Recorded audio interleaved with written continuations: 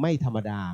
เป็นพระกรรมฐานทั้งสิ้นและเป็นพระกรรมฐานฝ่ายวิปัสสนาของภาคเหนือของเราจริงๆนั้นมีมากมายแต่มากันไม่ครบเพราะว่าเนื่องจากว่าท่านถูกเรียกว่าถูกจำกัดด้วยระยะเวลาแล้วก็บางรูปนั้นท่านก็เรียกว่าติดภารกิจของท่านหลวงพี่จึงขอเมตตามาสำหรับในการนั่งปกอธิษฐานจิตตรงนี้ด้วยการ9รูปด้วยการที่ท่านพอจะมีเวลาให้กับทางวัดฝายหินด้วยในวันนี้แล้ววันพรุ่งนี้เนี่ยเป็นวันที่ค่อนข้างจะเป็นวันแห่งความ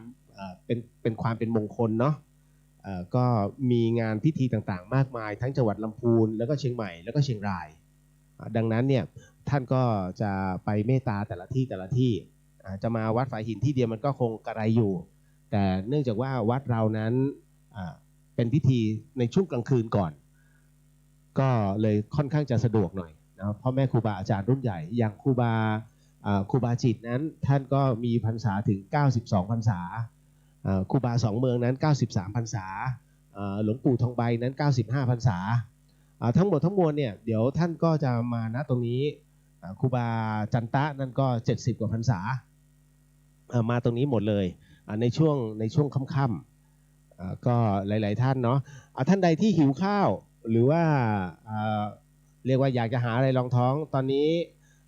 โรงทานของเราพร้อมแล้วอยู่ด้านหลังของศาลาการประเรียนเดี๋ยวต้องขออนุญาตเพราะว่าทั้งสามเณรแล้วก็พระภิกษุค่อนข้างจะวุ่นวาย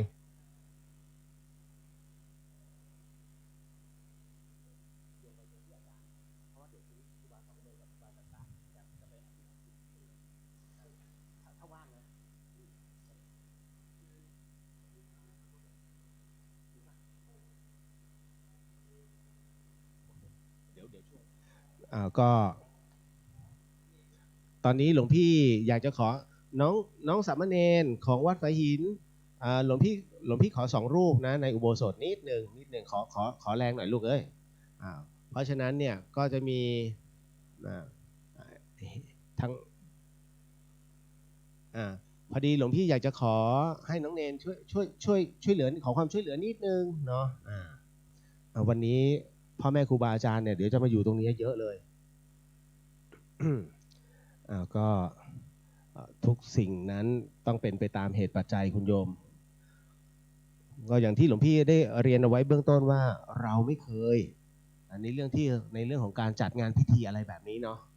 วันนี้ก็ถือว่าเป็นอีกหนึ่งครั้งท่านสามารถเราก็จะมีกองอำนวยการนะคุณโยมที่คุณโยมนั้นสามารถสั่งจองหรือว่า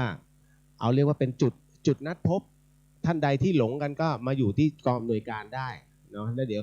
ข้างนอกเขาจะมีประกาศให้ในส่วนของด้านหน้านั้นก็จะมีท่านใดที่อยากจะชมหรือว่าอยากจะสักการะดินจากสังเวยทั้ง4รวมไปถึงสถานที่ที่เผาสังขารขององค์พระสัมมาสัมพุทธเจ้านั้นก็มีอยู่เช่นกันอยู่ด้านนอกนะคุณโยมแล้วก็ยังมีในเรื่องราวของประวัติของครูบาโสภาวัดฝายหินก็ยังมีเปิดอยู่ตลอดเวลานะตรงนี้แล้วก็ในวันพรุ่งนี้เนี่ยเราจะเริ่มกันประมาณ4:30คืนนี้จะมีการเทศ3ธรรมาสนะคุณโยม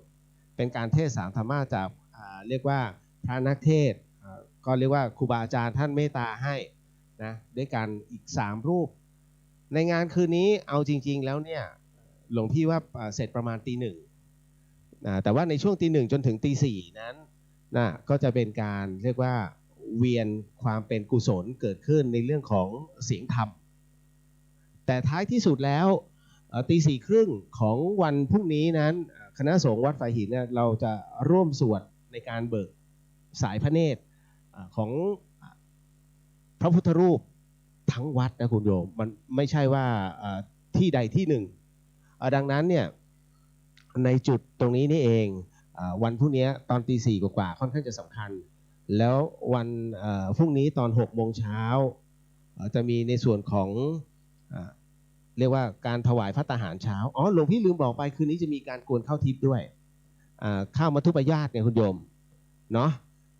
ก็ต้องการวันนี้ได้รับความเมตตาความอนุเคราะห์จากนักศึกษา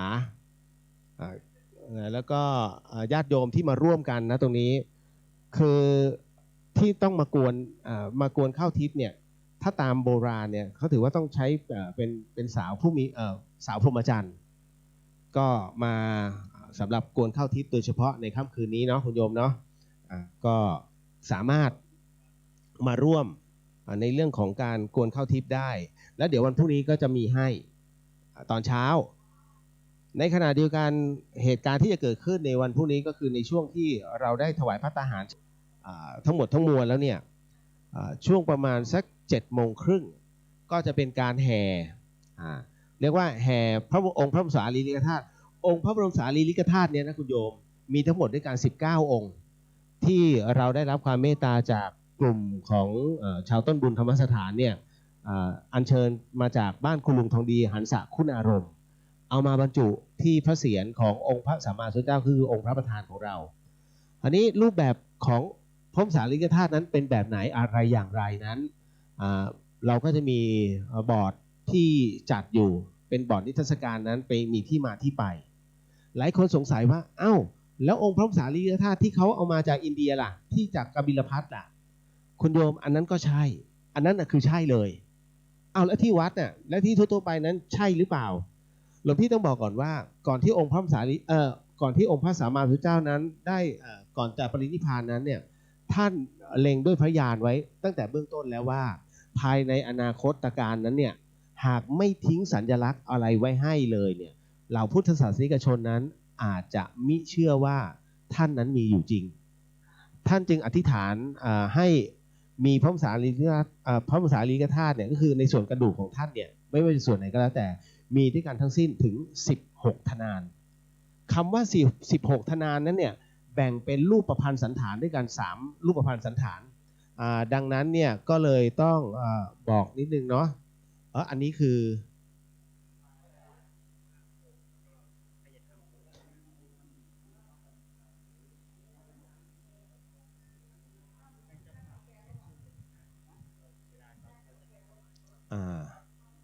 เดี๋ยวสักครู่หนึ่งคนพี่มีสองคนเอาดึงนะ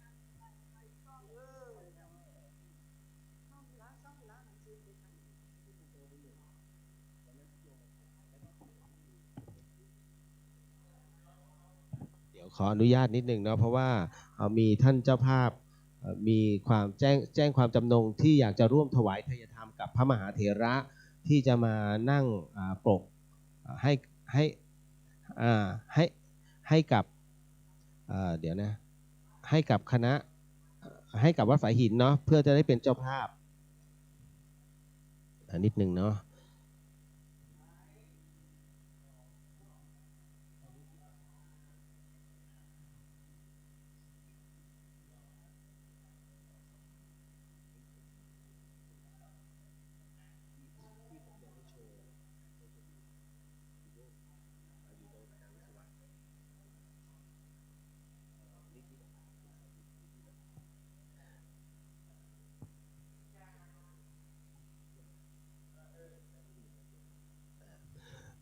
ก็ขอบคุณมากๆเนาะหลวงพี่ก็ขอโมทนาสาธุกับคุณโยมอีกหลายๆท่าน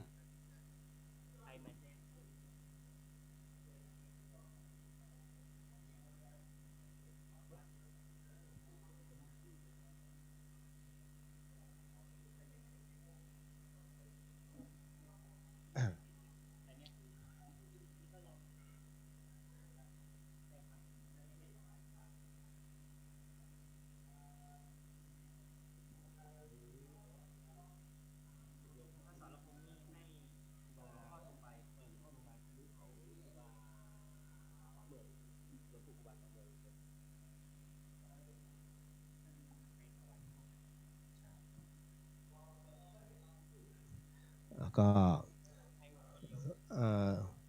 หลวงพี่ก็ต้องขอขอบคุณเนาะอันนี้ท่านใดที่อยากจะร่วมบุญในส่วนของชุดไทยธรรมที่จะต้องถวายพระมหาเถระเนาะนอกจากตรงนี้แล้วเนี่ยก็มีชุดละ 5,000 บาทจำนวน20ชุดแล้วก็ที่เหลือนั้นก็แล้วแต่ว่าคุณโยมนั้นอยากจะร่วมบุญตรงไหนอะไรยังไงคุณโยมการทำทานเนี่ยในเรื่องของทานบารมีทั้งหมดทั้งมวลนั้นเนี่ยก็ต้องบอกว่าอันเนี้ยในเรื่องของทานามัยนั้น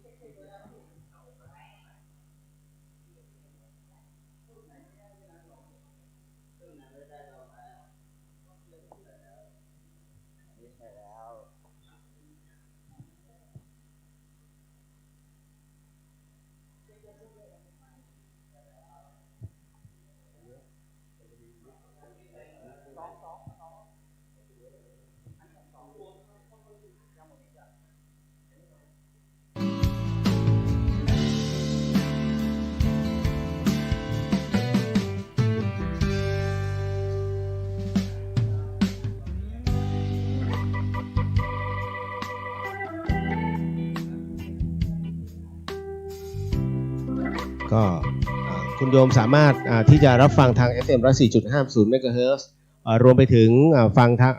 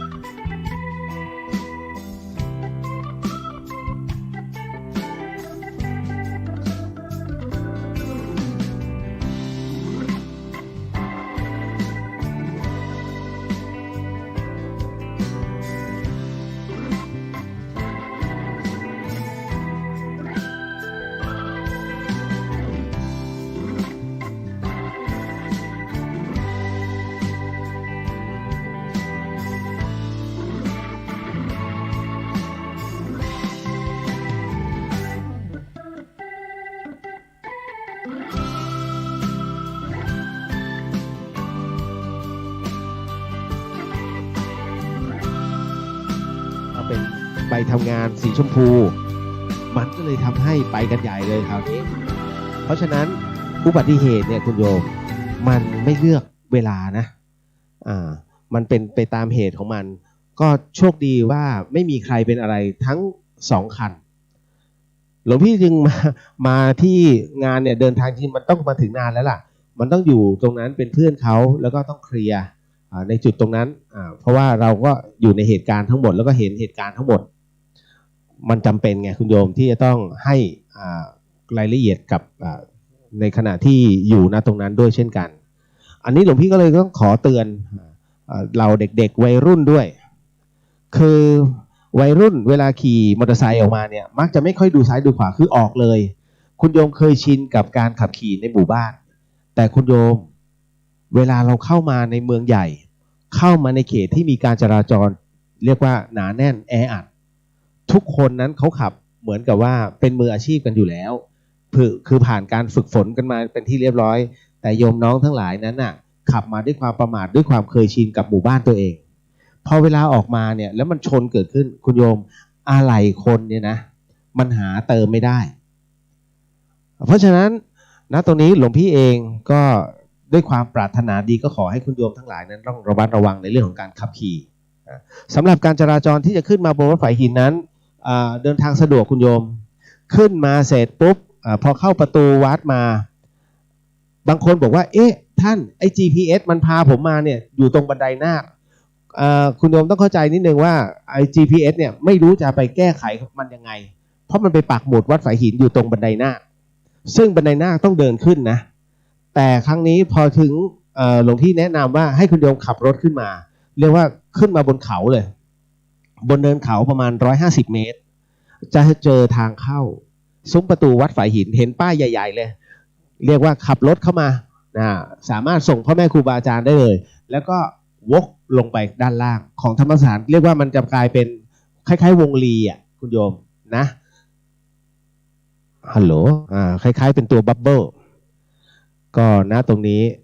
คุณโยมท่านใดที่มาถึงแล้วที่อยากจะร่วมบุญที่เต็นท์กองอำนวยการของเรานั้นก็มีตู้เอาไว้ให้คุณโยมนั้นได้ร่วม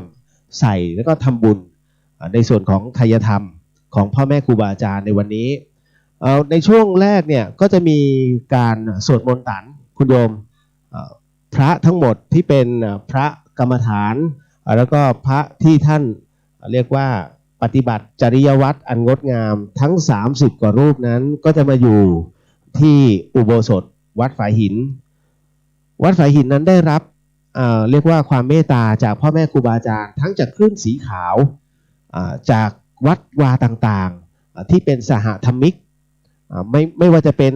ลำปางเชียงรายแม่ฮ่องสอนแม้กระทั่งในจังหวัดเชียงใหม่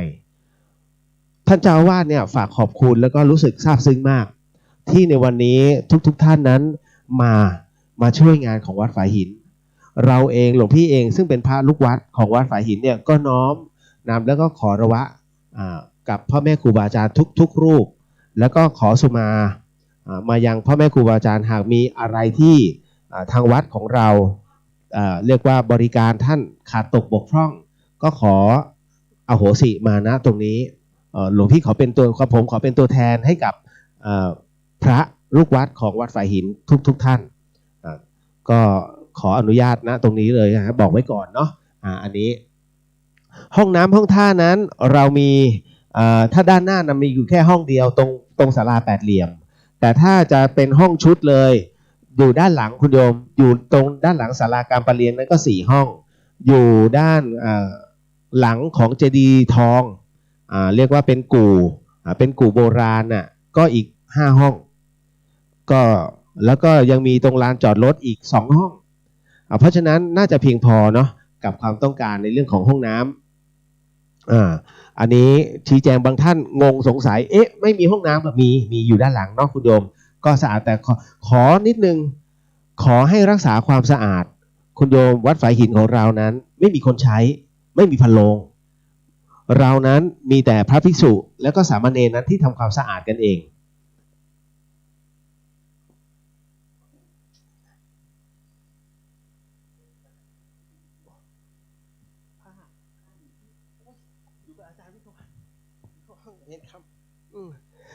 ในส่วนตรงนี้เนี่ยหลวงพี่ก็เลยต้องบอกก่อนว่าห้องน้ำห้องท่าเราจัดเอาไว้ตามเหตุปัจจัยอากาศหลวงพี่ไม่สามารถกำหนดได้หลวงพี่ไม่ใช่ผู้วิเศษเนาะดังนั้นหลวงพี่สามารถทำได้เท่าที่ทำได้ก็คือเป็นโอกาสดีและเป็นความโชคดีที่เมื่อวานนั้นก็มีฝนมาโปรยปลายบ้างแล้วหลวงพี่ไปอยู่รอบนอกเนี่ยรอบนอกฝนตกดังนั้นเมื่อรอบนอกฝนตกนั้นทำให้อากาศที่อยู่บริเวณวัดฝายหินรวมไปถึงเชียงใหม่บางจุดนั้นโปร่งใสมากคุณโยมถือได้ว่าวันนี้เนี่ยเป็นวันดีนะหลวงพี่ถือว่าเป็นวันดีมากๆเพราะปกติแล้ว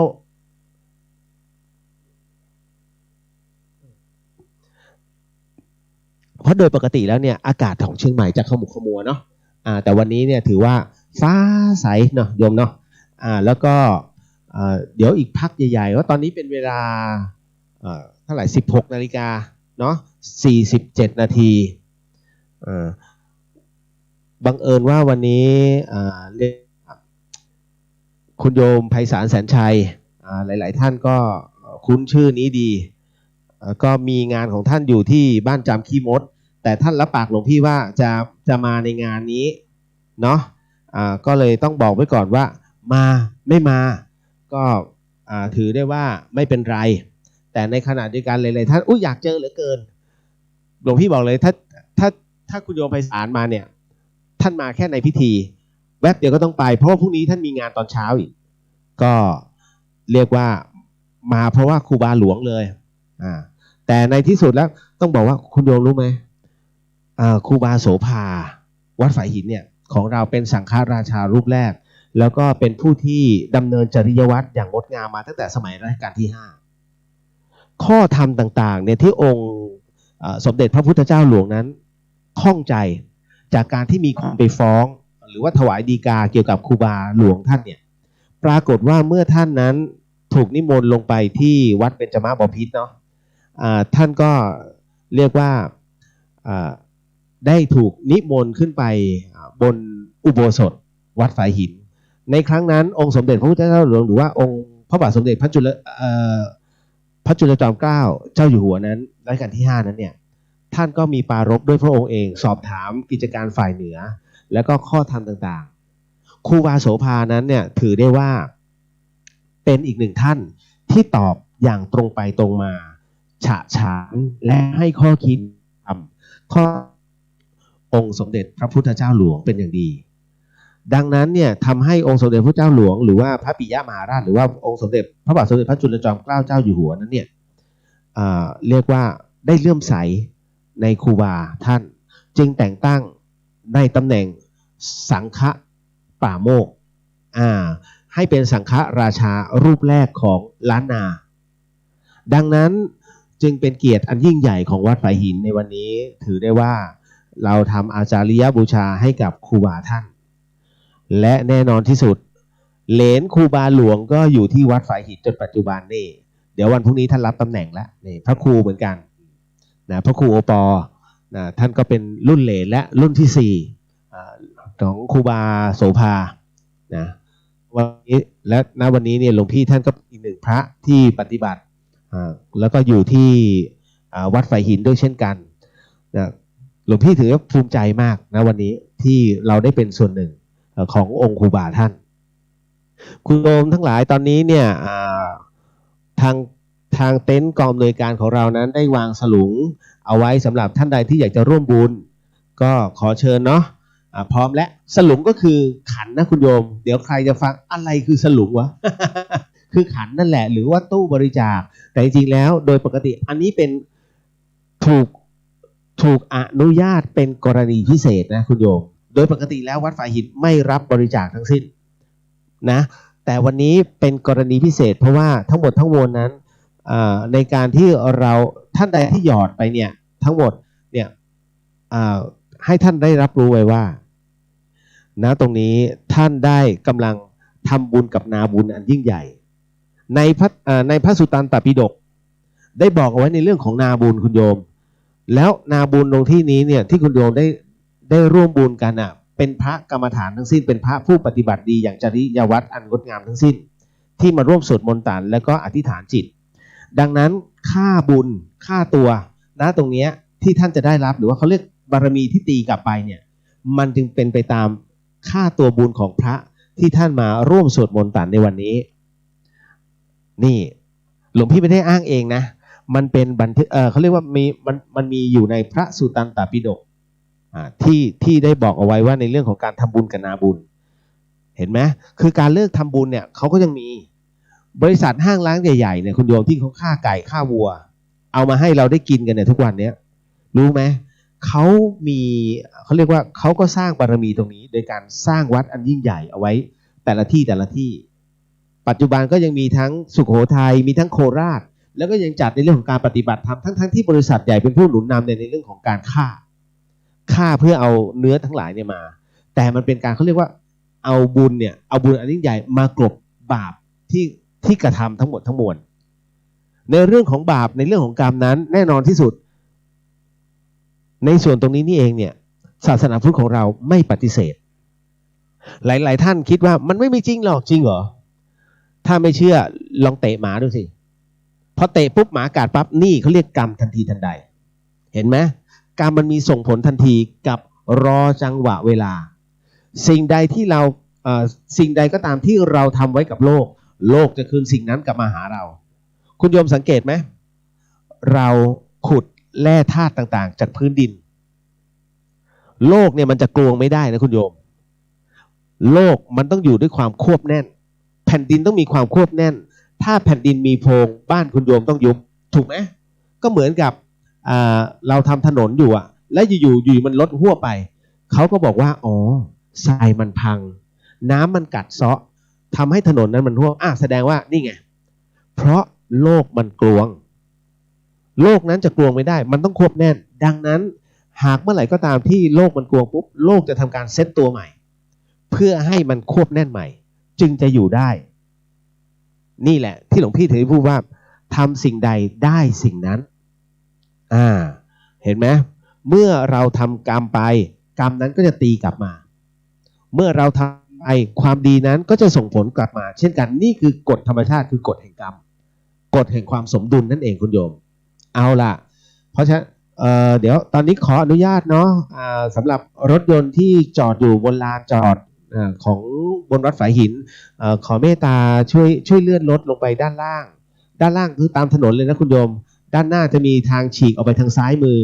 แล้วก็เลี้ยวลงไปผ่านศาลาเรียกว่าศาลาประชาคมคุณโยมมีร้านจอดตรงนั้นเนี่ยเขาเรียกว่าหน้าธรรมสถานคุณโยมเอารถเข้าไปจอดตรงนั้นได้เลยหลวงพี่ก็เรียกว่าชี้แผนที่ให้ณตรงนี้เนาะ ตอนนี้เหล่าพ่อแม่ครูบาอาจารย์ก็กำลังทยอยกันมาสู่บนวัดฝายหินในส่วนของงานพิธีตรงนี้เนี่ยเดี๋ยวก็จะมีพี่หนานทั้งหลายไม่ว่าจะเป็นพี่หนานธรรมพี่หนานเจ็ดสีก็จะมาอยู่ตรงนี้กับแล้วก็พระอาจารย์ก็จะมาร่วมด้วยส่วนหลวงพี่เองนั้นจะรับผิดชอบในส่วนด้านหน้าด้านนอกก็เรียกว่าจะให้ความอำนวยความสะดวกรายละเอียดต่างๆเท่าที่หลวงพี่ทำได้ก็ต้องบอกก่อนว่าบางครั้งเวลาถ้าท่านขึ้นมาแล้วสอบถามทั้งพระภิกษุและก็สามเณรบางทีเห็นท่านนั่นบึ้งตึงไม่ใช่ท่านดุนะเพียงแต่ท่านเหนื่อยกันหลวงพี่เองเนี่ยก็เห็นใจหลวงพี่ก็ไม่แพ้ท่านเพราะว่าโอ้โหเดินทางกันสุดๆเหมือนกันหลวงพี่จึงพยายามจะไม่กวนเรียกว่าเหล่าพระภิกษุแล้วก็สามเณรที่ท่านทำงานกันอยู่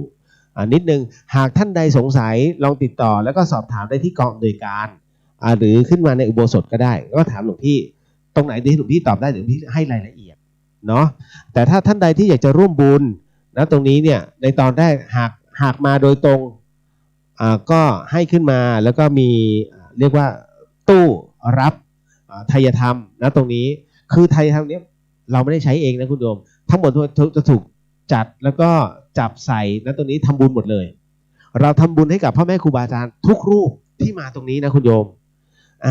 อย่างที่หลวงพี่บอกว่าวัดฝายหินเนี่ยไม่ใช่วัดเที่ยวแต่เป็นวัดธรรมไม่ได้สะสมมีเท่าไหร่ปุ๊บเราก็จัดหมดเพราะว่าเรามองว่าการมีเยอะเกินไปเนี่ยมันทำให้เราฟุ่มเฟือยปัจจัยเนี่ยเป็นเครื่องบาดใจนะแต่ในขณะเดียวกันนั้นพ่อแม่ครูบาอาจารย์นั้นเนี่ยเราต้องให้ความเคารพท่านพระอาจารย์ท่านจึงบอกว่าทั้งหมดที่ได้มาเราจัดสรรแล้วก็ถวายท่านซะนั่นเพื่อเป็นอาจาริยบูชาด้วยนี่ก็ต้องบอกก่อนว่าท่านใดที่มาในวันนี้หลวงพี่บอกว่าคุ้มโคตร แค่พระผงที่จะแจกให้เนี่ยนะก็คุ้มแล้วท่านใดโชคดีก็เห็นทองเขาเรียกโชคดีมีทอง เอาจริงใช้กล้องส่องดูได้นะมันจะมีผงตะไบทองอยู่นี่แหละก็หลายๆท่านก็วาดหวังเอาไว้ แต่ส่วนพระเหรียญเองก็ใช้ย่อยหลวงพี่จะบอกก่อนว่าเหรียญครูบาโสภาที่เราทำในครั้งนี้เนี่ยคุณโยมมันไม่ใช่เหมือนทั่วๆไปที่คุณโยมได้เจอกันเหรียญทั่วๆไปในการปั๊มนั้นเขาปั๊มครั้งเดียวแล้วจบนะคุณโยมแต่เหรียญครูบาโสภานั้นปั๊มถึง6ชั้นด้วยกันดังนั้นในการปั๊มแต่ละชั้นนั้นเนี่ยต้องบอกว่าทั้งหมดทั้งมวลนั้นมีความพิถีพิถันเป็นอย่างยิ่งเนาะฮัลโหลโยมพี่ฮัลโหลโยมพี่จ่าว่าไงอ๋อ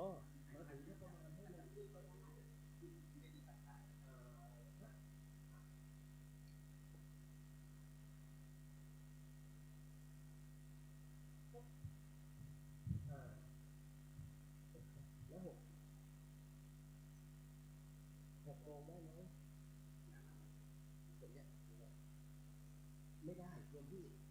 ไม่ได้เพราะถ้าพ่อแม่ครูบาอาจารย์ที่ไม่สามารถรอครับก็ขอกราบนมัสการนะครับพระเถรานุเถระทุกรูปนะครับที่อยู่ภายในพวงแก้วอารามของวัดฝายหินนะครับเพื่อไม่ให้เป็นการขาดตอนนะครับเรียกว่าสันตติเป็นการสืบต่อเนื่องนะครับท่านอาจารย์เรียวพระอาจารย์ดีเจเรียวนะครับท่านก็ได้พูดไปในเรื่องของเรื่องราวต่างๆไม่ว่าจะเป็นธรรมะเองก็ดีเรื่องราวประวัติการจัดสร้างวัตถุมงคลเหรียญของครูบาเจ้าพระอภัยสารทะเองก็ดีนะครับซึ่งญาติโยมที่มีความประสงค์นะครับที่จะร่วมบุญในการถวายจตุปัจจัยทายธรรมแด่พระสงฆ์องค์ที่ได้รับกราบอาราธนานิมนต์มานะครับในการสวดมนต์ทางเมืองเหนือก็ฮ้องว่าสวดมนต์ตันนะครับทางภาคกลางก็ไม่มีนะครับไม่มีสวดมนต์ตันนะก็จะเป็นการเจริญพระพุทธมนต์นะครับเจริญพระพุทธมนต์ส่วนทางวันนี้ก็จะมีการสวดมนต์ตันการพิธีการพุทธาภิเษก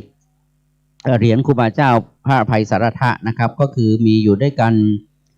หนึ่งคือเนื้อเงินนะครับ เนื้อเงินสามารถที่จะร่วมในการทำบุญนะครับ อย่าเรียกว่าบูชาเลยครับร่วมทำบุญ เพราะว่าเหรียญต่างๆนานาที่เราได้ร่วมทำบุญไปนั้นนะครับเรียกว่าได้ทำบุญไปด้วย แล้วก็เหรียญนี้ได้รับเป็นที่ระลึกนะครับ เพราะว่าเงินทุกบาททุกสตางค์ที่ได้จากการร่วมทำบุญบูชาเหรียญในคราวครั้งนี้นะครับ ก็จะได้นำเอาจตุปัจจัยทายธรรมหรือว่าเงินนะครับส่วนนี้นะครับในการทำนุบำรุงพระพุทธศาสนาเรียกว่าทำนุบำรุงซึ่งวัดวาอารามของวัดฝายหินเลยนะครับไม่ใช่ว่าเข้ากระเป๋าของเจ้าอาวาสก็ไม่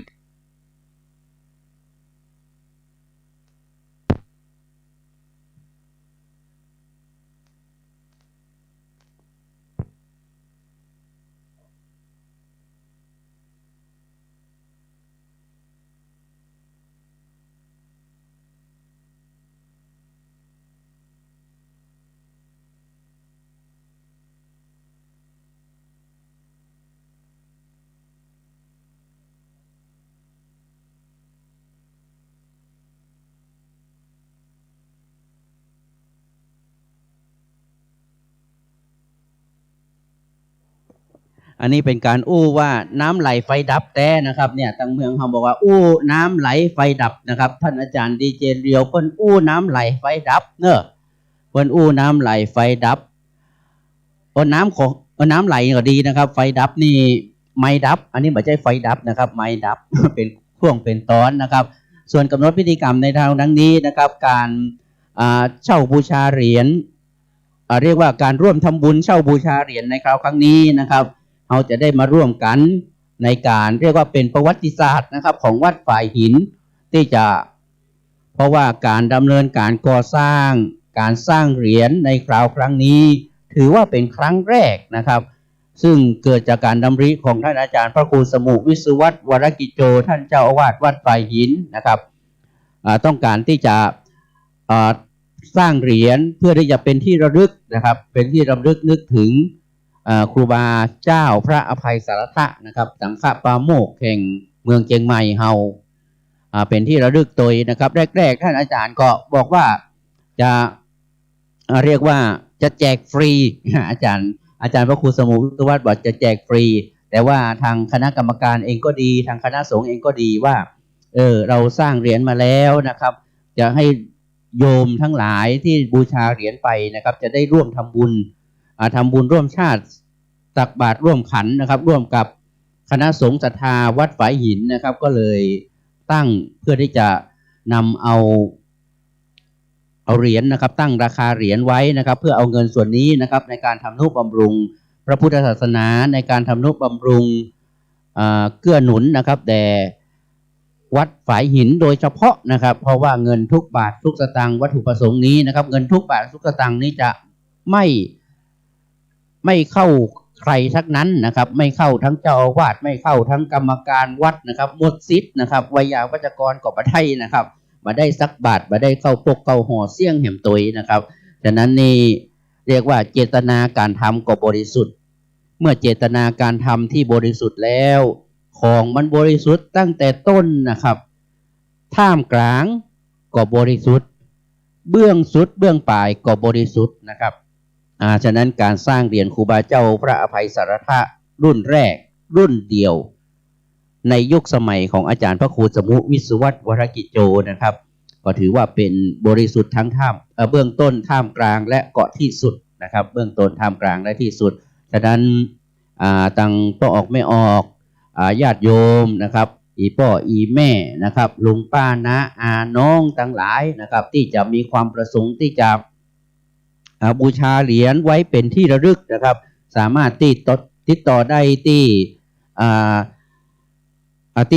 ประชาสัมพันธ์นะครับที่กองอำนวยการนะครับที่หน้าวัดฝายหินของเฮานะครับจะมีเต็นท์กองอำนวยการตั้งอยู่นะครับมัดผ้างามๆนั่นนะครับมัดผ้าเป็นสีขาวกับสีม่วงแล้วก็เขียนว่ากองอำนวยการนะครับฉะนั้นเราก็สามารถไปติดต่อ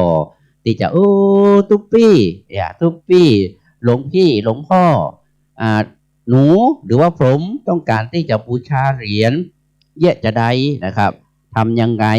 อันนี้ก็จะมีทางพระเจ้าพระสงฆ์นะครับจะแนะนำนะครับวิธีการในการเช่าบูชาเหรียญแล้วก็เราจะหับตอนใดนะครับพระเจ้าพระสงฆ์จะได้บอกกล่าวแห่งกำหนึ่งนะครับบอกกล่าวแห่งกำหนึ่งเพราะว่าวันนี้นี่พอเราพุทธาภิเษกเสร็จนี่ก็สามารถจำหน่ายจ่ายแจกไปได้แล้วนะครับจำหน่ายจ่ายแจกไปได้แล้วเพราะว่าเนื้อเงินนี้สร้างจำนวน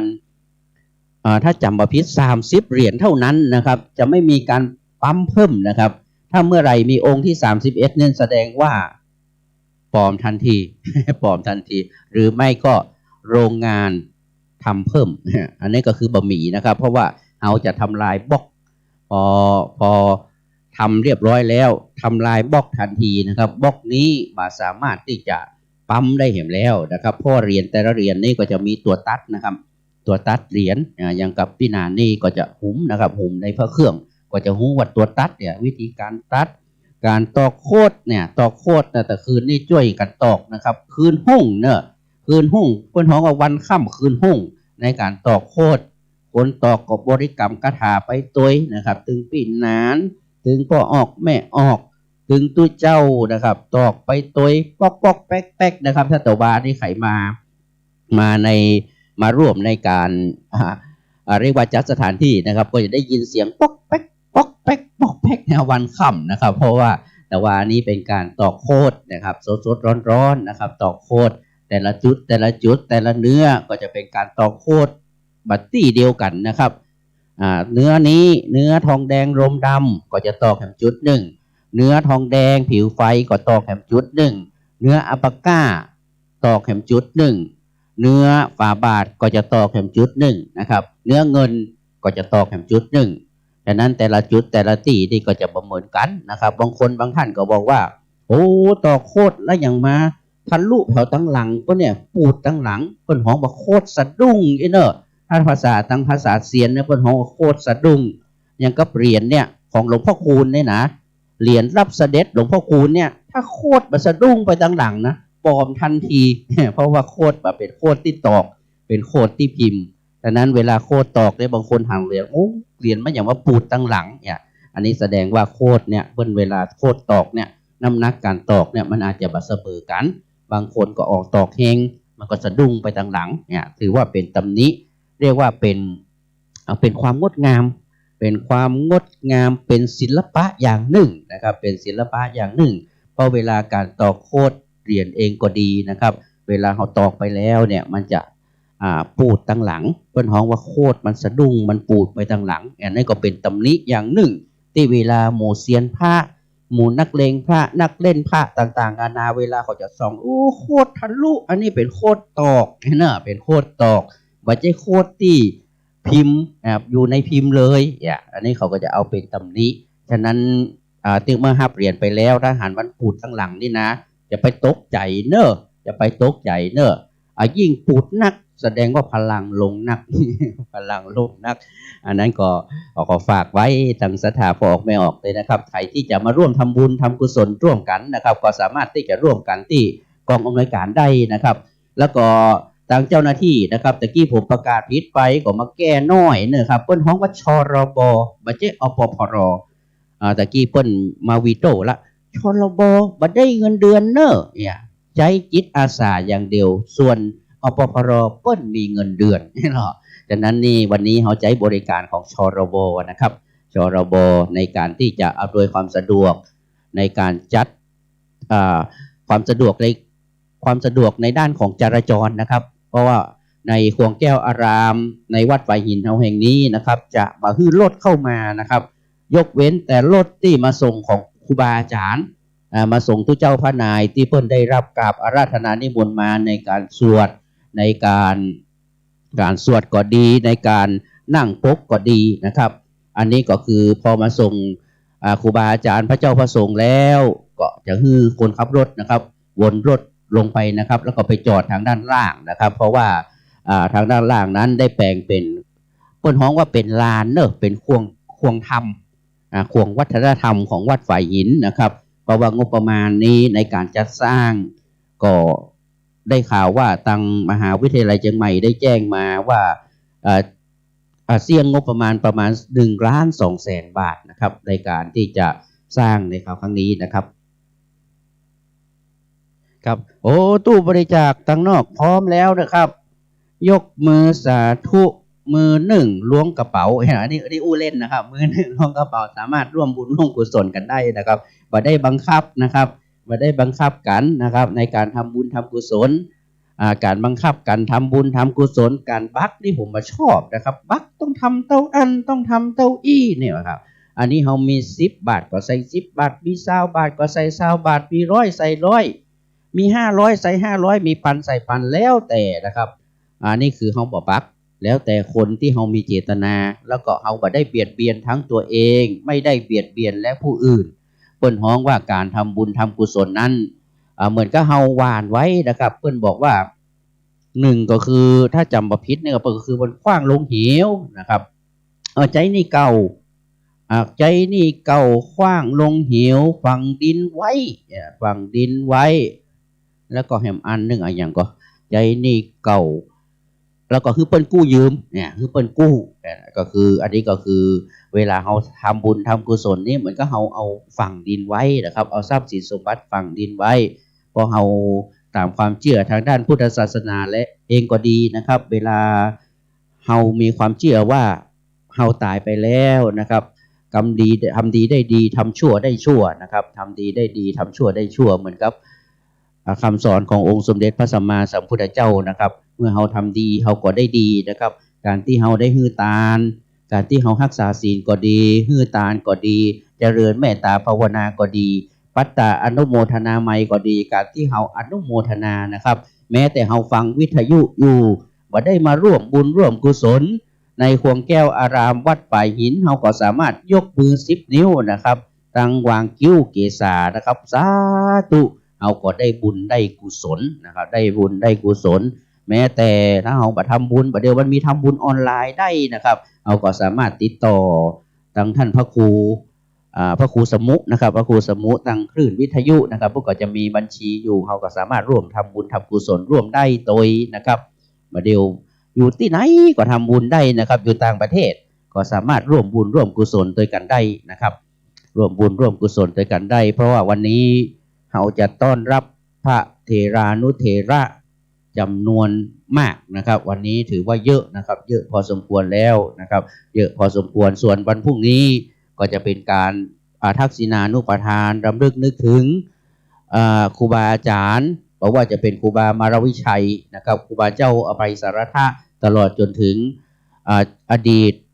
บุรพะนะครับบุรพะเจ้าอาวาสนะครับเจ้าอาวาสแต่อดีตนะครับเจ้าอาวาสแต่อดีตหนหลังมาเราก็จะทำบุญทักษิณานุปทานไปหาเปิ้ลนะครับเพราะพรุ่งนี้นี่ใครที่จะมีรายชื่อของญาติพี่น้องที่ได้เสียชีวิตไปเขาก็จดเอารายหมายเอาชื่อนะครับฝากพระเจ้าพระสงฆ์หรือว่าเอามาใส่ในขันนะครับพระเจ้าพระสงฆ์จะได้สวดมาติกาลองฟังสกุลอุทิศส่วนบุญส่วนกุศลไปหาจิตตดวงวิญญาณของทุกท่านนะครับรวดเดียวกันหมดนะครับรวดเดียวกันหมดในวันพรุ่งนี้นะครับส่วนวันนี้ก็จะเป็นพิธีกรรมทางด้านศาสนาก็คือการไขตาพระเจ้านะครับไขตาพระเจ้าเรียกว่าเบิกเนตรนะครับสมโพธิเบิกเนตรสารูปพิมพาองค์ขององค์สมเด็จพระสัมมาสัมพุทธเจ้านะครับ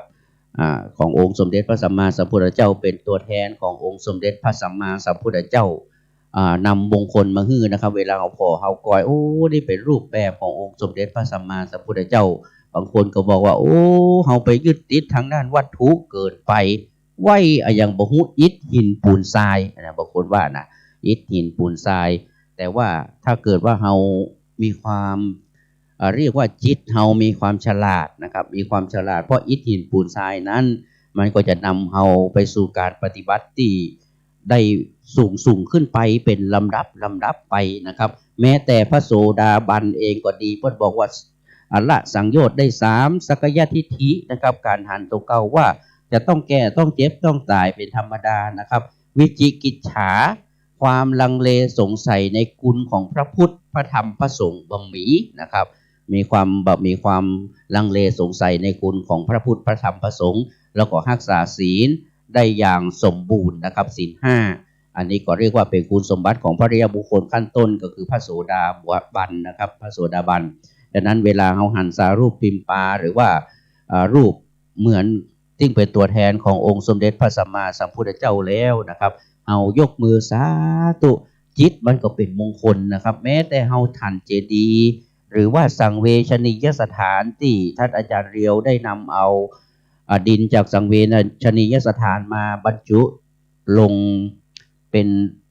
ปั้นเป็นรูปนะครับเป็นรูปเหมือนของครูบาเจ้าอภัยสารถะก็นำเอาจากดินจากสังเวชนียสถานแล้วก็มาปั้นเป็นรูปขององค์สมเด็จพระสัมมาสัมพุทธเจ้านะครับสังเวชนียสถานที่ที่ควรสลดสังเวชใจนะครับสถานที่ที่ควรสังลดสังเวชใจก็คือเป็นสถานที่ประสูติตรัสรู้และปรินิพพานขององค์สมเด็จพระสัมมาสัมพุทธเจ้านะครับอันนี้ก็คือที่สังเวชนียสถานเมื่อ เอาก่อเฮาสร้างแล้วนะครับเอาก่อเฮาสร้างเป็นที่เรียบร้อยแล้วนะครับก็พระพุทธเจ้าว่าถ้าเขาไม่ใช่พระพุทธเจ้าบนบอกว่าชาวพุทธเฮาเนี่ยครับถ้าเกิดว่ามีโอกาสนะครับก็ควรที่จะไปกราบสถานที่นะครับสถานที่สังเวชนีขอไปลิ้นวันกัน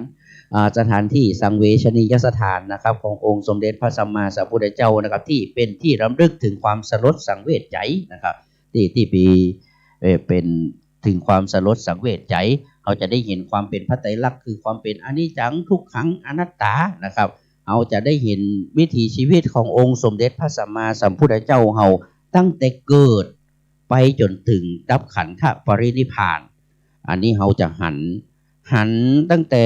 ทุกขั้นตอนนะครับเขาก็จะยกมาโอปัญญิโกน้อมเข้ามาสู่ตนตัวเก่าว่าแม้แต่พระพุทธเจ้าเองพระองค์ทรงเกิดมาจากพระคันมารดาของพระมารดาก็คือพระนางสิริมหามายากับพุทธมารดากับพ่อของเปิ้ลก็คือพระเจ้าสุโธทนะนะครับพอเกิดมาแล้วนะครับพระนางได้7 วันพระนางสิริมหามายาก็สิ้นพระชนม์ไปโดยพระองค์ก็ได้เติบโตมาโดยพระนางก็คือพระนางมหาประชาวดีโคตมีนะครับก็คือเป็นน้องของแม่นะครับแล้วก็เป็นลักษณะเป็นแม่บุญธรรมแห่งคนหนึ่งนะครับพระนางมหาประชาบดีโคตมีพอท่านพระองค์ได้เจริญพระชันษาขึ้นนะครับพระองค์ก็ได้อภิเษกสมรสกับพระนางพิมพานะครับยโสธราพิมพาเมื่ออายุได้16 ปีนะครับได้อภิเษกกับพระนางยโสธราพิมพาพออายุได้29 ปีนะครับก็ได้ออกบวชนะครับออกบวชเป็นนักบวชนะครับเป็นนักบวชแล้วก็ทรงบำเพ็ญทุกขกิริยา6 ปีด้วยกันนะครับก็คือทุกขกิริยาก็คือการทรมานตัวเก่านะครับเป็นระยะเวลา6 ปีจนกระทั่งได้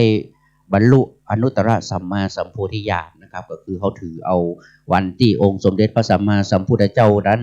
ได้บรรลุอนุตตรสัมมาสัมโพธิญาณเขาก็เป็นคติธรรมนะครับเวลาเขาจะเบิกเนตรสร้างพระพุทธรูปใหม่ก็ดีซ่อมแซมพระพุทธรูปก็ดีนะครับเป็นการเบิกเนตรเขาก็เอาคติธรรมตรงนี้นะครับล้านนาไทยเขาก็เอาคติธรรมตรงนี้มาประกอบพิธีกรรมทางด้านศาสนานะครับเบื้องต้นก็จะมีการทำพิธีกรรมต่างๆนานามีการสวดเบิกนะครับตราบใดที่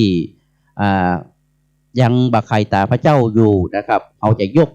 สารูปนะครับสารูปหรือว่ารูปเหมือนนะครับสารูปพิมพ์ปาพระพุทธรูปนะครับยังบ่ได้เป็นพระพุทธเจ้าโดยสมบูรณ์นะครับเขาจะสมมุติว่ายังเป็นพระมหาโพธิสัตว์นะฮะตามคติธรรมก็ยังสมมุติว่าเป็นพระมหาโพธิสัตว์เจ้ายังเป็นเจ้าชายสิทธัตถะอยู่ยังบ่ได้เป็นพระพุทธเจ้าโดยสมบูรณ์เตื้อนะครับตราบใด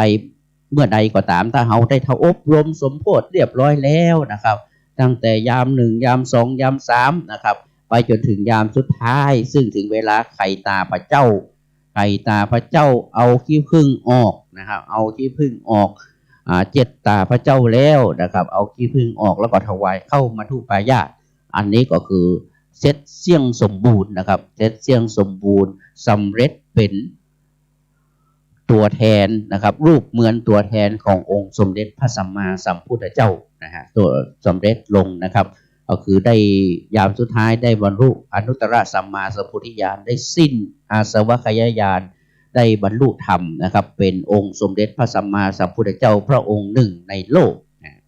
พระองค์หนึ่งในโลกอันนี้ก็ ถือว่า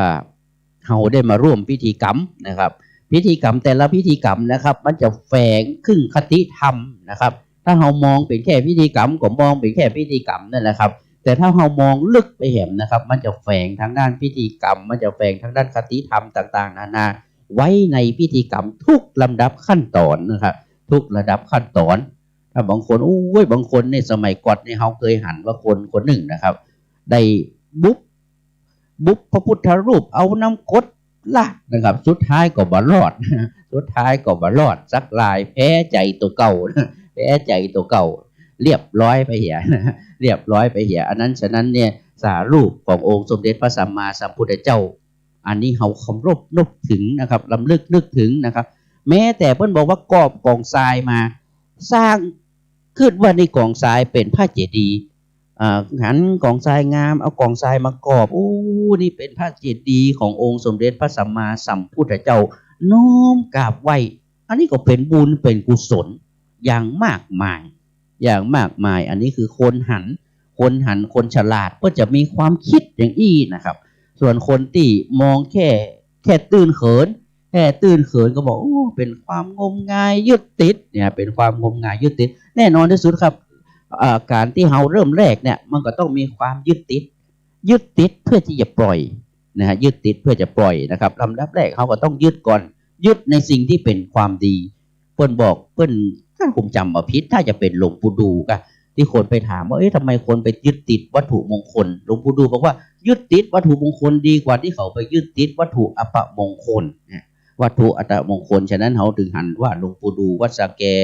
หรือว่าหลวงพ่อเกษมเขมโกเองก็ดีนะครับที่สุสานไตรลักษณ์ลำปางเองก็ดีท่านถึงสร้างวัตถุมงคลโอ้ครับอันนี้ก็ห้อยวัตถุมงคลผมก็ห้อยนะครับผมก็ห้อยเต็มคอเหมือนกันนะผมก็ห้อยเต็มคอก็คือเวลาเขารำลึกนึกถึงเนี่ยเขาหันเป็นรูปเขาประเกิดเหตุการณ์อะไรสำคัญเขาจิตเขาก็จะแวบไปถึงสารรูปปิมปาขององค์สมเด็จพระสัมมาสัมพุทธเจ้าหรือว่าสารูปปิมปาของสังฆเจ้าทั้งหลายนะครับสังฆเจ้าทั้งหลายที่เขาเคารพนับถือมันก็จะไปจับท่านเมื่อเขาไปจับท่านจิตเขาก็เป็นบุญเป็นกุศลจิตเขาก็จะเป็นบุญเป็นกุศลดีเขาเป็นอกุศลโอ้ตอนที่ผมสมัยก่อนโอ้เวลานั่งเครื่องบินเนาะเครื่องบินตกหลุมอากาศเว็บนึกถึงพุทโธพุทโธพุทโธอย่างเดียวโอ้แสดงว่าเขา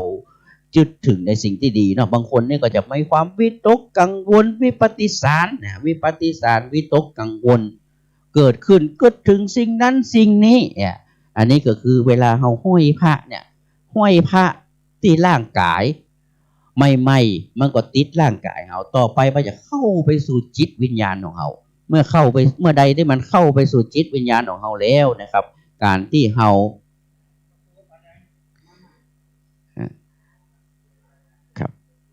มาอันนี้นะครับวันนี้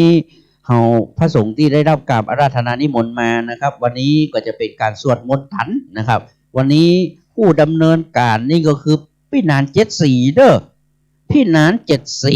74นะครับมันคงมามีมณี7แสงเนาะพี่นานถ้าจะมามีมณี7แสง74มณี7แสงพี่นานจากวัด7ลินนะ7ลินก็คือหนองน้ำ7ลินนะหมายถึงซะถ้าผมจำมาพี่ก็คือมุจลินนะความหมายก็คือมุจลินก็คือพญานาคพญามุจลินที่มาบังแดดบังฝนให้องค์สมเด็จพระสัมมาสัมพุทธเจ้าจนเกิดพระนาคปกนั่นแหละครับนะจนเกิดพระนาคปกเนี่ยเพิ่นฮ้องว่าพญานาคชื่อว่ามุจลินพญามุจลินเป็นพญานาคบางคนก็มีความนับถือนะมีความนับถือในองค์พญานาคอันนี้เขาก็บอกว่ากันนับถือสิ่งใดนะครับอันนี้เป็นความเชื่อนะครับเป็นความเชื่อนับถือสิ่งใดแล้วเขาก็น้อมลำนึกถึงบอกว่านับถือเทวดาเขาถือเทวดานี่มันดีบาดีนี่ก็ถือเทวดากว่าดีกะแล้วที่พี่นานก็บอกว่าถือเทวดาดีแน่นอนเพราะว่าในกรรมฐานถึง40นะครับก็จะมีกรรมฐานบทหนึ่งเป็นของวัดเทวตานุสติกรรมฐานการที่เขารำลึกถึงเทวบุตรเทวดาลำลึกนึกถึงเทวบุตรเทวดาก็เป็นกรรมฐานเนอะก็เป็นกรรมฐานเนอะเขาลำลึกนึกถึงโอ้พญาอินเนี่ยนะพญาอินมาเป็นที่เปิ้งก็เป็นเทวตานุสติพอเขาเอาเปิ้นเป็นที่เปิ้งจิตเขาก็เกิดความผ่องใส ผ่องใสเมื่อเราล้ำลึกนึกถึงอย่าเทวตาพญาอินทร์พญาอินทร์พญาอินทร์เนี่ยจนจิตมันเกิดเอกคตารมณ์เกิดปีติเกิดขึ้นขนลุกเนี่ยขนลุกขนแขนสแตนอัพเพิ่นบอกขนลุกนะขนลุกขนชันเพิ่นฮ้องว่านี่เพิ่นฮ้องว่าปีติเนี่ยเริ่มเข้าสู่สมาธิละคณิกะสมาธิอุปจารสมาธิและอัปปนาสมาธิมันก็เข้าไอ้ได้สมัยผมเป็นรู้เจ้าผมก็เอากู้ยังอ่ะเอากู้ยังแม้แต่ก็ยังมีเหวดินบ่ปั้นเหวดินไปขุดดินแล้วก็ปั้นมาเป็นสีแดงนี่นะเอามาเพ่งเป็นกสิณดินนี่นะภาวนาไปนะแต่ละอย่างนี่นะแต่ละคนแต่ละท่านก็สามารถที่จะเป็นเครื่องยึดเหนี่ยวรำลึกนึกถึงได้นะครับวันนี้เฮาก็วันนี้ท่านอาจารย์พระครูสมุวิศวัตท่านก็มีความดำรินะครับที่จะสร้างเหรียญครูบาเจ้าอภัยสารทะเพื่อเป็นเครื่องล้ำลึกนึกถึงครูบาเจ้านะครับซึ่งท่านอาจารย์ไพศาลแสนชัยนะครับสมัยก่อนผมก็ตอนนั้นผมอยู่วัดหลวงละปูนนะครับวัดหลวงละปูนตอนนั้นอยู่คณะเจียงยันที่วัดหลวงละปูนก็ได้ยินอาจารย์ไพศาลแสนชัยนะครับเพราะว่าตอนนั้นผมอยู่กับตุลุงสมเนาะอดีตเจ้าคณะอำเภอแม่ทาเพราะว่าไปอ่านหนังสือประวัติของตุลุงสมไอ้คนที่แปลงพระธาตุสำคัญสถานที่สำคัญนะครับก็จะเกิดในยุคสมัยนั้นและเกิดยุคสมัยนั้นเป็นอีนั้นอีนี้เป็นป้อนานนั้นป้อน้อยนี้เนี่ยร่วมกันนะฮะร่วมกันฉะนั้นนี่เฮามาร่วมกันที่วัดไฟหินนี่เฮาอาจจะร่วมกันบางคนบางท่านอาจจะเป็นอุปถากอุปธรรมของครูบาเจ้าอภัยสารทะเฮาก็บ่ฮู้นะครับเฮาก็บ่ฮู้เพราะเฮาบ่มีญาณที่จะยังฮู้ได้นะฮะอาจารย์พระครูสมุวิศวัตเองท่านมาเป็นตู้หลวงวัดไฟหินท่านอาจจะมีความเกี่ยวเนื่องเกี่ยวพันกับครูบาเจ้าก็ได้นะครับเพราะว่าตามประวัติต่างๆนานาถ้าเกิดองค์ใดก็ตามคนใดก็ตามนะครับถ้ามีความนับถือหรือว่าอยู่ณสถานที่แห่งใดก็ตามนะครับแม้แต่พระแก้วมรกตเองก็ดีพระธาตุหาริพุนชัยก็ดีพระธาตุพนมก็ดีนะฮะบางคนนี่ตุหลวงก็ดีผู้ช่วยเจ้าอาวาสก็ดีเคยสร้างเจดีย์หมดนะฮะเท่าที่อ่านตามประวัตินะครับที่อาจารย์ไพศาลแสนชัยเพิ่นได้เขียนไว้นะฮะได้กล่าวไว้นะครับสมัยผมอยู่กับตุลุงสมก็เปิดอ่านตุลุงสมก็มีเหมือนกันตุลุงสมหรือว่าพระครูพิทักษ์เจติยานุกิจนะครับอดีตเจ้าอาวาสอดีตผู้ช่วยเจ้าอาวาสวัดพระธาตุหาริพุนชัยนะครับหรือว่าอดีตเจ้าคณะอำเภอแม่ทานะครับเพราะว่าสมัยก่อนนี่เจ้าคณะอำเภอแม่ทานี่สมัยก่อนนี่ผมเป็นเนน้อยนะครับเพิ่นบอกว่าใครเป็นเจ้าคณะอำเภอแม่ทาเนี่ยตุหลวงองค์ไหนที่เป็นเจ้าคณะอำเภอแม่ทาบ่เกินปี2 ปีนะครับเรียกว่ามรณภาพหมดนะครับจนพระสงฆ์พระเจ้าพระสงฆ์ที่อยู่ในอำเภอนั้นบ่มีใครกล้าฮับนะครับเป็นได้สูงสุดแค่รองเจ้าคณะอำเภอนะครับพอเป็นเจ้าคณะอำเภอบ่กล้าฮับเพิ่นก็เลยแก้เคล็ดโดยตั้งพระสงฆ์ที่อยู่นอกเขตนะครับบ่ได้อยู่ในอำเภอเมตตาเพิ่นก็เลยมาตั้งท่านอาจารย์พระครูหลวงปู่นะครับหลวงพ่อนะครับอาจารย์พระครูพิทักษ์เจติยานุกิจนะครับหรือว่าตุลุงสมนะสมัยก่อนของตุลุงสมมาเป็นเจ้าคณะอำเภอแม่ทานะครับจนแก้เคล็ดได้นะครับของอย่างอี้มันบ่หันตัวโลดว่าเดี๋ยวนี้เพิ่นตั้งเจ้าคณะอำเภอในเขตอำเภอแม่ทาตั้งได้แล้วนะสมัยก่อนตั้งมาได้นะครับใครเป็นตายทุกรายนะครับมรณภาพทุกรายนะอันนี้ก็คือสิ่งอะไรตัวนี่เฮาบ่ฮู้นะครับเอาอย่างบ่หันตัวเฮาบ่ฮู้สิ่งที่มันคิดบัญจาเฮาบ่ฮู้นี่มันคิดบัญจาเฮาบ่ฮู้เฮาบ่หันของมันบ่หันตัวฉะนั้นเฮาก็เอาอย่างเป็นที่ยึดเอาพระพุทธเจ้านี่แหละเป็นที่ยึดนะครับเป็นที่ยึดที่จังที่เปิ้งของเฮานะครับที่เปิ้งของกายวาจาใจของจิตวิญญาณเฮานะครับเป็นที่เปิ้งอันนี้ก็เป็นเครื่องอุ่นใจอยู่ไหนมีพระพุทธเจ้าพระธรรมเจ้าพระสังฆเจ้าปลอดภัย ปลอดภัยอย่างน้อยที่สุดเขามาฆ่าเขาตายเขาก็ลำลึกนึกถึงพุทโธพุทโธพุทโธพุทโธธัมโมธัมโมธัมโมหรือว่าเขานับถือหลวงปู่หลวงพ่อไหนนับถือหลวงปู่แหวนลำลึกนึกถึงโอ้หลวงพ่อช่วยหนูด้วยหลวงปู่ช่วยหนูด้วยช่วยผมด้วยอันนี้เขาก็เวลาถ้าเกิดว่าเขาถึงตีละตีแต่อย่าเมียนละเมียนแล้วว่าจะจุติตายละจะละคาบความเป็นคนแล้วเขาก็ไปเกิดบนที่ดีทำไมถึงพี่นานหรือว่าพ่ออาจารย์นี่ก็บอกว่าทำไมไปเกิดถึงที่ดีเพราะพ่ออาจารย์หรือว่าพี่นานนี่เชื่อพระพุทธเจ้าว่า จิตเฮาจับสิ่งที่ดีก็ย่อมไปเกิดที่ดีไปเกิดที่ดีแน่นอนเพราะเฮาเชื่อพระพุทธเจ้าเอาบ่เชื่อคนอื่นนะฮะวันนี้การประกอบพิธีกรรมทางด้านศาสนาในวันนี้นะครับพระสงฆ์ที่ได้รับกราบอาราธนานิมนต์มาก็ค่อยๆทยอยกันขึ้นมาแล้วนะครับพระเจ้าพระสงฆ์สามเณรเฮานะครับที่มีหน้าที่ในการต้อนรับพระเถรานุเถระนะครับก็เตรียมที่จะต้อนรับพระเถรานุเถระทางเจ้าหน้าที่บอกว่าจะเป็นชรบก็ดีนะครับในดูแลทางด้านจราจรนะครับก็แนะนำพลขับทั้งหลายหรือว่าศรัทธาเจ้าบ้านเฮานะครับที่ได้มาร่วมงานในวันนี้นะครับในสถานที่แห่งนี้นะครับบนวัดไผ่หินนะครับเฮาจะบ่ฮื้อรถจอดนะครับเฮาจะบ่ฮื้อรถเข้ามายกเว้นแต่มาส่งพระเถระนะครับมาส่งพระเถระที่มาร่วมในพิธีนะครับมาส่งพระเถระแล้วก็คือคนขับรถวนเอาไปจอดทางด้านล่างนะครับฉะนั้นบนวัดไผ่หินเอาบนโคนแก้วอารามเฮาจะบ่มีรถมาจอดนะครับรถมาจอดบนสถานที่แห่งนี้นะครับวันนี้เขาก็ได้มาร่วมกันนะครับได้มาร่วมกันก็อู้ไปเพื่อที่จะเป็นสันตตินะครับสืบต่อเนื่องนะครับเพราะว่าอันนี้เขาก็ฟังอาจารย์พระครูสมุวิศวัตก็บอกว่าเป็นการถ่ายทอดตั้งเสียงตั้งวิทยุโดยบ่ฮื้อขาดตอนเสมือนว่าเขาได้ร่วมพิธีนะครับคนฟันต่างบ้านก็เสมือนว่าได้ร่วมพิธีร่วมกันพิธีกรรมร่วมกันถ้าเกิดพี่นาน74เวนตาลโพนโตแล้วเนี่ยเวนตาล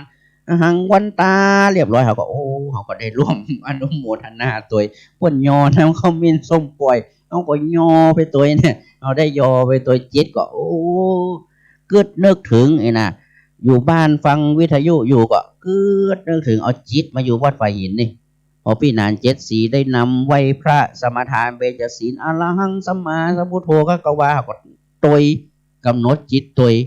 พี่นานไปกำหนดจิตตัวพี่นานไปเขาได้ร่วมพิธีหรอกพอพระเจ้าพระสงฆ์ได้สวดมนต์ละได้ขึ้นละสักเคกาเมจะรูเปละพอนะโมตัสสะภะคะวะโตเขาก็ร่วมพิธีไปตัวอันนี้ก็คือบ่ฮื้อขาดตอนนะครับเพิ่นฮ้องว่าสันตตินะครับการต่อเนื่องกันแม้แต่การสืบสันตติวงศ์ของพระมหากษัตริย์ไทยเขาก็ดีนะครับจะบ่ฮื้อขาดตอนนะครับพอพระมหากษัตริย์อดีตบุรพมหากษัตริย์ที่สิ้นพระชนไปแล้วนะครับเมื่อสิ้นพระชนไปแล้วปุ๊บนะครับก็จะตั้งองค์ใหม่ขึ้นมาทันทีบนห้องว่าสันตติวงศ์นะครับสืบสันตติวงศ์ก็คือต่อเนื่องกันไปเลยนะครับบ่ฮื้อขาดตอนแม้แต่พระบาทสมเด็จพระเจ้าอยู่หัวภูมิพลอดุลยเดชที่พระองค์ทรงสิ้นพระชนไปแล้วนะครับพระบาทสมเด็จพระเจ้าอยู่หัวมหาวชิราลงกรณ์พระองค์ก็เสด็จขึ้นครองราชย์ต่อเลยทันทีนะครับต่อเลยทันทีบ่มีการที่สะดุดยั้งไว้ก่อนนี่มีเนอะมียั้งไว้ก่อนยุดไว้ก่อนเบรกไว้ก่อนนี่มีต่อเนื่องกันไปเลยฉะนั้นพิธีกรรมทางด้านศาสนาหรือว่าการถ่ายทอดเสียงทางด้านประกอบพิธีกรรมทางด้านไขตาพระเจ้านะครับเบิกเนตรการพุทธาภิเษกนะครับเจริญพระพุทธมนต์สวดมนต์ตันพุทธาภิเษกการฟังเทศน์ฟังธรรมสวดเบิกนะครับบ่ฮื้อขาดตอนเนอะบ่ฮื้อขาดตอนแม้แต่บ่มีเสียงตู้เจ้าหรือว่าบ่มีเสียงของพี่นานพ่ออาจารย์ทั้งหลายได้นะครับมันก็ได้ยินเสียงจิกหีดอยู่เนอะจิกหีดแมงจรฮ้องอยู่จิ้งจกตุ๊กแกก็ฮ้องอยู่อันนี้ก็คือต่อเนื่องจะบ่มีการยุดเลยลั่นไปเลยนะครับลั่นไปเลยวันนี้เอาก็ยังมีเวลาอยู่นะครับศรัทธาชาวบ้านเฮาที่มีความประสงค์จะมาร่วมพิธีกรรมทางด้านศาสนาที่ควงแก้วอารามวัดไผ่หินนะครับทางอำเภอแม่ริมก็ดีแม่แตงก็ดีก็สามารถที่จะมาร่วมได้นะครับตอนนี้นี่มีคนมาสืบต่อแล้วครับสืบต่อพระทองสันตติสืบต่อแล้วท่านอาจารย์เรียวได้ห่มผ้าเป็นที่เรียบร้อยแล้วนะปิ้นอ่านพ่ออาจารย์ก็ได้จะต้องลาก่อนนะครับต้องลาก่อนไปอาบน้ำอาบหนองก่อนนะครับต้องกราบไหว้สาท่านอาจารย์เรียวนะครับได้มาสืบต่อกันไปนะครับได้เล่าถึงประวัตินะครับอาจารย์เรียวเมื่อคืนนี้มีพิธีพุทธาภิเษกนะครับผมก็ต่อโคตรไปตัวอาจารย์เรียวผมต่อโคตรไปด้วยพร้อมกับญาติโยมต่อโคตรไปด้วยอาจารย์มหาทั้งสองรูปนั่งปลูกเสกไปด้วยตอกป๊อกป๊อกป๊อกอาจารย์ท่านก็นั่งเสกไปด้วยอาจารย์เรียวนั่งปลูกเสกเราก็ป๊อกป๊อกป๊อกป๊อกเพราะว่ามันไม่ทันเนาะอาจารย์บอกว่าท่านนั่งสมาธิไปพอจิตท่าน เป็นสมาธิท่านก็เกิดนิมิตเห็นพระเป็นปางจักรพรรดิมาคุมงานตอกโคตรเลยนะอาจารย์เลียวป๊อกว่าแล้วพี่นันดาดูมีพลังเป็นพิเศษนั่งตอกโคตรป๊อกอันนี้ก็คือบางทีเนี่ยครูบาอาจารย์เนี่ยบางทีท่านนั่งสมาธิไปเนี่ยเพราะว่าเวทีการพุทธาภิเษกเองก็ดีเนี่ยบางรูปบางท่านเนี่ยท่านก็ใช้พลังจิตเรียกว่าพลังฌานสมาธิเข้าสมาธิไปสู่ฌาน1ฌาน2ฌาน3ฌาน4จนนิ่งไปถึงฌาน4ไปถึงอุปจารสมาธิแล้วไปถึงอรูปฌานแล้วก็เพ่งไปในวัตถุมงคลอันนี้ก็จะได้วัตถุมงคลที่ได้เป็นฌานอำนาจของฌานแต่ครูบาอาจารย์บางรูปเนี่ยท่านก็จะอัญเชิญบารมีขององค์สมเด็จพระสัมมาสัมพุทธเจ้าบารมีของครูบาอาจารย์ต่างๆไม่ว่าจะเป็นครูบาหลวงวัดฝายหินก็ดีพระสังฆเถระที่ได้ปรินิพพานไปแล้วก็ดีท่านก็จะโปรดเมตตาลงมาคุมในการประกอบพิธีกรรมในการพุทธาภิเษกครับอันนี้ก็เห็นอาจารย์พอเสร็จเรียบร้อยแล้วนะอาจารย์คนที่ปลุกเสกเรียกว่าใส่ซองถวายไปประมาณ 1,500 อาจารย์ได้เสีย10,000 กว่าเพราะว่าได้เช่าวัตถุมงคลไว้ต่อเพราะเห็นวัตถุจะเอามาดูวัตถุมงคลจองเลยเนื้อเงินจองไปต่อเลยเนี่ยพูดถึงในเรื่องของเนื้อเงินหลวงพี่ว่าจะขอจองทั้ง2 เหรียญแน่หลวงพี่เลียวได้จองมี30 เหรียญถ้าจะไม่เหลือแล้วมั้งนี่เพราะว่าดูแล้วในเรื่องของพุทธานุภาพต้องบอกว่าหลายๆท่านถามว่าเมื่อเสา5นั้นมีปลูกเสกไหมมีทันด้วยทันในส่วนของการอธิษฐานจิตในส่วนของเสา5ที่ผ่านมานะคุณโยมแล้วหลังจากนั้นเนี่ยก็จะเป็นในส่วนของการได้รับความเมตตาจากท่านพระครูบาอินทร์นี่คือการปลูกเสกครั้งที่2แล้วมาเมื่อวานนี้ก็ท่านพระอาจารย์ทั้ง2 มหาคือพระมหาอำนวยกับพระอาจารย์มหาเสน่ห์นั้นก็ร่วมกันเป็นครั้งที่3เดี๋ยวอีกสักครู่หนึ่งพระครูบา2 เมืองกับพระครูบาจันตะเนี่ยก็จะร่วมอธิษฐานเป็นครั้งที่4แล้วครั้งสุดท้ายคือครั้งที่5จะเป็นการอธิษฐานหมู่ณอุโบสถวัดฝายหินช่วงเวลาประมาณ 21:30 จนถึง 4 ทุ่มคุณโยมว่าจะหาการอธิษฐานขนาด5 ครั้งแบบนี้มันมีที่ไหนแล้วในการผลิตเหรียญตรงนี้ขึ้นมาในการหลอมแล้วก็ปั๊มขึ้นมาเนี่ยปกติทุกๆวัดเนี่ยเขาปั๊มครั้งเดียวจบวัดฝายหินไม่ใช่เราทำเนี่ยทั้งหมดด้วยกัน6 ชั้นด้วยกันดังนั้นเนี่ยในเรื่องของพุทธศีลเรื่องของการนูนในการเว้าทั้งหมดทั้งมวลนั้นพิถีพิถันเพราะนี่คือเหรียญแรกและน่าจะเป็นเหรียญสุดท้ายที่ออกจากวัดฝายหินโดยตรงหากท่านที่เห็นอยู่นั้นเนี่ยว่าโอ้อันนี้ก็มีนี่เราก็เป็นเหรียญฝาบาทคุณโยมอันนั้นวัดฝายหินไม่ได้ออกเองท่านก็วัดอื่นท่านให้ความอนุเคราะห์วัดฝายหินเพราะว่าท่านก็จัดทำให้นี่แหละทั้งหมดทั้งมวลเนี่ยคืองานพระพุทธศาสนาคุณโยมมันมีการเกื้อหนุนซึ่งกันและกันเสมอวัดต่อวัดสหธรรมิกทั้งหมดทั้งมวลนั้นก็ร่วมด้วยช่วยกัน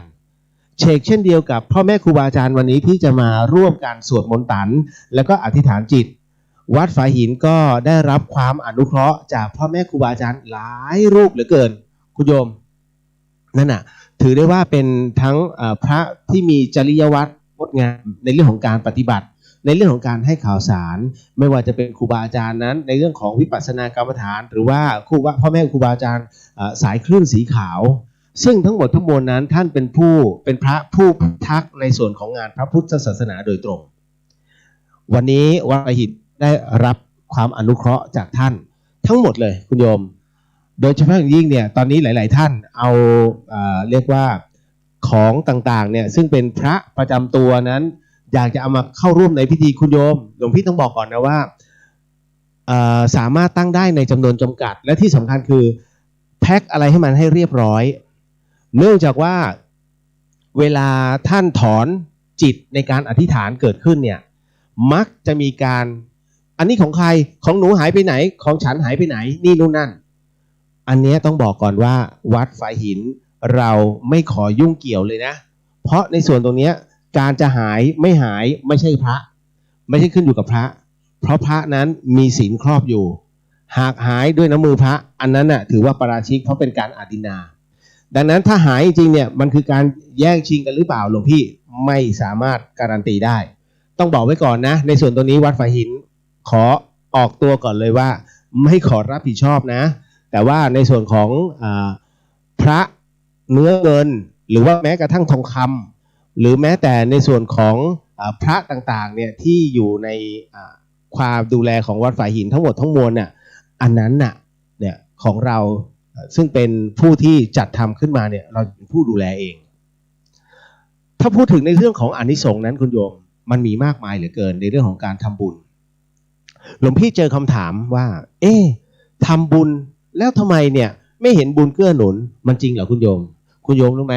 การทำบุญเนี่ยนะมันจะมีผลแต่คุณโยมจะไม่รู้ตัวคุณโยมไม่สังเกตหรอว่าทำไมนั้นในห้างต่างๆนั้นน่ะคือหมายถึงว่าในห้างพ่อค้าต่างๆเนี่ยถวายปัจจัยทีกับวัดอื่นๆล้านเป็น10 ล้านเฮ้ยเขาไม่เสียดายเหรอมันต้องมีอะไรสักอย่างหนึ่งและคุณโยมใช่ไหมหลังจากที่เขาทำบุญไปเป็น10 ล้านสิ่งที่เขาได้กลับมานั้นน่ะบางทีนะเกือบ100 ล้านมันเป็นเรื่องที่แปลกมากเพราะนั้นถึงได้บอกว่าของฟรีไม่มีในโลกการที่เราทำบุญนั้นต้องทำด้วยความเต็มจิตเต็มใจนะคุณโยมอย่างวันนี้เองเนี่ยหลวงพี่ก็ต้องขอขอบคุณหลายๆท่านที่ร่วม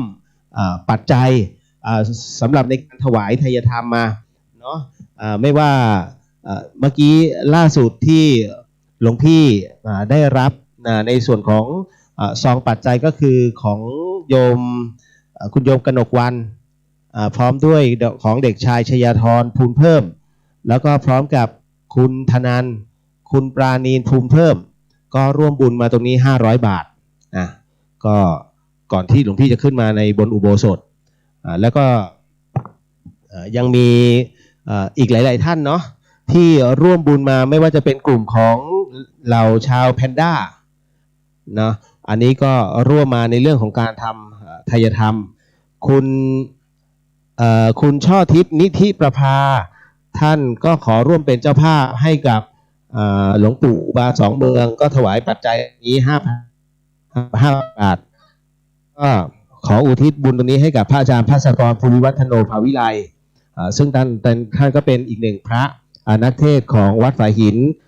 ให้แล้วก็มอบบุญนี้ให้กับคุณแม่ทิพมาศแล้วก็คุณพ่อเฉลงนิธิประภารวมถึงญาติทั้งหลายแล้วก็เจ้ากรรมนายเวรทั้งหลายอันนี้คุณช่อทิพย์ก็ร่วมบุญมานะตรงนี้ในส่วนตรงนี้นี่เองเนี่ยท่านใดที่อยากจะร่วมบุญก็สามารถที่จะไปที่กองอำนวยการได้เนาะแล้วก็แจ้งชื่อเอาไว้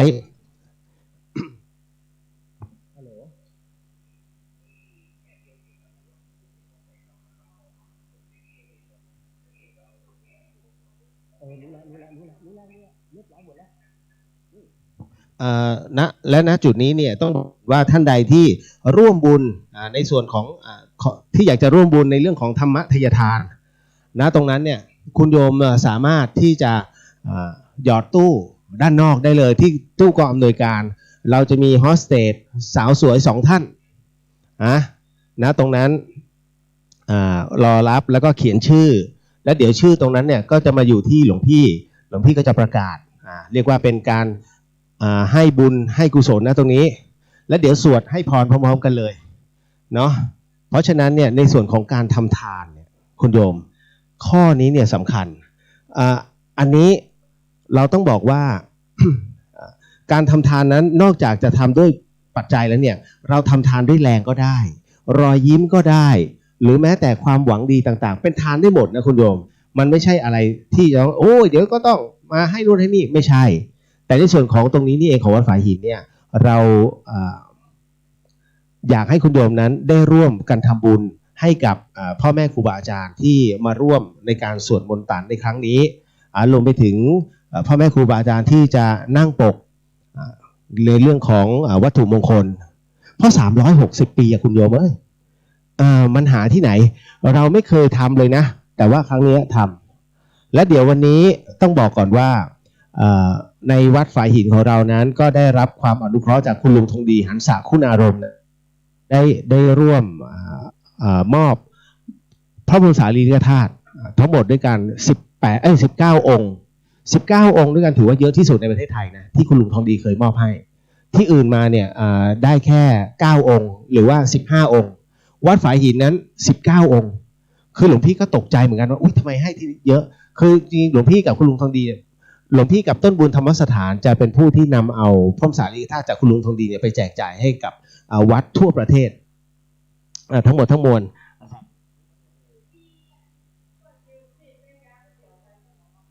อ้าว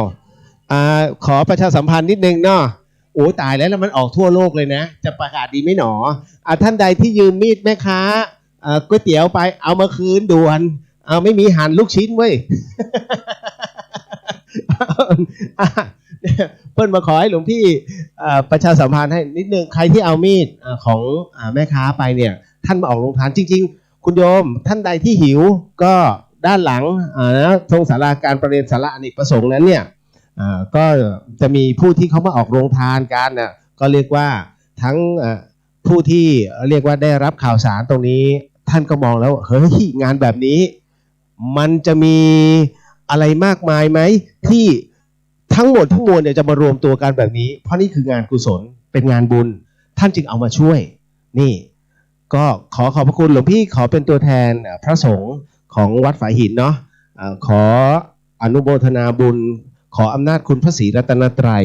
รวมไปถึงอำนาจของพ่อแม่ครูบาอาจารย์รวมไปถึงอำนาจของพระอสีติมหาสาวกพระอัครสาวกรวมไปถึงพระอรหันตเจ้าทั้งหมดทั้งมวลนั้นก็ขอให้คุณโยมนั้นที่มาร่วมบุญทั้งหมดทั้งมวลไม่ว่าจะเป็นโรงทานหรือว่าศรัทธาสาธุชนที่ร่วมบุญในส่วนของจตุปัจจัยที่มอบให้กับครูบาอาจารย์รวมไปถึงแม้แต่มาร่วมงานด้วยใจอันเป็นผู้บริสุทธิ์นั้น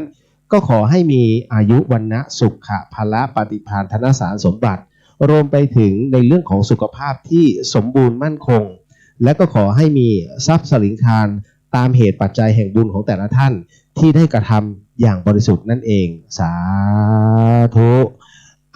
เพราะฉะนั้นเนี่ยในเรื่องของการทำบุญเป็นทานนามัยนั้นเนี่ยหลวงพี่ก็ขออนุโมทนาสาธุด้วยคุณโยมรู้ไหมหลายๆท่านสงสัยว่าการทำบุญเนี้ยการทำแบบสุดจิตสุดใจกับการทำบุญเอาหน้ามันได้บุญเหมือนกันไหมหลวงพี่ขอบอกเลยว่าได้บุญเหมือนกันแต่ได้บุญไม่เท่ากันอะไรคือการทำบุญแล้วแบบนี้แล้วมันไม่เท่ากันการทำบุญแบบไม่เต็มใจคุณโยมครั้งหนึ่งประเทศไทยนั้นมีน้ำท่วมเรียกว่าเป็นอุทกภัยครั้งสำคัญปรากฏว่าในขณะนั้นเองที่วงไพ่แห่งหนึ่งคุณหญิงเป็นวงไพ่ไฮโซนะคุณหญิงผ่องพันธ์นั้นได้เห็นว่าอุ๊ยเขาเปิดให้รับบริจาคภัยน้ำท่วมแกทำบุญเลย1 ล้านบาทแต่ในขณะเดียวกันไอคนที่อยู่ในวงไพ่โอ้โหกูเพิ่งหมดตูดไปเมื่อกี้งั้นขอตามโมทนาสาธุไม่ได้ลงสักบาทเลยนะแต่ทำบุญด้วยแบบโมทนาด้วยสุดจิตสุดใจพอเวลาตายปรากฏว่าดันตายพร้อมกันคุณหญิงผ่องพันธ์ไปเห็นวิมานอันหนึ่งอุ้ยทำไมมันใหญ่โตเหลือเกินอันนั้นของยายช้อยเขาโมทนาในตอนที่เขาทำมีการทำบุญประเทศไทยนั้นที่น้ำท่วมใหญ่เขาโมทนาสาธุเนี่ยอย่างสุดจิตสุดใจทำให้เขาได้วิมานอันใหญ่โตคุณหญิงผ่องพันธ์บอกยายช้อยมันอยู่ในวงไพ่เดียวกับฉันก็ทำฉันนี่แหละเป็นคนทำ1 ล้านบาทแต่ยายคุณหญิงผ่องพันธ์เนี่ยแกทำบุญแบบเสียไม่ได้คือทำบุญเอาหน้าว่านี่ไงฉันทำแล้วกำลังใจที่ไม่เต็มร้อยคุณโยมจึงทำได้วิมานนั้นน่ะแค่กระจิตนึงแต่ทั้งหมดทั้งมวลเมื่อนั้นหากมี2 ท่านเนี้ยไปเกิดมาในภพชาติใหม่คุณโยมคุณหญิงทองพันธ์นั้นยังคงความรวยเหมือนเดิมส่วนยายช้อยนั้นยังคงความจนเหมือนเดิมเพราะอะไรนั่นเพราะว่าเงิน1 ล้านบาทส่งผลกระทบโลกมากกว่าส่งผลได้กระทบมากกว่ากับเพียงแค่การโมทนา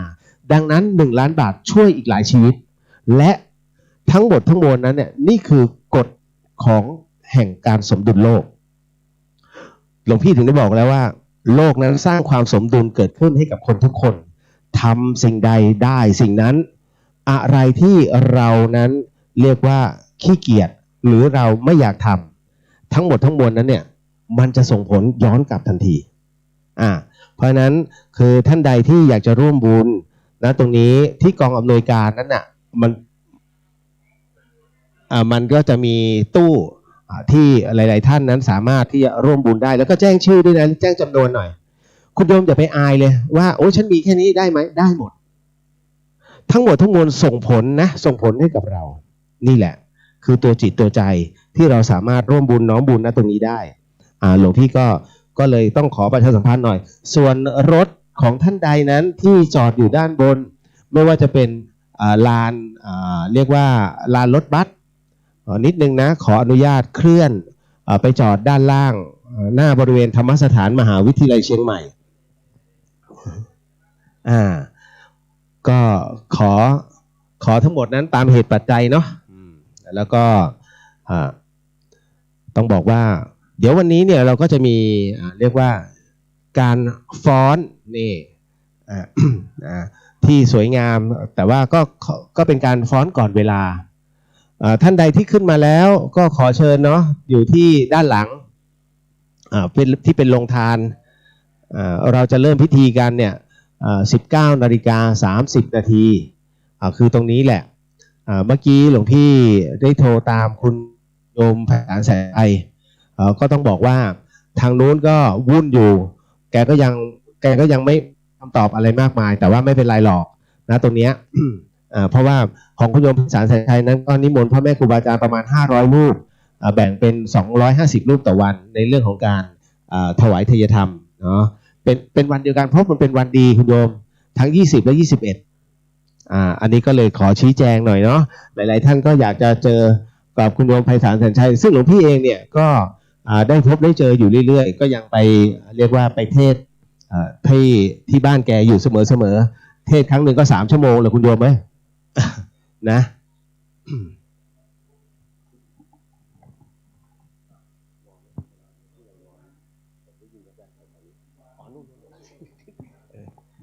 ของใครใช่ไหมเอาของท่านแล้วอันไหนของเราเก็บไว้ก่อน หายอีกแล้ว ก็ส่วนท่านใดที่อยากจะจองทางด้านออนไลน์เนี่ยก็มีแจ้งหลวงพี่เอาไว้หลวงพี่บอกว่าหลวงพี่ต้องส่งบาร์โค้ดหลวงพี่จะบอกว่าถ้าท่านใดอยากจะจองในส่วนของงานออนไลน์เนี่ยแล้วบอกชื่อที่อยู่ไม่ต้องบอกที่หลวงพี่เพราะว่าผู้ที่รับตรงนี้เองเนี่ยก็คือหลวงพี่จรหลวงพี่จรท่านจะดูแลเนาะตรงนี้ถ้ามีเบอร์โทรศัพท์ไหมในตัวชาร์ตตรงนั้นมันมีเบอร์โทรศัพท์อยู่ก็โทรได้เลยเดี๋ยวหลวงพี่จรท่านจะบอกรายละเอียดเองอันนี้ก็ได้รับความเมตตาจากท่านรวมไปถึงในส่วนของมันจะมี2 ส่วนคุณโยมบางโค้ดคนหลายๆคนกลัวว่าเฮ้ยเป็นโค้ดของมิจฉาชีพไม่ใช่พอคุณโยมเข้าไปเนี่ยมันจะเขียนชื่อมันจะเป็นชื่อทั้งหมดทั้งมวลเลยเนาะมันไม่สามารถจะไปการดึงอะไรที่เขาบอกมันไม่สามารถจะดึงได้หรอกเพื่อความชัวร์เราจึงทำเรียกว่าป้องกันให้คุณโยมไว้2 ชั้นเพราะฉะนั้นเนี่ยลองเข้าไปก่อนแล้วก็สั่งจองนะตรงนั้นเป็นที่เรียบร้อยก็ชื่อมันก็จะขึ้นแล้วท่านจรก็จะบันทึกเอาไว้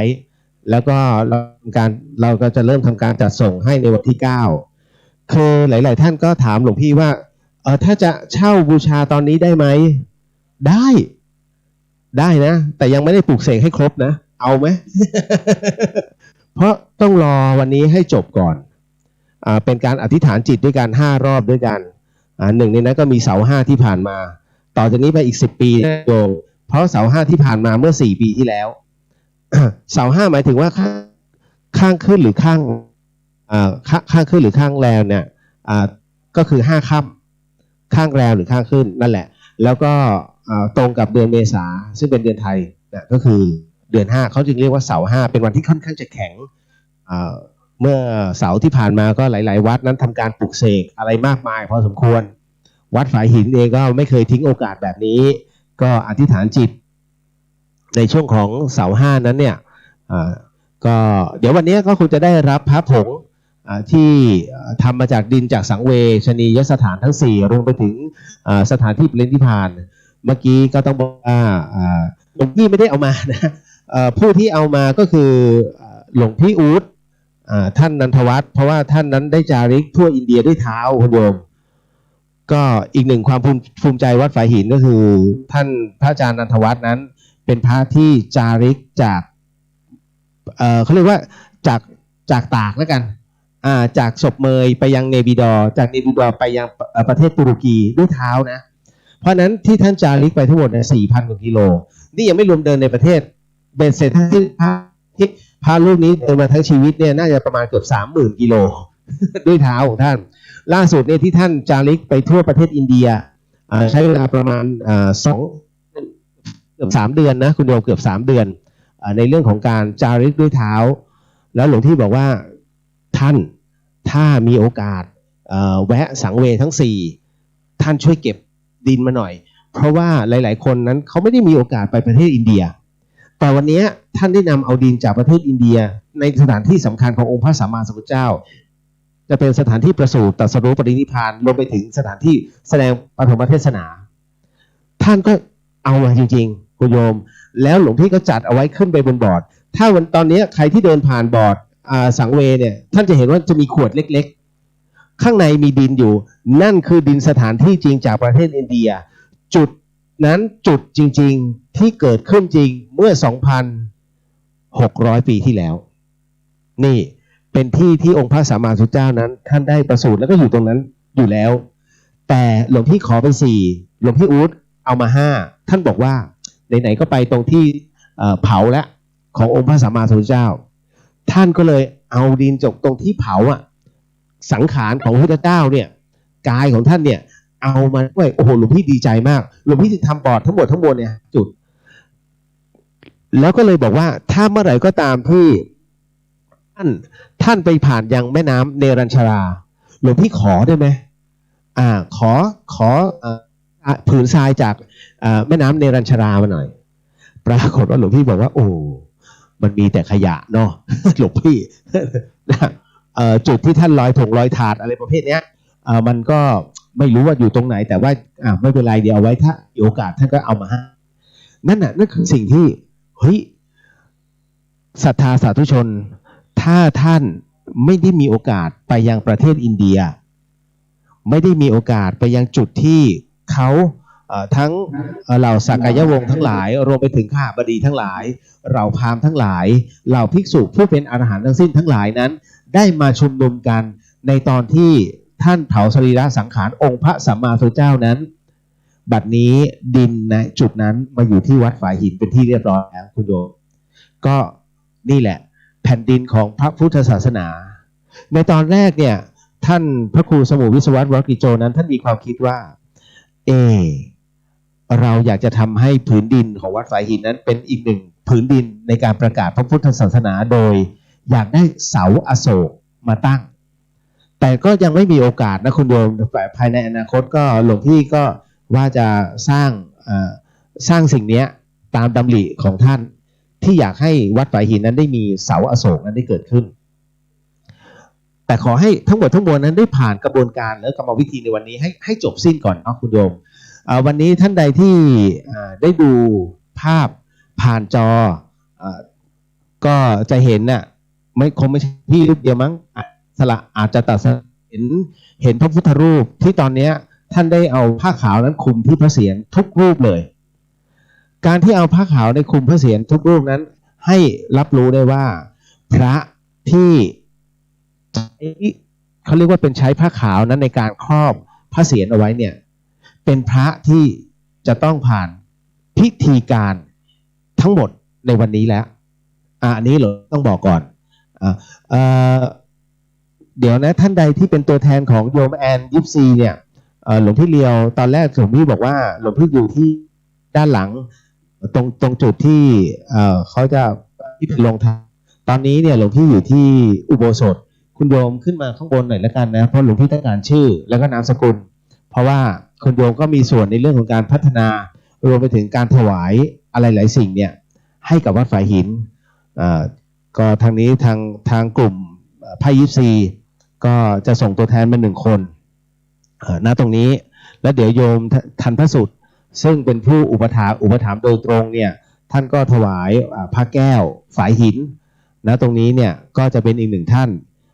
ที่เดี๋ยวหลวงพี่ก็ต้องขอเชิญขึ้นมาจุดเทียน เรียกว่าสัตพันธ์เนาะด้านหน้าอุโบสถเพราะเดี๋ยวในข้างของค่ำคืนสวดมนต์ต่างนั้นได้เดี๋ยวได้เดี๋ยวขออนุญาต เดี๋ยวขอนิดนึงขอหลวงพี่จดชื่อก่อนเนาะสักครู่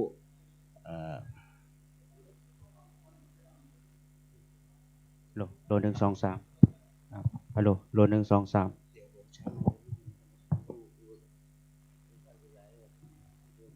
ฮัลโหลโล123ทดสอบนะครับไมค์ที่เสียบนะครับขอเจ้าหน้าที่ครับเจ้าหน้าที่นะครับฮัลโหลทดสอบนะครับนี่ได้ยินก่อนครับเสียงเนี่ยเสียงนี้ได้ยินไหมครับฮัลโหล123ได้ยินนะครับก็คือขณะนี้ก็กำลังได้จดอะไรหมายชื่อนะครับคนที่จะได้จุดเทียนนะครับมงคลซ้ายมงคลขวานะครับในการจุดเทียนทั้งหลายทั้งมวลนะครับเดี๋ยวบอกว่าจะเป็นเทียนนวะหรคุณนะครับเทียนธาตุทั้งสี่นะครับเทียนโสรสยานนะครับวันนี้ก็เดี๋ยวพี่นาน74ก็ได้จดเอารายหมายชื่อเป็นที่เรียบร้อยแล้วก็ทั้งหมดทั้งมวลนั้นทุกเหตุการณ์นะคุณโยมก็จะเกิดขึ้นภายในบริเวณวัดฝายหินเนาะด้วยตรงนี้นี่เองหลวงพี่ก็ขอโมทนาสาธุกับคุณโยมทั้งหมดทั้งสิ้นในส่วนของการที่คุณโยมนั้นได้มีโอกาสมาร่วมบุญครั้งใหญ่ครั้งแรกและครั้งเดียวของวัดฝายหินในส่วนตรงนี้ทั้งภาพและเสียงนั้นอาจจะตะกุกตะกักบ้างเพราะว่าเราเปิดกันตั้งแต่กลางวันเลยเนาะแล้วก็ยิงยาวมาโดยตรงโดยปกติแล้วก็จะทางทีมถ่ายทอดของวัดฝายหินนั้นจะไปตามวัดต่างๆตามหัวเมืองต่างๆที่มีงานพระศาสนาแต่ณวันนี้วัดของเราก็ดำเนินการในส่วนของงานพระศาสนาอันยิ่งใหญ่เราเองก็ขออนุญาตทำการถ่ายทอดทั้งหมดทั้งมวลนั้นออกสู่สายตาเหล่าศรัทธาสาธุชนผ่านช่อง YouTube ของวัดฝายหินเนาะรวมไปถึง FM 104.50 เมกะเฮิรตซ์ก็คือสถานีวิทยุเพื่อการศึกษาพระพุทธศาสนาและวัฒนธรรมเสียงที่ออกอากาศนั้นก็คือหลวงพี่เลียวแล้วกันเนาะหลวงพี่เลียวพุทธิสิทธิ์อิทธิยาโนก็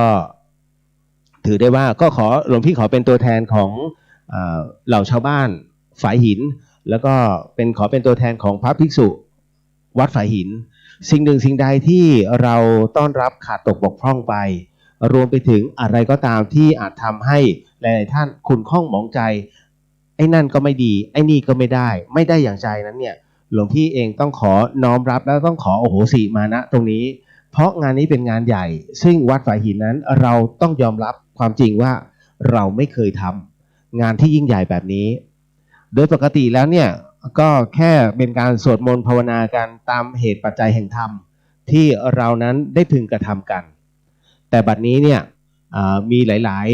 ๆครั้งที่ท่านก็อยากให้เราทำในส่วนของงานพิธีซึ่งเราทำไม่เป็นทางวัดฝายหินเองก็เลยต้องขอความรู้จากพ่อแม่ครูบาอาจารย์จากหลายๆวัดที่ท่านมาร่วมวันนี้ท่านบอกโอ้ไอ้นี่ต้องเป็นอย่างนั้นไอ้นั่นต้องจัดอย่างนี้เราปรับตามเหตุปัจจัยที่พ่อแม่ครูบาอาจารย์นั้นท่านได้แนะนำเนาะภาพที่คุณโยมเห็นอยู่นะตัวนี้ก็เนี่ยนั่นแหละก็ตามเหตุตามการที่มันต้องเกิดขึ้นวันนี้หลายๆท่านเรียกว่าต้องบอกก่อนเนาะว่าเอาเครื่องรางต่างๆประจำตัวคุณโยมมาเนี่ยนี่ยังไม่รวมคณะต้นบุญธรรมสถานนะยังมาไม่ถึงอีกนะ ก็จะมาร่วมตรงนี้คุณโยมในอุโบสถวัดฝายหินเรามีพระบรมสารีริกธาตุที่แตกต่างกันไปพระบรมสารีริกธาตุนี้ต้องบอกก่อนว่ามีงอกขึ้นมาเองนั่นคือท่านมาเองเนี่ยก็เป็นหลวงพี่ใช้คำว่าพระธาตุปาฏิหาริย์เป็นเกล็ดเพชรเลยอันนี้เนี่ยต้องบอกว่าท่านพระครูสมุวิศวัตรวกิโจเนี่ยท่านเรียกให้พระลูกวัดต่างๆเนี่ยมาดูให้เห็นกับตาว่าเฮ้ยท่านไม่ได้ตาฝาดไปเองเราทุกคนเห็นพร้อมกันว่านี่คือพระบรมสารีริกธาตุที่งอกขึ้นมาอย่างตกใจนะคุณโยมตอนนี้ก็อยู่ในพระอุโบสถเช่นกัน พระมหาสารีริกธาตุของสมเด็จองค์ปฐมก็อยู่ณตรงนี้พระมหาสารีริกธาตุขององค์พระสัมมาสัมพุทธเจ้าพระโคดมซึ่งท่านได้อธิษฐานไว้ที่มีความเรียกว่าความเยอะทั้งหมดทั้งสิ้นท่านอธิษฐานไว้ทั้งหมด16ทนานนะคุณโยมซึ่งเยอะมาก1ทนานนี่ก็เยอะแล้วนั่นแหละจะเป็นในรูปลักษณ์ต่างๆเป็นไม่ว่าจะเป็นผักกาดเมล็ดเขาเรียกว่าขนาดเล็กเมล็ดเท่าเขื่องก็มีแล้วก็เมล็ดเขาเรียกเท่าเขื่องเนี่ยเขาเรียกเม็ดปลายข้าวสารหักแล้วก็เป็นเมล็ดโตก็คือเป็นประเภทพวกเมล็ดข้าวหรือว่างาช้างสุกเช่นงาช้างเพราะฉะนั้นในวันนี้เนี่ยวัดฝายหินของเราเนี่ยได้ครบนะมีครบแล้วก็ได้เอามาตั้งเป็นที่สักการะบูชาเป็นเครื่องยึดเหนี่ยวในการสวดมนต์ภาวนาแล้วก็นั่งสมาธิกันในพระอุโบสถแห่งนี้วันนี้เราทุกท่านอยู่ในพระอุโบสถอยู่ในบริเวณวัดฝายหินซึ่งล้อมรอบไปด้วยสายสิญจน์เรียกว่าอันเป็นตัวไหมหรือว่าตัวได้อันบริสุทธิ์นี่นะตรงนี้เพราะฉะนั้นพลังอำนาจทั้งหมดทั้งมวลเนี่ยเป็นการแผ่พลังจิตทั้งหมดของพ่อแม่ครูบาอาจารย์ไม่ว่าเป็นในส่วนของการสวดมนต์ต่างรวมไปถึงในส่วนของการที่อธิษฐานจิตวัตถุมงคลรวมไปถึงการแสดงพระธรรมเทศนาอีก3กันทั้งหมดเนี่ยมันจะแผ่ไปทั่ววัดแล้วก็แน่นอนที่สุดสัพพวิญญาณทวยเทพเทวดาทั้งหลายทั้งปวงก็ได้อานิสงส์ตรงนี้ไปด้วยนี่เหล่าชาวบ้านฝายหินซึ่งอยู่บริเวณรอบๆก็ได้อานิสงส์ตรงนี้ไปด้วยเช่นกันเพราะฉะนั้นค่ำคืนนี้กับวันพรุ่งนี้นั้นเนี่ยเราต้องบอกก่อนว่าเสียงนี้ยังคงดังอยู่และก็ยังคงดังอยู่ตลอดในการนี้ในเรื่องของการสวดมนต์ต่างในเรื่องของการจุดเทียนชัยนั้นเราจะมีการตีระฆังตีคล้องเป็นช่วงจังหวะทำนองตามจังหวะเพราะฉะนั้นการตีคล้องหรือว่าการตีระฆังหรือว่าการเป่าสางซึ่งสางเราไม่นิยมเพราะว่าเรามองว่าอันนี้เป็นส่วนของพราหมณ์จริงๆแล้วพุทธกับพราหมณ์เนี่ยไม่ค่อยหนีกันเขาเรียกว่า3 ใน 4ของพระไตรปิฎกนั้นเอามาจากพราหมณ์เพราะว่าพระอาจารย์ขององค์พระสัมมาสัมพุทธเจ้านั้นท่านคือพราหมณ์ก็คือท่านอาราธนาบทกับท่านอุทกดาบทแต่ในขณะเดียวกันคุณโยมวันนี้เราเอาแบบพระพุทธศาสนาทั้งสิ้นไม่ว่าจะเป็นการสวด1 จบ 2 จบในช่วงของการเว้นหายใจนิดนึงเป็นช่วงเดียวนะเพราะสวดมนต์ต่างๆจะเว้นนานไม่ได้คือเรียกว่าแทบจะไม่เว้นเลยก็ต้องหาช่องในเรื่องของการตีคล้องร้องเปล่าตีระฆังเพื่อให้มันดังก้องกังวานไปถึงสวรรค์ชั้นฟ้า16ชั้นฟ้าว่ากันไปแต่ทั้งหมดทั้งมวลนั้นเนี่ยท้ายที่สุดแล้วความเป็นกุศลก็เกิดขึ้นในจิตของคนทุกคนมันเป็นจังหวะที่ให้ทุกคนนั้นบางทีกำลังเพลิดเพลินกับอะไรสักอย่างหนึ่งเพื่อตีระฆังตีคล้องปุ๊บเนี่ยจะได้ตื่นตัวเรียกจิตกลับมาอีกรอบหนึ่งนี่ก็ต้องบอกว่าบางอันเนี่ยมันเป็นกุศโลบายบางอันนั้นก็เป็นเรื่องคติเตือนใจแล้วก็บางอันนั้นเนี่ยก็ถือได้ว่าทำให้คุณโยมนั้นเพ่งตัวจิตนั้นมาร่วมกับพระผู้ที่ท่านกำลังสวดมนต์อยู่วันนี้พระที่ทางวัดฝายหินนั้นได้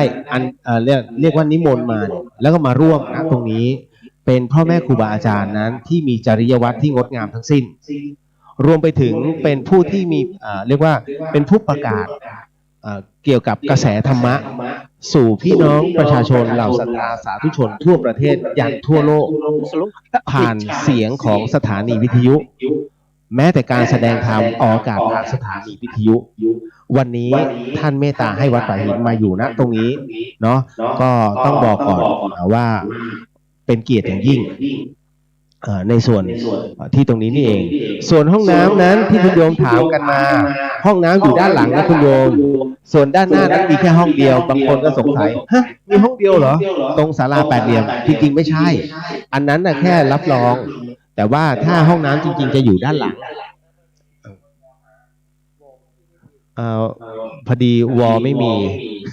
วอหายวอหลวงพี่หายก็เดี๋ยวนิดนึงเนาะในส่วนตรงนี้เดี๋ยวหลวงพี่ต้องบอกก่อนนะว่าเอาตีโยนี่บอกแม่อันตุ้มเดี๋ยวได้มันโอเคไม่มีเดี๋ยวใช้นินจาโยมพี่สมัยนี่เองหลวงพี่พยายามจะหาว่าใครน เอาเทียนโอ้ขอโมทนาสาธุกับคุณโยมพิสมัยเนาะอันนี้เนี่ยต้องบอกว่า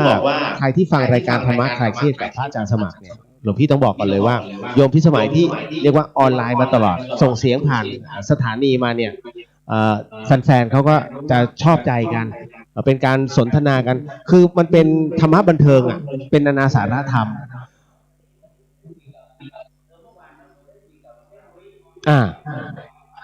ไม่มีอะไรเลยนะโอ้โห ผมไปทำไมคือบางทีก็คลายเครียดแต่บางทีก็เครียดเพราะอาจารย์สมัครไม่พูดเลยไม่มีอะไรเลยก็ลุงเอาผมไปทำไมเวลาถาม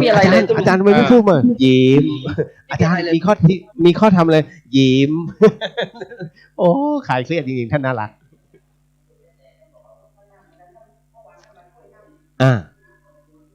โอ้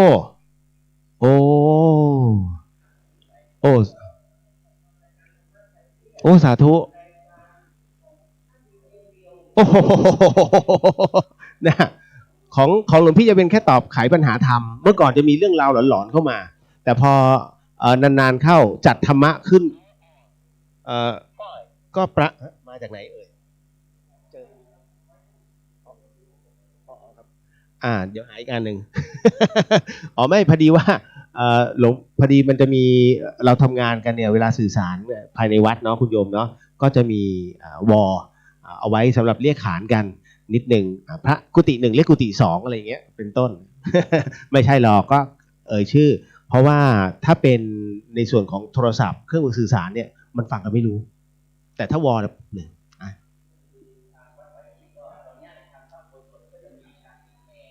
ใช่อ๋อในเรื่องของการติดแอร์นั้นเนี่ยหลวงพี่ต้องบอกก่อนว่าวัดฝายหินนั้นก็เรียกว่าจริงๆมันเป็นปารภของท่านพระครูสมุทรวิสุวัตรหลวงพี่บอกอาจารย์มันร้อนเหลือเกินร้อนก็ติดแอร์ดิ ติดแอร์ก็ติดแอร์หลวงพี่ก็เลยเรียกบุญคุณโยมเชื่อไหมว่าแค่คืนเดียวหลวงพี่ได้รับการโมทนาจากกลุ่มของคุณโยมแอน24แป๊บเดียวเลยนะได้มา2เครื่อง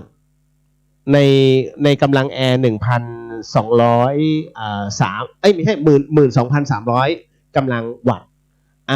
แล้วคราวนี้ต้องการ4เครื่องเพราะว่าเรามีพัดลมอยู่แล้วก็ปรากฏว่าหลวงพี่เอาไงดีก็เลยบอกบุญไปก็มีโยมนั้นก็คือคุณโยมเดี๋ยวหลวงพี่อ่านชื่อก่อนท่านก็โมทนามาอีก1เครื่องกับแล้วก็รายการของหลวงพี่ก็บอกบุญไปทางFacebook ท่านก็ร่วมกันนะตรงนี้อีก1เครื่องจึงได้มาเป็น4เครื่องเดี๋ยวขออนุญาตประกาศก่อนคุณโยมท่านนี้ก็คือคุณโยมช่อทิพย์นิธิประภาท่านก็โมทนามาเนาะขออภัยคุณโยมช่อทิพย์เนี่ยไม่ใช่อันนี้คุณโยมช่อทิพย์ถวายแอร์3เครื่องคือ 18,000 BTU 2แล้วก็ 12,300 BTU อีก1ซึ่งเราก็ติดอยู่ตรงนี้หมดแล้วแต่ทั้งหมดมีด้วยกันนะตอนนี้2 4 6เครื่องด้วยกันนะก็ถือว่าเป็นการพอแล้วเพราะไม่งั้นถ้าไม่ครบถูกและอย่างหนึ่งถ้าความเย็นไม่พอปุ๊บมันขึ้นเออร์เลอร์เพราะนี้มันเป็นอินเวอร์เตอร์ซึ่งกรองไวรัสและกรองฝุ่นและที่สำคัญก็คือว่ากลุ่มของคุณโยมท่านของโยมแอน24เนี่ยบังเอิญเขาเรียกบุญทาง Facebook แล้วมันมีปัจจัยเกินปัจจัยเหลือแกก็เลยเอาปัจจัยที่เหลือนั้นบางส่วนไปซื้อเครื่องฟอกอากาศให้เป็นของชาร์ปคุณโยมตอนแรกได้มา1เครื่องสักพักหนึ่งบอกหลวงพี่ก็โมทนาสาธุงั้นเดี๋ยวรอให้ท่านเจ้าอาวาสเอาไปถวายท่านเจ้าอาวาสท่านพระครูเลยสักพักหนึ่งไม่ถึงชั่วโมงหลวงพี่คะโยมได้อีกเครื่องหนึ่งแล้วค่ะเป็น2เครื่อง พอ2เครื่องเสร็จปุ๊บผ่านไป1วันมันรู้สึกจะเป็นเมื่อวานมั้งเมื่อวานเนี่ยที่เขามาติดตั้งแอร์แล้วปรากฏว่าโยมเขาบอกหลวงพี่คะตอนนี้ปัจจัยได้แค่3ได้เครื่องที่3แล้วหลวงพี่บอกงั้นเอามาเลยถวายทีเดียวกับท่านพระครูแต่ว่าโยมมีเจตนารมณ์ว่าทั้งหมดทั้งมวลนั้นให้ใช้ในอุโบสถเพื่อให้พ่อแม่ครูบาอาจารย์ที่จะสวดมนต์ตานกับนั่งปกนะได้มีอากาศที่บริสุทธิ์หลวงพี่ก็โมทนาสาธุส่วนเงินปัจจัยที่เหลือทั้งหมดโยมเบิกมาแล้วก็ถวายให้เป็นพุทธบูชากับท่านเจ้าอาวาสของเราเนาะอันนี้ก็เลยต้องบอกไปก่อน ใช่โมทนาสาธุคุณโยมแม้คุณโยมไม่ได้ร่วมบุญก็จริงแต่ที่หลวงพี่พูดออกไปเนี่ยแล้วคุณโยมโมทนาสาธุทำอย่างสุดจิตสุดใจบุญนี้ก็ถึงแด่ส่วนหนึ่งอยู่กับคุณโยมเป็นที่เรียบร้อยแล้วเนาะอันนี้ก็เลยต้องบอกก่อน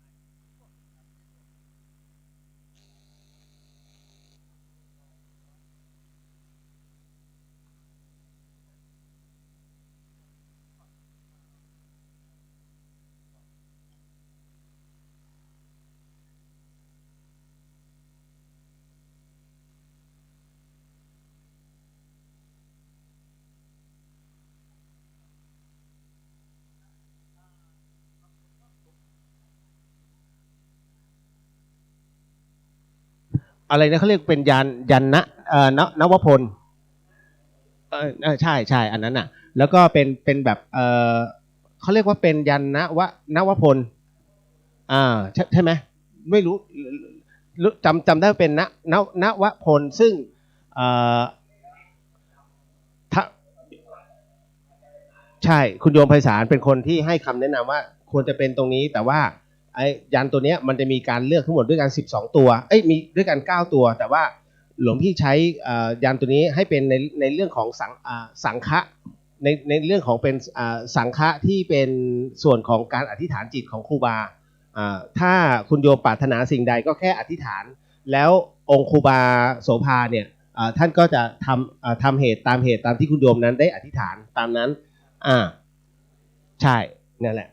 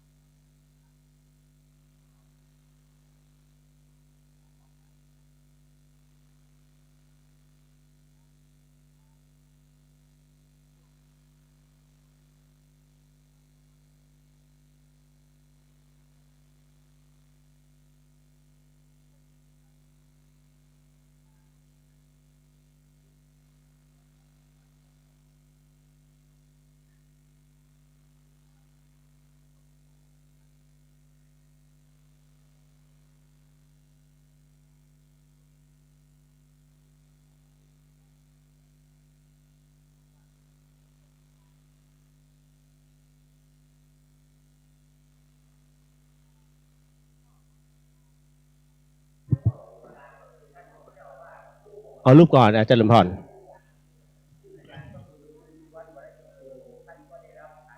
ใช่เรียกว่าได้รับความเมตตาจากท่าน ใช่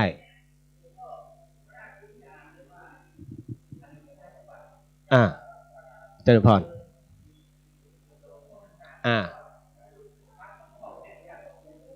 ได้แบบงงๆได้แบบงงๆก็อันนั้นของพระอาจารย์นะโอเคแต่ของพระอาจารย์สมัครเนี่ยที่ได้มาเนี่ยโอ้โหสุดๆพระครูอันนี้โอ้โหถ้าทำงานขนาดนี้หลวงพี่แบบไม่กล้าท่านพระครูใบดีกาอย่างเงี้ยโอ้โหแทบจะไม่ได้กลับวัดเลยพระครูใบดีกา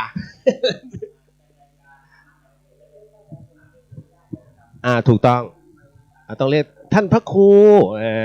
เนี่ยโอ้ใช่อุ่นๆเลยได้รับแล้วนี่เนี่ยท่านมาแล้วท่านได้รับแล้วนะตรงนี้ว่าเทียนชัยคุณโยมพิสมัยตอนแรกก็ตอนแรกหลวงพี่นึกว่าแค่เล่มเดียวไม่ใช่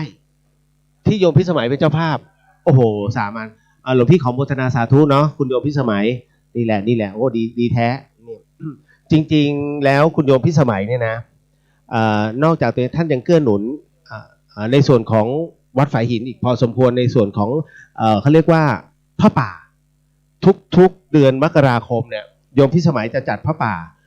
ให้กับทางสถานีวิทยุเพื่อพระอาจารย์เนี่ยก็ได้มีตรงนี้ในเรื่องของการซื้ออุปกรณ์ต่างๆนี่แหละก็มีการปรับเปลี่ยนพอสมควร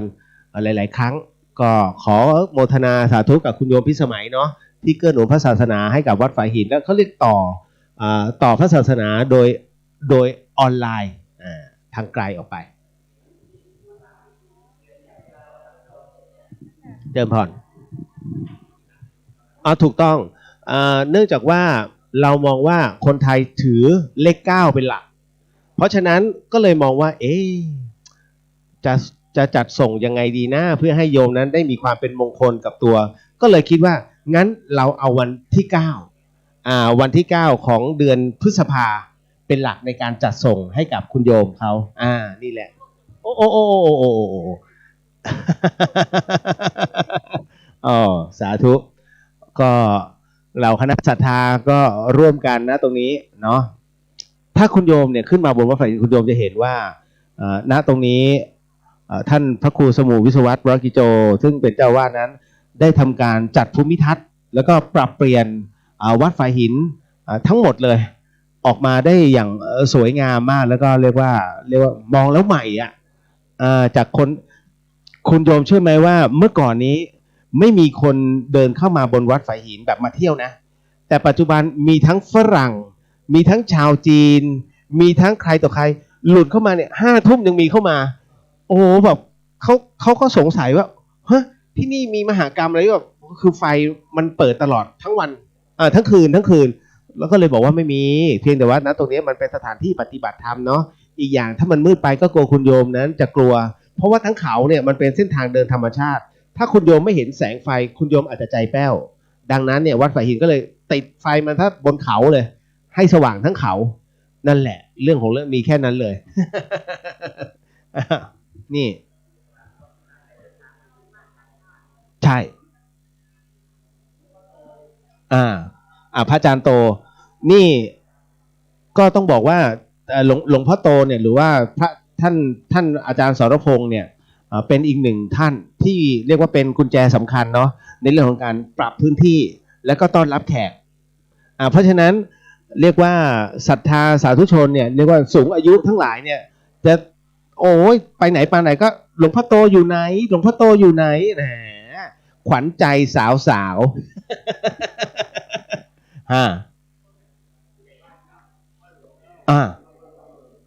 ช่โอ้สาธุไหว้สามานี่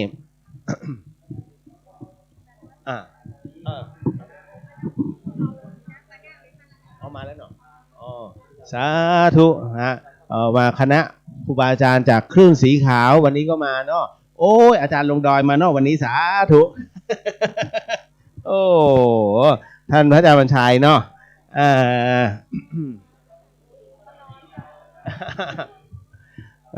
วันนี้ โอ้ยขนลุกเลยเนาะโอ้วันนี้รวมครูบาอาจารย์ในคลื่นสีขาวแต่ละรูปท่าน คุณโยมเอ้ยคนไหนที่ไม่ได้ขึ้นมาบนวัดไฟหินตอนนี้หลวงพี่บอกเลยท่านพลาดโอกาสแล้วนะวันนี้โอ้พ่อแม่ครูบาอาจารย์อันมีชื่อเสียงทั้งหมดทั้งมวลมารวมกันมารวมรูปกันเนาะที่อุโบสถวัดไฟหินตอนนี้โอ้โหหลวงพี่ขนลุก ขนลุก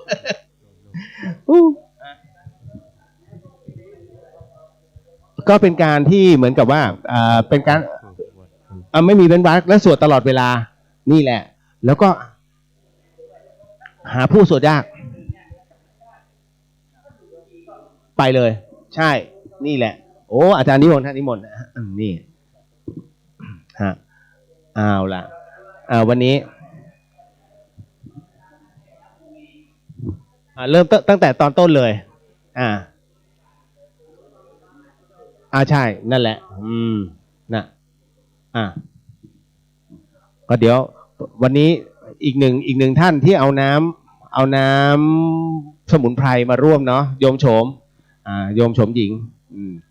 จากคณะวิจิตรศิลป์หรือว่าบ้านแม่โจ้ดิใช้ในนามว่าบ้านแม่โจ้เนาะ เอาขอบคุณทุกท่านที่มาร่วมนะตรงนี้นี่แหละก็คือได้หนัง7 สีใช่โอ้มาแต่วันเลยแล้วหลวงพี่เองเนี่ยหลังจากเพิ่งประสบอุบัติเหตุมาก็รีบมาก่อน อ๋อใช่คือของดีเก็บไว้ทีหลังตอนนี้ให้ตัวสำรองเขาพูดกันไปก่อน คือคุณโยมเนี่ยจะได้ยินเสียงของโยมหนาน7 สีเนี่ยในพิธีการต่างๆอย่างเป็นทางการเนี่ยนะหลวงพี่ต้องบอกก่อนเลยว่าหาตัวจับยาก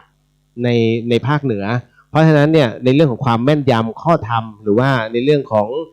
ท่วงทำนองแม้กระทั่งในส่วนของงานต่างๆเนี่ยเดี๋ยวคุณโยมก็ได้ยินเองเนาะว่าลีลาทั้งหมดทั้งมวลแล้วก็ในส่วนของการเรียงงานพิธีอันแม่นยำเนี่ยของพี่หนาน7 สีประมาณไหนอะไรยังไงเนาะหลวงพี่ต้องออกตัวไว้ก่อนเผื่อหลวงพี่พลาด ถูกต้องนั่นแหละเราจึงมีตัวแทน ถ้าจะตายเราก็มีตัวแทน เนี่ยก็เดี๋ยวอีกสักพักหนึ่งพอดีว่าหลวงพี่ได้รับแจ้งจากคณะต้นบุญธรรมสถานว่าอีกสักครู่หนึ่งเขาก็คงจะเดินทางมาถึงในช่วงตรงเชิงเขาแล้วที่ผ่านแล้วแหมหลวงพี่ก็กลัวเหมือนกันนะอาจจะต้องขอแม่หลวงเดี๋ยวลงไปรับแต่ตอนนี้ยังมาไม่ถึงเดี๋ยวเขาจะโทรขึ้นมาเพราะบางท่านเนี่ยหายใจแรงไม่ได้นะหายใจแรงอาจเข้า ICU ก็เลยต้องค่อยๆเดี๋ยวอาจจะมีรถลงไปรับนิดนึง เนาะก็คุณโยมสามารถที่จะรับฟังแล้วก็รับชมภาพผ่านช่อง YouTube ของวัดฝายหินเนาะเชียงใหม่ลงไปถึงช่อง YouTube ของคลื่นสีขาวแล้วก็ของ FM 104.50 เมกะเฮิรตซ์นี่แหละก็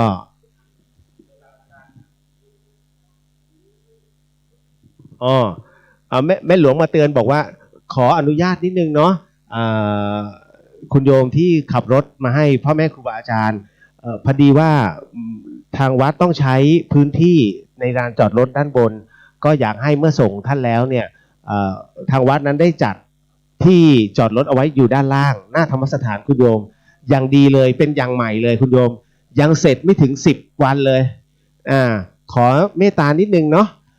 อาจจะไม่สะดวกนิดนึงก็น้อมรับนะตรงนี้แต่ว่าหลวงพี่ขออนุญาตแล้วกันเพราะเดี๋ยวยังมีพ่อแม่ครูบาอาจารย์อีกหลายรูปที่ท่านต้องเดินทางมาตรงนี้ก็ขอนิดนึงเนาะย้ายรถหน่อยแล้วเสร็จแล้วก็ไปรับประทานอาหารกันที่ด้านหลังก็เดี๋ยวก็ต้องบอกก่อนว่าวันนี้เนี่ยอาจจะขรุขระไปบ้างน้อมรับก็ต้องขออภัยเพราะอะไรไหมนี่คือเราไม่เคยจัดงานแบบนี้เลยวัดฝายหินไม่เคยจัดเลยนะคุณโยมเนาะแต่วันนี้ก็จะเป็นครั้งแรกแล้วก็จะเป็นครั้งสุดท้ายที่เราทำพิธีนะตรงนี้อาจารย์ท่านพระครูสมุทรวิศวัตรบอกเป็นครั้งแรกและครั้งสุดท้ายในยุคสมัยของท่านเจ้าอาวาสรุ่นที่11เนี่ยนั่นแหละของวัดฝายหินเพราะฉะนั้น ก็เลยต้องบอกก่อนว่าเหรียญครูบาโสภาในวันนี้จึงเป็นเหรียญแรกที่ออกจากวัดฝายหินโดยตรงเพราะทุกทีก็จะได้รับความอนุเคราะห์จากวัดศรีโสดานี่แหละท่านคงเอ็นดูเราเอาออกซะหน่อย นั่นแหละก็รู้สึกหลายรุ่นอยู่แล้วก็ส่วนที่เหลือก็จะเป็นพระจากที่อื่นท่านเอาขอครูบามาทำหน่อยแต่มีครั้งนี้แหละเนาะมีครั้งนี้แหละที่เราได้ทำเองออกเองนะโดยตรงก็เป็นอีกหนึ่งช่วงเนาะที่คุณโยมเห็นภาพอยู่ตรงเนี้ยพ่อแม่ครูบาอาจารย์เนี่ยจากเครื่องสีขาวท่านได้มาร่วมในพิธีนะตรงนี้เป็นการสวดมนต์ตันนี่แหละหนักนะครับฮะก็ได้ก็น้องเนนเนาะได้ยินแล้วเนาะว่าเดี๋ยวถ้าสมมติในช่วงในการถวายทายธรรม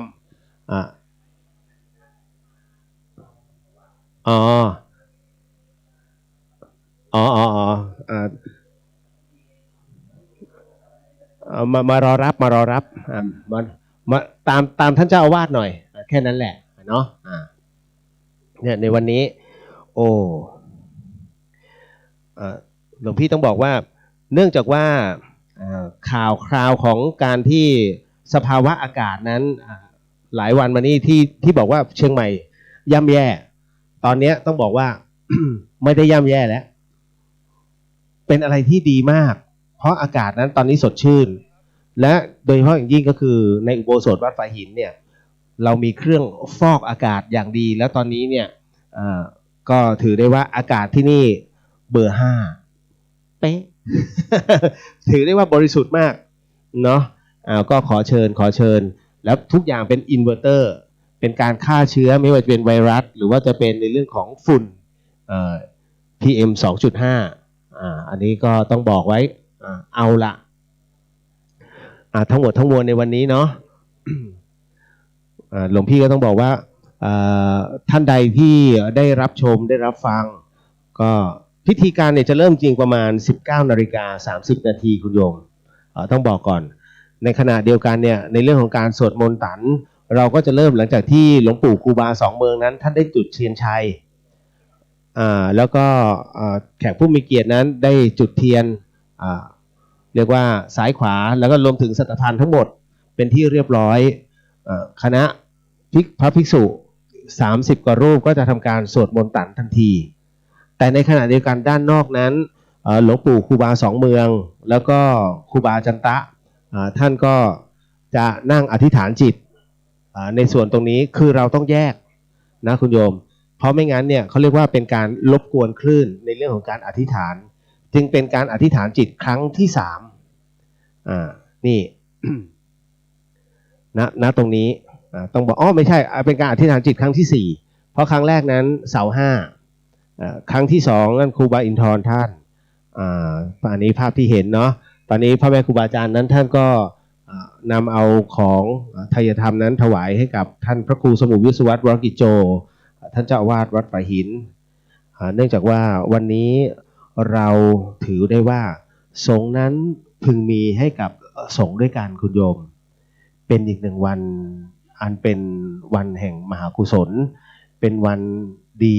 ที่เราทุกท่านนั้นได้มากระทำร่วมกันตอนนี้เนาะท่านก็ได้มอบ เครื่องไทยธรรมพร้อมจตุปัจจัยให้กับท่านเจ้าอาวาสวัดฝายหินเป็นที่เรียบร้อยท่านเจ้าอาวาสก็รับแล้วก็ให้พรเป็นที่เรียบร้อยก็เป็นการสนทนาธรรมซึ่งกันสนทนาซึ่งกันและกันเอาละก็ขออนุญาตนะคุณโยมท่านใดที่จอดรถอยู่ด้านนอกก็ขอเคลื่อนรถให้มีพื้นที่ว่างหน่อยเพราะว่าณจุดนี้นี่เองเนี่ยมันจะมีรถที่เขาต้องขนของลงขนของขึ้น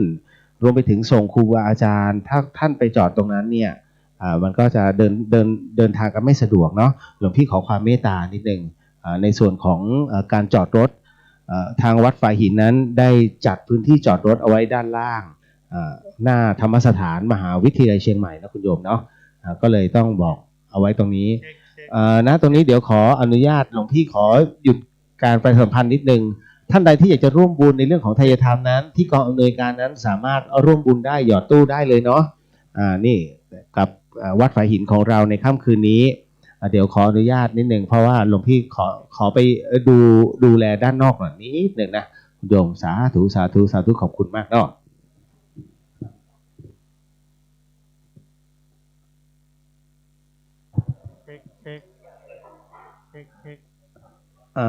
ห้องน้ำอยู่ด้านหลังนะคุณโยมจะมีป้ายเขียนเอาไว้ก็เดินได้เลย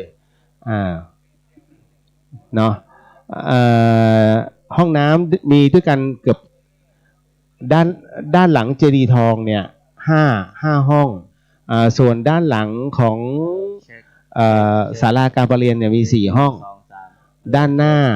ตรงศาลาแปดเหลี่ยมมี1ห้องตรงลานจอดรถตรงศาลาพระอภัยสารทะสังฆปาโมกข์นั้นมีอีก3ห้องเพราะฉะนั้นคุณโยมก็เลือกใช้กันได้เนาะก็ตามเหตุเอาละก็เดี๋ยวขออนุญาตหยุดเสียงชั่วคราวเดี๋ยวฟังพี่หนานทำหรือพี่หนาน7 สีไปก่อนหลวงพี่ขออนุญาตนิดนึงเนาะไปลงไปดูแลคุณโยมทั้งหมดทั้งมวลอีกรอบหนึ่งเนาะสาธุ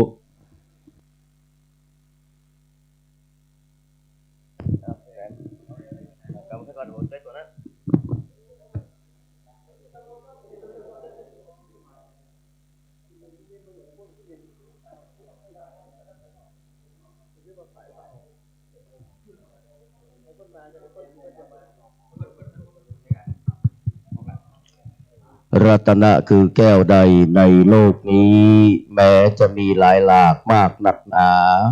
หาได้มีแก้วใดในโลกาเทียบเทียมค่าพระพุทธวิสุทธารัตนะคือแก้วใดในโลกนี้แม้จะมีหลายหลากมากหนักหนาหาได้มีแก้วใดในโลกาเทียบเทียมค่าพระธรรมพระสัมมารัตนะคือแก้วใดในโลกนี้แม้จะมีหลายหลากมากหนักหนาหาได้มีแก้วใดในโลกาเทียบเทียมค่าพระสงฆ์พงพุทธาขอนอบน้อมแด่พระพุทธผู้สูงล้ำพระธรรมอันสูงทรงพระสงฆ์ผู้ประเสริฐจึงบังเกิดครบเป็นพระรัตนตรัยกราบแทบไตไหวสาพระพุทธปิมปาสารูปเจ้าเก่าใหม่ใหญ่น้อยพระเจดีย์สรีรธาตุต้นไม้สลีมหาโพธิ์เสื้อวัดเสื้อวาเทวบุตรเทวดาและสิ่งศักดิ์สิทธิ์ทั้งหลายที่ได้ประดิษฐานฐานันตระอันวิเศษและปกปักรักษาอย่างวัดฝ่ายหินอารามขวงแก้วณแห่งนี้ไหวสาบุรพาจารย์อันมีครูบาเจ้านะครับครูบาโสภาสังฆปาโมกข์นะครับแห่งเชียงใหม่รูปแรก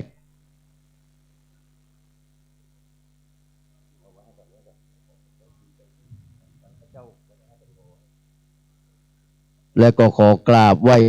เมตตาปรมีธรรมในหลวงพ่อท่านพระครูสมุวิวรกิจโจเจ้าอาวาสนะครับวัดฝ่ายหินรูปปัจจุบันรูปที่11กับถวายการต้อนรับพระมหาเถรานุเถระเจ้าคณะพระสังฆาธิการครูบาอาจารย์โดยความเคารพนอบน้อมทุกรูปกลับที่ได้เมตตามาเจริญพระพุทธมนต์สวดมนต์ตัน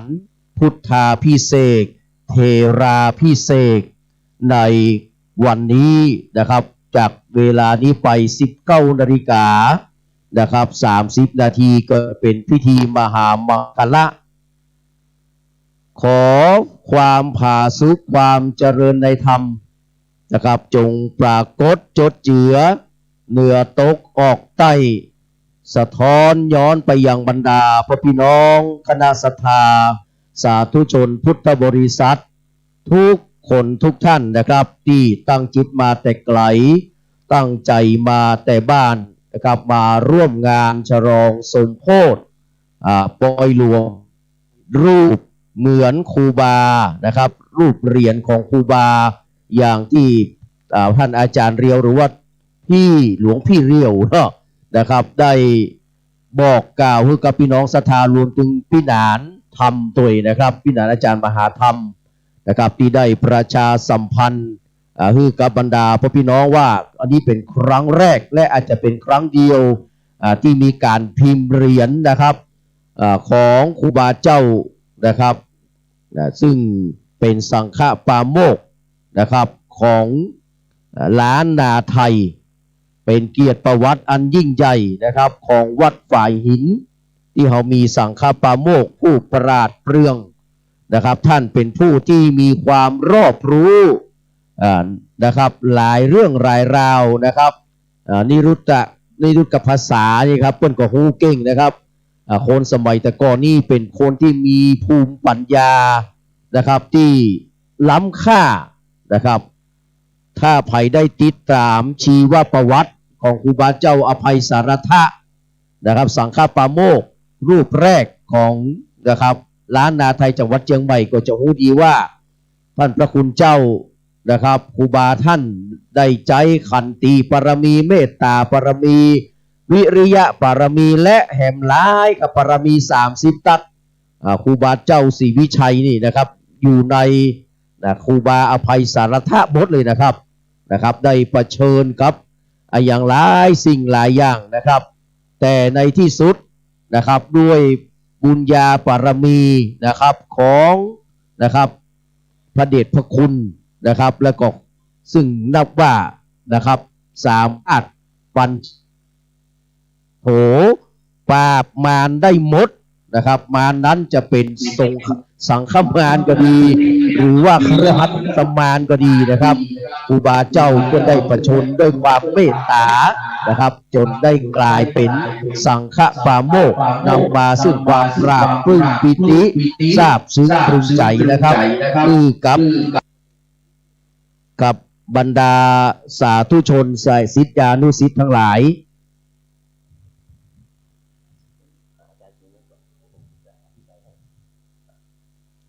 กับวันนี้นะครับเวลา 19 นาฬิกานะครับคณะจ้างฟ้อนนะครับจากน้องๆนาฏศิลป์นะครับ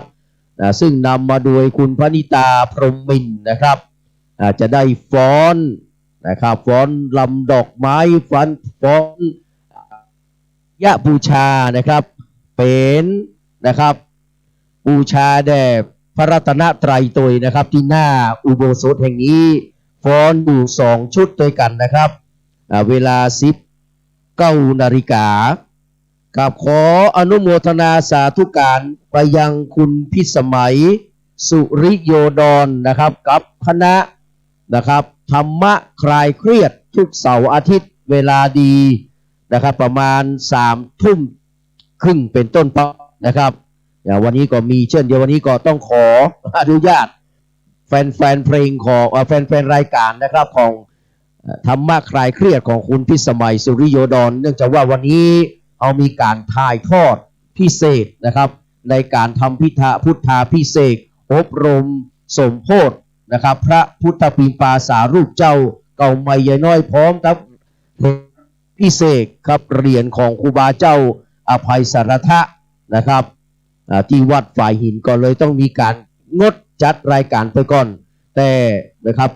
ขออนุโมทนาในฐานะที่นะครับคุณพิสมัยสุริโยดรและรายการธรรมะคลายเครียด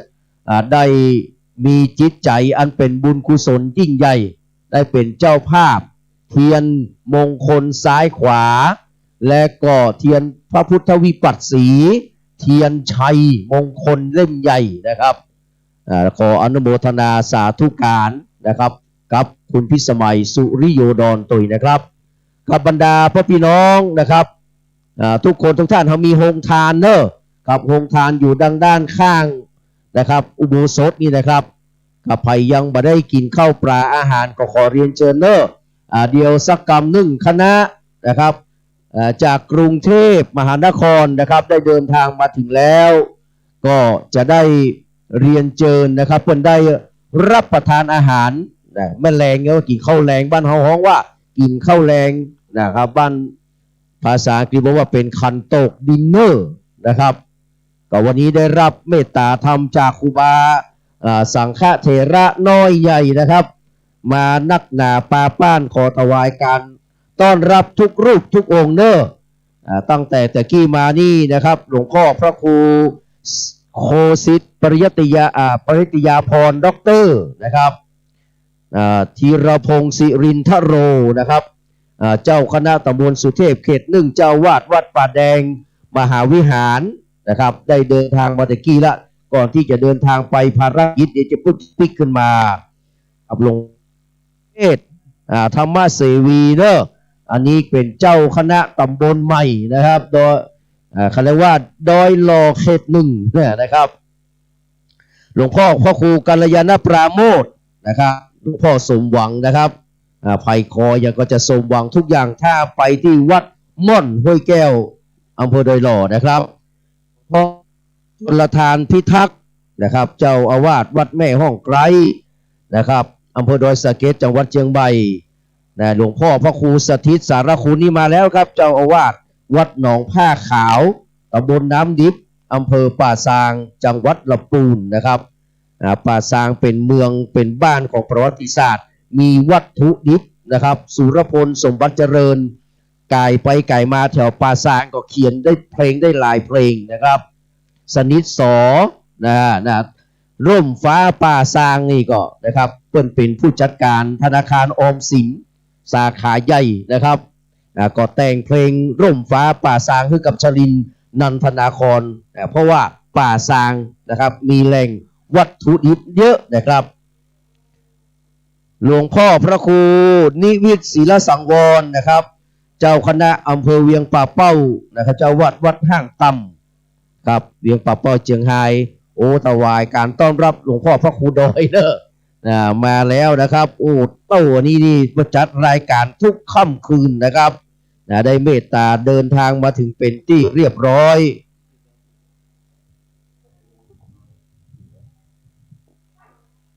พระครูปฏิภาณธรรมทินนะครับหลวงพ่อพระครูปฏิภาณธรรมทินนะครับเอาหงตาลมาตัวกันเนาะนะครับหลวงพ่อพระครูวรธรรมนาถนะครับเจ้าคณะตำบลสันติสุขนะครับเจ้าวาดวัดหนองเหียงพระนักเทศชื่อดังหลวงพ่อพิวัฒนวิกรมนะครับบรรยงอภิวัฒโนรองเจ้าคณะอำเภอดอยหล่อเจ้าวาดวัดปากทางเจริญนะครับหลวงพ่อพระครูสิริธรรมบัณฑิตนะครับเจ้าอาวาสวัดนะครับมิ่งเมืองมูลตำบลพระบาทอำเภอเมืองจังหวัดลำปางหลวงพ่อพระครูสังวรศรีราภิรักษ์นะครับพระนักเทศชื่อดังเจ้าอาวาสวัดทรายมูลตำบลแม่กาสันปะตองนะครับ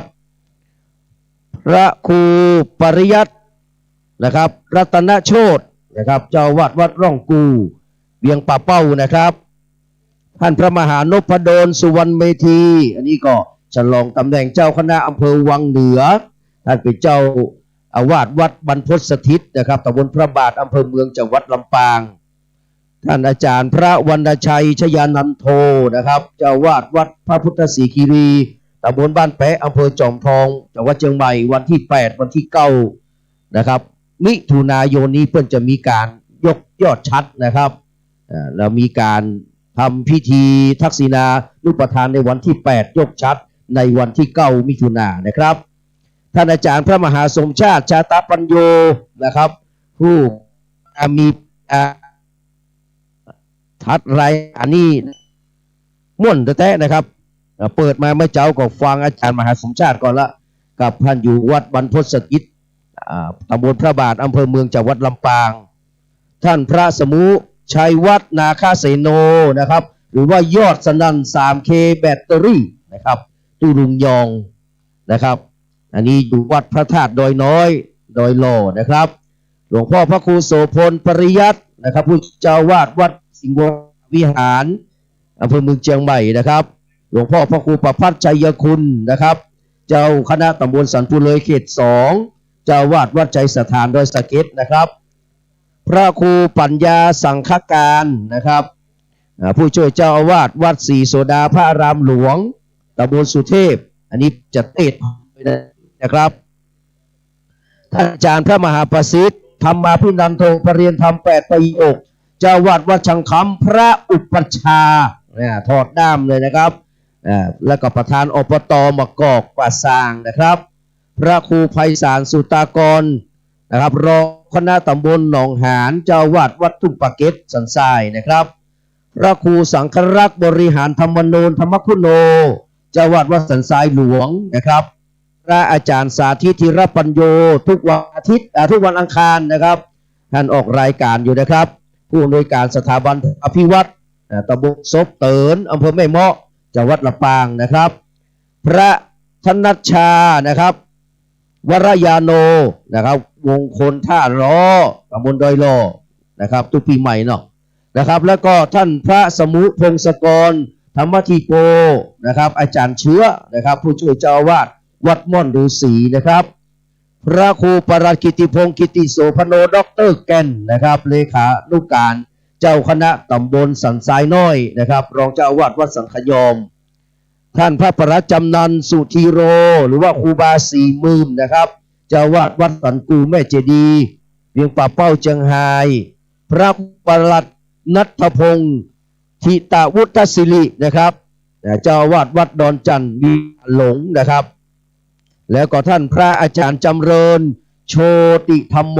นี่มาจากวัดพระธาตุมหาศรีมหาโพธิ์นะครับตะโปธารามหรือว่าพระธาตุม่อนปิ่นอำเภอฝางเชียงใหม่นะครับพระครูสังฆรักษ์ธนอัตรัตนสิริพระนักเทศจึงดังเหมือนกันนะครับเจ้าวาดวัดหริการามสันมณะป่าซางพระธิการเสวตปัญญาวชิโรเจ้าวาดวัดดอนชัยอำเภอวังเหนือจังหวัดลำปางท่านพระครูสิริอมราภิรักษ์นะครับเจ้าอาวาสวัดอัมพารามนะครับสันอุ้มเนาะอันนี้จากดอยสะเก็ดนะครับแล้วก็ท่านอาจารย์แดงนะครับอาจารย์ประพันธ์จันทธีโรวัดมะกอกนะครับมาพร้อมกับท่านพระครูสังฆรักษ์กฤษนิติทัศน์กิติโสพนเมธีวัดวังสะปูงเจ้าอาวาสเนอะและประธานอบต.ม่วงน้อยป่าซางนะครับก็จะเทศทำให้ดูเนอะกันที่2พี่น้องนะครับเตรียมมาใส่กันเทศไว้เนอะ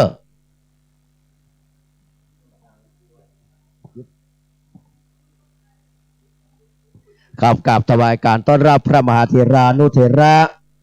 ทุกรูปนะครับกับเมตตามาแล้วครับนิมนต์เนอะครับในขณะนี้นะครับท่านพระมหาเถระนะครับได้สนทนาธรรมกับท่านพระครูสังฆรักษ์พระครูสมภุวิสุวัฒน์นะครับวรกิจโจท่านเจ้าอาวาสและผู้อำนวยการสถานีครับวันนี้มีการถ่ายทอดทั้งวันเลยนะครับเราได้ยินเสียงนะครับตึงพี่หนานทำแล้วก็ตุ๊ปี้พี่เรียวเนาะพี่เรียวจิตสัมผัสนะครับแล้ววันนี้ก็มีศรัทธาญาติโยมพี่น้องเราหลายคนหลายท่านเนอะนะครับกำลังทยอยมานะครับเวลา 19 นาฬิกาครับจ้างฟ้อนคณะจ้างฟ้อนนะครับน้องๆจากนาฏศิลป์เลิกเตรียมตัวคือพร้อมนะครับเพื่อจะมีการฟ้อนแล้วก็ฟ้อนอันนี้จากวิทยาลัยนาฏศิลป์ซึ่งนำมาโดยคณะของคุณพนิตาพระอินนะครับมาจัดแจงแต่งดาเรื่องดอกไม้ทั้งหลาย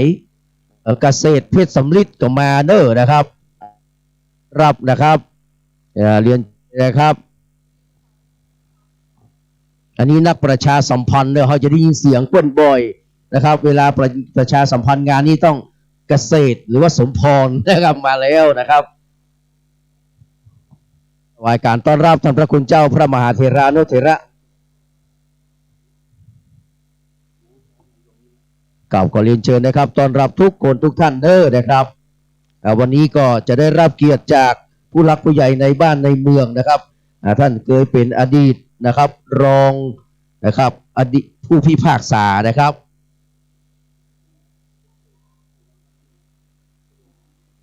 ไอ้โดมเนอร์ไอ้โอมโชว์พวกครูบาวัดป่ายางขับบ้านห้องละปูนมาหากำเนอร์เอาของมาถวายตัวเนอะนะครับก็ของที่จะถวายให้วัดฝ่ายหินนะครับอยู่ที่ในรถเนี่ยเอามาตัวเนอร์หลวงพ่อเพิ่นบอกนะครับถวายการต้อนรับท่านพระครูปลัดอานนท์อภิชาโนนะครับเลขานุการเจ้าคณะอำเภอกัลยาณิวัฒนาเจ้าอาวาสนะครับวัดหนองปะครั่งนะครับในเมตตาเดินทางมาถึงแล้วนะครับกับนิมนต์ครูบาสังฆเถระทุกๆรูปเนอนะครับมาเมตตาเดินทางมาถึงแล้วกราบอาราธนาเลยนะครับครับวันนี้มีหลายคนหลายท่านนะครับเดี๋ยวกำหนดการจะได้ฮือนะครับจะได้เรียนรายงานให้กับบรรดาพ่อพี่น้องนะครับศรัทธาสาธุชนทุกคนทุกท่านเนอนะครับในวันนี้นะครับเวลา 19 นาฬิกานะครับก็จะมีการฟ้อนผางปฏินะครับและก็ฟ้อนนะครับขันดอกนะครับเสร็จเรียบร้อยแล้วเราจะได้นำท่านทั้งหลายเข้าสู่พิธีกรรมทางศาสนาในเบื้องต้นนะครับการจัดพิธีพุทธาภิเษกนั้นก็เป็นเรื่องที่ละเอียดนะครับเป็นเรื่องที่ประณีตนะครับเราจะเริ่มต้นตั้งแต่การจุดธูปเทียนบูชาพระรัตนตรัยนะครับเสร็จแล้วก็อาจารย์จะได้นำไหว้พระสมทานเบญจศีลก่อนชำระกายวาจารวมทั้งใจให้เรียบร้อยก้อยทำในส่วนอย่างอื่นต่อกับหลังจากที่ไหว้พระสมทานเบญจศีลเป็นที่เรียบร้อยจะได้จุดเทียนนะครับเป็นไปตามลำดับตั้งแต่เทียนเล่มกลางเรียกว่าเทียนพระพุทธวิปัสสีนะครับเล่มกลางนะครับจากนั้นก็จะมาจุดเทียนมงคลซ้ายนะครับเทียนมงคลขวาคำว่าซ้ายก็คือซ้ายมือเรานะครับคำว่ามงคลเล่มซ้ายก็คืออยู่ซ้ายมือเรามงคลเล่มขวาก็คืออยู่ขวามือเราเนอะนะครับไม่ใช่อยู่ขวามือซ้ายมือพุทธรูปนะครับเอาไปซ้ายมือขวามือเรานะครับจากนั้นนะครับก็จะมีการจุดเทียนนะครับนวโรกุตละนะครับ9 เล่ม 9 ท่านแล้วก็ธาตุทั้ง4ลวดเลยนะครับอยู่ด้านนอกนะครับจากนั้นก็จะมีการนะครับจุดเทียน5 โกธาตุนะครับแล้วจะได้กราบอาราธนาท่านพระคุณเจ้านะครับรูปใดรูปหนึ่งที่เขียนไว้ก็คือท่านพระครูชนลทานพิทักษ์นะครับหลวงพ่อวัดแม่ห้องไคร้นะครับจะได้เป็นผู้กล่าวคำโยงขันธ์5 โกธาตุครับเสร็จสับเรียบร้อยแล้วนะครับก็จะได้จุดครับจะได้จุดเทียนชัยเนาะเทียนชัยโดยพระมหาเถระวันนี้ได้รับเมตตาจากครูบา2 เมืองนะครับครูบา2 เมืองนี้อายุ90 ป่ายแล้วนะครับอายุ90 ป่ายอยู่บ้านห้องเนาะอยู่บ้านห้องนะครับนะครับจะเป็นผู้จุดเทียนชัยพระสงฆ์ทั้งนั้นจะได้สวดคาถาจุดเทียนชัยครับคำว่าจุดเทียนชัยนี่จะมีคำว่าเจิมนะครับจะคำว่าเจิมก่อนนะครับแล้วก็อธิษฐานจุดนะครับเจิมก่อนนะครับแล้วก็อธิษฐานจุดเทียนชัยนะครับเมื่อพระสงฆ์องค์ข้าเจ้าได้นะครับจุดเทียนสวดคาถาจุดเทียนเรียบร้อยแล้วนะครับจากนั้นก็จะได้จุดเทียนบาทน้ำพระพุทธมนต์ขันธสาครนะครับที่ประธานสงฆ์วันนี้เราแยกกันนะครับระหว่างการเจริญพระพุทธมนต์สวดมนต์ตันนะครับและพระสงฆ์ที่จะมานะครับนั่งปรกอธิษฐานจิตเนี่ยนะครับจะมีแห่งรอบหนึ่งนี่แยกกันชัดเจนนะครับศีลสมาธิปัญญาชัดเจนนะครับกับวันนี้ที่ผมบอกกี้นะครับว่าท่านประเสริฐอยู่เจริญดีนะครับท่านเป็นอดีตนะครับรองอธิบดีผู้พิพากษาภาค5และรองภาค7นะครับเกิดไปนั่งนะครับรับประทานอาหารที่เจียโทเฮงกับเพื่อนมาแล้วนะครับครับวันนี้เพื่อนมาเป็นประธานนะครับวันนี้ก็ขอบคุณ ท่านประเสริฐอยู่เจริญดีเป็นอย่างยิ่งนะครับมีปัญหาเรื่องกฎหมายปรึกษาประเสริฐอยู่เจริญดีได้นะครับขอบพระคุณเป็นอย่างยิ่งนะครับขอบพระคุณไอสมพรเกษตรนะครับเกษตรเพชรสมิทธิ์เนาะนะครับท่านเป็นพิธีกรนะครับเวลาเนี่ยประชาสัมพันธ์ทั้งหลายนี่แม้แต่วัดวังสะพุงยังใจบริการเลยนะครับท่านเกษตรนะครับขอบพระคุณอนุโมทนาสาธุนะครับเป็นอย่างยิ่งนะครับหลังจากนั้นแล้วนะครับเมื่อจุดเทียนนะครับบาทน้ำพระพุทธมนต์ขันสาครเป็นที่เรียบร้อยแล้วนะครับก็จะได้อาราธนานะครับพระปริตนะครับพระสงฆ์องค์เจ้านะครับรูปใดรูปหนึ่งจะได้นะครับคัดสักเคหลวงนี่สักเคก็ต่างสักเคธรรมดานะครับก็คือบ่มีภูมิมัฏฐาทโยก็จะจบไปเลยนะครับแต่ถ้าสักเคหลวงเนาะก็จะมีภูมิมัฏฐาทโยจตุโลกปาราชายมราชาว่าไปจนจบนะครับก็เรียกว่าเป็นสักเคหลวงนะครับเพราะว่าเขาสวดมนต์ตันก็คือสวดไม่เว้นแม้แต่บทขัดนี่พูดว่านี่คือความหมายของการสวดมนต์ตันที่แท้จริงนะครับคือการสวดไม่เว้นแม้แต่บทขัดนะครับนี่เรียกว่าสวดมนต์ตันนะครับพี่น้องจะได้มีโอกาสฟังนะครับพระสงฆ์องค์เจ้าซึ่งเป็นผู้ทรงเรียกว่าภูมิปัญญานะครับทรงความจำนะครับก็จะได้นะครับเจริญพระพุทธมนต์สวดมนต์ตันใช้เวลาไม่ต่ำกว่า1 ชั่วโมงนะครับไม่ต่ำกว่า1 ชั่วโมงจากนี้ไปครับเสร็จสับเรียบร้อยแล้วเปิ้นก็จะวันทาหลวงวันทาน้อยนะครับแล้วเขาก็จะได้เข้าน้อมถวาย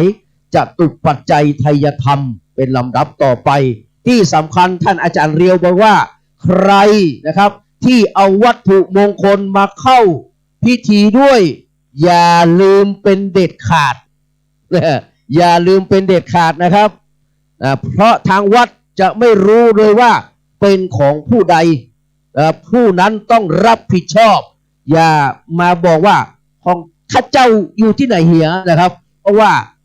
เอามาก็เวลาถึงแม้อาจารย์จะเอาวางคือหมู่เฮาก็ได้หันว่าของเฮาอยู่ที่ไหนแล้วครับเพราะฉะนั้นจำไว้เนอะจะไปฟ้างปิกแล้วปึ๊กไฮเซตมีคนหวังดีเก็บไปหื้อเหียแล้วมันก็เสาะหาคืนบัดได้นะเพราะมันเป็นของดีมั้งหรอกนะครับดังนั้นอย่าลืมเป็นเด็ดขาดครับวัตถุมงคลที่นะครับท่านนำมาเข้าพิธีตัวนะครับอย่าลืมเนอะจากนี้ไปนิมนต์ท่านอาจารย์กฤษนิติทัศน์ก่อนที่จะถึงเวลานิมนต์ครับ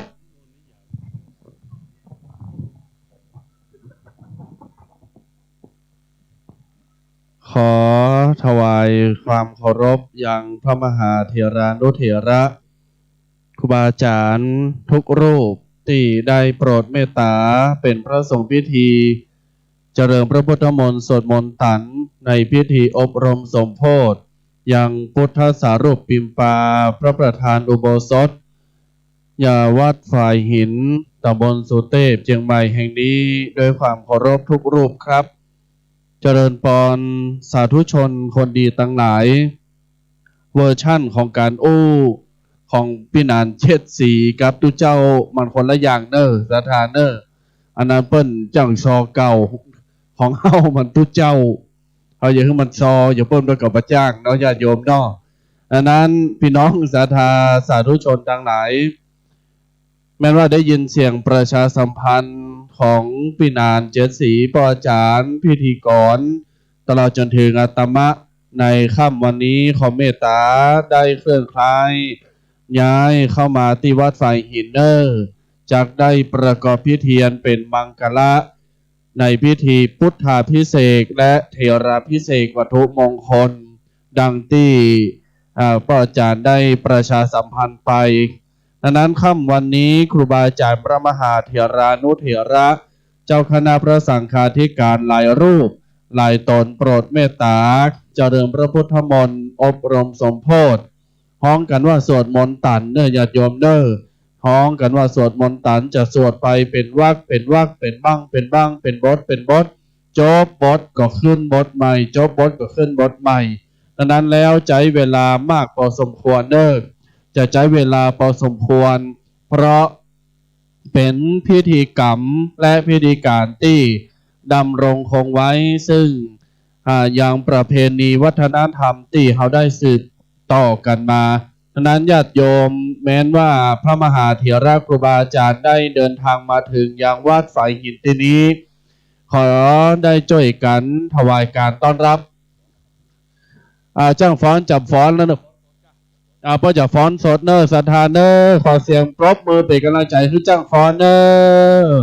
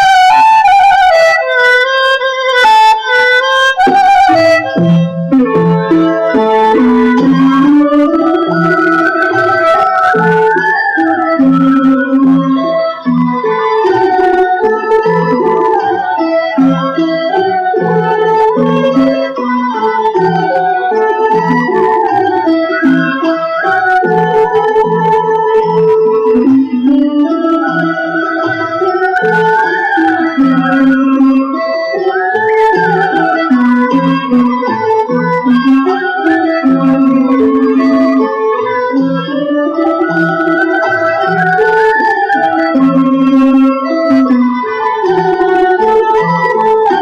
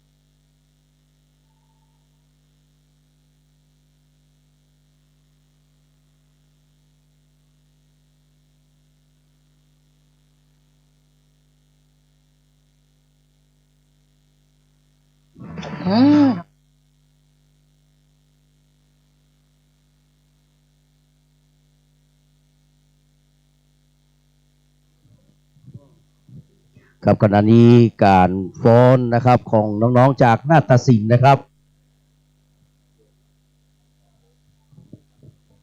ได้จบไปเป็นที่เรียบร้อยของคุณนะครับคุณพนิตาพรหมินทร์ที่ได้นำมาฟ้อนถวายเป็นนะครับพุทธบูชาธรรมบูชาและสังฆบูชาและอาจาริยบูชานะครับครับกราบถวายการต้อนรับนะครับหลวงพ่อพระครูสุจิตรานุรักษ์ด็อกเตอร์นะครับแก้วทันตาจิโตหรือว่าครูบายี่แก้วนะครับเจ้าคณะอำเภอฝางกับวัดพระบาทอุดมนะครับและก็ครูบาจันตรังสีนะครับพระครูประภัทรธรรมรังสีนะครับหลวงพ่อเจ้าคณะตำบลศรีภูมิเขต 5นะครับกับหลวงพ่อกำลังอธิษฐานนะครับกับวันนี้มีเจ้าภาพรอถวายเลยนะครับ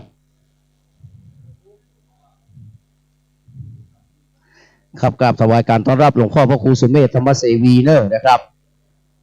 เจ้าคณะตำบลดอยหล่อเขต 1นะครับวัดอ่อนฤาษีนะครับเมตตาเดินทางมาถึงแล้วพร้อมกับอาจารย์เชื้อสมุกองธรรมทีโอนะครับผู้ช่วยเจ้าอาวาสวัดม่อนฤาษีนะครับครูบาปัญญาสังฆการนะครับไวยสาเมตตาปรมีเนอร์นิมนต์นะครับหลวงพ่อโคสิทธิ์ปริตยาพรด็อกเตอร์นะครับมาเรียบร้อยแล้วนะครับหลวงพ่อนิมนต์นั่งนี่เนอร์พ่อเนอร์นะครับครับนั่งนะครับเป็นเจ้าตี้แล้วครับ นิมนต์นะครับก้าวเป็นเจ้าต่อสุเทพเกต 1วัดป่าแดงมหาวิหารนะครับ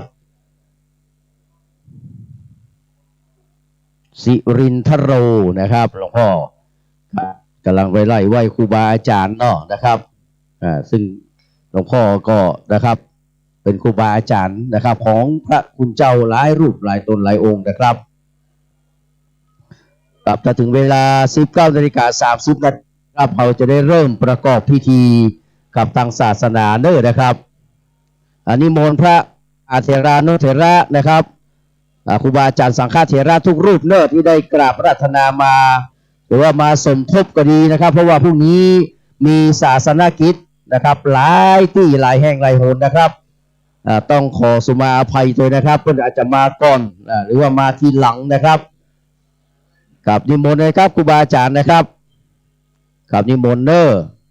กับหลวงพ่อเจ้าคณะวังอำเภอวังเหนือเนาะนะครับอูกับนั่งกับครูบาปัญญาสังฆการนะครับผู้ช่วยเจ้าวาดวัดนะครับศรีโสดาพระอารามหลวง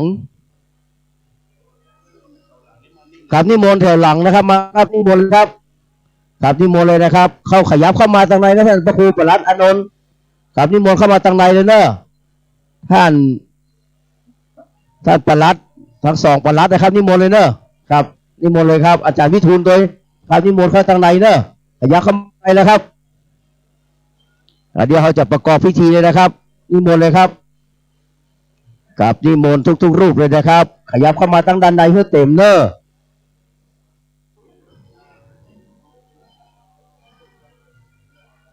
กับวันนี้ในการสวดนะครับจะได้ขอเมตตาบารมีจากท่านพระครูสุเมธธรรมเสวีเนอะนะครับอันนี้เป็นรับจ้าง ในการสวดนะครับนะครับความผิดพลาดมีน้อยมากนะครับอันนี้เป็นมืออาชีพรุ่นใหม่นะครับหลวงพ่อพระครูสุเมธธรรมเสวีเจ้าคณะตำบลดอยหล่อเขต 1นะครับ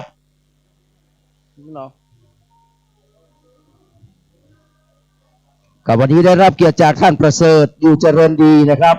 อดีตรองอธิบดีผู้พิพากษานะครับภาค 5และก็ภาค 7เนาะนะครับ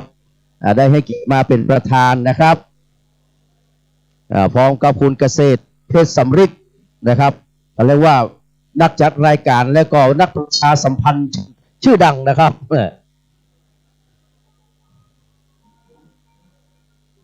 กับและหลายคนหลายครับวันนี้คุณไพศาลแสนชัยมาบัตตันเนอร์นะครับแล้วก็ท่านรองศาสตราจารย์ดร.กมลพรนะครับบัณ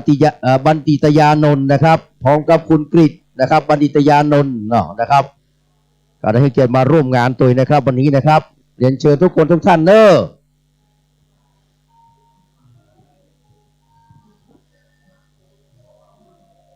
กับนิมนต์ขยับเข้ามาทางในเลยครับกับหลวงพ่อพระครูอานนท์นิมนต์เลยนะครับขยับเข้ามาทางในเลยครับครับขยับเข้ามาทางในเลยเนอะมันมีภัยละนะครับนิมนต์เลยนะครับ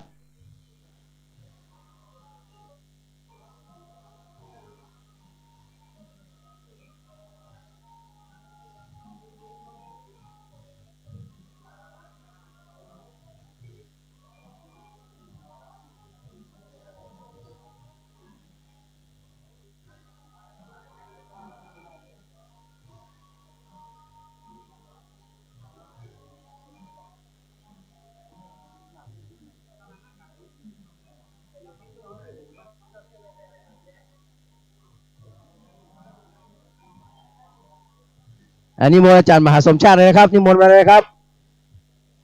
ครับนิมนต์ท่านอาจารย์มหาสมชาติชาตาปัญโยเลยนะครับนิมนต์เลยครับครับผมนิมนต์เลยครับกับขณะนี้เรามีการถ่ายทอดสดนะครับจากสถานีครับคลื่น 104.50 เมกะเฮิรตซ์นะครับคลื่นของวัดฝ่ายหินนะครับเมตตาบารมีธรรมของหลวงพ่อพระครูวิสุวัฒน์วรกิจโจครับไปถ่ายคนอื่นมานักแล้วนะครับวันนี้ถึงคิวของตัวเข้าที่จะต้องถ่ายทอดสดนะครับกับพี่น้องที่ฟังอยู่ทางบ้านนะครับมาได้มาที่นี่ก็ยกมือไหว้เนอะนะครับยกมือไหว้ไปมือสาอนุโมทนาในกุศลและเจตนาของมหาสมณศรัทธาและมหามูลศรัทธาทุกรูปทุกตนทุกองค์เนอะนะครับกับนิมนต์หลวงพ่อเนอะเจ้าคณะอำเภอบ้านโฮงนะครับนิมนต์เนอร์กับครูบาสองเมืองนะครับมาแล้วนะครับกราบไหว้สาเนอร์นะครับกับไหว้สานะครับครูบาสองเมืองวันนี้เพื่อนจะมาเป็นนะครับผู้จุดเทียนชัยเนอร์นะครับวันนี้นะครับเดี๋ยวกะพูดนั่งกะกับนิมนต์นะครับ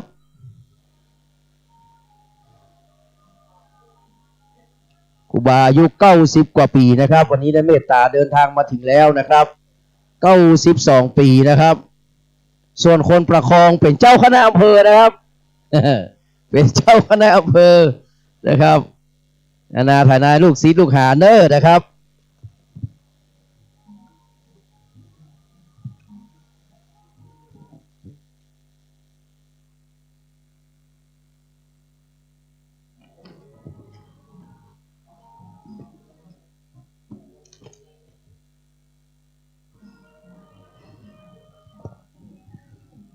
กับครูบาสองเมืองหรือว่าหลวงพ่อพระครูวรปัญโยภาสกับเจ้าวาดวัดม่วงตนเหล่ายาวนะครับบ้านห้องละปูนเนอร์กับเมตตาเดินทางมาถึงแล้วนะครับกับเดียวกองตังบนตังลุ่มนะครับก่อเดียวก่อนลงได้แล้วเนอร์นะครับขณะนี้ครูบาเจ้าสังฆเถระกับมาเกือบจะครบเลยครับ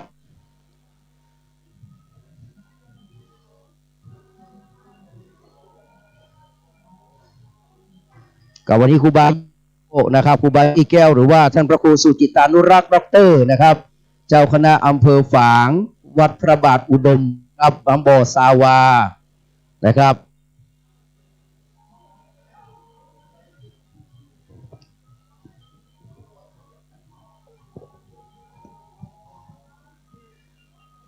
เจ้าคณะอำเภอก็มีรายรูปมหานพดลสุวรรณเมธีเจกประโยคนะครับอันนี้โมนะครับตุลุงยองนะครับครูบาสนันไวสานิมนต์นะครับนิมนต์เลยครับ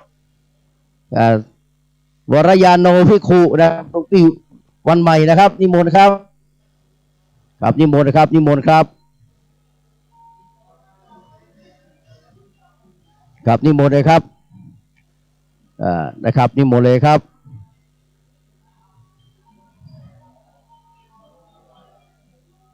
กับเวลา 19:30 นาทีนะครับเราจะได้เริ่มประกอบพิธีนะครับ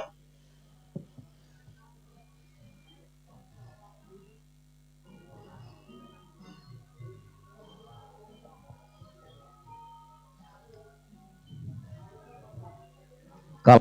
นะครับปีกองวงนะครับได้ลงเพลงเป็นที่เรียบร้อยนะครับขอบพระคุณเป็นอย่างยิ่งนะครับ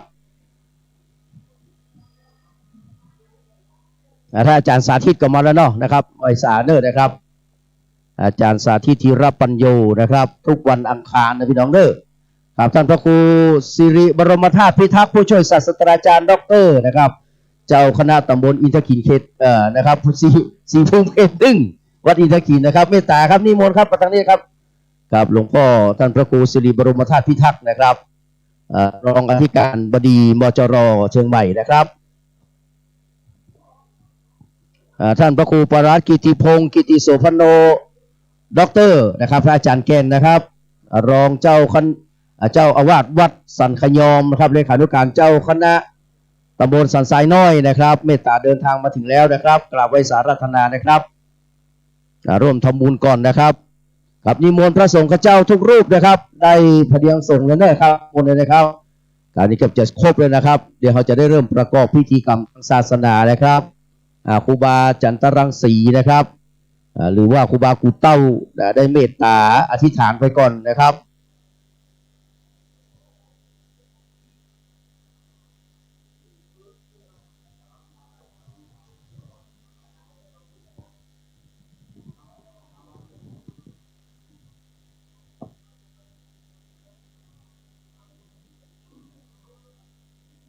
ครับท่านหาคนแทน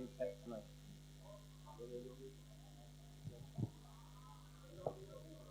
ครับนิมนต์ครับนิมนต์ครับทางจากหน้านี่เห็นรูปเด้อครับนิมนต์ครับอ๋อจะมาได้อ๋อครับกับครูบา40,000ส่งสัญญาณว่าขอร้องพระคุณนิมิตศิลสังวรกับหลวงพ่อเจ้าคณะอำเภอเวียงป่าเป้าใกล้จะมาถึงเลยนะครับ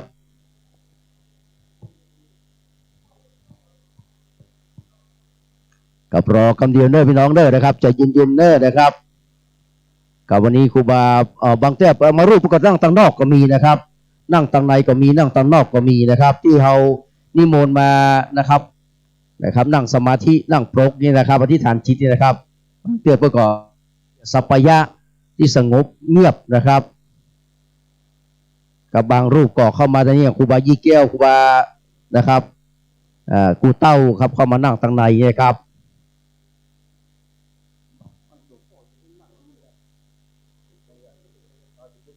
สองเมืองเนออายุ92 ปีนะครับจากบ้านห้อง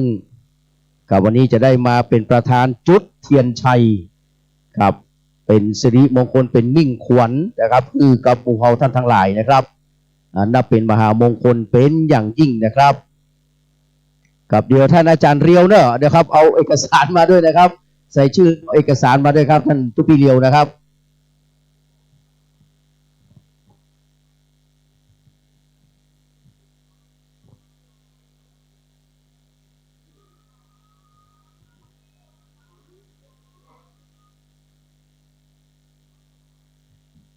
ก็พอดีปกตินะครับอุโบสถของกับวัดฝ่ายหินนะครับปกติก็กว้างขวางนะครับครับเราจะเริ่มทุ่ม45นะครับได้รับสัญญาณจากท่านเจ้าอาวาสนะครับบอกว่าขอเป็นทุ่ม45นะครับครูบาดอยว่าข้าจะได้พลิกค่ำแล้วเนี่ยนะครับครูบาดอยเพื่อจะไปเตะทำบ้านใหม่นะครับที่นะครับเชียงไฮ้ยังปรับเป้าอยู่พวกนี้นะครับครับก็เดลิปิกนะครับก็แปลงใจหากันเด้อครับถวายการต้อนรับนะครับหลวงพ่อท่านพระครูอภิวัฒนวิกรมนะครับมาพร้อมกับหลวงพ่อนิวิศีลสังวรนะครับวัดห้างต่ำนะครับเมตตาเดินทางมาถึงแล้วเนอะท่านอาจารย์พระครูวัฒนวิกรมไปพอตัวเนอะนะครับหลวงพ่อนั่งตรงไหนเนอะท่านอาจารย์สมชาติถวายการต้อนรับตัวนะครับกับในครูบาอาจารย์สังฆเถระวันนี้เนี่ยครับโอ้เมตตานะครับคือกับท่านพระครูสมุวิสุวัตวรกิจโจนะครับปราบปลื้มปิติซาบซึ้งตรึงใจนะครับในเมตตาจิตของพระมหาเถรานุเถระนะครับเจ้าคณะพระสังฆาธิการทุกรูปเลยนะครับ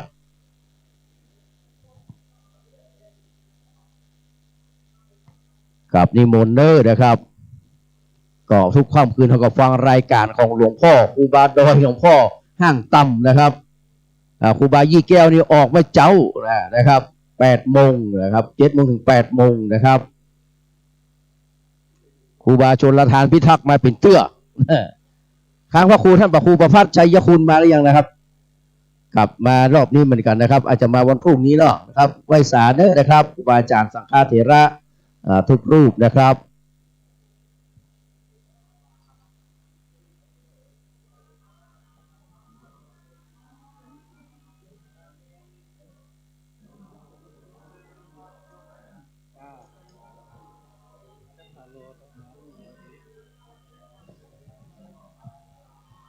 กับการนมัสการขอบพระคุณนะสหที่นั่งนะครับนิมนต์ครับ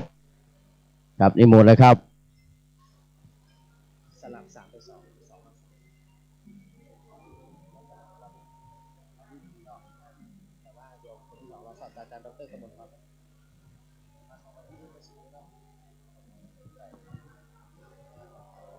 ตอนนี้ครับรอเวลาแหมสักน้อยหนึ่งครับรอพระสงฆ์ข้าเจ้านะครับได้นั่งที่อาจทรงเป็นที่เรียบร้อยแล้วนะครับครูบาอาจารย์ได้พักผ่อนอิริยาบถสักน้อยหนึ่งเราจะได้เริ่มประกอบพิธีกรรมทางศาสนานะครับกับเวลาประมาณ10 นาทีนะครับอาจารย์วัฒนวิกรมสหาที่นั่งเนอะกับท่านพระครูพิวัฒนวิกรมสหาที่นั่งกันเนอะกับมีจังว่างจังใดกันนิมนต์เลยนะครับท่านเป็นรองเจ้าคณะนะครับอำเภอโดยรอนะครับสดๆร้อนๆเหมือนกันนะครับนิมนต์นะครับ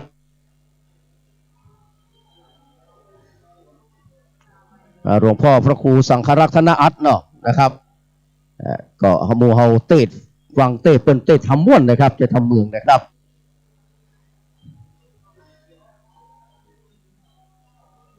กับคือพี่น้องครับได้อยู่ทางบ้านนี้ได้ฟังถึงเสียงได้ดูถึงภาพนะครับการถ่ายทอดของคลื่น 104.50 เมกะเฮิรตซ์นะครับเมื่อกี้นาทีก็จะได้เริ่มแล้วนะครับ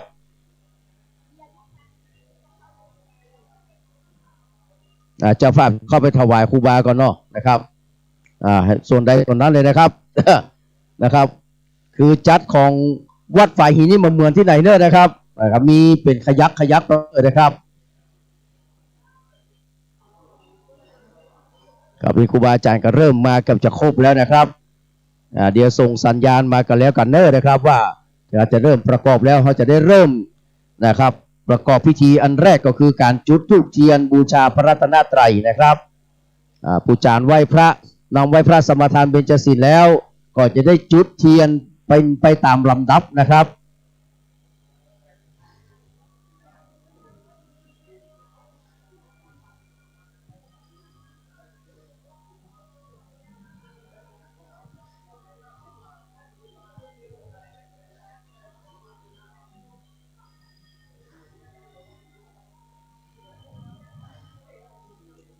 กราบพระรัตนาท่านพระคุณเจ้านะครับซึ่งมาถึงกับนิมนต์นะครับขึ้นมาตั้งบนเลยนะครับกับหลังจากที่เราสวดมนต์นะครับเจริญพระพุทธมนต์สวดมนต์ตันเสร็จแล้วนะครับถวายจตุปัจจัยทายธรรมเรียบร้อยแล้วก็จะมีนะครับการนะครับเจริญจิตภาวนานะครับรอบหนึ่งนะครับแล้วก็จากนั้นก็จะมีการเทศธรรมนะครับแสดงพระธรรมเทศนา3กันนะครับตั้งแต่นะครับปฐมสัมโพธิกถาหรือว่าปฐมสมโพธินะครับโดยท่านพระครูวิสิตศรีลาภรณ์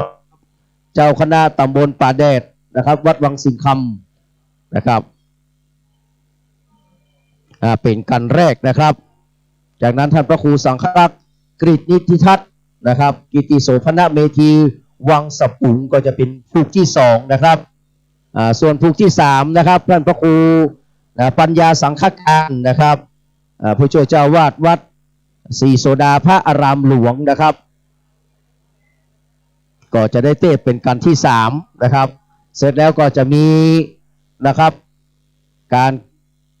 กวนเข้ามาทุปญาติด้วยนะครับวันนี้นะครับมีการกวนเข้ามาทุปญาติในขณะที่ประสงค์เจริญพระพุทธมนต์สวดมนต์ตันครับเสร็จแล้วนะครับก็จะมีการสวดเบิกนะครับจากจังหวัดลำปางนะครับเนื่องจากว่าวัดสุดา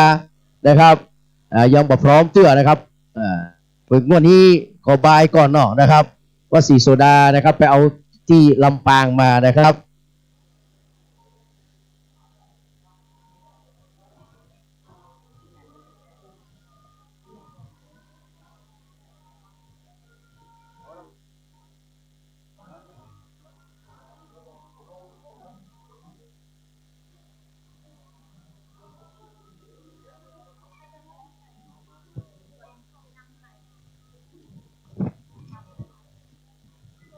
ขออนุโมทนาสาธุกับคุณสายชนชัยชนะนะครับได้เข้าน้อมถวายจตุปัจจัยทายธรรมในส่วนของครูบาจันทรังสีเป็นที่เรียบร้อยครับขออนุโมทนาสาธุด้วยนะครับคุณสายชนชัยชนะนะครับ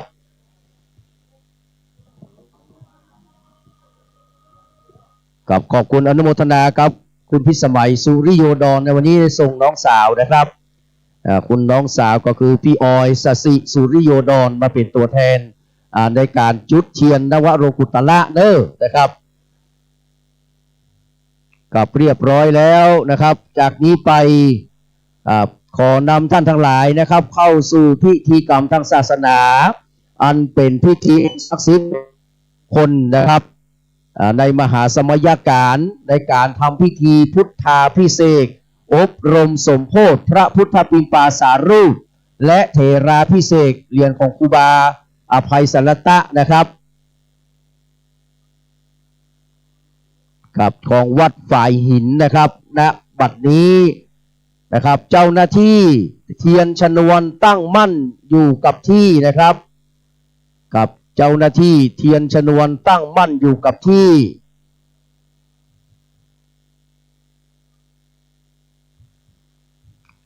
ครับโอกาสนี้กระผมขอได้รับเกียรติจากนะครับท่านประเสริฐอยู่เจริญดีกับอดีตรองอธิบดีผู้พิพากษาภาค5และภาค7นะครับได้เป็นประธานจุดธูปเทียนบูชาพระรัตนตรัยที่หน้าโต๊ะหมู่บูชาด้านในนะครับท่านขอเรียนเชิญครับ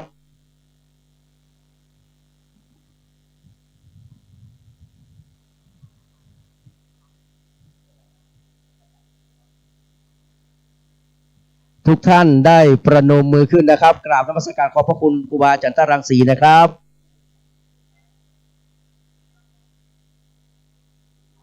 ครับทุกท่านได้ประนมมือขึ้นนะครับท่าน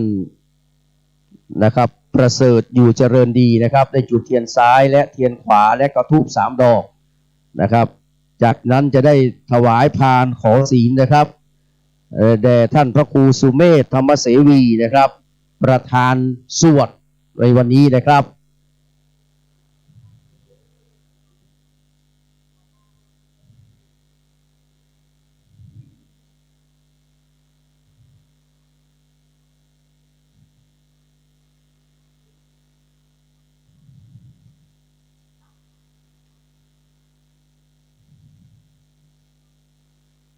ครับขณะนี้นะครับท่านประเสริฐอยู่เจริญดีนะครับอดีตรองอธิบดีผู้พิพากษาภาค5และรองภาค7นะครับท่านจะได้เข้าไปน้อมถวายพานขอศีลนะครับตรงนั้นนะครับแด่ประธานสวดนะครับท่านพระครูสุเมธธรรมเสวีนะครับตรงนั้นครับตรงที่มีบาตรนะครับ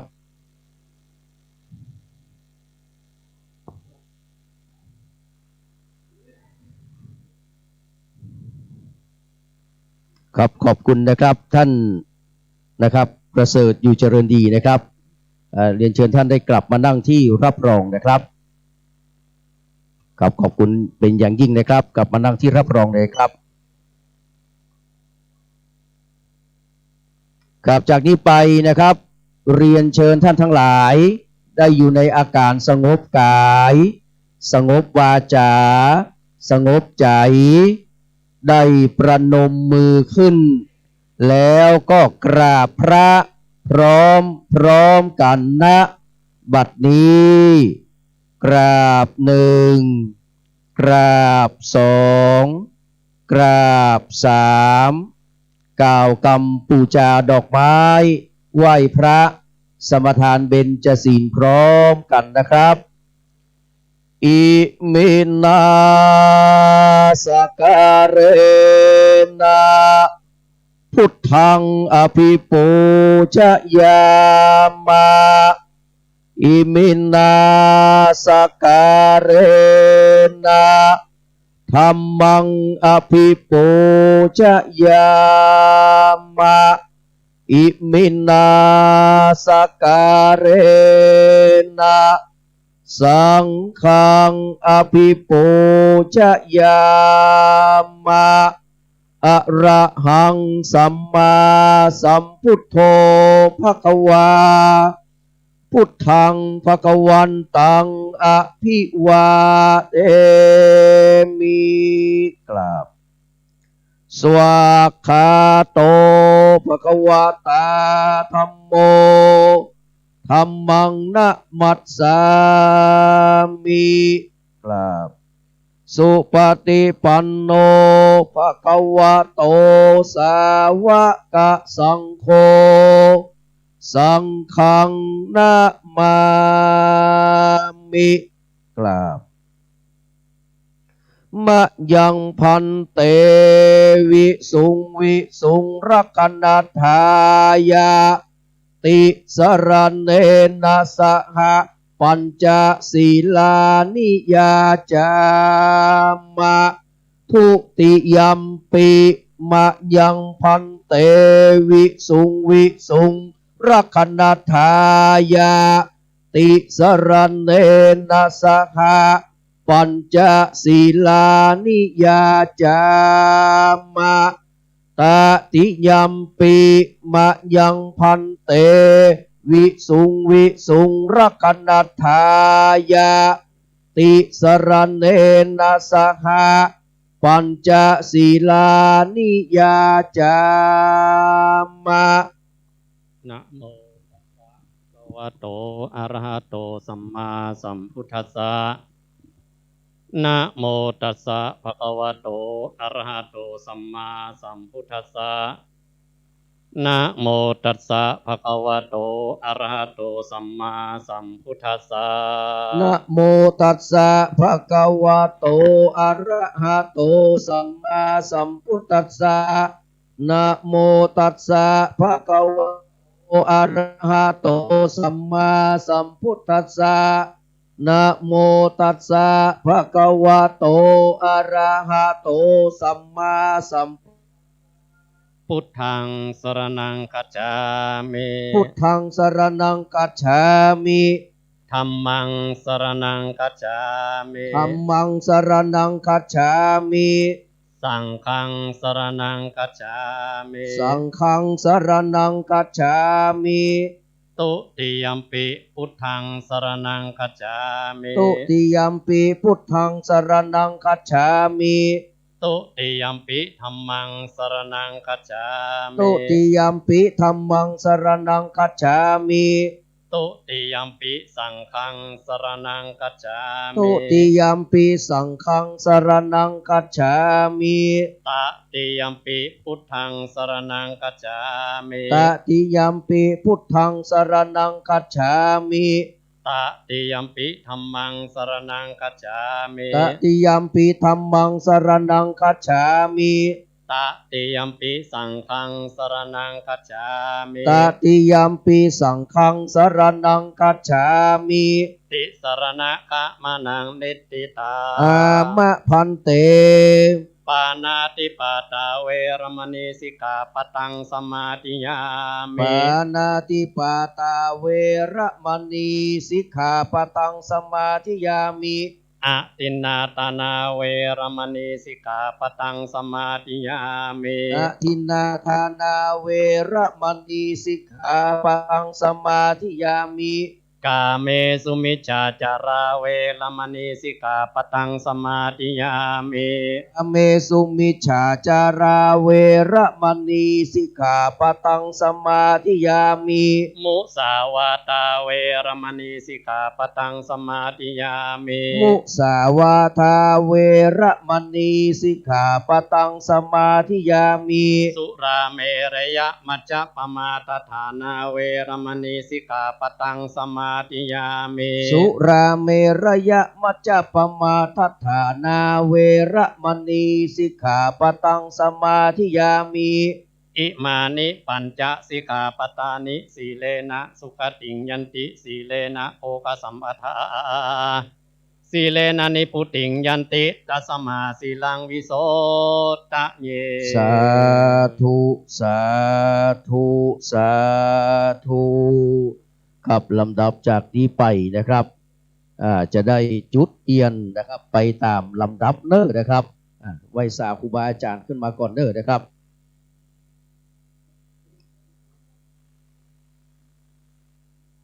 ครับต่อไปจะเป็นการอธิษฐานจุดเทียนพระพุทธวิปัสสีเทียนเล่มกลางนะครับที่หน้านะครับพระประธานเนอร์นะครับโอกาสนี้ขอได้รับเกียรติจากนะครับท่านรองศาสตราจารย์ดร.กมลพรบัณฑิตยานนท์นะครับได้ให้เกียรติเป็นผู้จุดเทียนพระพุทธวิปัสสีเทียนเล่มกลางนะครับขยับมาที่นะครับโยมเข้าไปในเนอร์ครับเรียนเชิญท่านดร.ครับเรียนเชิญครับ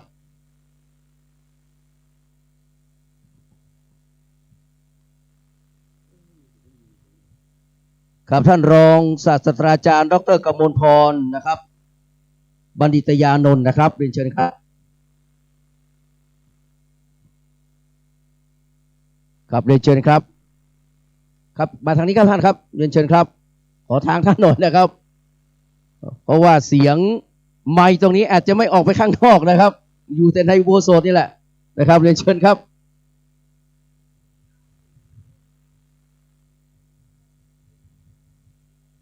ครับเรียนเชิญครับ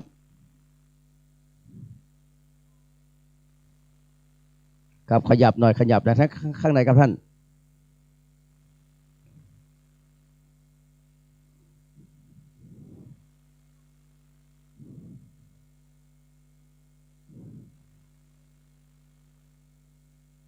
ครับเล่มใหญ่ๆนะครับทุกคนอธิษฐานจิตด้วยนะครับ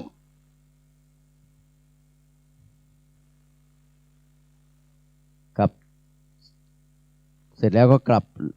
เรียนเชิญกลับไปที่นั่งนับรองครับอยู่ใกล้ๆนี้ก็ได้นะครับอยู่ใกล้ท่านประเสริฐที่ก็ได้นะครับ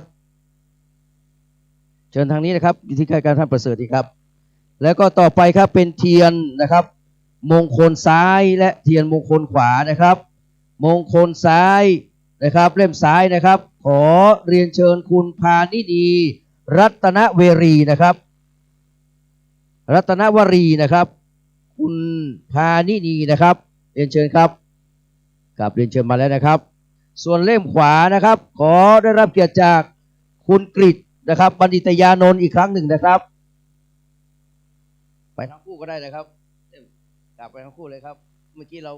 พูดทวีปสีแล้วเดี๋ยวก็เราลงทั้งคู่นี้นะครับตรงนี้ครับท่านใกล้ๆนี้ครับ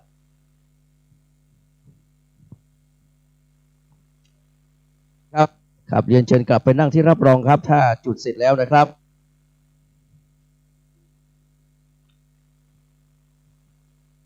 ครับนี่เป็นเล่มขวาครับจากเทียนนวโลกุตระทั้งจากเทียนมงคลซ้ายขวาทั้งสองเล่มแล้วครับต่อไปด้านนอกนะครับด้านหน้าอุโบสถนะครับเป็นเทียนนวโลกุตระ9เล่ม9ท่านนะครับตามลำดับดังนี้นะครับคุณนิพนธ์โชคทวีโชคกับคุณนิพนธ์โชคทวีโชคคุณภาวินีโชคทวีโชคนะครับคุณทันพสุดกิติบรรพชาทันพสุดกิติบรรพชาพี่ออยสสิสุริโยดรพี่ออยสสิสุริโยดรด้านนอกนะครับคุณโสพลยิ้มเฟื่องนะครับอันนี้ท่านเป็นรองนายกองค์การบริหารส่วนตำบลนะครับเขาน้อยนะครับเขาย้อยนะครับแล้วก็นะครับคุณอมรวรรณเหลากุลอมรวรรณเหลากุลนะครับคุณณัฐวัฒน์จิตวิไลณัฐวัฒน์จิตวิไลแล้วก็อมนนัทรดานฤดีพงศ์สิริสกุลอมนนัทรดานฤดีพงศ์สิริสกุลนะครับแล้วก็พนิตาพรหมินทร์พนิตาพรหมินทร์นะครับครับทั้ง9ท่านี้จุดเทียนนวโลกุตระนะครับจากนั้นจะเป็นธาตุทั้ง4นะครับธาตุทั้ง4อยู่ตรงนั้นเลยนะครับอยู่ใกล้กันเลยนะครับด้านซ้ายขวานี้เป็นนวโลกุตระนะครับทั้ง9เล่มนะครับแล้วก็ที่เรียงกันเป็น4เล่มเป็นธาตุทั้ง4นะครับเดี๋ยวจะเรียนเชิญลำดับจากนี้ไปนะครับ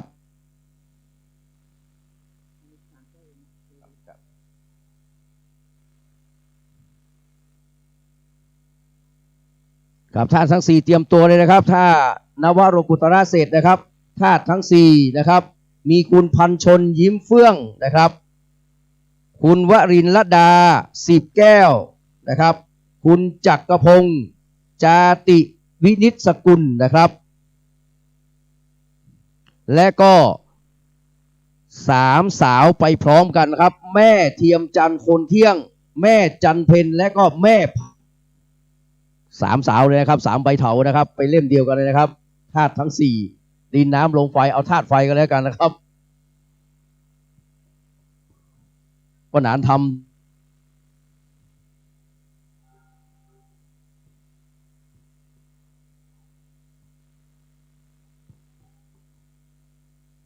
ที่เราต้องเอาไปจุดข้างนอกจะว่าข้างในมันแออัดนะครับเพราะว่ากลัวฮ้อนเข้าไปจุดข้างนอกดีกว่านะครับครับบางคนถามว่าทำไมเอาจุดตั้งในครับถ้าจะนี่พระสงฆ์เจ้าจะอยู่มาได้แล้วครับ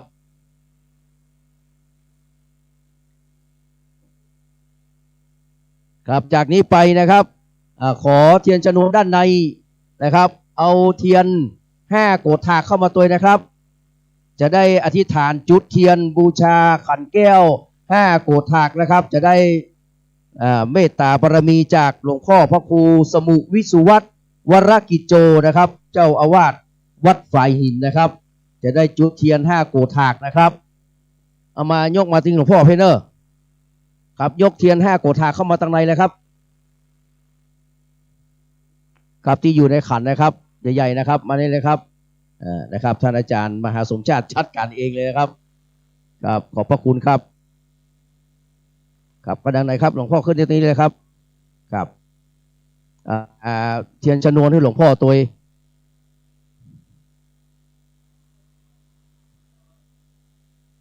ครับไปที่หลวงพ่อเลยครับ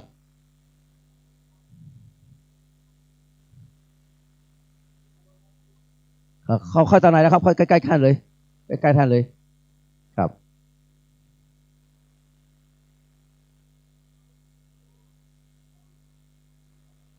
ครับจากนี้ไปเมตตาบารมีธรรมนะครับท่านพระครูชลทานพิทักษ์นะครับวัดแม่ห้องไคร้จะได้เมตตา9คำยงขันหลวง5โกธากนะครับเป็นลำดับต่อไปนะครับ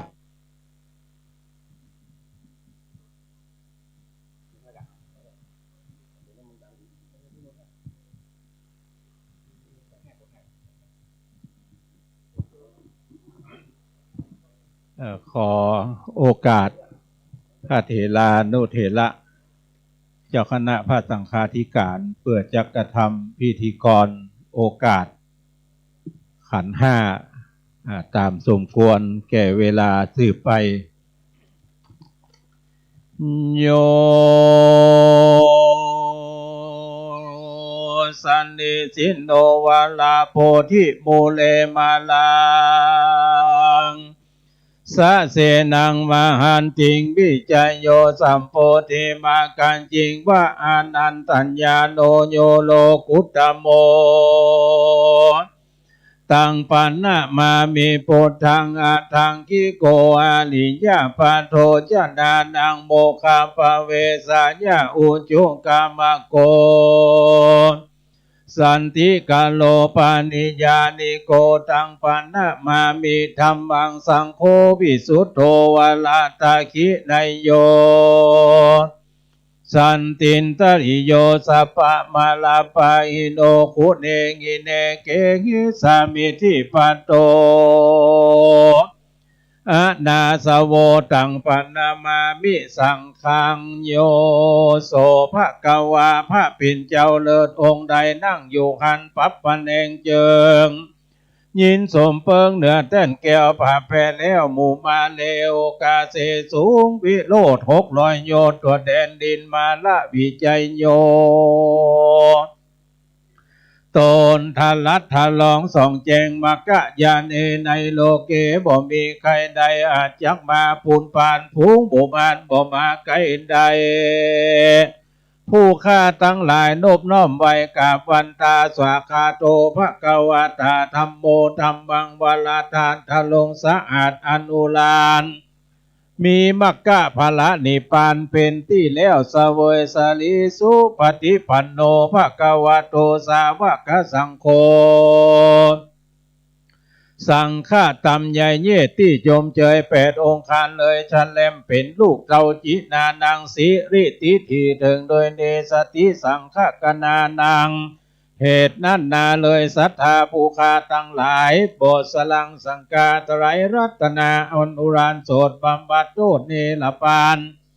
สลีสัมปติบิดานขอสุขใดดังใจจงนั่นจุงจักมีเตียงแท้ดี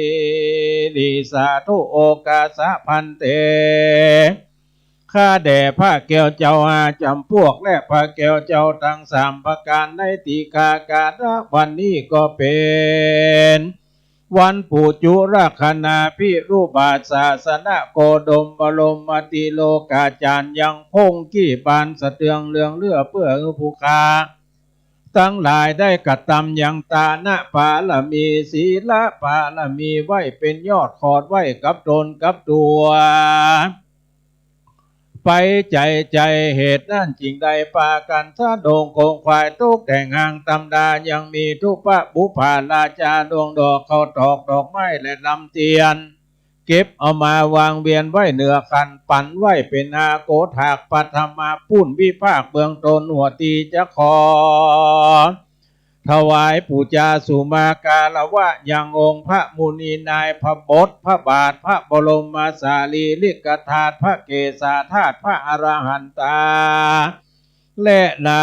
ไม่สลีมหาโพธิ์มีหลายโกรธมากนาตุติญาภาคาปุ่นอันพร้อนสองงามบ่เศร้าจะขอถวายปูจาพระราชธรรมเจ้าเก่าพระการ10 กับต่างพ ระปริยัติธรรมอนุลานเลิศเลี้ยวอันเป็นปฏิบแก้วสองมกายันตติญะวานอันตวนสามงามบทเศร้าจะขอถวายปูจาสุมากาลวะยังพระอริยสังฆเจ้าทั้งหลายหมายมีพระมหาอัญญา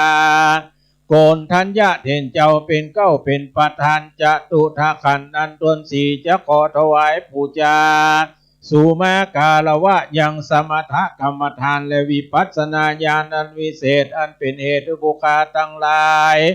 ไปจุจอดเวียงแก้วยอดนี้ละปานปัญจมวานปุ้นอันตวนาจะขอถวายปูจาสุมากาลวะยังกุลครูบาอุปชาอาจาริยะและปิตามารดาอันสั่งสอนยังสาธารสิทธิ์ทั้งหลายแก่ผู้ค้าตั้งหลายว่าสันนิเตติลิโยกาวจลาปันติตานักผาเจ้าอันเกิดแล้วเป็นมาได้กระทำมังกลกรรมสุมากาลวะนายังพระเกี่ยวเจ้าตังอาจำพวกได้เสวยยังอนิสังสะเวสันตละลอยสีมากน้อยโดยประการฉันใดดังนั้นก็ดีก็ขอให้ผู้ค้าทั้งหลายได้เสวยยังอนิสังสะเวสันตละลอยสีเสมอดังโยกาว่าจิลาปันติตานักผาเจ้าอันเกิดแล้วเป็นมาฟังก่อนนั่นจุงจักมีเตียงแท้ดีในติคากาณบัดนี้สมณะศรัทธา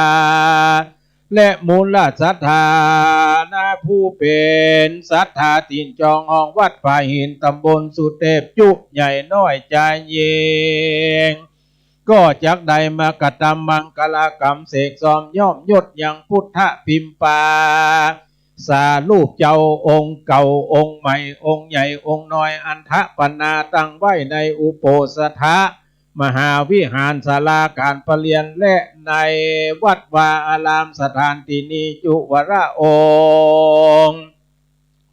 บ่เต้าแต่นั่นยังได้ปากันปกสร้างหางแปงกึดล่ำตำสร้างยังเหรียญหลวงปู่ครูบาพระอภัยสารทะ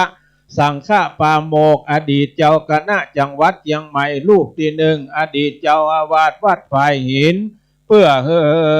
ผู้คณะยิงใจทั้งหลายได้ปูจาเอาไปไว้กับบ้านกับจองกับหอกับเฮือนกับตนกับตัวกับครอบครัวว่าสันนั่นแต่ดีลีก็ขออังคาดอาราธนายังพระสังฆเจ้าตั้งหลายตั้งปวงจุ่งปากันตั้งไมตรีจิตอธิษฐานยังพุทธพิมปาสารูปเจ้าเก่าใหม่ใหญ่น้อยพร้อมตั้งวัตถุมงคลทั้งหลายมวลผงนี้อันนำมาตั้งไว้ในกลางอุโภสถที่นี้และขออาราธนาพระสังฆเจ้าทั้งหลายตั้งปวงจุ่งสูตรมนต์ตัน7ตำนาน12ตำนานลำดับไปใจเพื่อมีเตจาดิทีวาสันนิเตดีหลีบุญกุศลทั้งหลายทั้งมวลผูกนี้ผู้ค้าทั้งหลายกระทำแล้วจักถวายฝากไปหายังเทวบุตรเทวดาอันรักษายังเมืองเชียงใหม่พับด่านดาวยศสลาบเต้าภาพแดนเมืองตั้งขุนเจืองยศเยือกยาวตายศเยือกยาวแผ่ภาพพื้นโคง15ราชวงศ์ตองเต้นอารักษ์เจ้าแก่นคำแดงเจินเจียมแฝง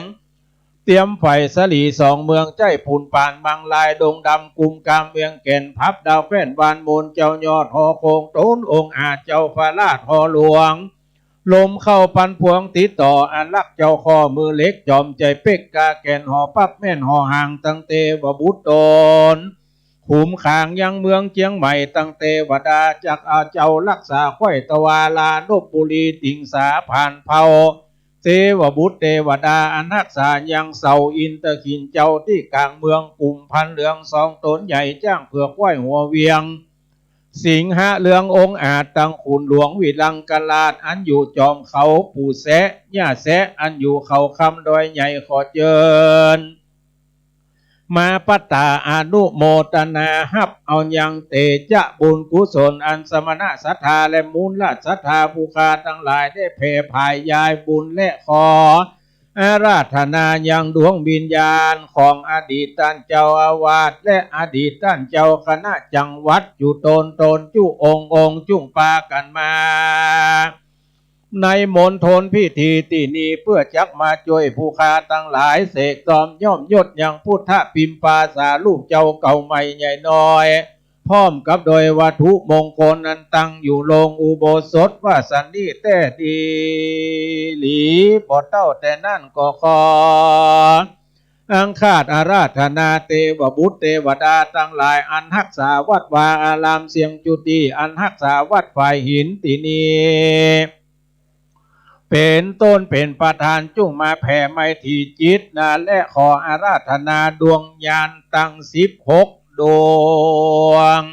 อันพระพุทธเจ้าได้ตรัสพญาสัพพัญญูตุ้งจุ่มมาตั้งอยู่ในพุทธปิมปาสาลูกเจ้าเก่าใหม่ใหญ่น้อยปักภุกระผู้ใดข้าหัดก็ดีนักบวชก็ดีได้มาไวมาสามาสักการะบูชาก็คือสมดังกรรมกรรมภาธนาจุเยี่ยงจุภาการนั่นจุงจักมีเตียงเต้ดีหลีนะมามิพุทธังกุณาสาคารันตังนะมามิธรรมังมุนิราชเตสิตังนะมามิสังฆังมุนิราชสาวกังนะมามิกรรมฐานังนิปปานาทิขมุปายัง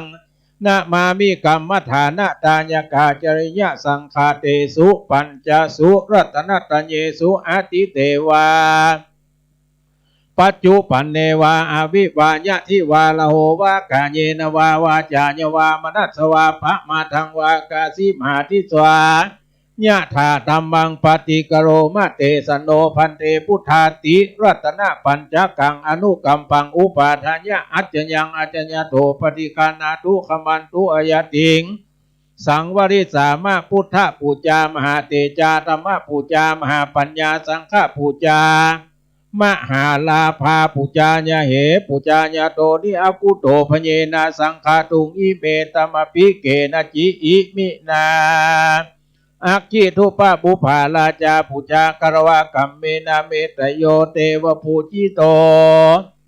สังสารันโตปิอัปปเยนะขมามิหังนิปานะปัจจโยโหตุโนนิจังนิปานังปะละมังสุขา สาธุสาธุสาธุขอบกราบนมัสการขอบพระคุณนะครับหลวงพ่อพระครูชลทานพิทักษ์ก็ได้กล่าวกำโยงขันธ์5โกฏากเป็นที่เรียบร้อยจากนี้ไปนะครับจะได้กราบไหว้สารัตนาเมตตาปรมีธรรมในครูบา2 เมืองนะครับท่านพระครูวรปัญโยภาสนะครับเจ้าอาวาสวัดม่วงตนนะครับตำบลเหล่ายาวอำเภอบ้านหงจังหวัดลำพูนอายุ92 ปีนะครับจะได้เป็นประธานจุดเทียนชัยณบัดนี้ครับจะได้เจิมเทียนและก็อธิษฐานจุดเทียนชัยเป็นลำดับต่อไปกราบไหว้สารัตนาด้วยความเคารพนบนอบอย่างยิ่งนะครับพวกเราได้ยกมือตั้งจิตอธิษฐานไปกับพระครูบาเจ้าเนอ92 ปีนะครับ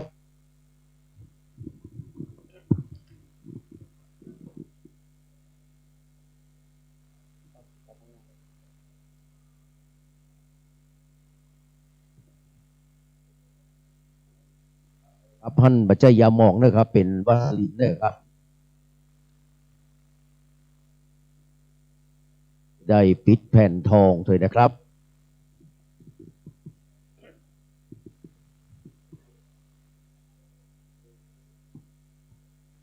ครับ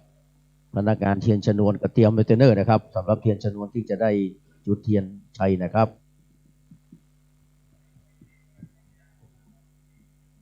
กับพี่น้องที่อยู่ทางบ้านก็ได้หันบรรยากาศนี้ตัวนะครับเพราะว่าเขาถ่ายทอดทางสถานีนะครับขึ้น 104.50 เมกะเฮิรตซ์ขึ้นวัดฝ่ายหินนะครับครับหลวงพ่อได้ไปถ่ายทอดที่อื่นมาหลายที่หลายต่างครับวันนี้เป็นเวลาของวัดฝ่ายหินนะครับ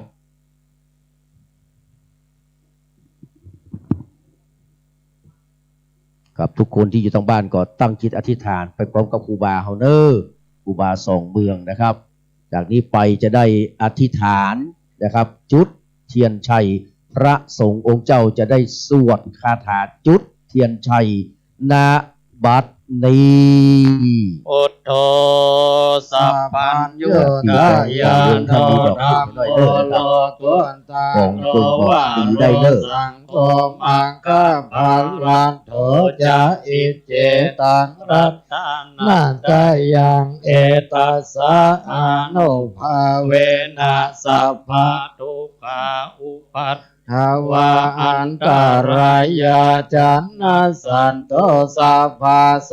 ทิภวันตุเต สาธุขับไหวสาเมตตาปรมีธรรมในหลวงพ่อพระครูวรปัญโยภาคหรือว่าครูบาสองเมืองที่ได้เมตตาเจิมเทียนชัยและการอธิษฐานจุดเทียนชัยเป็นที่เรียบร้อยแล้ว จากนี้ไปนะครับขอเรียนเชิญคุณสุรภาเดชะได้จุดเทียนน้ำนะครับบาทเนอะที่บาทพุ่นนะครับฝั่งนี้ครับพุ่นไปพุ่นที่หลวงพ่อสุเมธนะครับบาทน้ำมนต์ที่หลวงพ่อสุเมธเนอร์คุณสุรภาเดชะนะครับเรียนเชิญครับอยู่ตรงไหนครับสุรภาเดชะในคลิปเป็นเอาชื่อฮือเนอร์นะครับจะได้จุดเทียนบาทน้ำมนต์นะครับให้กับประธานที่จึงสวดมนต์ตันนะครับ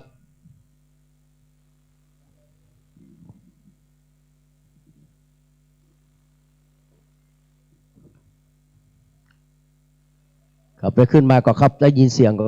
ถ้ามาขึ้นมาจะได้จัดคนปัญหามีมาเลยครับคุณสุรภาครับเรียนเชิญทางนี้ครับขอเข้าทางคุณสุรภาหน่อยครับครับกับทางนี้ครับก้อยๆขึ้นไปเนอร์นะครับกับที่หน้าหลวงพ่อตรงนี้นะครับกับนี้ศรัทธาสาธุชนหลั่งไหลมาจากที่ต่างๆนะครับทั้งกรุงเทพและต่างจังหวัดแห่งหลายที่หลายทางนะครับครับลงไปทางด้านล่างก็ได้ครับไหมครับนะครับคุณสุรภาครับครับไปจุดตรงโน้นจะใจง่ายกว่านะครับขอมาพระสงฆ์องค์ข้าเจ้าทุกรูปทุกตนทุกองค์เลยนะครับ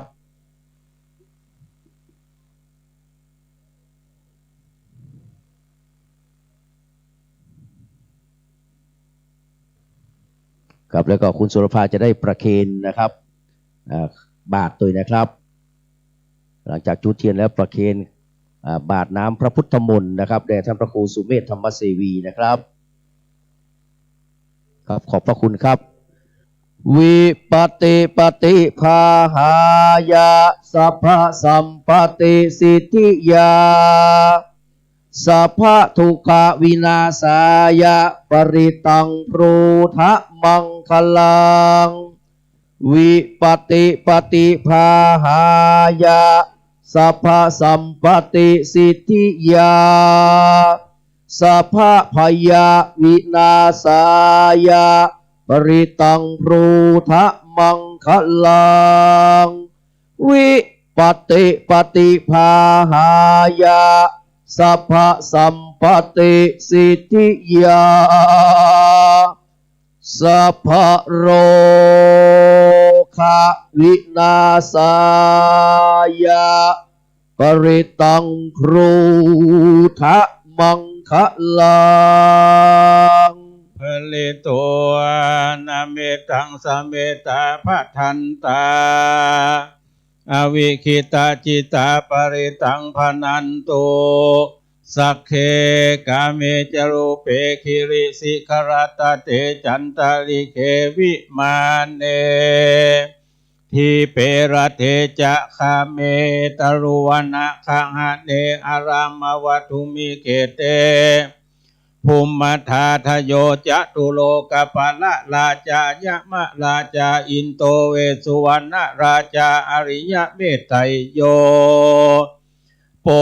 ติสัตตาวกาทโยอริยสาวกาจะปุถุจนะกัลยาณาจะสัมมาทิฏฐิ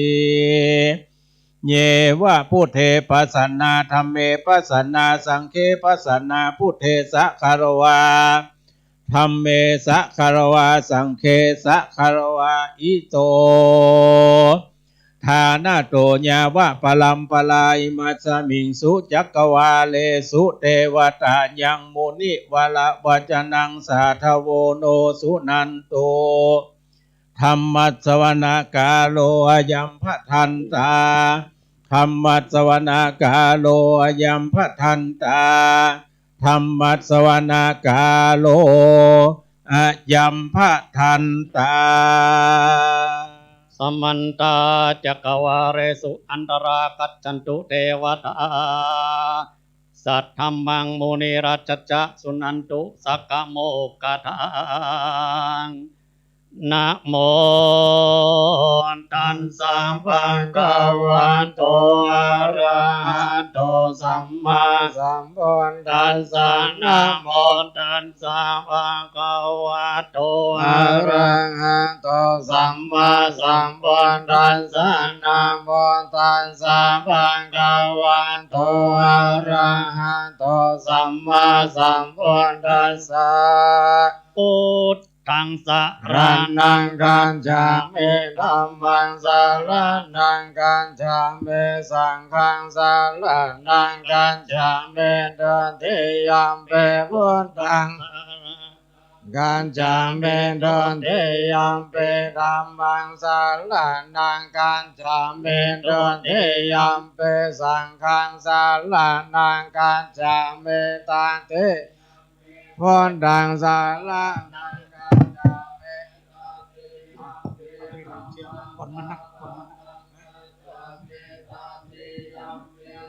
กังสารนังกัจฉามินะโมเมสัพพะพุทธานังทวันติงสาวาลาลักขานุตันหังกาโลมาเวโลเมทังกาโลมาหายาสุสารานังกาโลโลกาต่อเดปังกาโลจุตินตาโลโกตัญโยจานาปาโมโคโพเลสันสัพโพสุมาโนสุมาโนทิโลเนวะโตรัตติวัตตโนโสปิโตนาสัมปันโนอะทัสสิจานนตามโมปะทุโมโลกาปะโจโตนาลาโทวาลาสาลาธิปะทุโมตาลาสัตตาสาโลสุเมโตอาคาภูคาโลสุจาโตสัพพะโลกังโคยานได้เสนาลาสาโพอัตถะทัสสิการุณิโกธรรมะทัสสิตะโมโนโทสิทธาโทสัมโมโลเกเตโสจาวะทาตังวะโลปุโสจาวะวะโลปุโทวิปัสสิจาอนุปาโมเกสัพพะหิโตสัทธาเวสัพโพสุขันธายาโกกังกุสันโตสันตาวาโหธรรมันโอลาลัญชาโหกัสสะโพสิริสัมปันโนธัมโมสังฆายาบุคคโวอันทเวสันเตสังฆาตาเอเมพันธามาเห็นเดกาการณาคนนาสัมปันนาสัมปันโลกาวิปุจิตาเอเตตัสสะภะลาพุทธาอุตตมังกาปองกาลาเตเปสังฆคุณาอาสุงปิติเยอามาตังปะตังเอเตพุทธาติตัญจมังคลาเตสัมปันธาอันทเวสันติเมปุเตอาหังวันตามิสัพพะตาเตสังเนนาเสเลนาคันติเมตตาปะเลนะจาเตปิโนอนุรังคันตุอาโลกเยนะสุเขนะจาอันทเวสันติเมปุเตโยนะโลสาลานังคาโตกัมปะเนสัตตะสหัสสะเนทุกขตินาคาจันเตอันทเว เวสติพุทธปาลิตังสัทเทเทวนิกายาสัพเพนานัตตวันนิโนนามันวะเยนะอาคันจุงเยจันเยสะทิสาสาหาปาวุฒาจติมังคิลังโอกาเตนามานาสวังทาเขโมคาตารังนาคังจันทังวาอาสิตาติตังโสพรัมมาปาระมัตโตจะพันตาเอเตมาโตสหัสสนังกุมาโรติโสจาโสปะคาสะเมติงวานังสหัสสะพรหมโลกานังมหาพรหมพิเตถาเตโอปัมปันโนจุติมันโตภิสัมมากายโยยัสสะสิโสทาเสดาอิสระอาโคปัจเจกวาสวัตติโนเตสัญจมัชฌะโตอาคาหาริโตปาริวาริโตเตจะสัพเพอาภิกันเตเทเทเวสะพรหมเกมาระ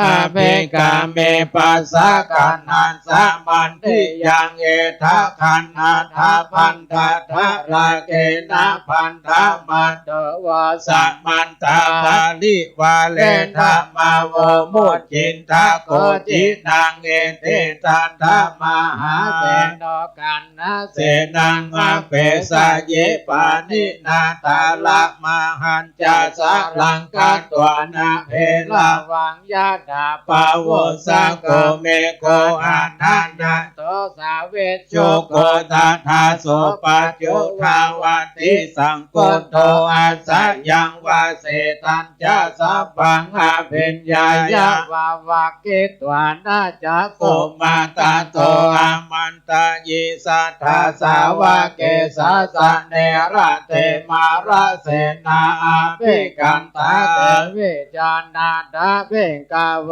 เตจะอาปะปะกาลงสุตัวพุทธัสสะทัสสะนังวิตาลาเกหิภากามงเนสังโลมังพิอิจายงสัพเพวิชิตาสังฆมาพายาติตายาสสิโนโมทันติสหโพเทหิสาวากาเตชะเนโตตาเตมหาสัมมายาสุตังเนเตตังมหาสัมมายาสุเตจาอาโตมังกาลาสนตาเกสัมมาจิเตลาหุโลวาเทธัมมาจักเกปาลาภเวเทวตาสัมมิติอัตถาปะมายาอนาปากาธัมมาพิสัมมาโยเอตกะนานาโตสังขโยติสัมพุทเทอัตถวิสัญจทวาทสัญจสหัสสะเกปัญจสัตตาสหัสสะเนนามาเมเสราสะอาหังเตสังนามันจะ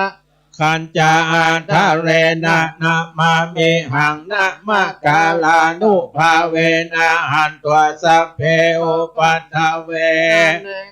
อันตรายาปิวินาสันโตอาเสสะโตสัมพุทเทปัญจปัญญาสัญญาจตุวิสัตติสหัสสะเกตัสสะสัตตะสหัสสะนินามามิสิราสะอาหังเตสังธัมมัญจานะมามิหังนะมากาลานุภาเวนะหันตัวสัพเพอุปัฏฐเวอเนกาอันตรายาเวนะสันโตอาเสสันโตสัมพุทเทนะวุตาลาสะเตอันทาจัตตาลิสะสหัสสะเกสัตเตสัตตาสะสาเนนามาเมสิราสาอาหังเตสังธัมมัญจสังขัญจาทะเรนะนะมามิหังนะมะการาเวนะหันตัวสัพเพอุปัฏฐเวอเนกาอันตรายาเวนะโตอาเสสะโตนะโมอะระหะโตสัมมาสัมพุทธัสสะมะเหสิโนนะโมอุตตมะ สสวากาตาเสวะเตเนตานะโมมหาสังฆัสสะปิเวโสตาสีลาทิฏฐิโนนะโมโอมาตายารัตถัสสะตันดันตยาสะดุกังนะโมโอมากาติตัสสะตัสสะวัตถุตายาสะพินะโมการะปะภาเวนะวิคันจันโตปันตวานะโมการะนุภาเวนะสุวัตเตโอนตุสัพพะตานะโมการะสะเตเจนะเดเมหะเมเตจาวาเยสันตาสันตาจิตาติสารณะสารณะเอทะโลกันตาเลวะภุมมาภุมมาจันเทวะโกนากันนาคาหานาปยาวาตาสัพพะกาลังเอเตอายันตุเทวาวะรากานากะมะเยเมลุลาเจสันโตสะเหตุมเนวาลาวะจานังโสตุมังคังสามังคังสัพเพสุจักกวาเลสุยักขาเทวา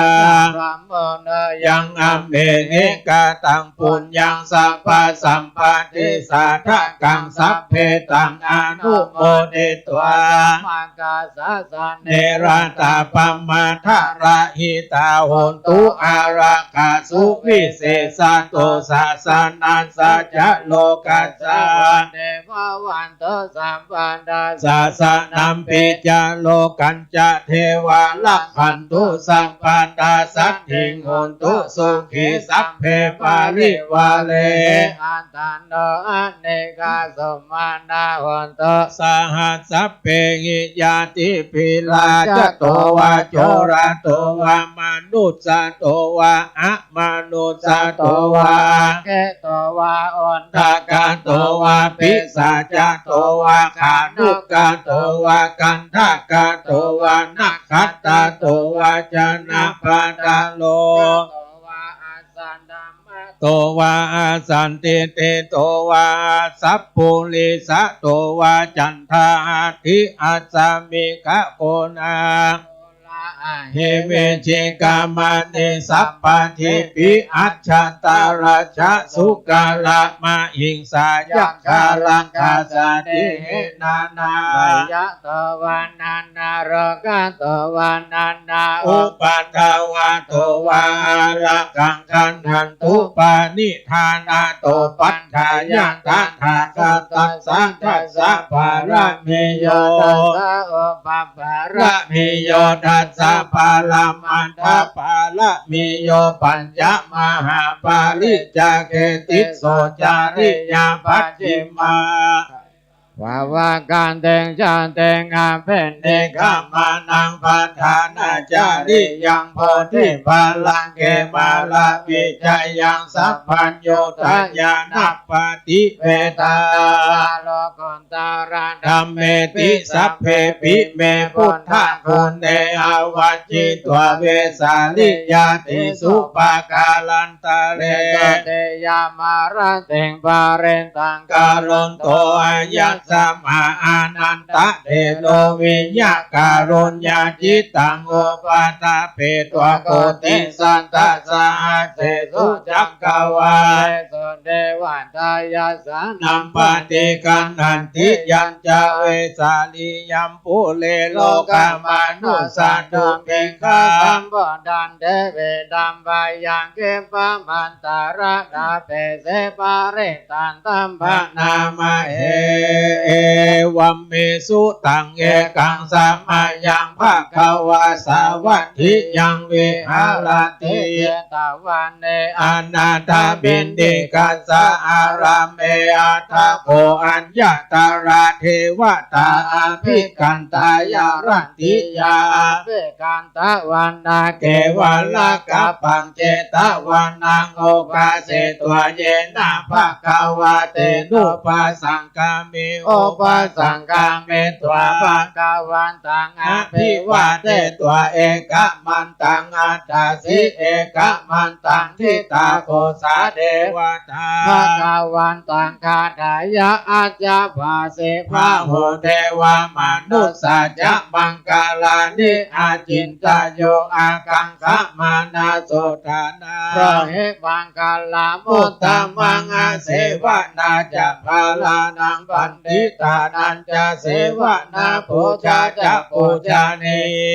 เอตัมมังคาลามุตตะมังปะติโลปะติเทวาโสจะปุเพจักาตาปุญญาตาอัตตาสัมมาปันติจะเอตัมมังคาลามุตตะมังพาหุสัจจันจะเตปัญจเวนายโยจะโสเสงเกโตโสภาจยาวาจาเอตัมมังคาลามุตตะมังมาตาปิโตโอปัฏฐานังพุทธดาราสสังฆโออานาคุลจักกัมมันตาเอตัมมังคาลามุตตะมังทานันจะธรรมจาริยาจายาตาทานันจะสังฆโหอานาวัจจานิกัมมันเอตัมมังคาลามุตตะมังอาราติวิราติปาปามัจจาปานาจะสัญญโมอัมปะมาเดจะธัมเมโสเอตัมมังคาลามุตตะมังคาลาโวจานิวาโตจะสันตุติจากาตัญยุตากาเลธัมมัสสวรรณังเอตัมมังคาลามุตตะมังคันติจะโสวาจะสัตตาสัมมานานันจะทัสสะนังกาเลนะธัมมัจจกัญจายธัมมังคาลามุตตะมังตะโพธาปัมมาจาริยัญจะอริยสัจจะทัสสะนังนิพพานาจันเจเกเรยะจะเอตัมมังคาลามุตตะมังโบทัสสะโลกธัมเมเหจิตังยัสสานาคัมปติอาโสกังวิราจังเขมังเอตัมมังคาลามุตตะมังเอตาเดสาเนกันตวานาสัพพัทธมาปราชิตาสัพพัทธโสเดงขันจันติตันเตสังมังคาลามุตตะมันติมหามังคาลาสุตาญาณิทัพพุทธานิสัมมากัตตานิภุมมานิวายานิวะอันตะลิเกสัมเพวะโพตาสุมานาภาวันโตอัตโตปิสักกัจจะสุนันโตภาสิตังตัสสะมาหิพุทธาเมตตา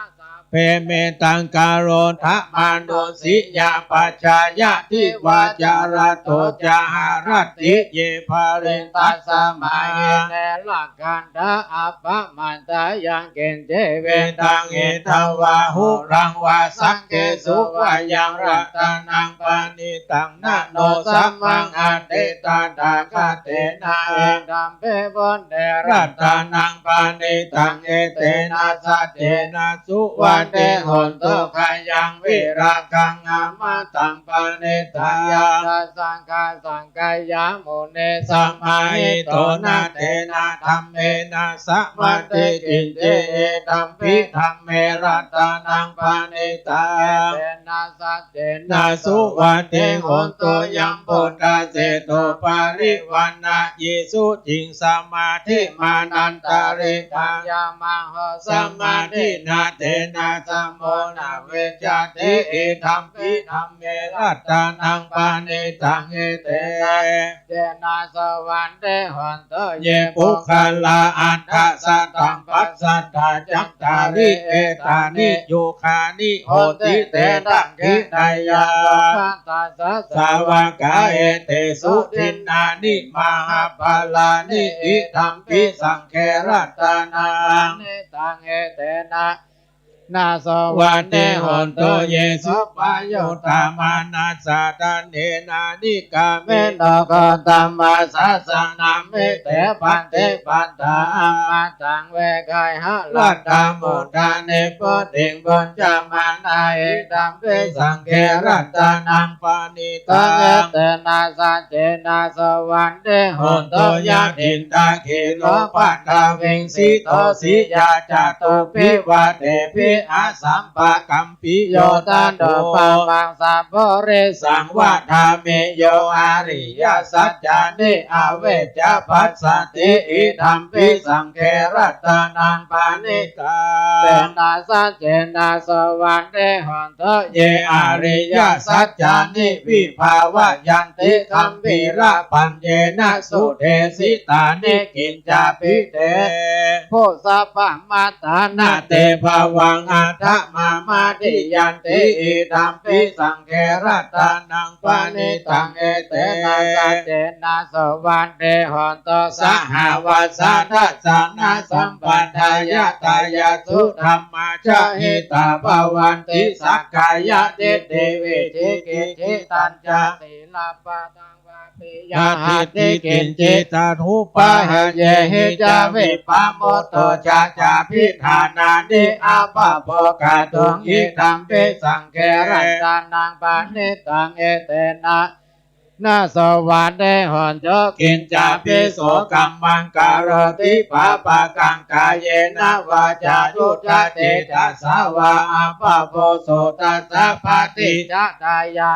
พระปตาเดชะปาทัสสะวตาอิตัมปิสังเขรัตนังปานิตังเอเตนะสัจเจนะสวัสเดหันโตวันนาปะก็เปยานาโพสิตังเกขิมานามาเสปัตถะมัสสมิงเกเมตัตโตปะมังธัมมวารังอเทสยนิพพานาคามิงปะระมังหิตายะอิตัมปิพุทเทระนังปานิตังเอเตนะสัจเจนะ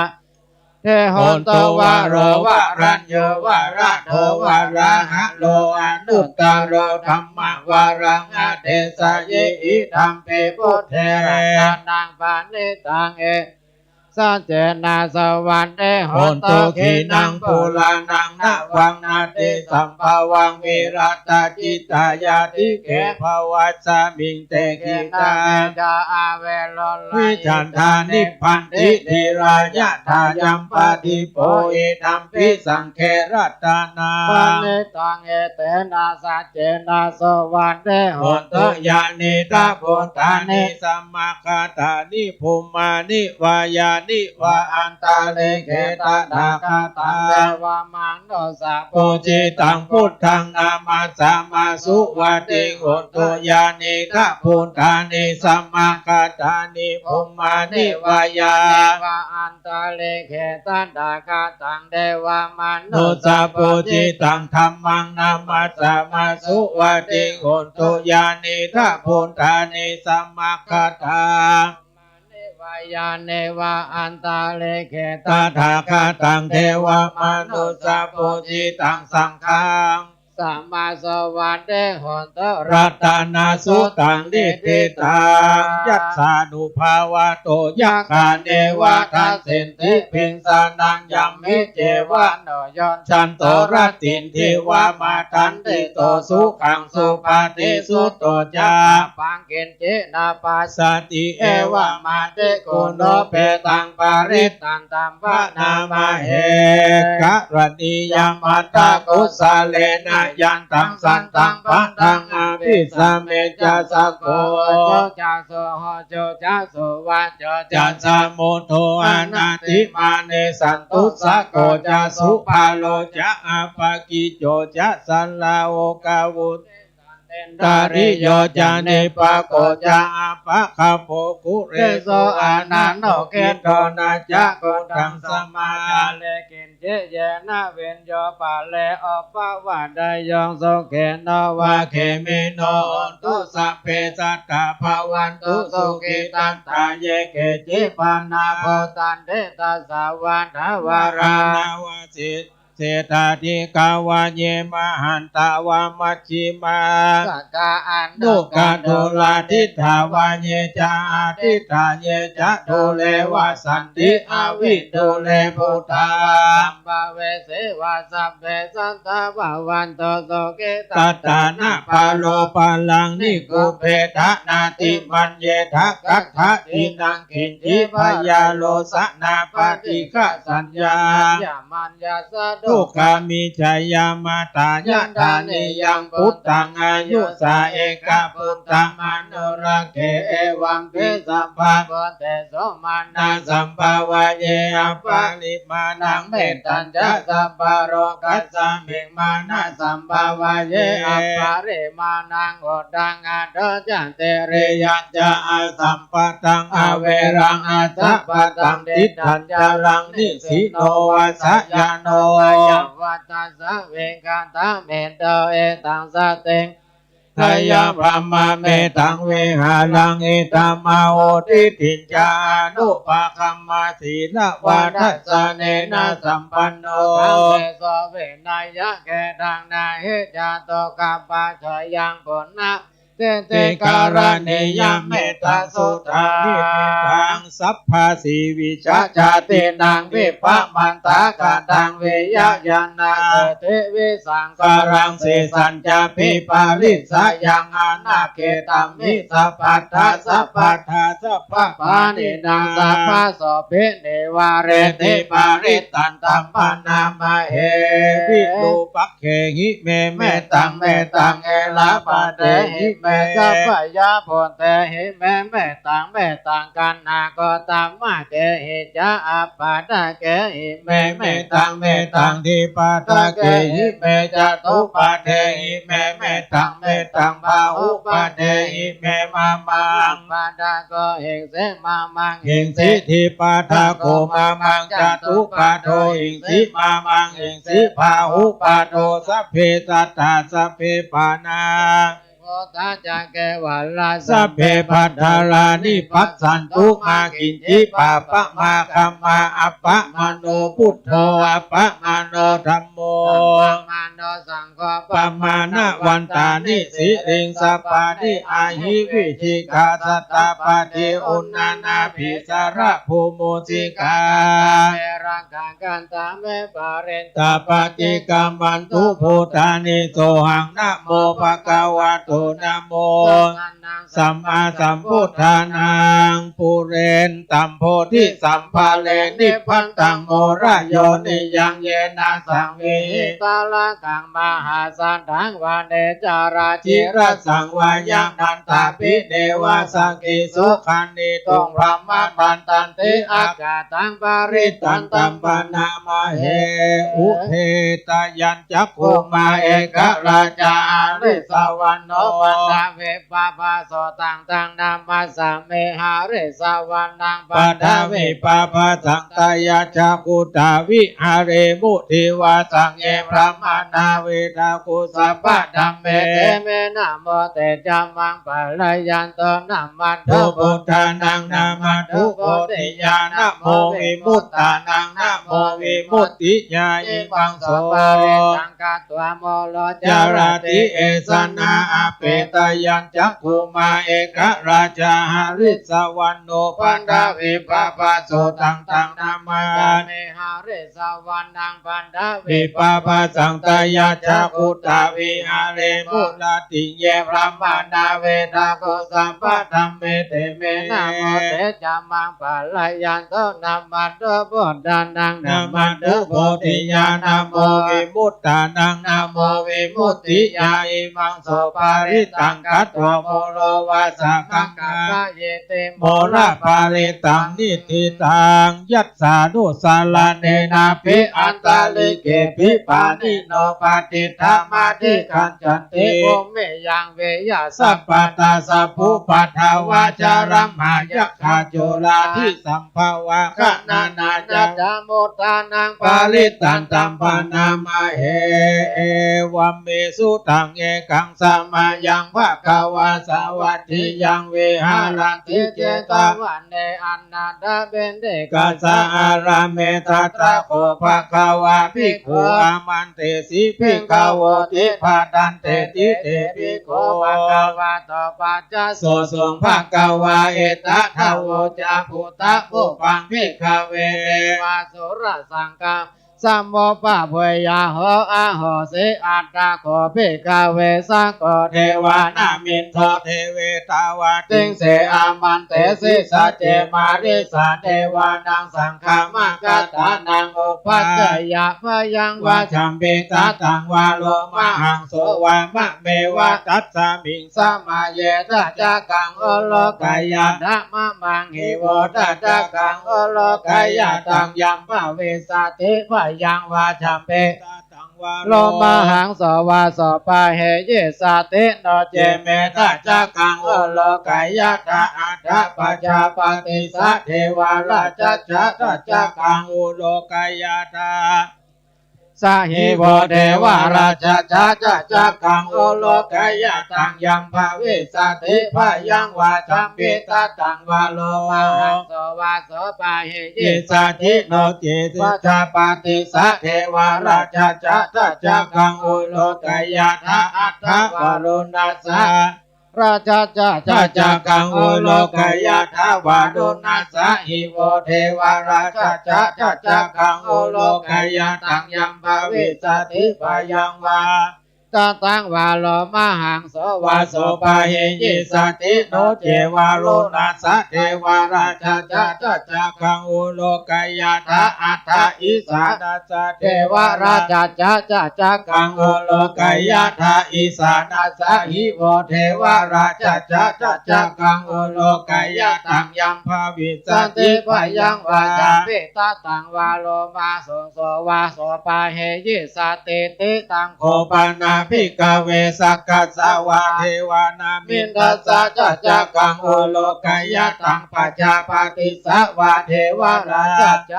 จักขังโอโลกายะตังวารุณัสสวะเทวราช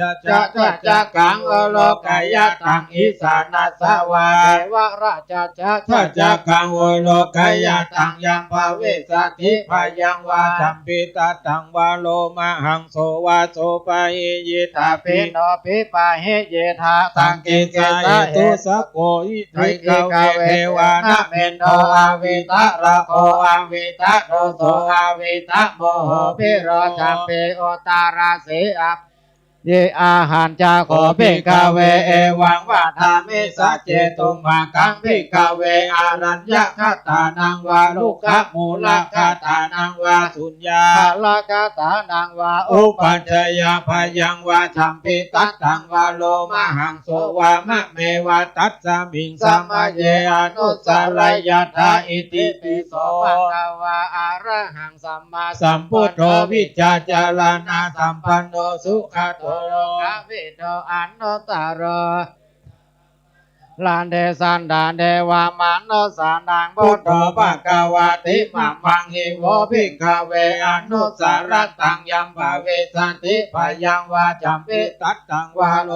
มังโสวาโสปะเหยิสติโนเจมังอนุสารยถาอัตถธัมมังอนุสารยถาสวะคาโตภะคะวะตาธัมโมสันติติโกอากาลิโกโก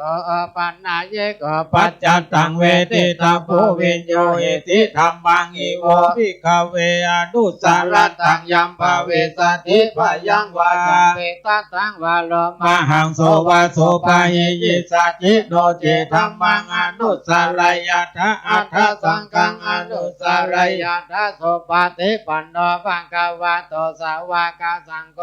จุปฏิปันโนภะคะวะโตสาวกสังโฆญาญาปฏิปันโน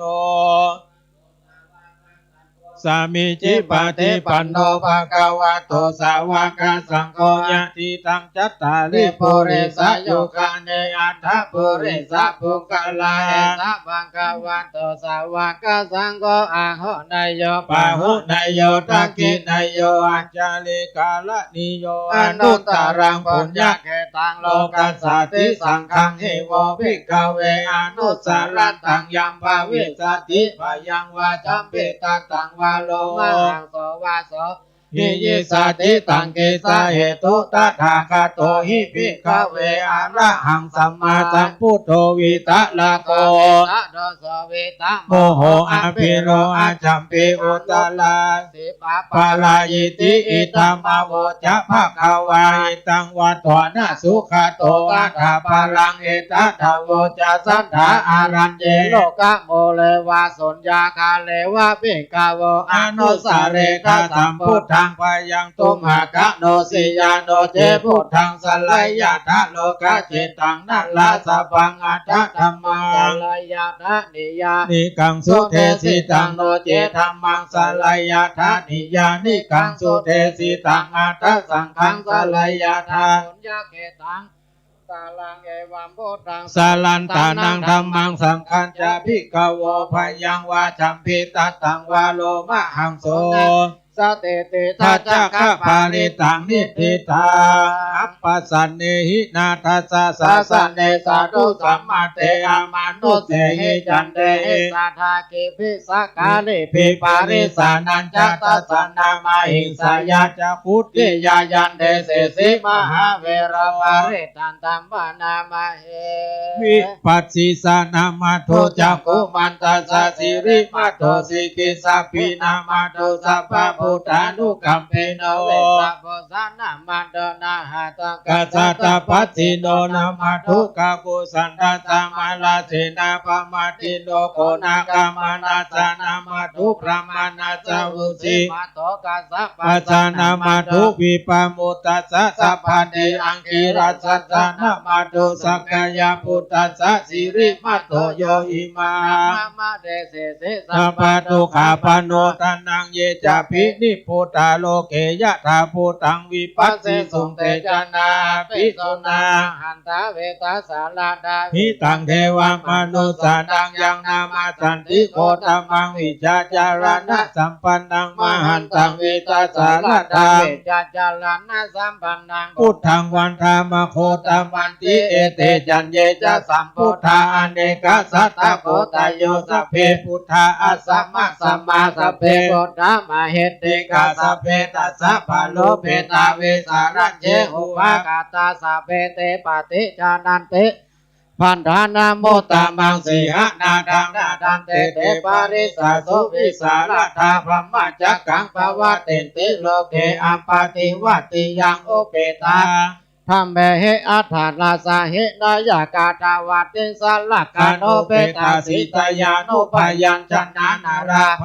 มาปะพายาสุปภาสัพเพเตโมเนกุญจลาพุทธาสัพพัญญุโนเอเตสัพเพขีนาสวาจินามหาภลามหาเตจามหาปัญญามหาภลามหาการุเนกาเดลาสัพเพสานังสุขาวาหาทิปานาถาปานิทาจตานาเลนะจัปปานินังกติปันโตมหาสาสาสารนาจาหิเตสิโนเทวานัญจโลกัสสะเปเตปารายนาเอสหังสิลาสะปะเทวันดามิปาริสุตตเมวัจจะสามันัสสะเจวะวันธาเมเตตถาคเตอาสยะอาสเนธาเนกัมมาเนจะพิสัพพะดาสัทธาสุเขนารักขันโตโพธาสันติการาตุวังเตหิลักขิโตสันโตโมโตสัพพะปะเยนะสัพพะโลกาวินิมุตโตจิตโตสัพพะเวรมติกันโตนิพุตโตจตุวังภาวะเตสังสัจเจนะสีเลนะขันติเมตตาภาเลนะจะเตปิโตอนุรักขันโตอโลกายเยนะสุเขนะจะภูริมัทธมัสสมิงทิสาภาเคสันติภูตามเหติกาเตปิตุเมอนุรักโลกายเยนะสุเขนะจะทักขีนาสมิงทิสาภาเคสันติเทวามหิทิกาเตปิตุเมอนุรักขันตุอโลสุเขนะจะปัจฉิมัสสมิงทิสาภาเคสันตินาคามหิทิกาเตปิตุเมอนุรักขันตุอโลอุตตลาสามิงที่สาภาเคสันติยะขามาหิติกาเตปิตุเมอนุรักขันตุอโลกาเยนะสุเขนะจาภูริมาที่สังทัตตาลาโททักขีนาวิลุณหโกปจิเมนะวิรูปโคกุเพโลอุตตลาที่สังจัตตาโลเตมหาราชา ยัสสะสีโนเตปิตุเมอนุราคันตุอโลคาเยนะสุเขนะจะอากาสาสัทธาจะภูมิมัทธาเทวานาคามาเอติกาขันตุอโลคาเยนะสุเขนะจะสัพพิติโยวิวัชชันตุสัพพะโลกโควินาศสันตุมาเตสุขิติคายุโกภาวะอภิวาทานาสิริสานิจังวุธาปจาอายุวันโนสุขังพลังปาริตังยัมพันนันตัสสะนิสินาทานาโทวานังอุตกัมปิวินาสิติสัพพะเมวะปาริสายังโสตินาคัปปะวุฒานังยัญจสาเดหิตังคเนเทระสังกุลิมาลาสาโลเกนะเทนะภาสิตังกัปปะทายิมหาเตชาริตันตัมปนามเหยะโตหังภคินีอาริยายะชาติยาชาโตนาเปจานามิสัจจิจาปานังเจเวตาวโรเปตาเตนะสัจเจนะสติเตหอนโตสติกาปะจาโพจังโคสติสังฆโตธัมมานังวิจโยตัทธาวิริยัมปิติปัสสติโพจังกาจตัทธาภาเลสัมมาดุเปกาโพจังกาสติเตสัมมาทัสสินาโมเนนาสัมมาทัคคตาภาวิตาภาหุเรกตาสังวัตันติอภิญญาญาณิพานายาจะโพธิญาเอเตนะสัจจวัจเจนะโสติเตเอกัสสมิงสัมมาเยนะโทโมคารานัญจกัสสะพังกิลาเนทุกิเตติสวะโพจังเกตัตตาเทสยิจตังอาเปนันเดตวะโลกาโมจิงสุตังคันเดเตนะสัจจวัจเจนะโสติเตโหนโตสัพพทาเอกทาธัมมะลาจภิเกลันเยนะภิปิลิโตจุนตเตเลวะตันเยวะเปตวานาสาธาลังสัมโมทิตวะจาอาภาธาตัมมาวุฒาสิธานาโสเอเตนะสัจจวัจเจนะโสเตเตหนโสสัพพะตาปะหินาเตจาอาภาธาตินันนัมภิมเหสินังมะคาตากิเลสาวะปัตตานุปติธัมมาตังเอเตนะสัจจวัจเจนะโสเตเตหนโสสัพพะตายันทุนิมิตังอาวามังคารัญจโยจังมานาโพสกุณาสัสสะโดปะปะปะโหโตเป็นนางอากันตังพุทธานุภาเวนะวินาสเมตุยันตุนิมิตังอาวะมังคารัญจโยจัมมานาโพสกุณาสัสสะโตปะปะกะโหตุสุปินาอากันตังธัมมานุภาเวนะวินาสเมตุยันตุนิมิตังอาวะมังคารัญจโยจัมมานาโพสกุณาสัสสะโตปะปะกะโหตุสุปินาอากันตังสังฆาวินาสเมตุมหาการุณิโกนาโตอิตายาสัพพะปานินังโพเรตวะปารามิสัพพะโตสัมโพธิโมตตมังเอเตนะสัจจวัจเจนะโหนตุเตจยามังคลังจยันโตโพธิยามูเลสักกายานังนันทิวัฏโนเอวังตวงวิจโยจยาสุจยามังคเลอปาราจิตาภลังเกสิเตปะดาวิโภคาเนอภิสิเกตัพพะพุทธานังอาคาปะโตปะโมทติสุนัขตังสุมังคลังสุปปะทังติตังโสกันโนสุโมโตจะโสยิตังวามาจาริสุปตะกีนังกายกัมมังวาจากัมมังวาตะกีนังวาตะกีนังมโนกัมมังปณิติเตปัตตะเกนะเนกันตัวนาลาปันตันเทปัตตะกิเนเตอัตถารตาสุขิตาวิรุณหาพุทธศาสเนอโลกา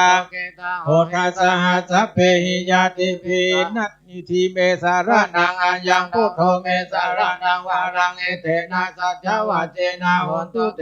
ยามังคลังนาทิเมสารนังอัญญังธัมโมเมสารนังวารังเอเตนะสัจจวัจเจนะโหนตุเตจยามังคลังนาทิเมสารนังอัญญังสังโฆเมสารนังวารังเอเตนะสัจจวัจเจนะโหนตุเตจยามังคลังยังกิจิรัตนังโลเกวิจเทวิเวทังบุตรรัตนังบุตตะสัมมังนาเตตัสมาเทววันโตเตยังกิจิรัตนังโลเกวิจติวิเวทังบุตรรัตนังธรรมะสัมมังนาเตตัสมาสุติภวันโตเตยังกิจิรัตนังโลเกวิจ เวทังปนโดรัตนังสังฆสัมมังนันเตตาสัมมาโสติภวันตุเตหิริโอตตปะสัมปันนาสุขธรรมะสมาหิตาสันโตสัพพุริสาโลเกธรรมะเทวะเจ้าเลสันติปัฏฐาปัตตานาสันติปัฏฐาอวัญชนามัตถาพิตาจเนกชาตเวทาปฏิกรรมาชยาสนาคาถาพุทธาเจตวมาลังสวานังจตุสัจจมาตาลาสังเยปิเวสุนาลาปะตันนังกัลลาทุตมุตตาทวิสตินายกาสัพเพปฏิติตาไมหังมาตะเกเตมุนิสลาสิเสปฏิติโตไมหังพุทโธสังโฆปฏิติโตไมหังอุเรสภาคุณาคาโรหัตเยเมอนุรุตโตสาลีบุตโตจานาคีเนโกทัญโยเกณฑ์ดังเกณฑ์ในสวรรค์ในไมหังอาสงอานันดาลาโหลากัสสะโปจามหานะโมอุปสุภามาโสตะเกเกสันเตปิติภาคาสะเมสุริโยวะปะปังกาโลนิสินโนสิริสัมปันโนโสติโสโมเนปงกาวะกุมาลากัสสะโปเทโลมาเหสิจิตาวาทโกโสไมหังวาทาเนนิจังปฏิทาสิกุณากโรปุณโน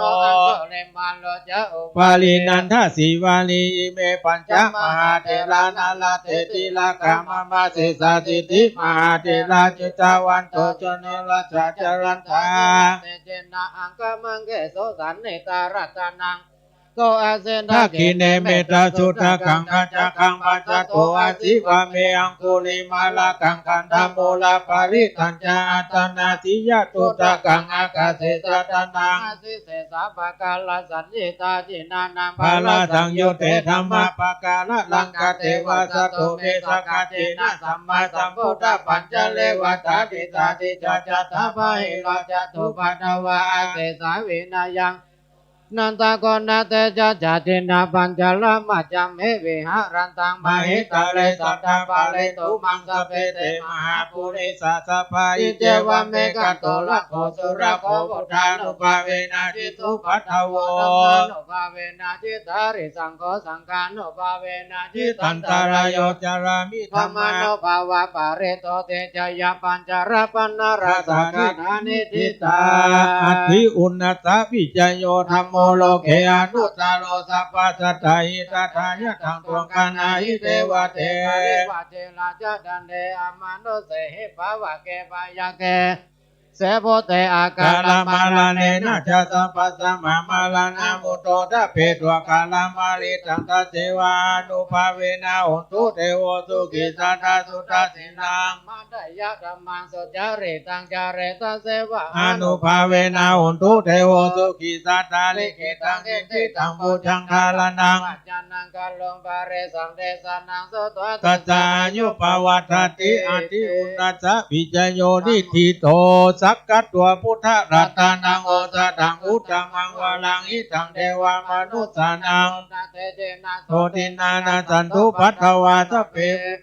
ปัสเมนโตเตสากาตัวธรรมรัตนังโอสถังอุตตมังวาลังปาลิลาอุปสัมมานังธรรมเตเจนะโสตินานาสันตุปัตถวา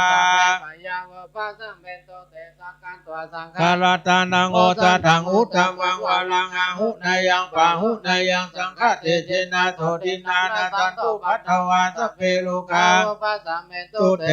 เพสัจจังเทวามนุสสานังกาตุขังทิฏฐิขังลาสังอัมปิลังลาวานันเจวะสัพพพยาธิวินาสันตุเอกาเวทิจโตปัญจสัสสตารินังตันดายาวาตุกาเวนัสสันโตทานังดัดดันโตเตชีวิตานังดัดดันโตสะอายุวันนังสุขังบาลังชีวิตานังภาเวนะอุตุเทวสุเกสันดาชีวิตานังจโยทัตโตอุสันทังอุตตมังวาลังสเลลังโตกังนัสเสเตเปจัจจังทานามุตตมันทัสสะภะกาลายะกัลยานังนิจยังสัมปาลายานังปุญญานิพานาโลกัสสมิงปานิจาอุติปานินังอิมินาเวทาเนนะตุมภะกังเก่งภาเวสันเตติกา หอนโตโสเกตาหอนโตสัพพันดาโยโสดัตตาติสักกะจังศีลาวันเตโสตานิสุนานาทานังวรังดัตตัวชีวิตานังมหาปาลังเอวังมหิติกายสายาติดังปุญญาสัมปันตาสัมมาติลาปัสสังสันติปันติตากันตาปุญญาตันติอันติอุณัสสวิจโยนิทิโตสิริทิติมติเตโชจายาเสเทมาเอเตมหาการะปะเรเมตตาปุญญาติกาลาสัสพันตรายานิวารณะสัมมาทัสสะภะคะวะโตอะระหะโตสัมมาสัมพุทธัสสะตวะติสามหาปุริสากันนานุภาเวนะอาเสตยานุพยัญชนะนุภาเวนะทุตาลาสัตตมังคลานุภาเวนะจัพพานาลังสิยานุภาเวนะเอตมาลา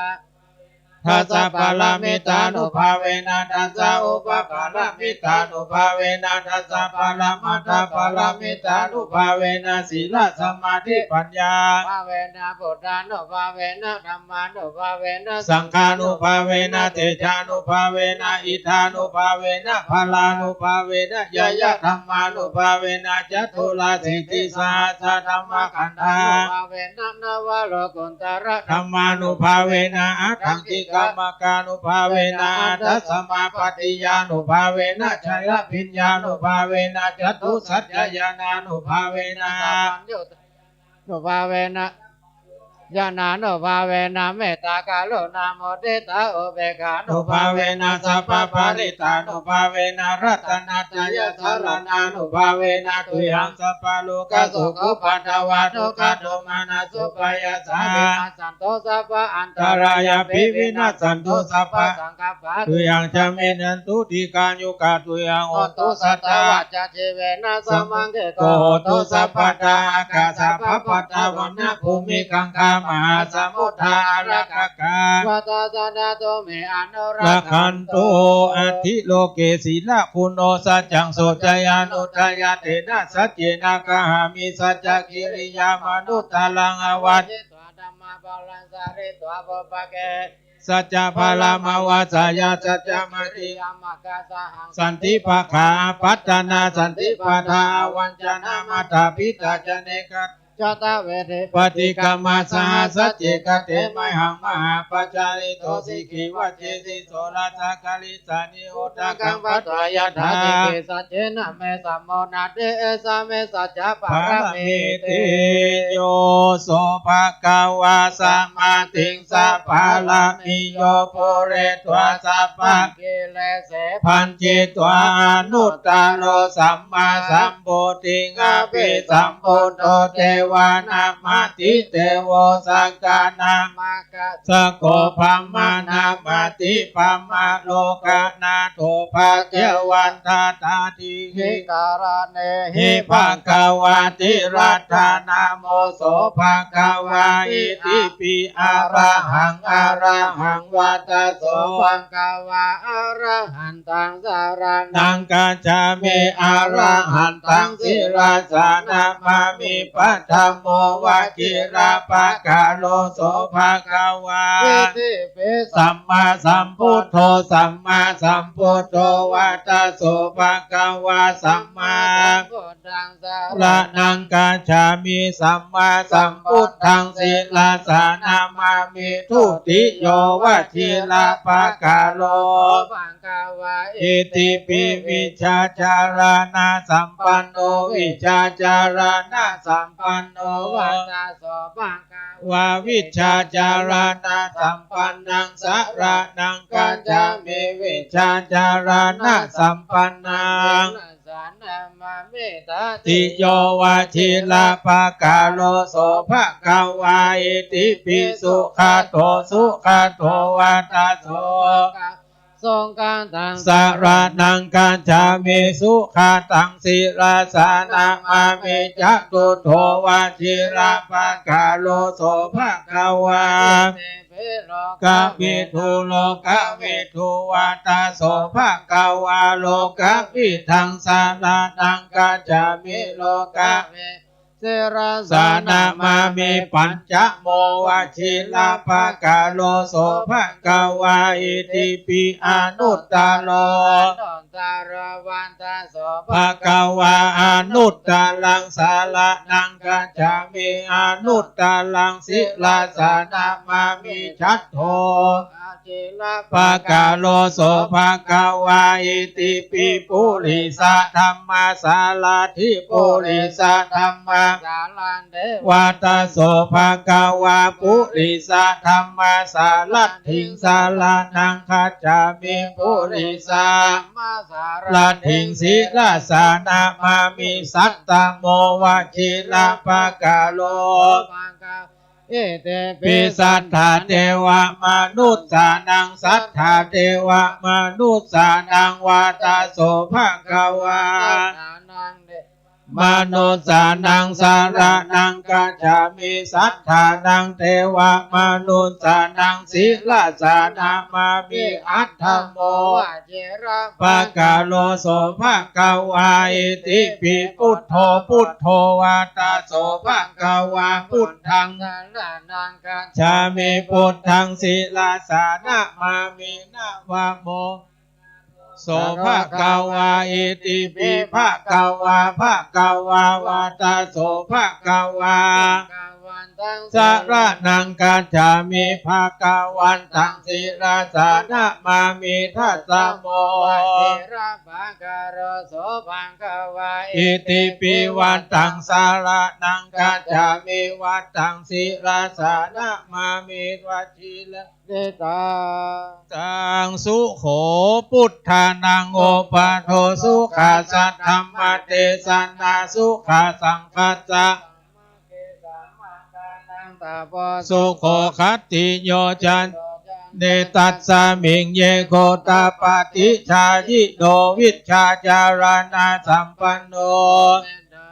วามานุเศติวาตาปฏิอาทิโจรติมาภาติจันติมาสันนัตโธทายิตาปฏิพัมมโนอัฏฐสัพพะมโหชะสาโลขยาปาละมาลาภาสันตุติปาละมังทานังวิสาธาภารมายาตินิพพานังละมังสุขังวันตามิพุทธังสัพพังเมโตสังฆัมวันตังเมวันเตวันตามิธัมมังสัพพังเมโตสังฆัมเมวันเตวันตามิสังฆังสัพพังเมโตสังฆามาทามิพันเตวันตามิโกโรโอปัจจาจาริโยสัพพังขามาทาเมพันเตวันตามิกัมมาทาโนสัพพังเมโตสังฆามาทาเมพันเตวันตามิอาราเมพันตาสีมายังสัพพังเมโตสังฆามาทาเมพันเตวันตามิเจติยังสัพพังสัพพทาเนสุปาทิเตสาลีลาธาตุมหาโพธิงพุทธะโลปังสังกาลังสัทธานาคะโลเกจัมปูทิเปลังกาทิเปสาลีลาธาตุโยเกสาธาตุโยธาตุโยเอติยังขันธากุติจตุลาสิทธิสาเสธรรมขันเตทะเจติยังอาหังวันตาสัพพโสวันตามิพันเตสัพพังอาภะราตังคามาธาเมพันเตตังปัญญังสามินาอนุโมติตัมปังสามินากาตังไมหังดาตาพังสาธุสาธุอนุโมทามิวันโดสุขังพาลาสาธุสาธุสาธุ ครับวันนี้พระสงฆ์ทางนั้นนะครับได้เจริญพระพุทธสวดกับเป็นที่เรียบร้อย นะครับใช้เวลาประมาณชั่วโมงกว่านะครับกราบนมัสการขอบพระคุณท่านพระคุณเจ้าเป็นอย่างยิ่งเนอะครับจากนี้ไปจะได้น้อมถวายจตุปัจจัยทายธรรมนะครับแด่ท่านพระคุณเจ้าเนอะครับจะขออ่านรายชื่อของเจ้าภาพนะครับถ้าไปขึ้นมาได้ก็ขึ้นมาถวายเนอะนะครับถ้าขึ้นมาบ่ได้ก็นะครับจะคือคนที่อยู่ตรงในนี่ถวายแตนเนอะนะครับในเบื้องต้นนี้กราบไหว้สาราธนาท่านพระครูสมุวิสุวัตรวรกิจโจน้อมถวายกันพระพุทธเป็นปฐมกันนะครับนิมนต์ครับสมมุติเอาเนอะนะครับกับในขณะที่หลวงพ่อพระครูสมุนะครับวิสุวัตรได้ถวายพระสงฆ์พระพุทธเฮาสาธุกันดังๆเนอะสาธุสาธุสาธุก็นี้ผมจะได้อ่านรายชื่อตามลำดับนี้เนอะนะครับคุณกนกทิพย์ชัยนานะครับหรือว่าส่งตัวแทนมาเนอะนะครับคุณสุกัญญานะครับแล้วก็ตัวแทนกลุ่มเพนด้านะครับก็เรียกว่ากระบอกตาดำนะครับเพนด้าบอกตาดำนะครับแล้วก็คุณช่อทิพย์นิติประภานะครับ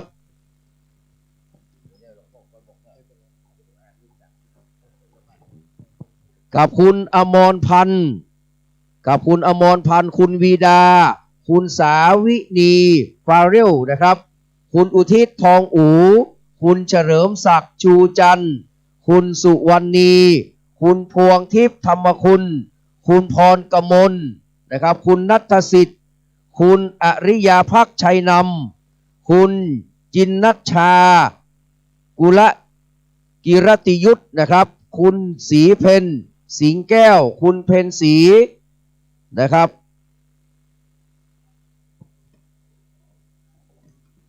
คุณทองปลิวคุณสลิตากันตานนท์นะครับคุณกนกพรคุณโสภาคุณวรานิชสุทธิพัชรวงศ์คุณสุภักษาวังแก้วคุณรัชพลคุณกฤษณชัยคุณเบญจมาศคุณอนัญญาพรคุณแม่กำปันนะครับกิตติจันทร์คุณสมรสัญญาลักษณ์ของครอบครัวนะครับคุณอินทุกรนะครับคุณกลุ่มสามัคคีธรรมรวมญาตินะครับแล้วก็คุณนงนุชแก้วกุลทนแม่เทียมจันทร์คนเที่ยงแม่จันเพนคำโพธาแม่พัฒนันวิจิตรไพศาลครับแม่อมรวันเล้ากุลนะครับกับเรียนเชิญนะครับถ้านะครับบะหมี่เขาจะได้ขอเรียนเชิญท่านผู้มีเกียรติที่อยู่ในนี้เนอะนะครับเข้าน้อมถวายพระสงฆ์องค์ข้าเจ้านะเพราะว่าอาจจะขึ้นมายากเนาะแม่เทียมจันทร์เข้ามาเลยนะแม่เทียมจันทร์เข้ามาเลยแล้วก็พนิตาพรหมมินทร์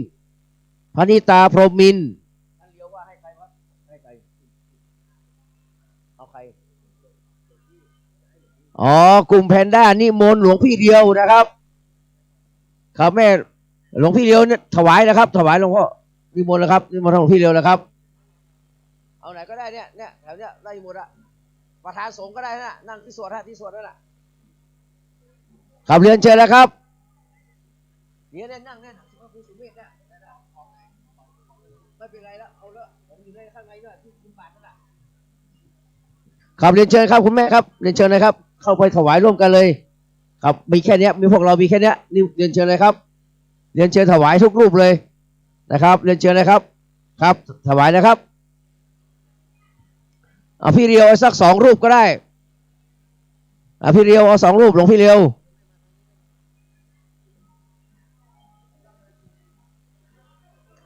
เรียนเชิญนะครับเรียนเชิญนะครับไม่เป็นไรครับเรียนเชิญนะครับ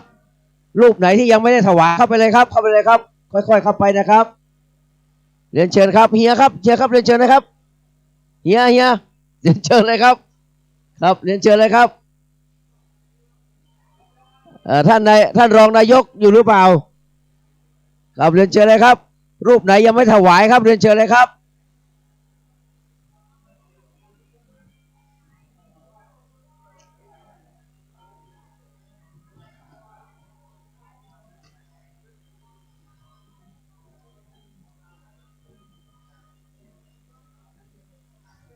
สายชนอีกสักรอบอะสายชน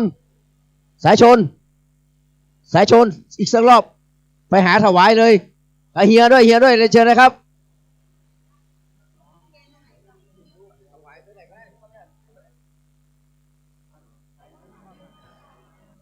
รูปไหนยังไม่ได้ถวายนะครับ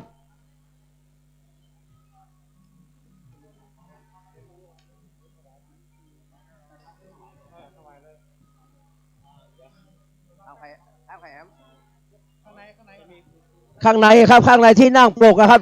ถวายนะครับ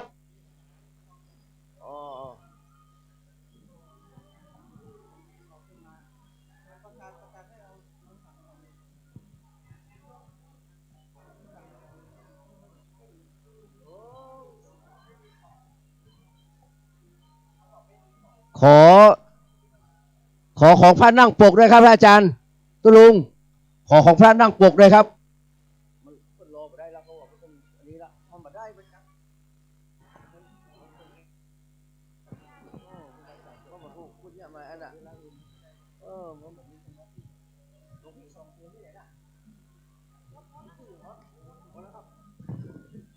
สองรูปที่ไหนล่ะ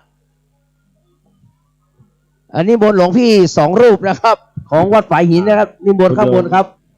คุณโยมโยมนุชจากต้นบุญธรรมสถานเนาะขอเอาไทยธรรมของอาจารย์ดร.กมลพรเข้ามาข้างในด้วยรวมถึงทุกท่านที่จะร่วมถวายไทยธรรมกับหลวงปู่ครูบาที่ท่านจะมาอธิษฐานจิตเนาะถวายเลยทีเดียวนะตอนนี้เพราะตอนนี้ท่านนั่งอยู่ตรงนี้แล้วเนาะถวายเสร็จปุ๊บออกเลยเชิญได้เริ่มครับมาแล้วครับขอโทษด้วยครับมาตอนนี้มาครับของมาแล้วครับเรียนเชิญอีกรอบเลยครับขอบพระคุณครับครับเรียนเชิญครับนี่ถวายของใหญ่นะครับนี่มนต์ครับเรียนเชิญเลยครับ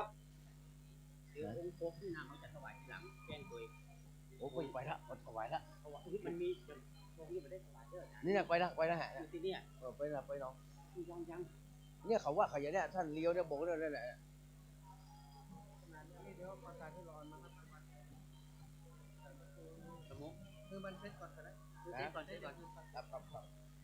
ครับสำหรับคนขับรถนะครับคนขับรถพระเถรานุเถระนะครับไปรับเบี้ยเลี้ยงนะครับที่หนานถิ่นฐานนะครับที่เต็นท์หลังอุโบสถนะครับคนขับรถพระเถรานุเถระเนอะนะครับที่มาวันนี้นะครับเพื่อไปรับเบี้ยเลี้ยงที่หนานถิ่นฐานกับที่เต็นท์หลังอุโบสถนะครับขอบคุณครับ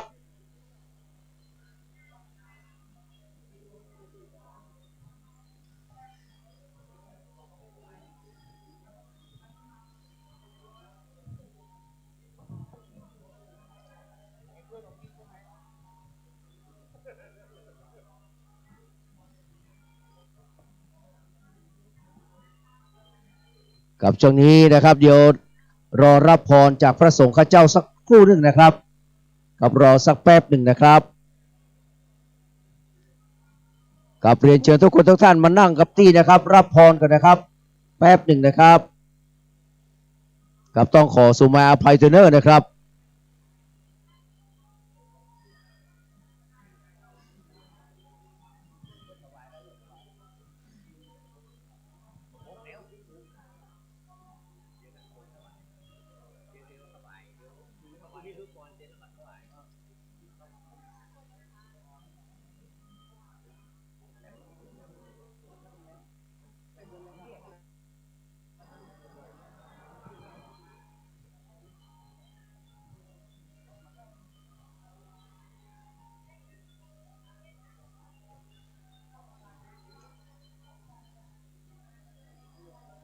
กับรอสักครู่นะครับเดี๋ยวพระสงฆ์องค์เจ้าจะฮือปอนนะครับ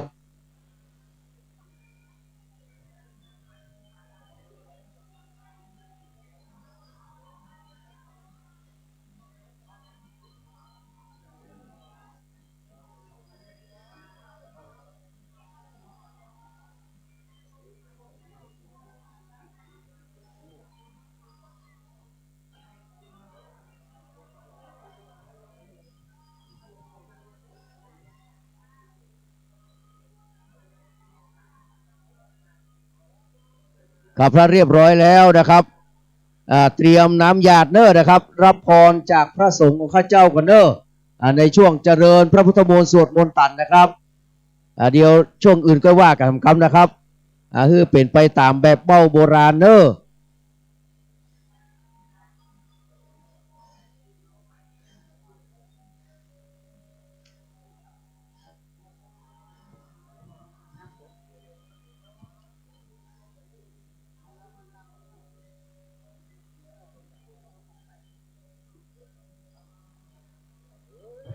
พอดีหลวงปู่ครูบาจากวัดหม้อคำตวงท่านอยู่หน้าอุโบสถเนาะเดี๋ยวอาจจะต้องขอทางนิดนึงเพราะว่าท่านอุตส่าห์เมตตามาเดินไม่ค่อยจะไหวกำลังหิ้วปีกขึ้นมาครับเดี๋ยวสักครู่เนาะ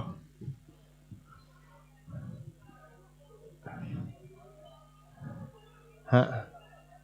สาธุครับหลวงปู่ทองใบครับนิมนต์ครับด้านหน้าฮะหลวงปู่ครับ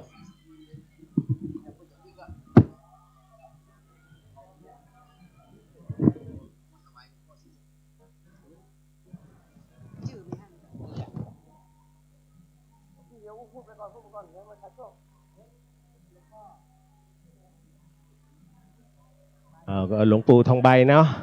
ก็มาฮะวัดพรหมวนารามท่านก็95หลวงปู่ครูบาวัดหม้อคำตัวโอ้เดี๋ยวฮะ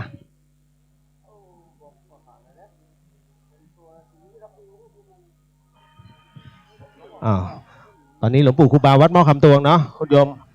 เพิ่นมาแล้วเดี๋ยวขอพี่นานรับเคลียร์พื้นที่หน่อยท่านเดินไม่ค่อยไหวฮะก็หลวงปู่ทองไวจากวัดพรหมวนารามเนาะครับอันนี้ท่านวัดหม้อคำตวงก็หลายๆท่านก็ได้รู้จักมักคุ้นดีกับพระกรรมฐานพ่อแม่ครูบาอาจารย์ในวันนี้ทั้งหมดทั้งมวลเนาะต้องบอกก่อนว่าวันนี้เราทุกท่าน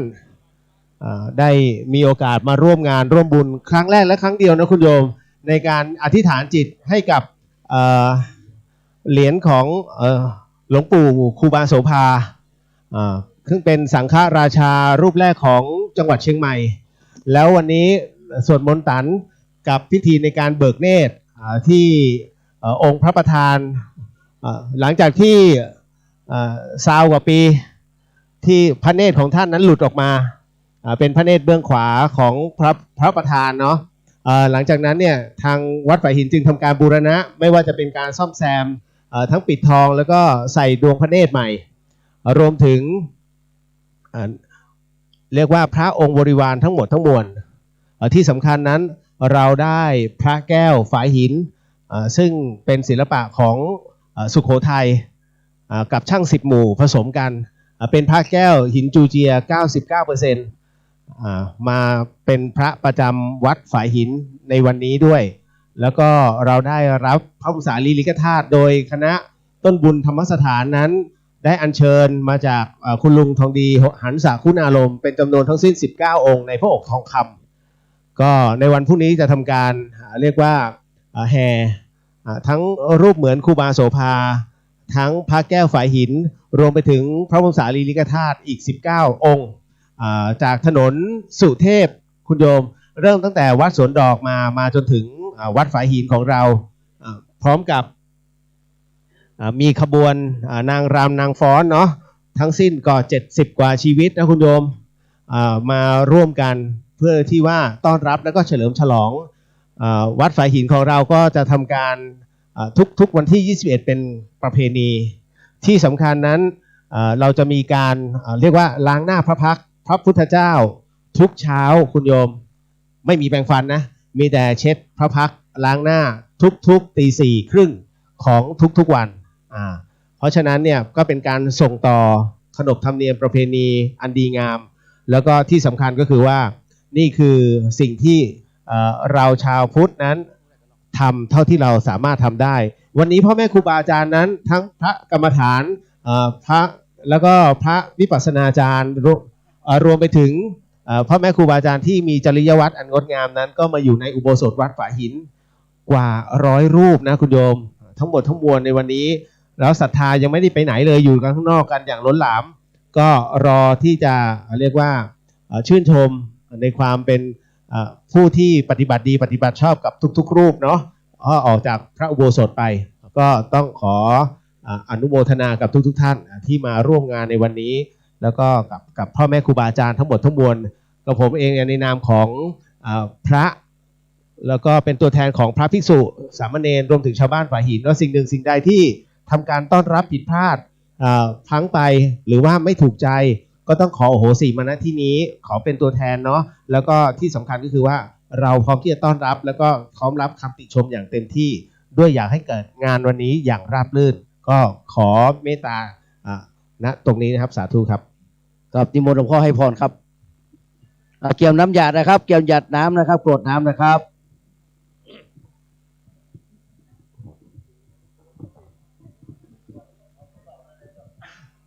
ยะถาวะเรวหาปุราปริปุเรนติสาครังเอวะเมวะอิโตตินังเปตานังอุปกปติอิจิตังปฏิตังตุมหังคิปะเมวะสมิจจตุสเปปุเรนตุสังกปะจันโทปนรโสยถามณิโชติรโสยถาสัพพิติโยวิวันจันตุสัมภโรวินาศตุมาเตภวัตวันตรายสุขีเอกายุโกภวะสัพพิติโยวิวัชชันตุสังฆโรวินาศตุมาเตภวันวันตรายสุขีเอกายุโกภวะสัพพิติโยวิวัชชันตุสังฆโรวินาศตุมาเตภวันตรายโยสุขีเอกายุภวะภิวัตนาสิเรสเนโอปัจจายิโนจัตตาโลธรรมาวัฏฐานติอายุวันโนสุขังภาลังปโตเวปัสสันนานังตังธัมมังวิชานาตังอาเปโอเอปัสสันนานังกินัยเยอนุตตเรอาเอสัมเมปัสสันนานังวิราโวปัสสัมเมสุเกอาเอสัมเมปัสสันนานังโอยะเออนุตตเรอาปัสมิหานังตัตตังอาปังปุญญังปวัตติภาอายุจวันโนจะยโสหิติสังฆาลังอาปัตตาตาเมตาเวอาธัมมัสสมาหิโตเทวะโอโตวะอะปะโตปะโมตหิสัพพพุทธานุภาเวนะสัมปะธัมมานุภาเวนะสัมปะสังฆานุภาเวนะโอนตรัตนาตังวรัตนาสารรัตนาตินารัตนานังอานุ เวนะจตุราสิติสาตกรรมขันธานุภาเวนะปิตาปัจจยานุภาเวนะจินตาวตานุภาเวนะสัพเพสัพเพเตอายาสัพเพเตอันตรายาสัพเพเตอุปันภวาสัพเพเตนิมิตาสัพเพเตอวมังคลาวินาศโตอายุวันตะโกอนาวันเสวัตโกยสวัตโกอะละวัตโกวันนาวัตโกสุสวัตโกตุสัมปตะตุขโลอะยาเวราโสกัสสะตุจุมาตวากาลายาปิวินาสันจเจสัสสะจยเสตินังลาภังโสติภายังอาลังสิริอายุจวันโนจะโอนเอยยสวัสสัตวัสสัจายุจะเจวเตเตภวันตุเตภวันตุสัพพมังรักขันตุสัพพเทวตาสัพพทานุอาเวนัสกาโสติภวันตุเตภวันตุสัพพมังคลังรักขันตุสัพพเทวตาสัพพนุอาเวนัสกาโสติภวันตุเตตุสัมปมังคลังขันตุสัมปเทวตาสัมปสังฆานุอาเวนัสตาโสติอาวันตุเต สาธุสาธุสาธุอีทางยังกินจิรอรอบต่อไปเนอะนิมนต์ท่านพระครูสุเมธธรรมเสวีนะครับ ได้สุมาครูบาแห่งรอบหนึ่งครับครูบาสองเมืองเนอะ วันตามิวันเตสัพพังอาปาระกัมมะตาเมวันเต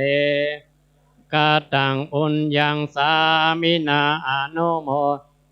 ปังสามินากตังอุญญังไมตาตะปังสาธุสาธุอนุโมทา อายุวันโลสุขังภาลั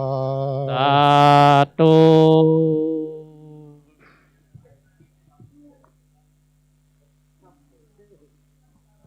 ครับในนามของท่านพระครูวิสุวัตสมุวิสุวัตวรกิจโจนะครับ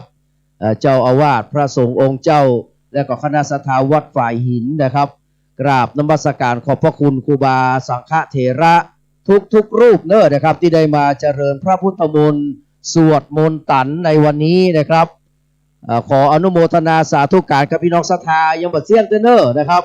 ยังเหลือการอธิษฐานจิตบางส่วนแล้วก็นะครับการเต้ทำแห่มสามกันนะครับแล้วก็สวดเบิกเนอะอยู่ด้วยกันคืนรุ่งเนอะ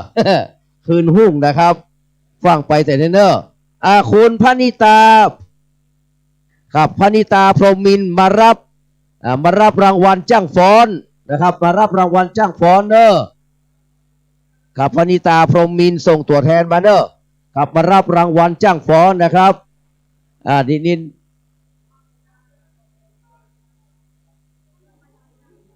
อยู่นี่เดี๋ยวแป๊บหนึ่งหลวงพ่อครับหลวงพ่อนะครับนิมนต์มอบรางวัลจ้างฟ้อน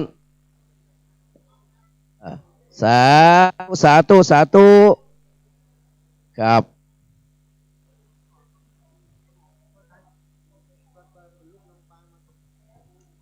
สวดเบิกลูกลำปางมาจะขอสวดก่อนไม่มีปัญหาอันนั้นเต้ทำสังฆรักกิจนิธิทัศน์รอไปก่อนเนอะเอา หลวงพ่อครูบายี่แก้วนะครับจะนอนนี่ละคืนกันหรอพ่อจะพลิกบ้านอยู่ก็จะพลิกพระบาทอุดมอยู่เนอะกับลูกฝากมาครูบาหลวงพ่อทองใบพระครูโชติพรหมวิหาร95 ปีจะนอนนี่คืนพุทธไปจะดับเตียนมาพุ่งนะครับก็รับครูบาโชติจะรับเตียนมาพุ่งเนอะหลวงปู่เนอะหลวงปู่ทองใบนะครับ วัดพรหมนารามกับปุ่นสันทรายสระปีนะครับอายุ95 ปีเนอะนะครับ95 ปีละนะครับหลวงปู่สองเมืองได้ที่92แต่พวกบวชก่อนนะครับหลวงพ่อพระครูประภัสสุตกิจมาเมื่อรุนเนอะนะครับอยู่ทางนอกก็อยู่ทางนอกนะครับหลวงพ่อคำตวงนะครับหลวงพ่อพระครูนิวิตศีลสังวรเนาะนะครับหลวงปู่กับหลวงปู่สุทธิยานรังสีนะครับโอ้ไหวสาปารมีเนี่ยไม่วางนะครับกับขอบพระคุณนะครับจังกำป่าซางก็มานะครับโอ้โหนะครับหลายที่พระเดชพระคุณหลวงพ่อท่านรองเจ้าคณะจังหวัดลำพูนนะครับหลวงพ่อพระครูวิบูลย์เจติยาธรผู้ช่วยศาสตราจารย์นะครับผู้ช่วยเจ้าวาดวัดนะครับก็เรียกว่าหริพุนชัยเนาะวรมหาวิหารปาครูบาสองเมืองมาตัวกับพ่อพระครูอภิวัฒนวิกรมเนอะนะครับรองเจ้าคณะอำเภอดอยลอนะครับและพระมหาเถรานุเถระที่ไม่ได้เอ่ยนามถึงเนอะกราบนมัสการหลวงพ่อพระครูนิวิตศีลสังวรหลวงพ่อห้างต่ำนะครับเจ้าคณะอำเภอนะครับเวียงป่าเป้าเนาะนะครับถ้าอาจารย์สาธิตจะนอนสักคืนก็ จัดรายการไปเรียบร้อยแล้วล่ะนอนนี่สักคืนเนอะอาจารย์เนอะ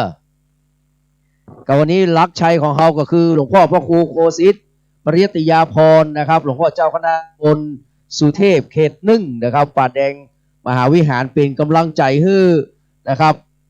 ตลอดเวลาเลยเนอะกราบนมัสการขอบคุณนะครับ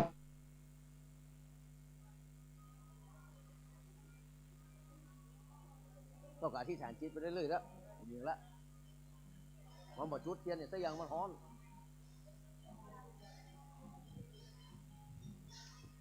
ขอบคุณอนุโมทนาพี่น้องศรัทธาสาธุชนทุกคนทุกท่านเนอะ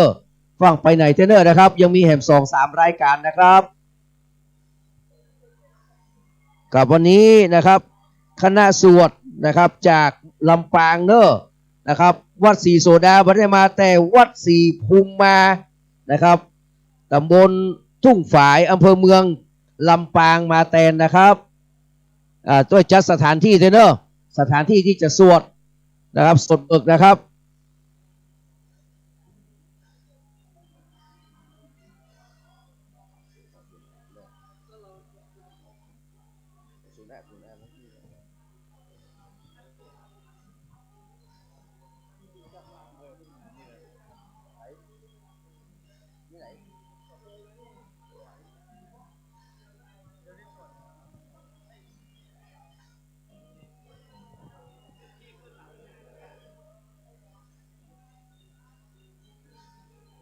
เดี๋ยวนิมนต์ท่านอาจารย์มหาสมชาติรอเวลาสักหน่อยหนึ่งก็จัดสถานที่ให้เรียบร้อยสำหรับที่จะสวดนะครับท่านศรัทธาสาธุชนทั้งหลายเนอะตอนนี้พิธีตามศาสนาพุทธาภิเษกสวดมนต์ตันเนาะเรียบร้อยไปแล้วตอนนี้ก็จะเริ่มประกอบพิธีเป็นลำดับต่อไปปกติจะเตะทำก่อนวันนี้มาแรงแซงทางโค้งเนอะสวดเบิกเพื่อนจะขอก่อนเพราะว่ามาไก่อีวะเนาะลูกลำปางมาหลวงพ่อท่านพระครู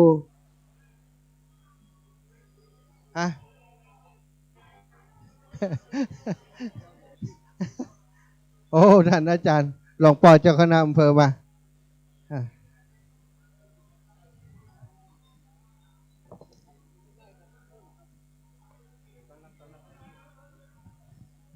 กับถวายการต้อนรับพระเดชพระคุณหลวงพ่อนะครับท่านเจ้าคุณพระภาวนาธรรมพิรัตน์วินะครับเจ้าคณะอำเภอเมืองเชียงใหม่นะครับเจ้าอาวาสวัดลำเปิงตะโพธารามเนอะ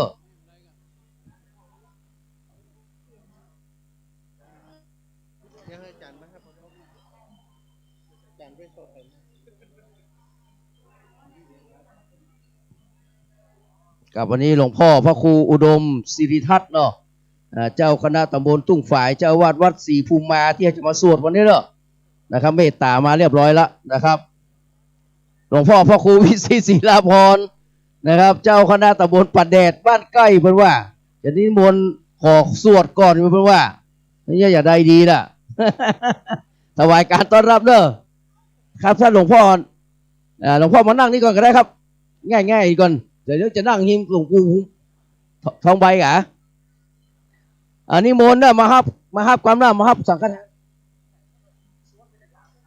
อันนี้มนต์ท่านพระครูวิสุวัฒน์เนอะพระครูสมุวิสุวัฒน์นะครับอันนี้มนต์นะ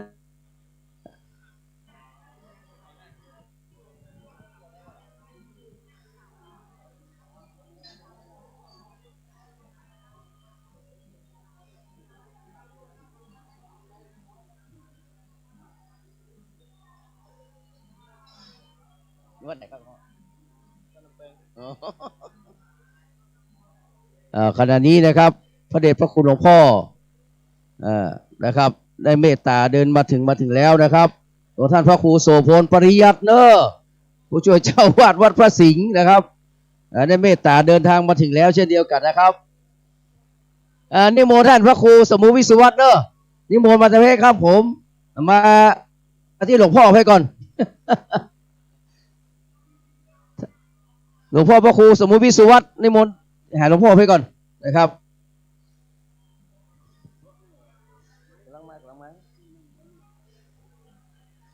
ต้องกราบขอสุมาอภัยครูบาสังฆเถระทุกรูปเนอะนะครับมันสูญอานกันหน่อยเนอะแต่ว่าม่วนนะครับม่วนงานนะครับ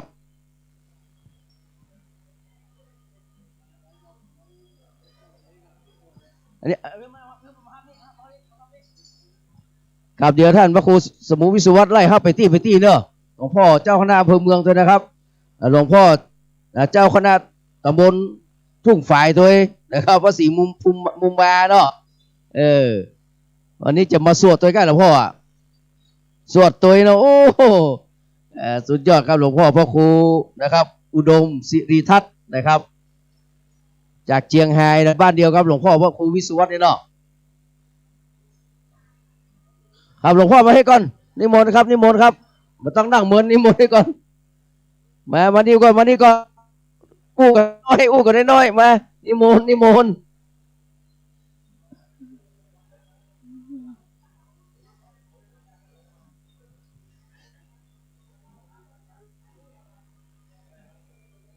มาฮับก่อนวันนี้เจ้าภาพตื่นตันใจขนาดเน้อนะครับเป็นครั้งแรกได้จัดปล่อยหลวงนะครับในแก่พระเจ้าวาดนี่ครับครั้งแรกมีบางคนกำลังใจนะครับคนที่ได้อานิสงส์แห่งก็คือหลวงพี่เลียวเช่นเดียวกันนะครับบวชเนี่ยบอกกี่เดือนนี่นะครับสาปลายก็ได้ปล่อยหลวงแล้วเนี่ยนะครับมา3 รอบเลยเอาปอน3 เที่ยวแล้วหลวงพี่เที่ยวไทยกับอยากให้พี่น้องทางบ้านเนอะพอชมภาพเลยนะครับที่วัดฝ่ายหินเนอะม่วนงานสั่นเล้าขนาดครับจนท่านพระครูสมุวิสุวัฒน์ปั่นปอนประทุกครับเนี่ยนะครับตื่นตันใจขนาดนักเลยหลวงพ่อสาธิตต้องมือกำลังใจอยู่ตั้งหลัง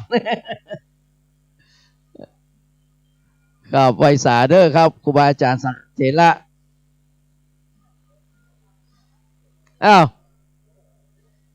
ขโยมเนอะกรรมการมาพอมาเข้าสังฆทานเก็บเนอะมาเก็บไปนะครับ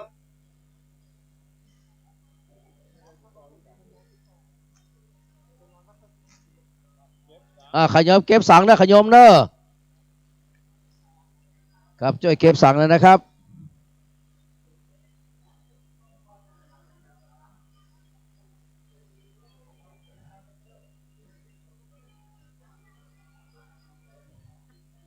ครับนมัสการขอบพระคุณนะครับหลวงพ่อทั้ง3รูปเนอะอันมีพระเดชพระคุณหลวงพ่อท่านเจ้าคุณพระภาวนาธรรมภิรัตน์วินะครับเจ้าคณะอำเภอเมืองเชียงใหม่กับวัดร่ำเพิงตะโพธารามได้ส่งกระแสจิตเนาะไปที่นะครับวัตถุมงคลต่างๆนะครับเหรียญหลวงพ่ออุบาโสภานะครับพระอภัยสารทะนะครับสังฆปาโมกข์นะครับของจังหวัดเชียงใหม่รูปแรกนะครับ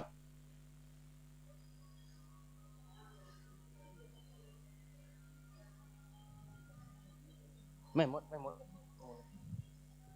โยมไปเก็บเลยเนอะหนักเลยเนอะนะครับ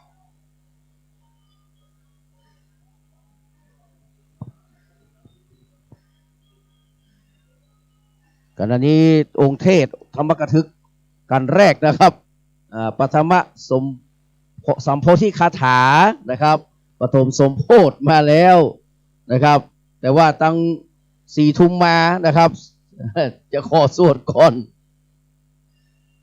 เอาจะได้ดีเนาะเดี๋ยวตกลงกันเนอะ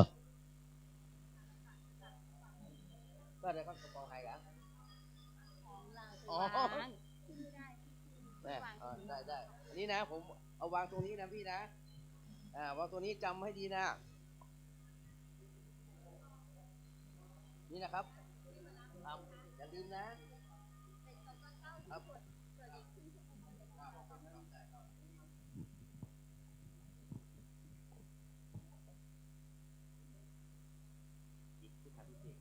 ครับจากนี้ไปนะครับตั้งรูปขอยุติการใช้เสียงทุกอย่างนะครับ เพื่อให้ท่านพระคุณเจ้านะครับอันมีหลวงปู่นะครับทองใบนะครับหลวงพ่อพระครูสุทธิยานรังสีนะครับหลวงพ่อพระเดชพระคุณหลวงพ่อพระภาวนาธรรมวิรัตนะครับธรรมพิรัตวิแล้วก็หลวงพ่อพระครูประภัสสุตกิจได้ตั้งจิตอธิษฐานนะครับได้แผ่กระแสเมตตาจิตของทุกรูปนะครับเข้าสู่พระพุทธปิมปาสารูปเจ้าเก่าใหม่ใหญ่น้อยนะครับแล้วก็รูปเหรียญนะครับเหรียญมงคลของครูบาอภัยสารทะครูบาโสภานะครับสังฆปาโมกข์เนอะเป็นลำดับต่อไปนะครับกับหมู่เฮานิ่งกันเนอะบ่ต้องเข้ามาตั้งแต่ช่วงนี้นะครับขอพระที่อยู่ตังในได้ทำจิตให้เป็นสมาธินะครับเพื่อเกิดประโยชน์สูงสุดต่อการปฏิบัติในครั้งนี้นะครับอันนี้มนต์หลวงพ่อพระครูวิศวัตรเข้ามาเนอะครับเอาจะบรรจุเทียนนะครับจิตวัดน้ำมนต์เพราะมันฮ้อนนะครับหลวงพ่อได้ตั้งจิตอธิษฐานเอาเลยนะครับ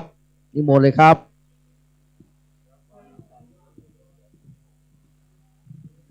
คุณโยมที่จะเข้ามาข้างในเนี่ยงดใช้เสียงเวลาท่านอธิษฐานจิตห้ามเดิน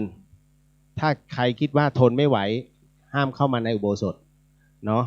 เพราะนี่เป็นช่วงของไฮไลท์จริงๆเพราะว่าพ่อแม่ครูบาอาจารย์ท่านต้องใช้พลังค่อนข้างเยอะหากมีอะไรที่มันกระโตกกระตากขึ้นมาเป็นเรื่องที่ไม่ดีไม่สมควรอันนี้หลวงพี่ต้องขอทุกท่านเลยถ้าจะเข้ามาต้องอดทนมาถ้าท่านใดที่คิดว่าไหวแล้วมาร่วมตั้งจิตอธิษฐานพร้อมๆกับท่านด้วยมาก็ขอเชิญนะสำหรับคุณโยมที่อยู่ทางบ้านแล้วก็รับชมภาพอยู่รวมไปถึงท่านที่ฟังผ่านสถานีวิทยุ FM 104.50 เมกะเฮิรตซ์นั้นณบัดนี้วัดไฟหินของเรานั้นได้เป็นช่วงของการทำพิธีพุทธาภิเษกเป็นเรื่องของการอธิษฐานจิตนะตรงนี้เป็นการอัญเชิญผ่านพลังของครูบาโสภาซึ่งเป็นสังฆราชารูปแรกของล้านนานะตอนนี้ขอให้ทุกท่านนั้นได้อยู่ในความสงบทางสถานีวิทยุอาจจะเดดแอร์อันเนื่องมาจากว่าต้องใช้ความเงียบนับต่อจากนี้ไปและส่วนของภาพทาง YouTube ช่องวัดไฟหินนั้นท่านจะเห็นภาพทั้งหมดทั้งมวลโดยที่ไม่ต้องมีเสียงภาคท่านก็จะเห็นภาพของพ่อแม่ครูบาอาจารย์นั้นท่านอธิษฐานจิตณบัดนี้ท่านใดที่จะเข้ามาขอให้เข้ามาเป็นครั้งสุดท้ายแล้วหลังจากนี้ห้ามลุกห้ามขยับไปไหนเด็ดขาดหลวงพี่ต้องขอให้ทุกท่านนั้นอยู่ในความเงียบสงบเนาะเจริญพร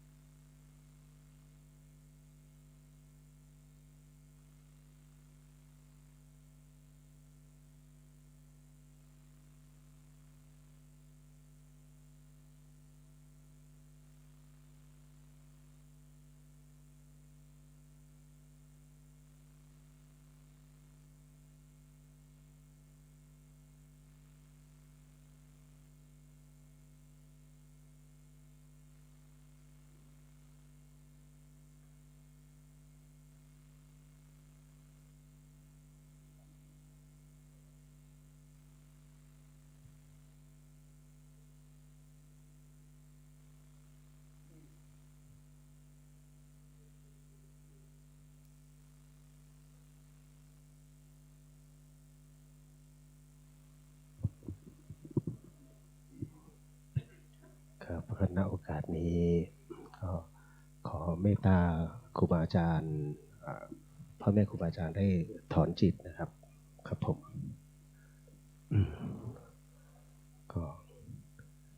ก็เดี๋ยวในลำดับต่อไป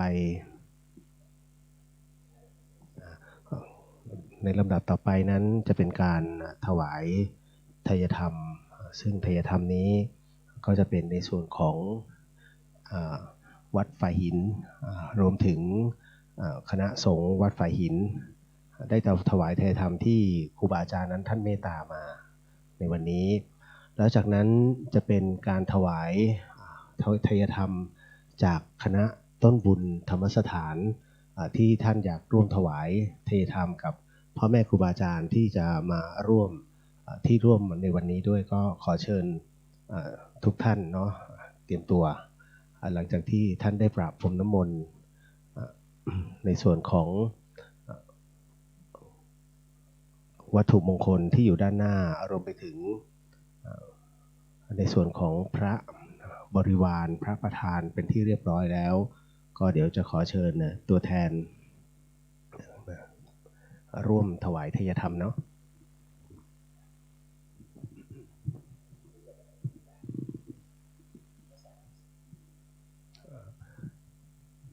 เดี๋ยวขอเชิญแป๊บนึงขอเชิญคุณกฤษบัณฑิตยานนท์เป็นรูปที่หนึ่งเนาะก็หลวงพ่อของหลวงปู่ทองใบเนาะแล้วก็ท่านที่สองก็คุณเราศาสตราจารย์ดร.กมลพรบัณฑิตยานนท์นั้นเดี๋ยวขอนำถวาย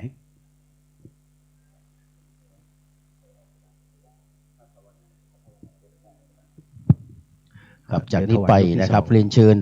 นะครับตัวแทนของญาติโยมเข้าถวายตั้งแต่ท่าน รูปที่สอง หลวงพ่อพระครูโชติพรหมวิหารหลวงปู่ทองใบนะครับพระเดชพระคุณหลวงพ่อท่านเจ้าคุณพระภาวนาธรรมภิรัตน์วิเจ้าคณะอำเภอเมืองเชียงใหม่นะครับหลวงพ่อพระครูประภัสสุตกิจนะครับแล้วก็หลวงพ่อพระครูสุทธิยานรังสีนะครับขอเชิญคุณนิพนธ์กับคุณภาวินีรูปที่สามเนาะขออาจารย์ดร.กมลพรรูปที่สองด้านนู้นนู่นอ๋ออันนี้ขอเดี๋ยว แป๊บหนึ่งได้แชมป์แชมป์จะถวายรองเท้าก็เข้ามาเลยรวมไปถึงอีกท่านหนึ่งเดี๋ยวอีกท่านเขาถวายเลยครับทั้งนู้นเลยครับแป๊บหนึ่งรูปไหนก็ได้ครับตั้งแต่หลวงพ่อทองใบมาเลยครับแป๊บหนึ่งท่านยังไม่ถอนจิตเนาะโอเคได้แล้วรูปที่สองเนาะถวายได้เลยนั่นแหละคุณโยมถวายท่านได้เลยถวายได้เลยฮะถวายได้เลยอันนี้เป็นจตุปัจจัยสำหรับเราที่เราร่วมถวายท่านเนาะทางด้านนู้นด้วยจ้ะเสร็จปุ๊บจตุปัจจัยนั้นเหลือในส่วนไหนด้านบนได้เลย พ่อแม่ครูบาอาจารย์ทุกรูปแชมป์ถวายได้เลยนำไปเลยลูกอันนี้เป็นเจ้าของร้านรองเท้าซึ่งมาจากจังหวัดชลบุรีท่านก็มีเมตตานำรองเท้าถวายพ่อแม่ครูบาอาจารย์ทั่วประเทศเนาะเพื่อเอาไว้ใส่ในการไปกิจต่างๆอะไรนะอ๋อขาดถุง1 ถุงถวายอ๋อหลวงปู่ทองใบได้ถวายไปเรียบร้อยแล้ว รูปแรกเราต้องขออภัยด้วย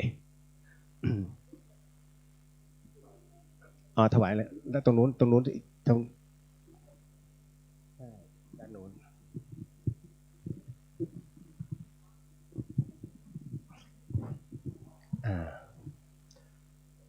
อาจารย์ดร.กมลพรจะนำถวายปัจจัยที่คณะต้นบุญนั้นได้ทำการรวบรวมจริงในส่วนหนึ่งนั้นเราได้ไปกราบสังขารหลวงพ่อวิชัยเขมิโยที่วัดถ้ำผาจมมาวันนี้เป็นวันดีที่วัดฝ่ายหินนั้นเป็นศูนย์รวมของพ่อแม่ครูบาอาจารย์ทุกรูปที่ให้หลายๆท่านได้มาชื่นชมบารมี ของท่านกัน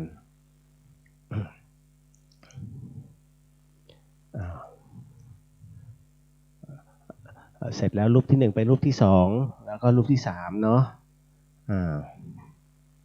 นำถวายอะไรนะได้เลยทั้งหมดทั้งมวลด้านบนได้หมดเลยจ้ะ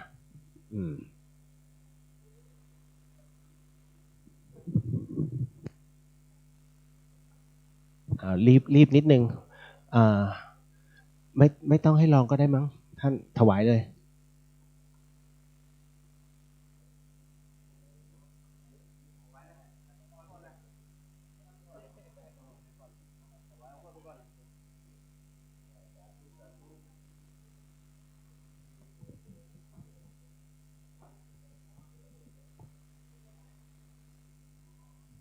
อันนี้ถวายก่อนเทศเลยนะเนี่ย ถวายก่อนเทศครับจากนี้ไปนะครับถวายเสร็จแล้วเราจะได้ฟังเทศนะครับปฐมสมโพธินะครับโดยเมตตาธรรมของท่านพระครูวิสิตศรีลาภรณ์นะครับเจ้าคณะตำบลป่าแดดวัดวังสิงห์คำนะครับ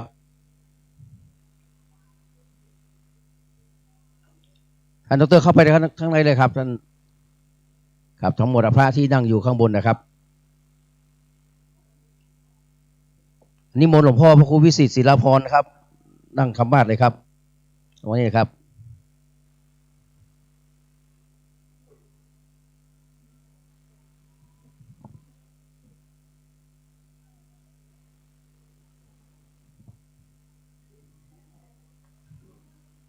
ครับดร.ท่านดร.ถวายเสร็จแล้วเดี๋ยวมาจุดเทียนส่องธรรมนะครับ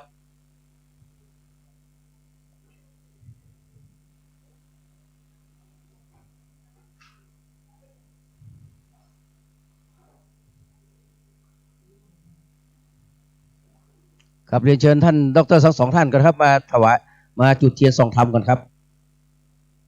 ครับทั้งของจับมือด้วยกันเลยครับครับครับโอเคครับขอบพระคุณครับครับจากนี้ไปเราจะได้ฟังคำในปฐมสัมโพธิคาถาหรือว่าปฐมสมโพธิเนอกับเมตตาปรมีธรรมนะครับโดยท่านพระครูวิสิตศรีลาภรณ์นะครับหลวงพ่อประเสริฐวิสุทธาจาโรกับเจ้าคณะตำบลป่าแดดวัดวังสิงห์คำเป็นลำดับต่อไปนะครับ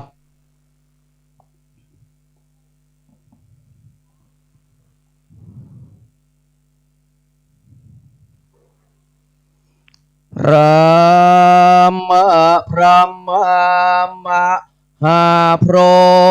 หมตนองค์อาจนิมนต์ลูกศิษย์พระพุทธเจ้าขึ้นนั่งธรรมาอาจเรื่องร้องคำดวงใดที่ท่านทัดรองอันเป็นกุลกองของนักปราชญ์ข้าผู้น้อยนาถขออาราธนาธรรมธรรมังอนุกัมปิมังปะจังอาราธนังกะโรมาก็ขอยกมือ10 นิ้วกราบนอบน้อมอย่างพระติรัตนแก้วเจ้าตั้ง3ประการอันมีพระพุทธพระธรรมพระสงฆ์อันเป็นสรณะที่เปิ่งที่เคารพนับถืออันสูงสุดในชีวิตกราบน้อมใบสาสักการะบูชาครูบาอาจารย์เจ้าพระมหาเถรานุเถระเจ้าคณะพระสังฆาธิการพระภิกขุสงฆ์องค์สามเณรจุตนจุองค์โดยความเคารพยิ่งข อความผาสุกความเจริญในศีลในธรรมจงได้บังเกิดมีกับญาติโยมศรัทธาสาธุชนพุทธบริษัททุกท่านกาลสมัยการต่อจากนี้ไปกล่าวกับผมอาตมาภาพขอโอกาสครูบาอาจารย์ท่านเจ้าญาติโยมศรัทธาเพื่อที่จะได้เทศนาธรรมปืนเมืองเหนือปัทมสัมโพธิกถาหรือประถมสมโพธิในโอกาสงานทำบุญเฉลิมฉลองสมโพธิพระประธานในพระอุโบสถของวัดฝ่ายหินที่นี้ตลอดจนเรื่องในโอกาสงานทำบุญส่งน้ำอาทิส่งน้ำรูปของสังฆราชาหรือว่าสังฆปาโมกข์พระอภัยสาธาครูบาเจ้ามอนโสภาเจ้าอาวาสหรือว่าองค์ประถมเจ้าอาวาสวัดฝ่ายหินอันเป็นกิจกรรมที่ได้ปฏิบัติมาทุกปีวันนี้ญาติโยมสาธุชนทั่วสารทิศทั้งจากกรุงเทพมหานครและต่างจังหวัดต่างๆได้มาร่วมโมทนาสาธุในบุญกุศลช่วงแรกภาคแรกได้ประกอบพิธีสวดมนต์หรือว่าเจริญพระพุทธมนต์สมโพธิสวดมนต์ตันไปแล้วและพระเถราจารย์ครูบาอาจารย์ได้นั่งอธิษฐานจิตตอนนี้ไปก็จะเป็นการฟังพระธรรมเทศนาการเทศนานั้นก็จะเป็นสำนวนแบบพื้นเมืองเหนือภาษาท้องถิ่นภาษาล้านนาญาติโยมที่เดินทางมาจากกรุงเทพหรือในภาคอื่นๆอาจจะฟังไม่ค่อยรู้เรื่องแต่ก็ขอให้ฟังเอาอานิสงส์และเจริญพรเชิญทุกท่านได้ตั้งอกตั้งใจฟังเรื่องราวปฐมสัมโพธิกถาหรือว่าปฐมสมโพธิก็จะเป็นการเทศเกี่ยวกับเรื่องราวพุทธประวัติขององค์พระผู้มีพระภาคเจ้าของเรา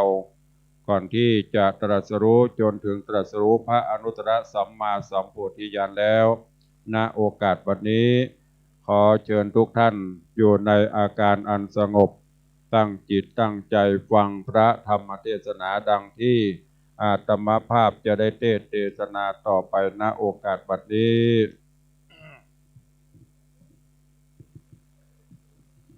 นะโมตัสสะภะคะวะโตอะระหะโตสัมมาสัมพุทธัสสะ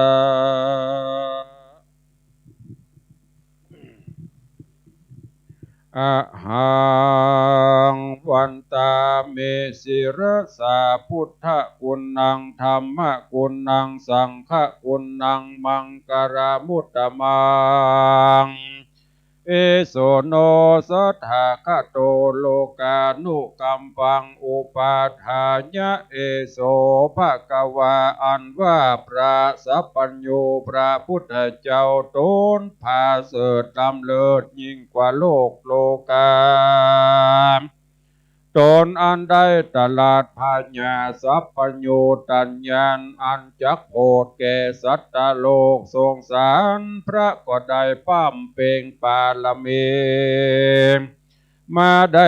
30ตัดเจ้าก็ต้วนเตียวไปมาในวัฏสงสารทลาบต่อเต้าเถิงญาติอันเป็นพญาเวสันตระยังได้ฮือมหาทานอันบากนักคือได้สละลูกและเมียต่างเข้าของราชสัมปติเป็นตานแผ่นดินแดนก็มาสนั่นหวั่นไหวไปมาสมุทรกงกาความเขือกหญ้าเยือกตีฟองกวนนางหัวป้องสะย่องคนกล่าวเส้นคนพอลูกแล้วจะเอา ก็หนีออกไปบวชบำเพ็ญธรรมในป่าหิมมาปานกันว่าเสียงอายุสังขารแห่งตนแล้วก็ได้เอาอันเบเต้ามหาปการมาเข้าไปสู่เสตุวิมานภาศาสตร์แห่งมหาปุริสเจ้าแล้วปากันไว้นบคบยำก็กล่าวกรรมอาราธนาวาดังเนสัมปติสังวิทาปารมีโยอาเสสะโตทนาทาเนนะอัตโนสัมโพธิปาปุนาติสติมหาสัพพุริสะเจ้าตนมีเพียรอันมากนักส่วนตานาปารามี30ทัศก็ได้ปั้มเป่งแล้วอันหนึ่งเจ้ากูใครเฮอใดไปเป็นที่จังติเพิ่งแก่โลกตั้ง3ผู้ฆ่าตั้งหลายขออาราธนาลงเมื่อเกิดโลกใดสงสารใดปุกเป่าข่าวสารบอกเราเฮอสาดโลกหนุ่มเท่าเฮอได้ตื่นได้มาโดดกินน้ำใจใครเฮอจื่นบ่หูแก่เท่าจะลาคือว่ามหาอมตะนิลปานขอเจ้ากูลงเมื่อเกิดเมืองโคนนานเตอที่นานมหาสัพพุริสะเจ้าก็พิจารณาเล่าเล่งญาณยังอาการต่างๆนานาตีอันจากลงมาเกิดว่าจักพาเสดเพียงใดมีต้นว่าสัมปติสมฤทธิเป็นดีมีเข้าของเงินคำคนตั้งหลายบ่หูผิดหูเถียงกันผิดจากเวรกรรมตั้งหาอันดึงจุมโปตะวีปก็มีฝนหลังทางตกลงป่าจุ่มเย็นปานเมืองจำเริญไปโดยเข้าน้ำโภชนะอาหารบ้านเมืองน้อยใหญ่ก็หาเต็มไปด้วยคนและไม่กะเม่ไก่ล่าเติงกันใดอันดึงก็เล็งโดนยังข้ากุลพ่อแม่แห่งตนอันจักลงมาเกิดนั้นว่าจักบัวระมวลดีประกอบไปโดยสัมมาทิฏฐิประการดึงอายุแห่งคนทั้งหลายหากว่ายืนยาวตั้ง100 ปีถึงแสนปีดังอันพระพุทธเจ้าก็บ่ลงมาเกิดเพื่อแลก็โดยเหตุใดนั้นจะปัญญาผู้มีปัญญาเปิงหูดังนี้เตอในเมื่อคนมีอายุยืนยาวมากนักดังอ่านปาปะกรรมแห่งคนต่างหลายมีแน่นหนาแม่นว่าหูสัจธรรมตั้งสี่แจงนักเขาก็บ่สลดสังเวชใจเจ้ามัวเมาอยู่กามากิเลสตัณหาเหตุว่าจราพญาธิมรณะบ่ปรากฏแก่คนทั้งหลายเตื้อเพื่ออันแลนาแม้นว่าพระพุทธเจ้าจักสำแดงอย่างอริยสัจธรรมตั้งสี่ดังอันเขาก็บอกเข้าใจยังสงสัยว่าอันใดเป็นอนิจจังอันใดเป็นทุกขังอันใดเป็นอนัตตานั้นจาเพราะเหตุว่าอายุเขามันยืนยาวบ่หูแก่หูเท่าจะลาทุกขังก็บ่ปรากฏแก่เขาสักเตื้อเพื่ออันแลนาเหตุดังอันพระพุทธเจ้าจักลงมาเกิดจริงเล็งดูยังอาการต่างๆและได้เล็งดูยังแม่แห่งตนก่อนว่าลงมาเอาปฏิสนธิกำเนิดได้10 เดือนบัวรับมวลแล้วกันว่าพาสูตรออกมาได้7 วันผู้เป็นแม่แห่งตน ก็จะตายไปดังอันหันแลพระพุทธเจ้าก็ได้หูอาการเมตตนแล้วได้หูสภาวะแห่งคนทั้งหลายดังเดแล้วเหตุดังอันจริงจักลงมาเกิดเป็นพระสัมมาสัมพุทธเจ้าแลกันว่าพิจารณาได้หูอย่างอาการต่างๆดังนี้แล้วจริงหับกรรมปฏิญญาณแห่งเตปาทายตั้งหลายหันแลที่นั้นเตปะไทยต่างหลายได้หูว่าเจ้าหับกรรมอาราธนาแล้วก็ปากันอำลาคืนสู่จังที่อยู่แห่งไผ่มันก็มีกันเลยนะที่นานมหาสัตว์เจ้าก็จุดนี้จากจันฟ้าลงมาสู่โลกลาหนอเมืองโคอนมาเอาปฏิโสนกำเนิดในท้องแห่งนางภูผาเสดชื่อสลีมหามายาอากาเตวีแห่งพญาสาลีสุโธธนะมหาราชาก็มีวันนั้นแลสาเตวีอันว่านางสาลีมหามายาน้อยนาดได้ฝันประหลาดว่าได้หันอย่างจ้างเผือกแก้วกันนางได้ถลงขับพระแล้วได้10 เดือนก็พาโสดบุตรในพนาป่าไม้ลุมพินีในวันวิสาขะวิสาขมาศมาหากว่าเป็นวันพุธเป่ง15 ค่ำยามนั้นมหาสัตว์เจ้าเกิดนั้นก็มีเทพบุตรเทวดาอินทราพรหมยมราชทั้งหลายก็มาไหวนบหบยำปูจาเฝ้ารักษาอยู่บ่ขาดที่นั่นพญาสาลีสุโธธนะผู้เป็นพ่อก็คือมโหฬารอาจาร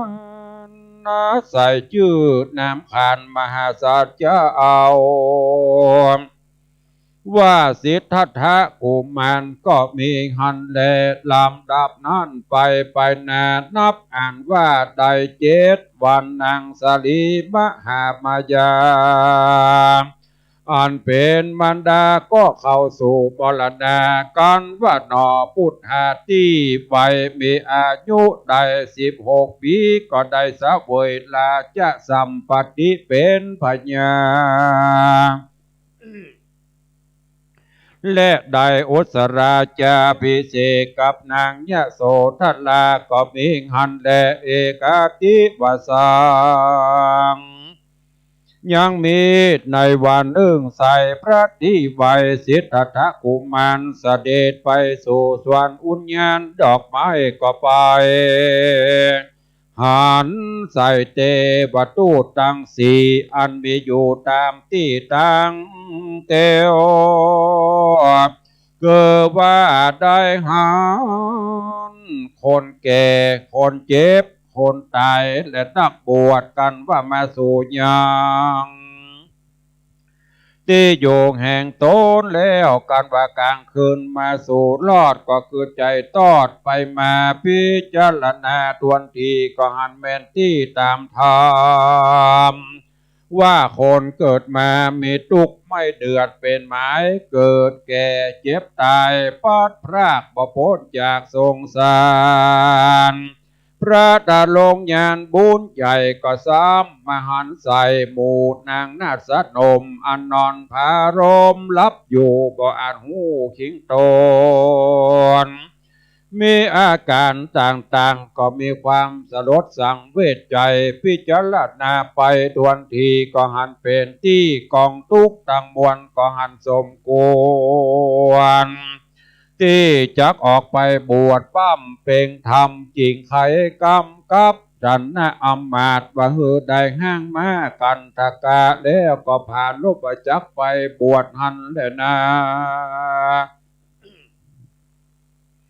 อาธารติยาการกลางคืนนั้นมาฮอดนางน้อยนาฏยะโสธลาก็พาสูตรบุตรนอนเอามหาสัพพุริสเจ้าก็ขนิ่งใจว่ากูจะเข้าไปดูอย่างลูกกูดีกะว่าบ่ดีต่างอ่านขี้ยากันว่ากูไปหายังลูกน้อยและนางยอดซอยเนี่ยโสธลาก็เหมือนดังเอาเชือกมาผูกคอดังเอาปอมาผูกศอกดังเอาปลอกมาซุบตีนขี้ยาอันจักไปบวชนั้นก็หากว่ายากนักหนาอุปมาดังราหูมากั้งบังบนพระจานอันแจ้งไปตัวโลกาและจักมืดไปและอุปมาก็เป็นดังอันและกันวารติยาค่อนรุ่งเจ้าก็มุ่งขึ้นกี่อย่างมาตัวอาจมีนายชนะอ้อมมาตัวไป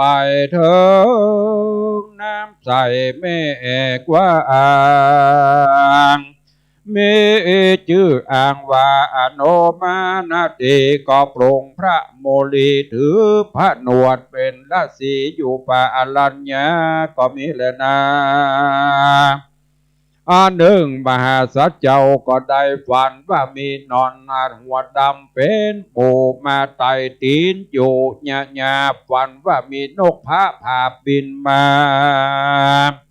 ยังติสาตั้งสี่มาอยู่ที่จิมไกลโนบน้อมไปแล้วก็กลับกลายเป็นข่าวไปเจ้าก็ขนิ่งน้อยเกิดฮอดเถิงกำฝันว่ากูแม่ปวดนี้จักได้เป็นพระเตหรือบ่เตอัญญาที่นั่นมหาสัจเจ้าก็ได้พามเป่งอย่างทุกรกิริยาได้หกวสานและยามนอนนางสุจาดาได้นำเอาเขามาทุกปัญญาตมาถวายเป็นทานในวันออก15 ค่ำเดือนวิสาขาเจ้าก็ได้ฉันเขามาทุกปัญญาตแล้วนะก็มาสัจจะอธิษฐานลอยตะไหลคำลงสู่น้ำนิรันดร์ลาว่ากูมาป้อมเป่งออกบวชถือผนวดปางนี้กันว่าจักได้เป็นพระพุทธเจ้าได้ดังอันว่าตะไหลคำใบนี้จงได้ไหลขึ้นไปตามกระแสน้ำแดดเตอว่าแล้วก็เอาตะไหลคำใบนั้นลอยลงไปในแม่น้ำเนรัญชลาอันว่าตะไหลคำนั้นนานเทวบุตรเทวดาอินตาพรหมยมราชครุฑหน้ากุมพันกันตะปะยักษ์ต่างหลายก็นำเอาดอกไม้กันทะของหอมมาปูจามหาสัจเจ้าที่นอนยังมีพรามผู้หนึ่งมีชื่อว่าโสติญะพรามก็ได้นำเอาคาเขียว8 กำมือมาถวายเป็นทานพระทะโรงยานก็ฮับเอาคาเขียวแล้วก็เอามาปูนั่งก็ได้กายเกิดเป็นเต้นแก้วสูงได้8 ศอกออกมาฮับมหาสัจเจ้าแล้วมหาสัจเจ้าก็นั่งไหวหน้าไปหนวันออกเจ้าก็มาพิจารณาเถิงปัจจเวคขณะญาณอันเป็นโบราณจารีตแห่งพระพุทธเจ้าอันจากมาตลาดเป็นพระสัมมาสัมพุทธเจ้ามาแต่ก่อนก็มีหันแลตรัสมิงคานีในขณะนั้นยังมีเสนามันบาไปผู้ดึงมันอยู่บนอากาศกันมันหันมหาสัจเจ้าออกมาบวชมันก็ไม่โคดเครื่องขีก็ไขวัตีเอิ้นกล่าวว่าดูราเจ้าสิทธัตถกุมารท่านจะได้ไปบวชก็ยังแถม7 วันไปนาเจ้าก็จักได้เป็นเจ้าหน่อฟ้าจักรวติราชแล้วแลนาเมื่อนานมหาสัจเจ้าก็บ่ฮับเอากรรมมันนั้นสักอันเต้าว่ายินดีซึ่งอันจักไปบวชอยู่สิ่งเดียวแลส่วนว่าปัญญามารผู้ใจบาปนั้นมันก็ไปตัวตามมหาสัจเจ้าอยู่หันใจเมื่อมหาสัจเจ้ากระทำเปลี่ยนได้6 วัฏสามเสนามารมันอยู่เฝ้าเมินนานก็เบื่อหน่ายก็ขึ้นภายก็หนีขึ้นเมื่อสูตรที่อยู่ของมันก็มีหันแลกันว่าปัญญามารหนีไปบ่นานเต้าใดมันก็มีใจลำเปิงถึงมหาสัจเจ้าว่าสิทธัตถะกุมารหนีไปบวชว่าคือได้เป็นพระพุทธเจ้าวันนั้นกูก็ไปตัวตามได้6 วัฏสามนานนักพอเบื่อหน่ายก็บ่ได้ตรัสพญาสักเตือนและว่าบาดนี้ก็จักเป็นสันใดจากกันมันขันนิ่งใจสันนั้นแล้วก็รีบมาหายังพระพุทธเจ้ามันก็ได้หูและหันยังมหาสัจเจ้าได้ตรัสรู้แล้วนั่งอยู่เหนือแท่นเกี่ยวปันลังการเสนาบานก็กล่าวว่าดูราสิทธัตถะอันว่าเต้นเกี่ยวอันนี้ก็หากว่าปัจจัยเป็นของดีวิเศษแต่อันใดการจงหนีไปเลี้ยวปันรีบต้านปกวนล่วงอำนาจแห่งตนกูได้แหละว่าอันว่าเต้นเกี่ยวอันนี้ก็หากวันเกพญาเจ้ากูตนเดียวการจะมานั่งอยู่ที่นั่นมหาสัจเจ้าก็บ่ปากบ่จาก็เต้านั่งอยู่ตามปกติหันเลยนะที่นั้นเศษนามานโคใจบาปไปก็ยิงโคดไม่โกธามันก็สัญญาเป่าห้องสนั่นกองดินดานว่าฮือเศษนามานม้วนโผเข้ามาสู่จุ่มหนุ่มกันอาวุธไผ่มันเครื่องคาอันควรพุทธสเปิงกลัวมากนักพญามารน้ำหน้าเศษนากว่าตามหลังเป็นขบวนยาวได้12 โยจะน่าอ่านมาขาขนาบครั้งก็ได้12 โยจะน่ามีขอบฟ้าจักรวาลเป็นแดนไปบนก็ได้9 เส้นไปต่างก็มาจักไปรบหาบเกณฑ์ขนาบเอาเต้นเกี่ยวปานร่างการแห่งพระตะลงยันที่ไว้นั่นแลยามนั่นเทวบุตรเทวดาต่างหลายก็ได้รับความเดือดร้อนมากนักก็เต้าว่ามีแต่มหาสัจเจ้าตนเดียว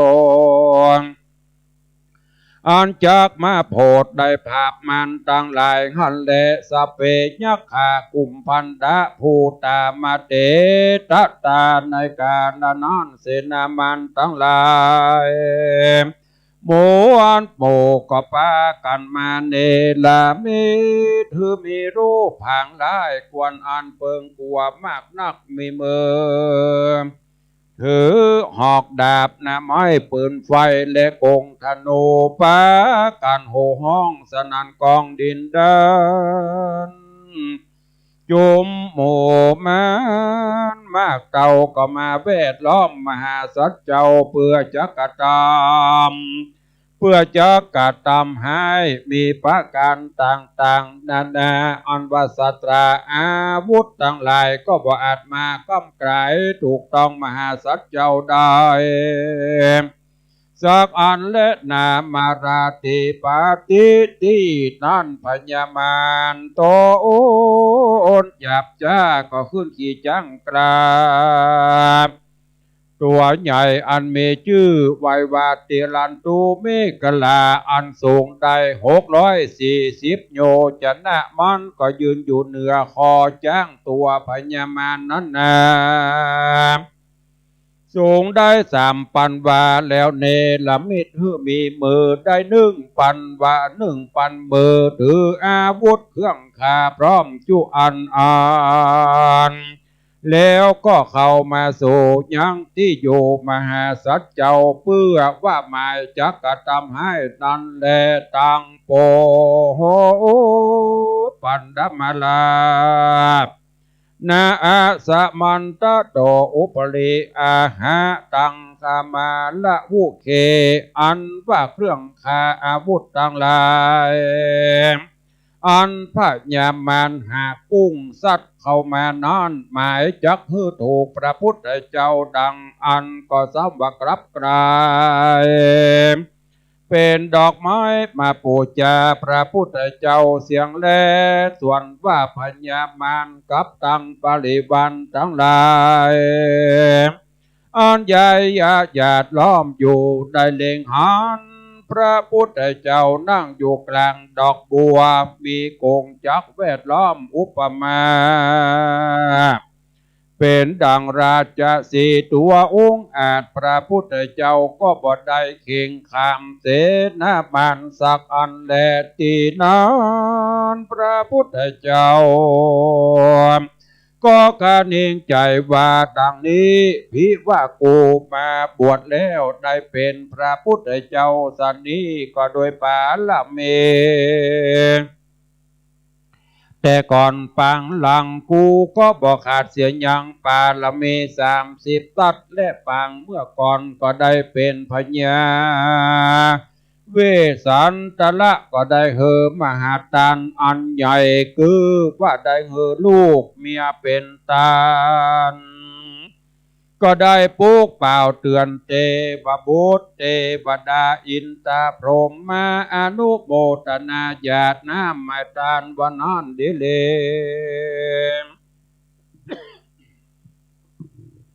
บัดนี้ขอจุงมาเป็นสักขีพิญาณฮือแก่เฮาเตออันว่าแต้นแก้วนี้ก็บ่ได้มาพาไปพระโจรยังผู้กันละผู้ใดผู้หนึ่งก็บ่มีและแต้นแก้วอันนี้หากเกิดมาโดยบุญสมปันแห่งเฮาแต่และนาในกาลเนื้อพระพุทธเจ้าล่ำเปิงอยู่สันนั้นแล้วส่วนว่าแผ่นดินก็พากุดเป็นดุจจะดังมีวิญญาณบ่ปอนานเนินจ้าก็มีนางหนุ่มเดาผู้หนึ่งมีรูปอันงามมากนักก็หากว่าบุบุญออกแผ่นดินมาแล้วนางผู้นั้นก็กล่าวว่าดังนี้ดูราเจ้าตนไม่บุญสมปันมากนักอันว่าน้ำหยาดหมายตาลอันเจ้าได้เหือตานวัตถุอันใดก็ดีย่อมจากตกมาถูกหัวฆ่าทุกเมื่อแต่ดิเลฮิแลว่าเจ้าใครหูดังอันคาก็จักสำแดงเหือหูและหันจะแลว่าอันแล้วนางธรณีแม่เจ้าก็มาสะบัดบิดยังมวยผมแห่งตนดังอันตะตาในกาลนอนอัศจรรย์ก็เกิดมีมากมวลมีคือว่าที่ปลายผมนางนั้นก็มีน้ำไหลออกมามากหนาเป็นดังแม่น้ำคงคา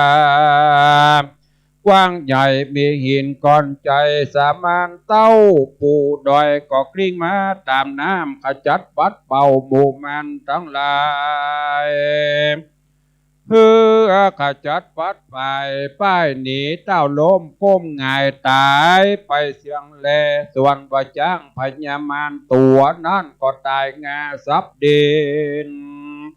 โยหันแลที่นันพญามารผู้ใจบาปก็มาสันทัดหาบกลัวตายมากนักก็มาโน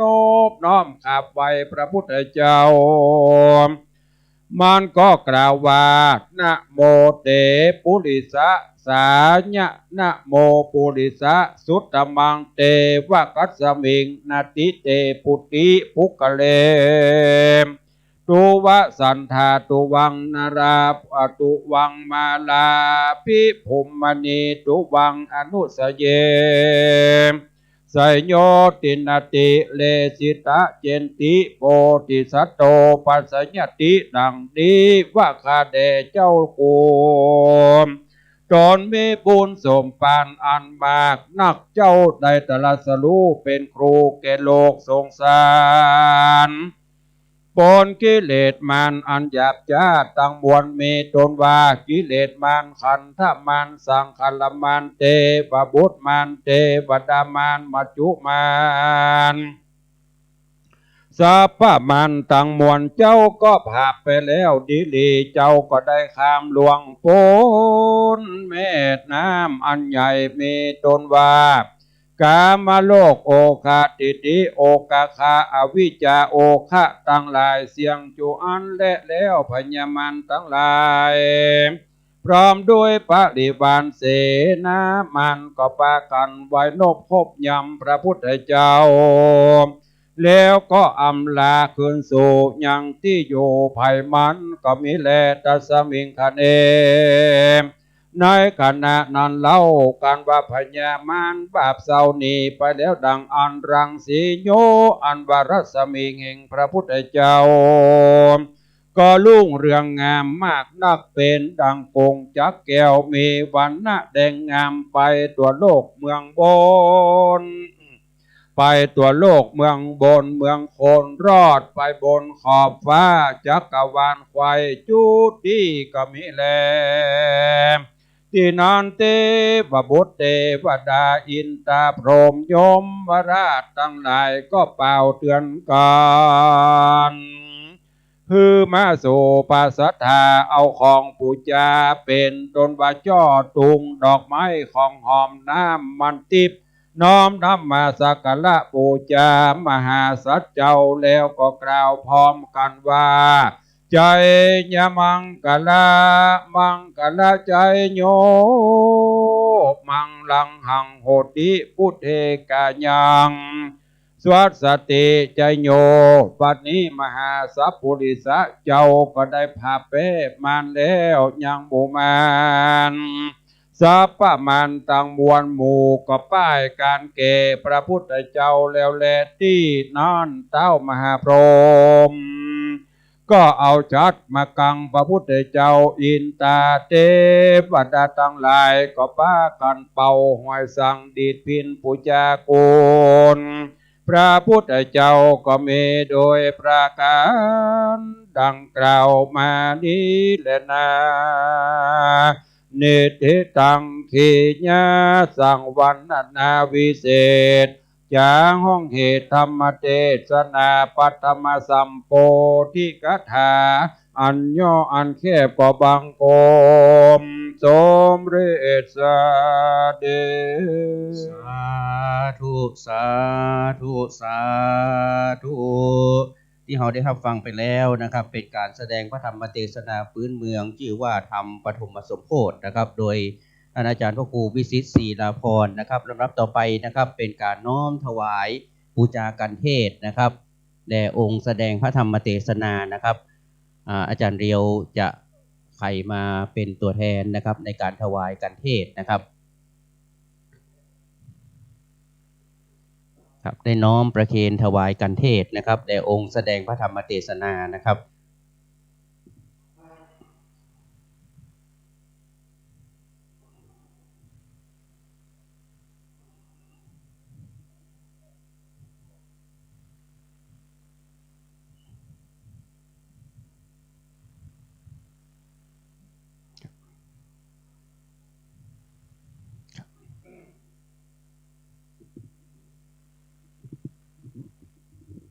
เชิญทุกท่านตั้งอกตั้งใจรับปอนเนอ ยะถาวาริวหาปุราปริปุเรนติสาครังเอวะเมวะอิโตตินังเปตานังอุปกปปติอิจิตังปฏิตังตุมหังคิปะเมวะสมิจตุ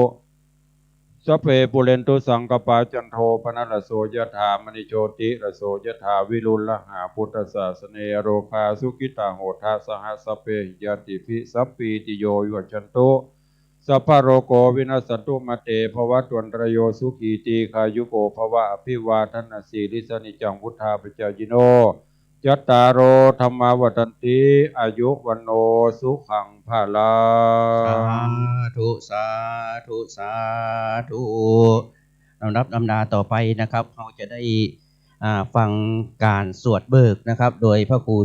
โดยการนำของพระครูสุริธรรมบัณฑิตนะครับวัดมิ่งเมืองนะครับจังหวัดลำปางนะครับก็แหมสกรรมนะครับกำลังจะจัดเตรียมสถานที่นะครับในการสวดเบิกนะครับ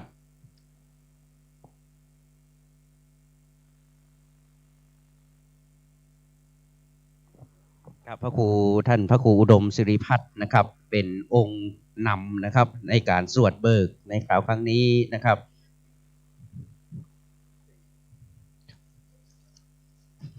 กินกันอาจารย์เบิกลำปางเป็นอย่างไรนะครับใครฟังนะครับเบิกลำปางนะครับขอเจ้าหน้าที่นะครับได้มาเคลียร์สถานที่น้อยนะครับเจ้าหน้าที่เฮานะครับได้มาเคลียร์สถานที่นะครับ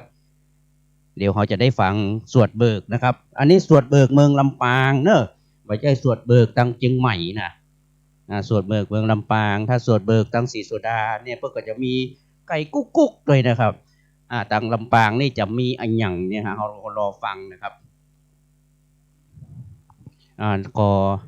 พระเนนเขานะครับได้ช่วยเคลียร์สถานที่นะครับลงไปนะครับ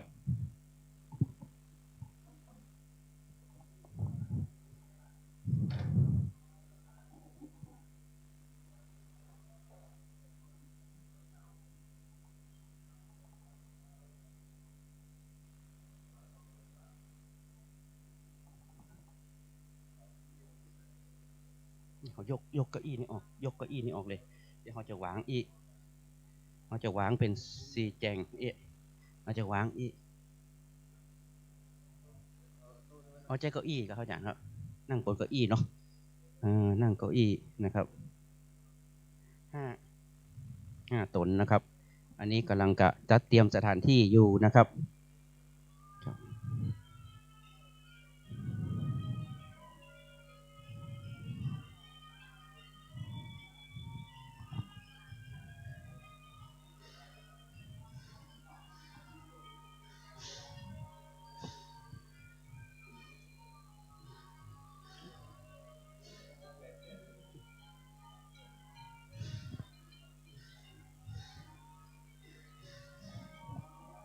ได้นะจ๊ะเนาะ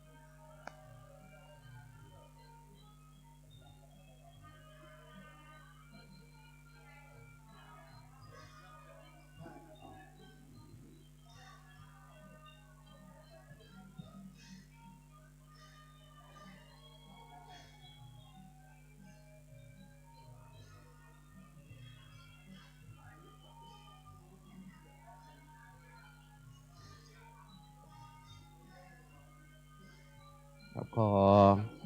เครื่องประโคมนะครับได้ขอเมตตานะครับได้ยุดเสียงก่อนนะครับเดี๋ยวเราจะได้ฟังสวดเบิกนะครับจากคณะสงฆ์จังหวัดลำปางนะครับ1 2 3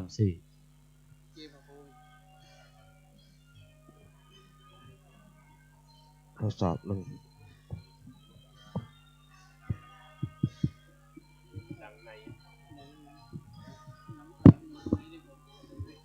โล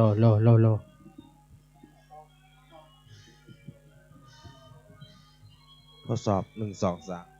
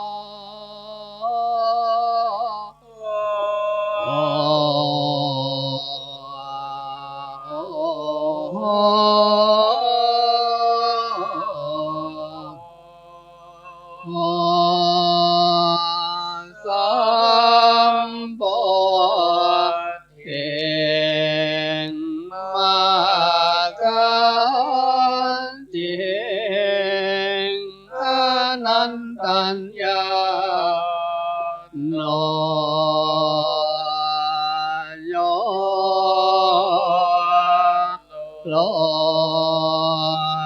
กุณนะโม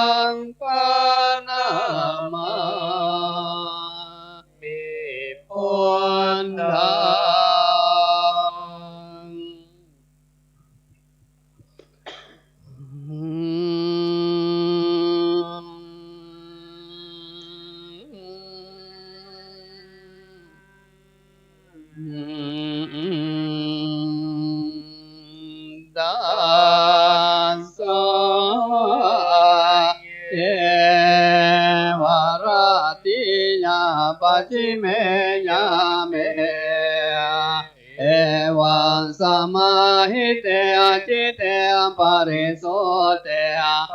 โยตันเตอนังกาเนปังกิเล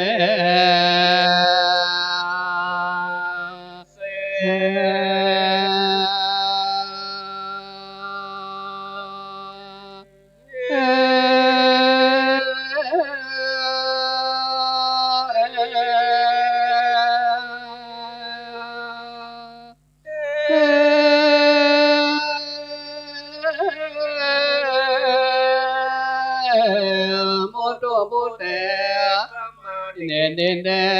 อเนจาปเตสัตตาจุตุปัปปะตนะยานายจิตังอภินินาเมนโต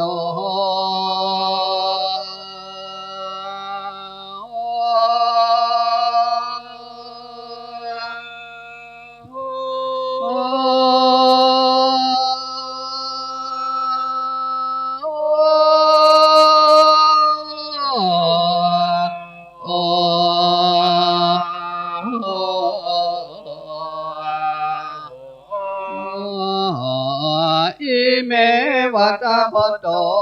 สัตตากายาดุจาริเตมนากันตาวจิดุจาริเตกันตามโนดุจาริเตนัสมนากันตาอริยาอุปวานดังกามิชาดิดิดิกามิชาดิดิดิกากรรมสมตานาเตกัญญาสัพเพตามมรณะปัญญังทุกขติงวินิปาตังดิลิยังอุปปนาติ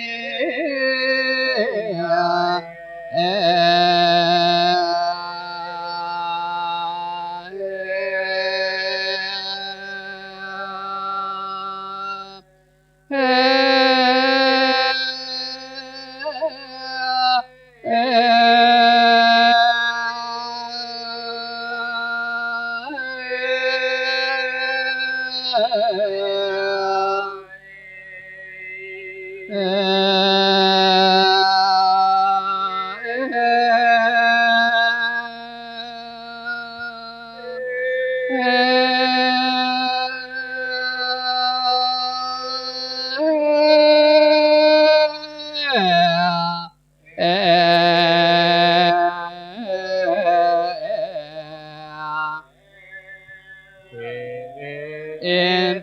เตเปนะจักขุนาวิโสเตกันดามนุสเกนะสเตปสิตวะจาวมาอุปมัจจมาเนหิเนปานิเตสุวันเนรุปวันเนสุขเตยะถากโมปะเกสะเปปัจจาเนตัวหาตันสาเกวราติญาปัจจิเมญาเมวันสมาหิเตจิเตปาริโสเตปาริโยตาเตอนังกาเนวิกโตปะกิเลเส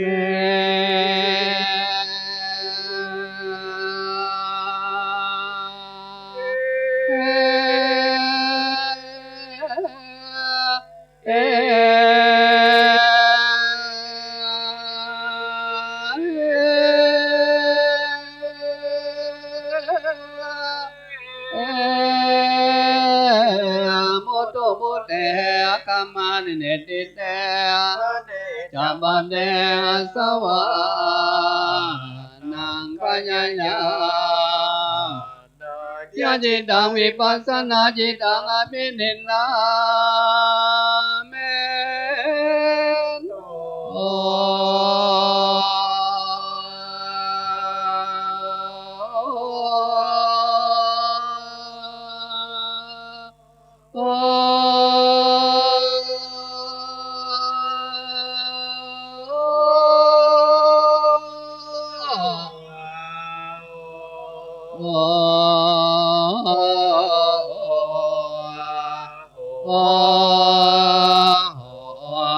วิจาญาเตวะเสสวิรากานิโรหาสังขารนิโรโทสังขารนิโรภาวิญญาณนานิโรโทวิญญาณนานิโรนามารมปานิโล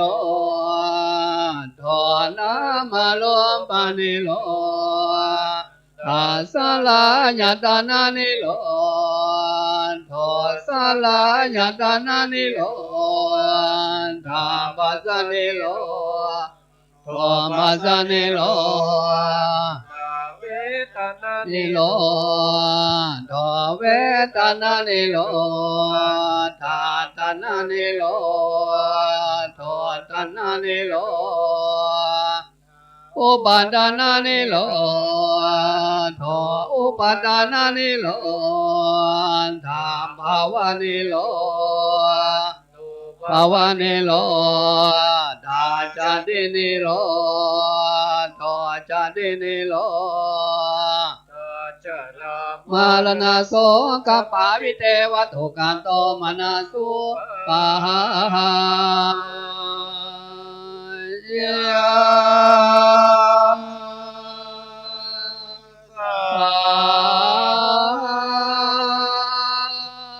นิโร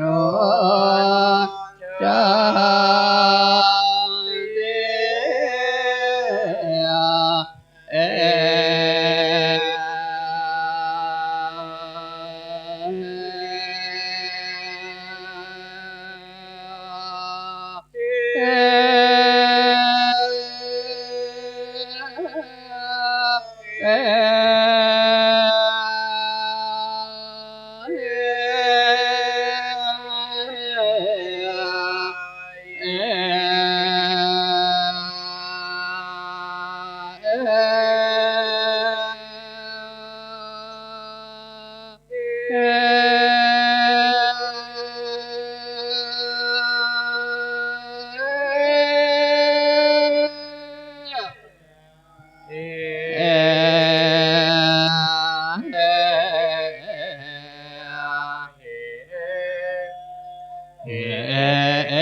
วังปุณณปุณณา งปัจจญากาลจานนาจิตังปุปะกังติลังคณาวิปัสสังกังมหาวจิรัญญาสังขันตังวิปัสสนาญาอุมปาเดตัวอนุโลมาญานังปัตตวาตาตนันดารังโว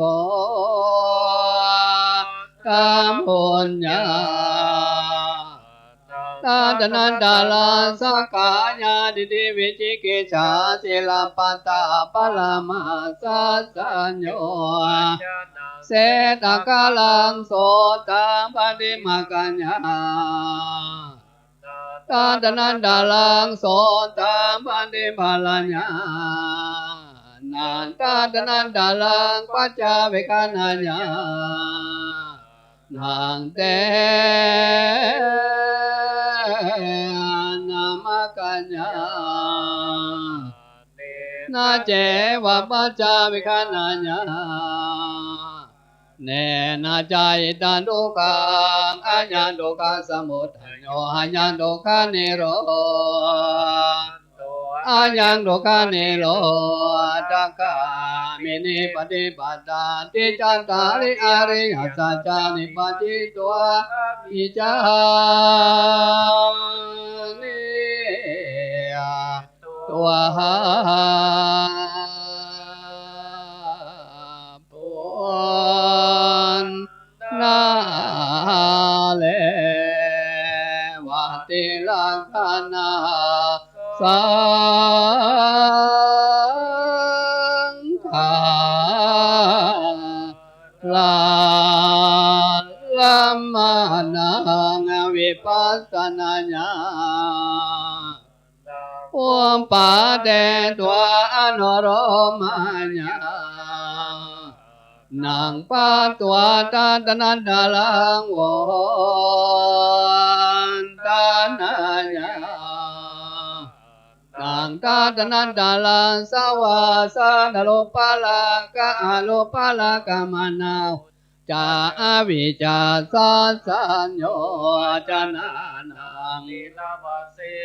ปะหานากาลังสัมปัญโยตัญญานังปัตตาทานัง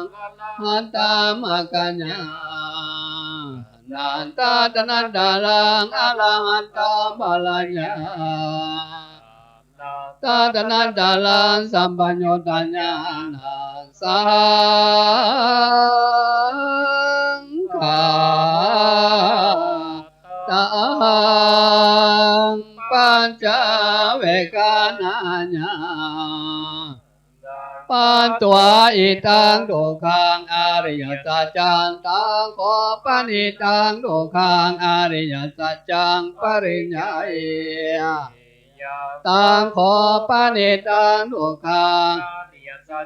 ปริญญาตังอิตังทุกขังสมุทัยยังอริยสัจจังตังขอปณิตังทุกขังสมุทัยยังจังปะหา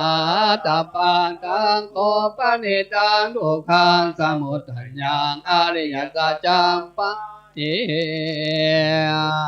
นังอิตังทุกขานิโรธทางอริยสัจจัง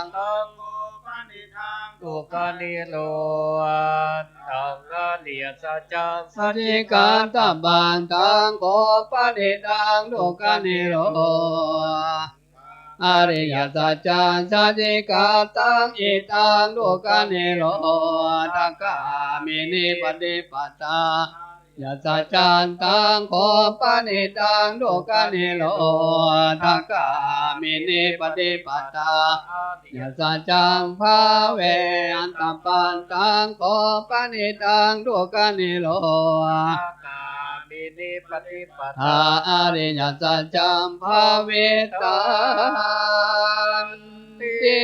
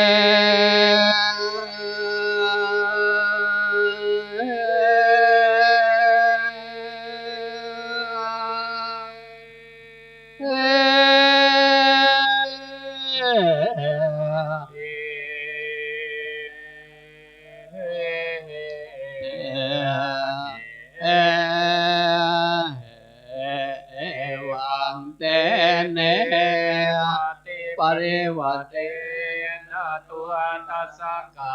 เลตัสสุวิโสเตนะยะถาภูตังยะตตัสสะนังสังฆาตินะมะกัญญาเดนะเจวะปัจจเวคขณายาเดนะจัจจันตาริยริยสัจจานิปัสสิตัวอภิจานิตัวปุณโญ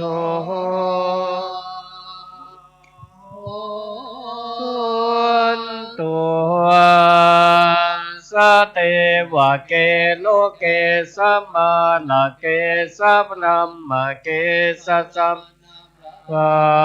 มมานิยาปัจจยาสเตวะมนุสายานุตตะนังสัมมาสัมทิงอาภิสัมปุณโญปัจจยาสิ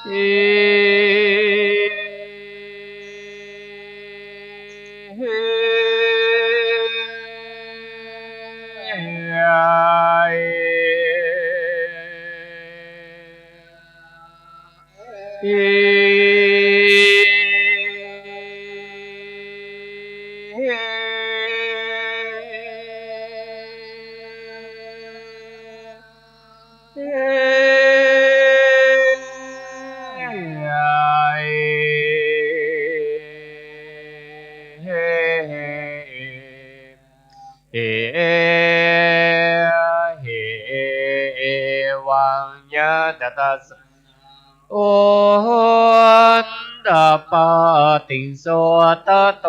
ปะนันตัสมิงเยปะลังเกอิมังวุตานังวุตาเนสีเออเนกจัน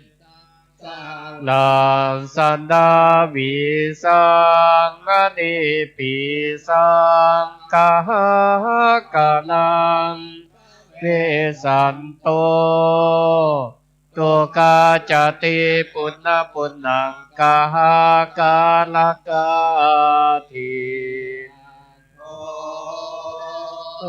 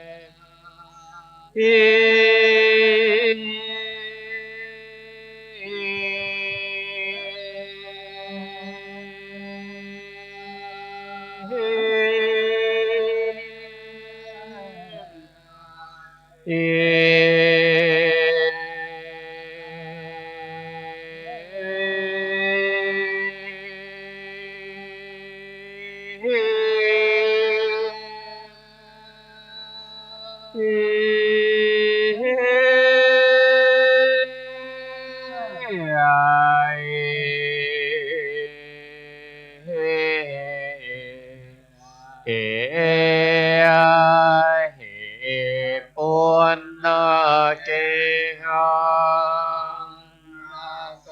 ภาสิสาปาเต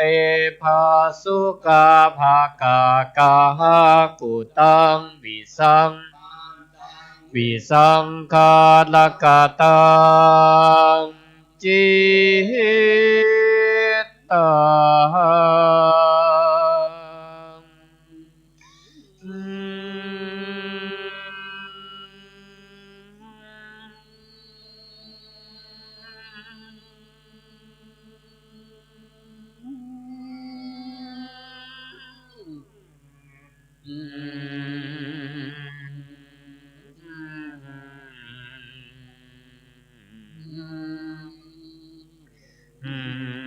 ตันนันยามัญชากาติเอ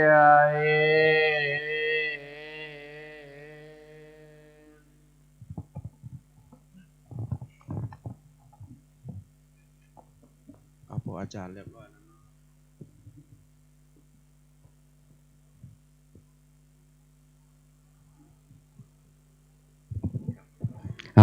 ก็ขอเราได้ฟังจบไปแล้วนะครับ เป็นการสวดเบิกนะครับ จากคณะสงฆ์จังหวัดลำปางนะครับ ต่อไปนะครับจะเป็นการน้อมถวายจตุปัจจัยทายธรรมแด่พระสงฆ์องค์สวดเบิกนะครับขอนิมนต์ท่านอาจารย์พระครูโอปอเนอร์พระครูสมุทิรเชษฐ์นะครับได้เตรียมจตุปัจจัยทายธรรมนะครับ เพื่อที่จะน้อมถวายแด่พระสงฆ์องค์ข้าเจ้านะครับ ที่ได้มาสวดเบิกนะครับ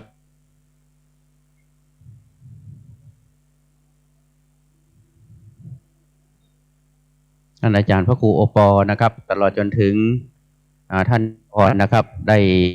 น้อมนำเอาจตุปัจจัยทายธรรมนะครับมาถวายนะครับแด่องค์ที่ได้ทำการสวดเบิกเป็นที่เรียบร้อยแล้วนะครับ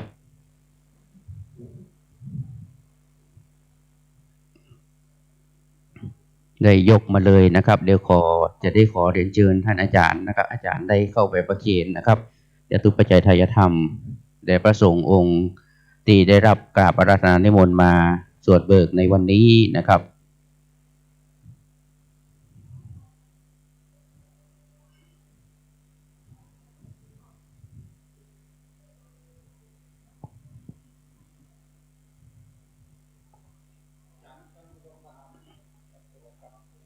อาจารย์สุรภานะครับ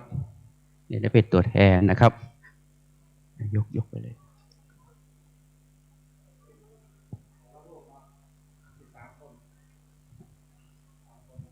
อีก3 คนนะครับ3 คนเอาในนี้ก็ได้ครับเอาตังในเนี่ยครับได้ช่วยกันน้อมประเคนนะครับเดี๋ยวท่านอาจารย์พระครูสมุทิรเชษฐ์นะครับได้จะเตรียมจตุปัจจัยทายธรรมนะครับนี่ครับจะเตรียมหน้า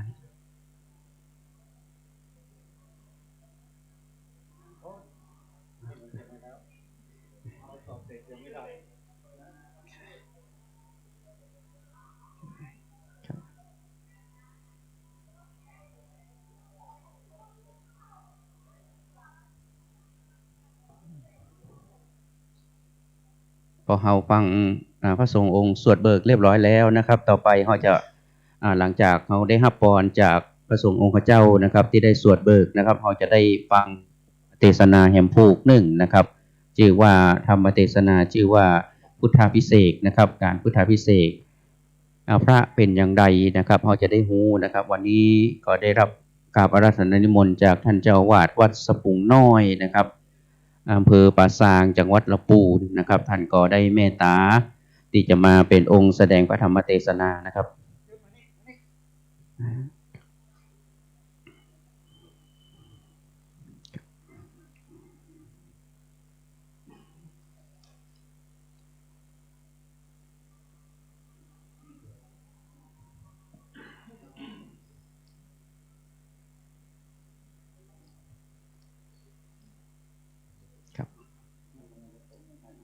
ในส่งนะครับ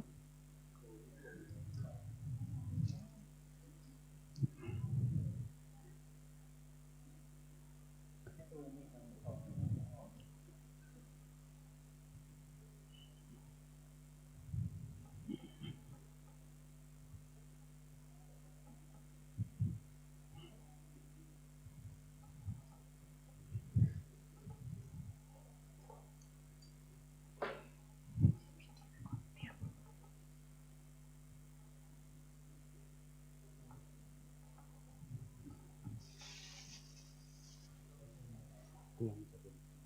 อันนี้ปลาเตียนเตียนสองคำ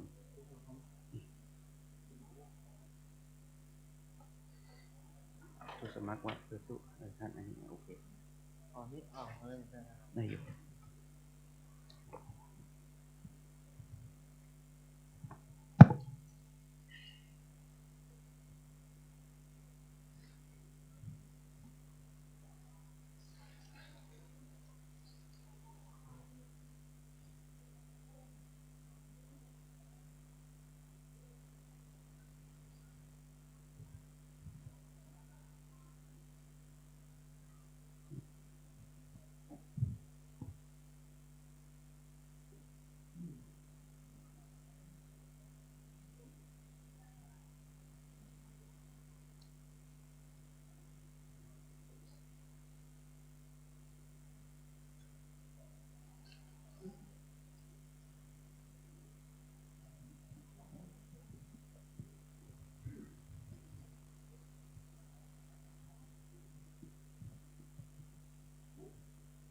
สัมปโรกวินิสัมภสันตาภวาสิโตอาสาภเวรมติกันโตเนพุตโตจัตุวังเบริโยวิวันชันโตสัมปโรโควินาสตุมาเดววันวันตรายสุขิเทคายุโกภวะภิวาเรสเนจังวัฏาปัจจายโนจัตตารโอวัฏันติอายุวันโนสุขังภาลัง สาธุสาธุสาธุนะครับได้รับความเมตตาธรรมจากพระสงฆ์นะครับจากจังหวัดลำปางนะครับท่านก็ได้มีเมตตาธรรมมาสวดเบิกในคราวครั้งนี้นะครับแล้วต่อไปเราจะได้พอพระสงฆ์ไปแล้วเราจะได้เคลียร์สถานที่นะครับเพื่อที่จะจัดเป็นอาสงฆ์ในการรับฟังพระธรรมเทศนาแห่งผูกดึงนะครับธรรมชื่อว่า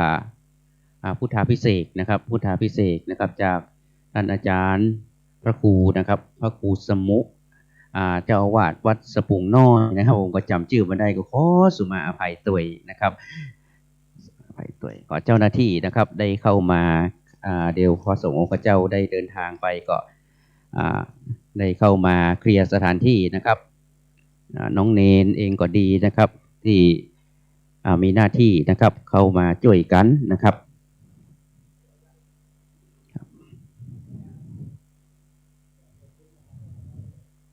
ขณะนี้ท่านอาจารย์พระครูสมุวิศวัตก็ได้มาขอบคุณนะครับท่านอาจารย์พระครูนะครับพระครูทั้งสองรูปนะครับได้เมตตาธรรมนะครับมาสวดเบิกฮื้อนะครับท่านก็ลุกลำปางมาเนิ่นมาสวดเบิกฮื้อนะครับทางเชียงใหม่พี่เกินนะ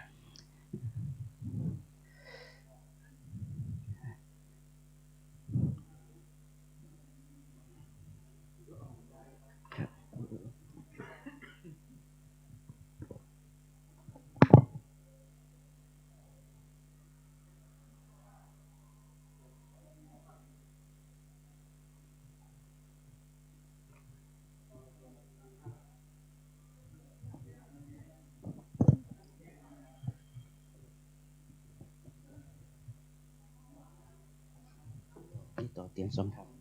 ำครับขอได้ที่ต่อเตียนที่ต่อเตียนที่ต่อเตียน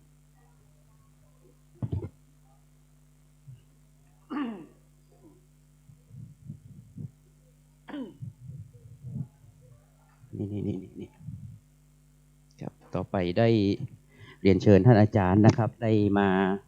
เป็นตัวแทนนะครับจุดเตียนสองธรรมนะครับ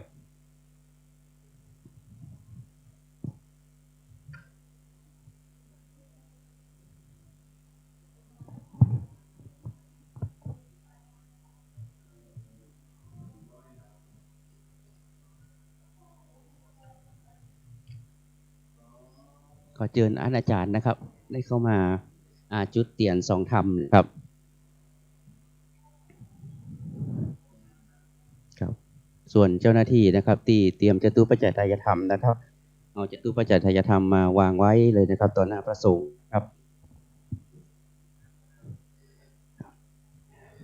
ครับขอเรียนเชิญท่านอาจารย์นะครับได้จุดเตียนทรงธรรมนะครับ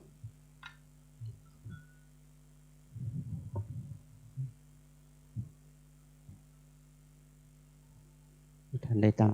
ใจพนมมือขึ้นนะครับ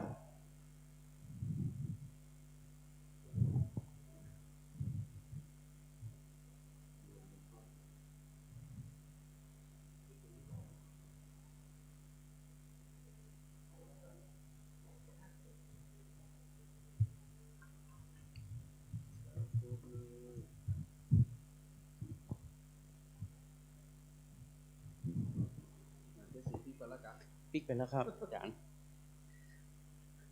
จะมาคำตีสี่วันนาน74ต่อไปเราจะได้น้อมฟังธรรมผูกหนึ่งชื่อว่าพุทธาภิเษกนะครับพรหมา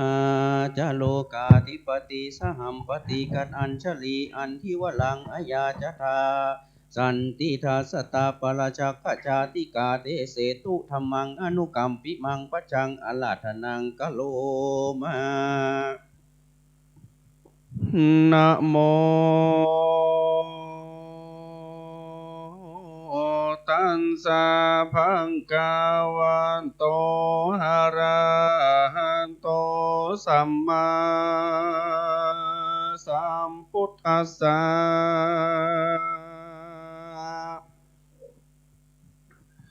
สาธุสาธุสาธุอะหังวันตามิสิรสาปุณหังธัมมังสังฆังมังกาล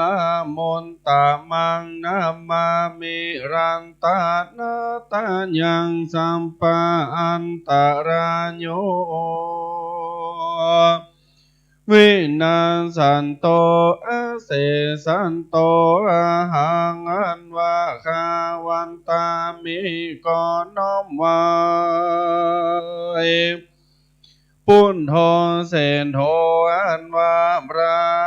พุทธเจ้าตนพาเสดดำเลิศยิ่งกว่าโลกตั้งสามกับตังนาวะโลกุตรธรรมเก่าพังการและอริยสังขารเจ้าตนพังเสดอันเป็นตีเกิดแห่งเนื้อนามบนตั้งเขนายโยอันว่ากวนทำเอายังตานาตั้งหลายอันมนุษย์และเทวดาหากคือปูจาสัมปาอนตรายตั้งหลายเวนาสันตุจงรำงามดำขาดให้ไปอันเสสัตโตอันมีโดยแต่แลยาได้เสสะโลกุณาเตจันนาโดยเตจักคนแห่งผู้ค้าตั้งหลายโน้มน้อมไว้ยังพระแก้วไทยตั้งสามประการขอกุณตั้งหลายมวลฝงนี้จงรักษาอัมหากังยังผู้ข้าตั้งหลายอาปยโกป้นจากอาบายตั้งเสจงจังเมแด่เตอโยปุณโธอันว่าพระปุณหันเจ้าฐานะเจนอาสงไข่เมินมากท่านนั้นไปเป็นวจีปันดานาได้ออกปากสีอาสงไข่หากเตรียมตานล้านทางผ่านยากัลนังอันว่าใด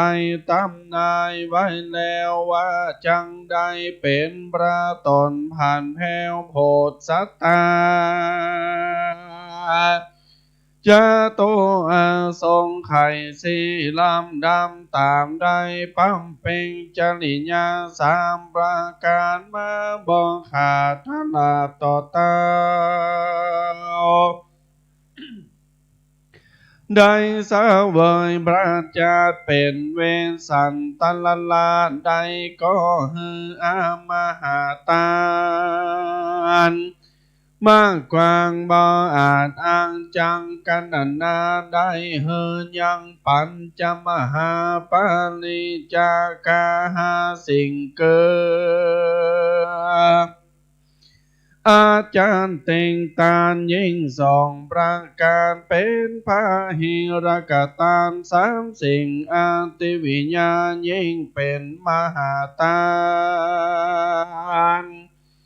อันพังเสดกันว่าเสียงกำเนิดอันเป็นคนก่อนได้เอาตนไปเกิดจันฟาตุสิตาเป็นเทวราชาตนผ่านแพ้ต่อเต่าได้2,000 ปีเต็มก็มีแลกันว่ากาลถึงสมัยกาลีตงคามาควายฝูงเต็มกันนามวลหมู่ญาจิตตาก่อปากันรัตนาโนพุทธาตนองหน่วยบทบาทการหาวากาโลยันโตมหาวีราอุปัญจามาโตกุชิยังสันเตวังเกกาลายันโตกุณชีสามะตังปะตังดังนิวามหาเวราโดราเจ้าตนมีเปียนานมากนางกาลาบ้านนี้ก็หากเป็นกาลาอันกวนแล้วอันตนแก้วกวนลงเมื่อเกิดเอากำเนิดในเมืองคนกาลยันโต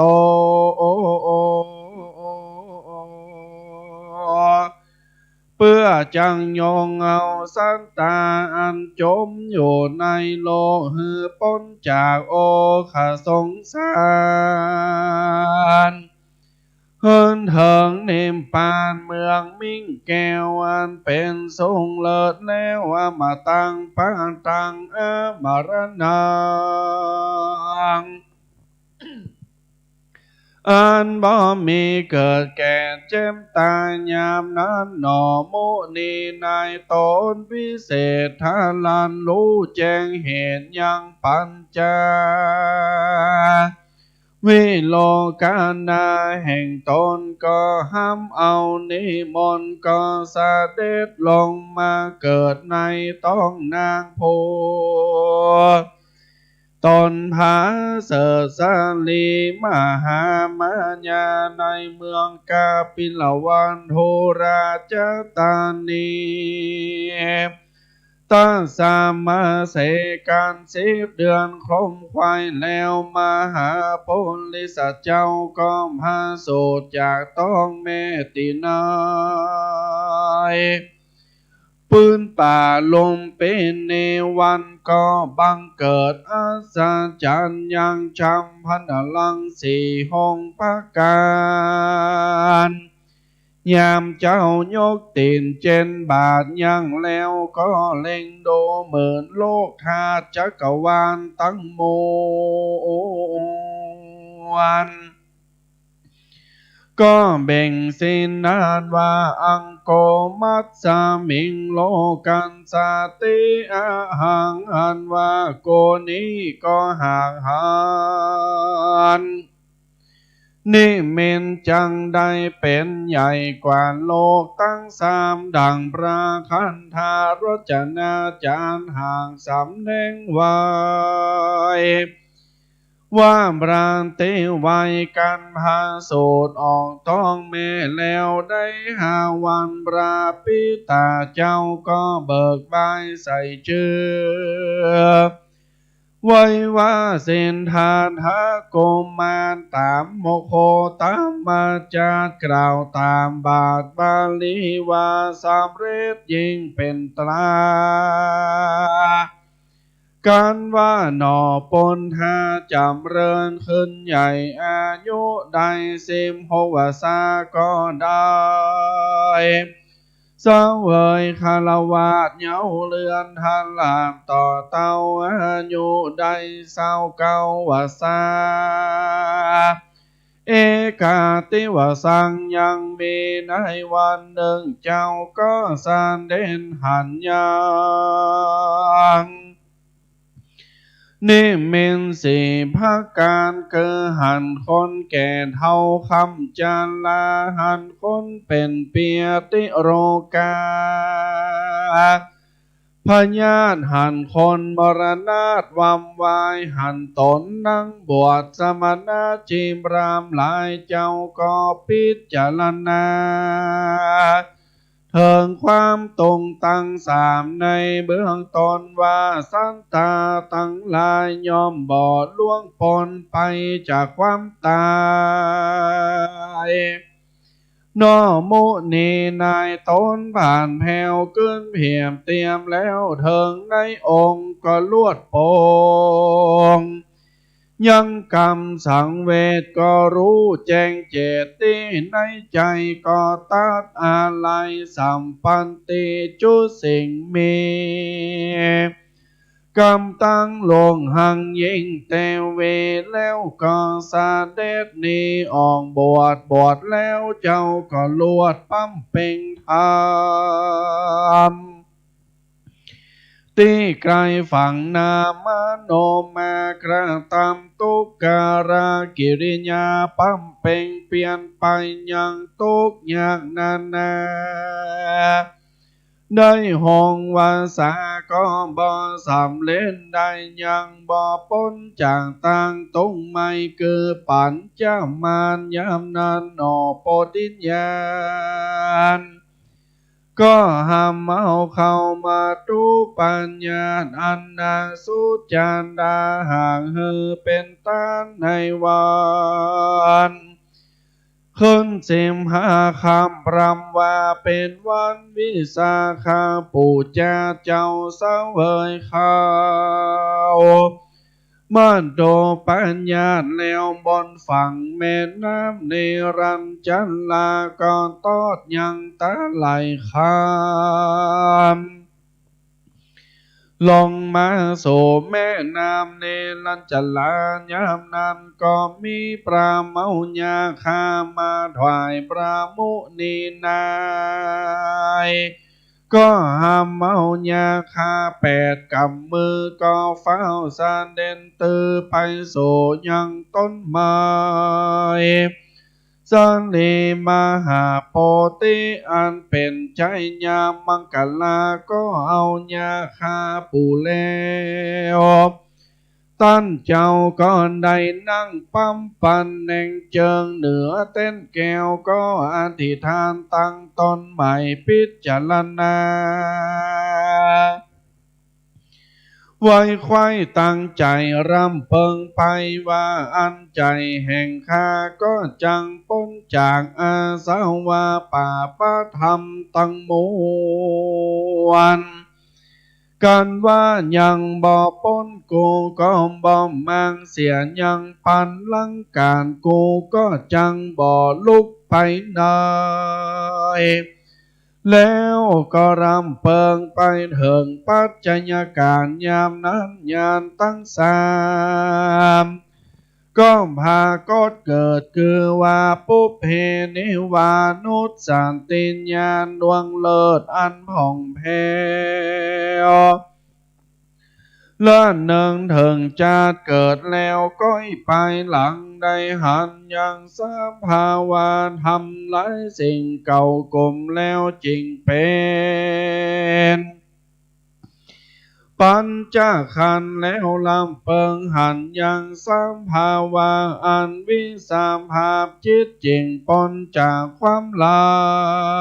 ง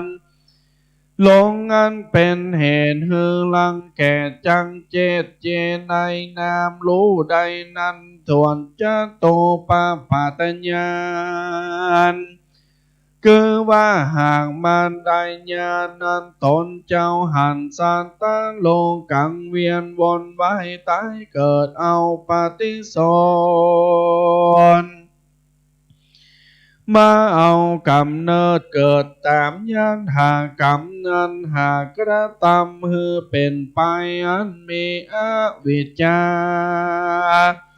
และตัณหาอุปาทานอนุสัยฮือเป็นเหตุหาลัดโลแจ้งเจตแห่งสภาวธรรมอันบังเกิดนำมาจุ่มนุมกันฮือเป็นนามรูปแล้วไปลุนก็ลวดกาดแก้ว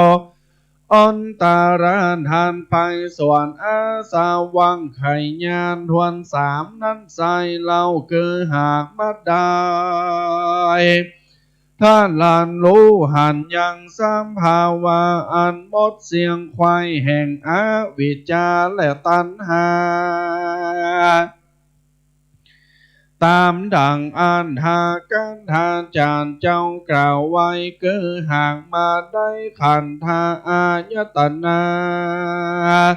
เป็นดังสายซอกัดกิ้วจ่องวันกันไปในญาหนึ่งดังสายใยอันยามยงบ่รู้เก่าไปจริงก่อนหมายเรียงว่าปาติจจสมุปปนธานันแลอิตังญาณังอันว่าญาณดวงพาเสดนั้นสายเป็นเหตุเหตุตันใดยังกินเลนเหตุลวงปองแขนแห่งปัญจมานโสภกวาอันว่าพระพุทธเจ้าตนนั้นอรหังตนอันไกลจากกินเลสพ้นจากเขตโมหะธรรมได้เสวยวิมุตตินำอันพาเสดเกิดสุขอันล้ำเลิศพ้นจากวิเศษสว่ากันเสียงวาระเวลา7 วันแล้วพระตนแก้วก็เป็นจรณายังปฏิจจสมุปบาทก็ได้พ้นจากบ่วงบาทและตัณหาแล้วเป็นยังอุทานกันหาวาเนกาจาติสังสารังโดยญาณดวงใดอันว่าโภคาตั้งหลายขอโอกาสราธนานญาณดวงนั้นจงเข้ามาในพุทธารูปเจ้าพิมปานทันลามต่อเต้าหาปันพระวสาแดเตโสพังเกวาอันว่าพระพุทธเจ้าตนนั้นสัมมาสัมพุทโธตนทรานรู้ใหญ่ธรรมตั้งห้ามภาการคือว่าสังขาราใหญ่ญาวิลาละใหญ่ญาลักขณาใหญ่ญาปัญญาติใหญ่ญานิพพานาใหญ่ญาด้วยตนโดยดีด้วยญาณดวงวิเศษใดทารันรู้แจ้งเจตยังพาลานทำเป็นอนันตาจริงเปล่งยังวัจนาบทว่าสัมมาสัมพุทโธคือหากมาได้สังอุปาสังกาเป็นบนนาพุทธาธาตุเป็นไปทลัดโลเกิดปัจจัยสาเวมพันตินำไปเป็นโอเป็นรูปโปเป็นสัมมาสัมพุทโธแหลนานวามพระพุทธเจ้าตนทารันหูก็ตารงอยู่ห้มไม้โปติได้7 วันแล้วพระตนแก้วก็ใส่ชื่อว่าอนิเมนตาเจติญญา แล้วก็สานเด่นจางหันไปสู่จังกำมังทันลามต่อเต้าได้7 วันประกอบไปสู้ยังรัตนังเรือนแก้ว7 วันแล้วก็สานเด่นเมื่อสู่ยังสัตตหังอันใหม่ก็นั่งอยู่ห้มไม้อันจามปาดละนิโครนทาได้เตสันนาภายโพดยังพรามอันมาตนถามโดยจิตเจปรากฏทารันบอกเหตุที่เป็นสมณาพราหมณ์กันว่าลวงได้ยามวาระ7 วันแล้วพระตนแก้วก็สานเด่นไปสู่ยังที่อยู่จิกาโมรังใต้ห่มไม้อันมีที่ไกลมุจจลินศาลาอันตั้งอยู่ติสาหนอากันเนแห่งต้นไม้มหาโปเตรุกหาปราก็ปินจาลานานเถิงกองทำยามนั้นก็เกิดเป็นฝนหำตกมาบ่ขาดที่นันปรัญญานาการลาดอันอยู่ในสมุจจรินก็มาเลิกปังปานปกงำบ่ฮือฝนตกถูกองค์คำสิทธาเจ้าทราบต่อเต้าได้7 วันแล้วพระตนแก้วก็เสด็จไปสู่ยังที่อยู่ห้มไม้พฤกษาจาดอันมีติด3 หางตักขินนาตนโปติรุขาก็เตสนานธรรมแก่ตามพล3,000นิกามหานิจรแล้วพระพุทโธก็รำเปิงยังธรรมเตสนาอันเลิกแหลมสุโคมานเป็นธรรมอันยากนักหนา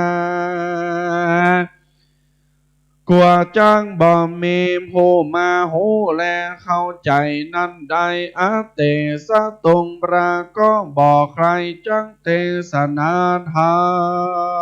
มพ่อสันตายามนานสาหัมปันติปรามบ่รู้เจงจริงเจตเสด็จลงมาอาราธนาธรรมเตสนาธรรมโพธโลกนำสัตคามโอขาสงสารพระกเตสนาพรหมวิหาร4 กล่าวไว้คือหากมารใดเมตตากรุณามุติตาโอเปกขาสอนยังสันตาหรันแลโยธรรมโมอันว่าธรรมดวงใดอันพาเสโสธรรมโมอันว่าธรรมดวงนั้นติถาโตจุงมาตั้งอยู่ในพระพุทธรูปเจ้าอันเป็นพระประธานยังพระอุโบสถวันไฟหินท่านลามต่อเต้าหาปันพระวาสาโหนตุจงมีแด่เตโสภกวาอันว่าพระพุทธเจ้าตนนั้นสุขันโตตนเสด็จเมื่อสุติดีคือพระนิพพานอันพาเสดดับเสียยังจะเกิดจาราพญาติมรณาพังกังวาอันว่าพระพุทธเจ้าตนมีปัญญาองค์อาจมีรังสีใสโอภาส6 ประการตนมีตารงญาณันเลิศแล้วพระตนแก้วก็เตสนานธรรมชื่อธรรมจังกปวัตนาสูตรแก่ปัญจวัคคีย์ตั้งห้าติตาโตจงเข้ามาอยู่ในพระพุทธเจ้าทาราบต่อเต้าหาปันพระวาสาเป็นติไว้ติสักการลาปูจาแก่คนและเทวดาทั้งหลายส โสภกวาอันว่าพระพุทธเจ้าตนนั้นปุณโธตนทารัตโหยังอริยันสัจจันธรรมตั้งสี่เกว่าทาลานโหแจ้งที่แห่งความลังลงเหมือนดังปุกกันลาปงลำตื่นมีสติสัมปชัญญะจื่นอยู่จุวันยามและนาแรกแต่พระองค์ได้ทานลานปัญญาสัมปัญโยได้เป็นครูตนผ่านแพ้วเป็นพระดอกแก้วสั่งสอนสันตันโลกเตสันนาภายโพธสัมปาสตา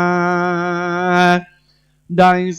45 วาษาเป็นขนาดพระองค์ได้ประกาศพุทธศาสนาแก้เวรในยีก่อนเป็นนิรันดรบ่ได้ขาดสั่งสอนปุริสัญจาตยิ่งใจได้ปฏิบัติธรรมเป็นอุปาธรรมพังกาอุกันหาอันสูงโสดพระองค์ก็อนุญาตให้บวชเป็นภิกขุและเพ่งคนเนแล้วตั้งวินัยมีปัญญัติไว้รักษานะโมนะโมตัณหาตุขออาราธนายังกลพระพุทธเจ้ากลพระธาตุเจ้ากลพระพุทธบาทเจ้าอันมีตัวเต่าแผ่นปัทวีก็ตังมันมีบนฟากฟ้าจุรามณีเกศแก้วผู้คาก็ขออาราธนาแล้วจุองค์พุทโธปานังจินาตาตุญโยกุณามหันตานมีประมาณเต่าเม็ดหัวควางมีวันนารัศมีสายสว่างดังจาดคำแดงจัดนำเป็นแข่งมีปอหาอันว่าผู้คาขออาราธนาตันดุลลามัจจิมมาเม่นใหญ่น้อยเต้าเม่นเข้าสารหังตักกันนานาพิวามเหี่ยมดังแก้วประภาพุทธากาสโปเต้าเม็ดพันผักกาดแลมีวันนาจารหากข่าวปอนผู้คา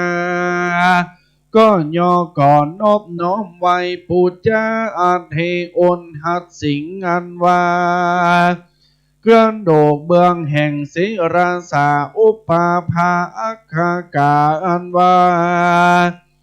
ตั้งกระโดกด้ามมีดอันยังบ่มั่งลีตั้งโยสันติจตุโร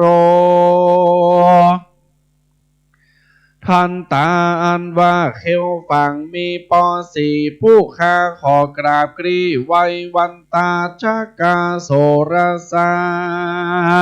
10 แห่งปราจีนานหาเจ้าอันมีมากเต่า12,800 จุองค์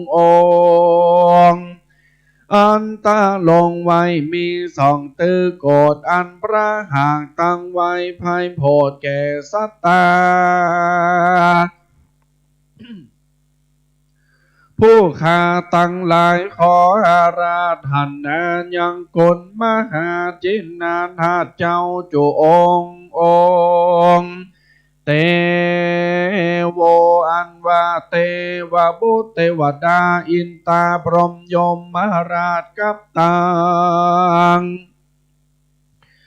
มนุษย์สัจจาตหังขันโตจุงมาหังสารยังพระพุทธเจ้าอันเป็นพระประธา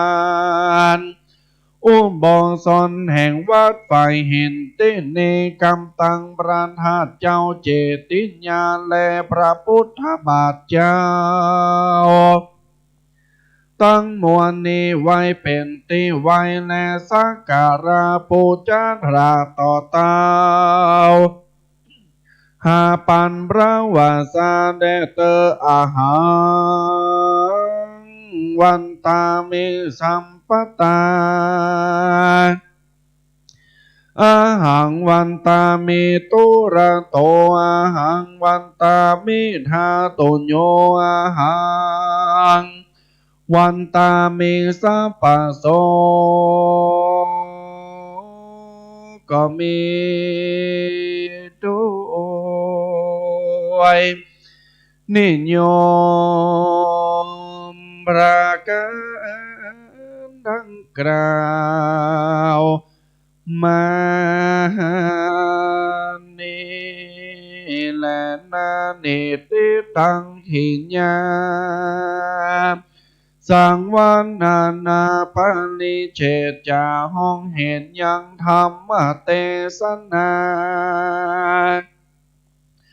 พุทธาภิเศษก็บังโกมสมเลสาเด สาธุสาธุสาธุที่เราได้รับฟังไปแล้วนั้นนะครับเป็นธรรมชื่อว่าพุทธาภิเษกนะครับแสดงว่าธรรมเทศนาโดยพระครูสังฆรักษ์กิตนิทัศน์นะครับกิติโสภณเมธีท่านเจ้าวาดวัดสะพุงน้อยนะครับอำเภอปราซางจังหวัดลำพูนนะครับต่อไปนะครับเป็นการถวายการเทศนะครับขอเรียนเชิญคุณพรชิตานะครับได้เป็นตัวแทนนะครับน้อมถวายกันเทศนะครับแต่องค์แสดงพระธรรมเทศนานะครับ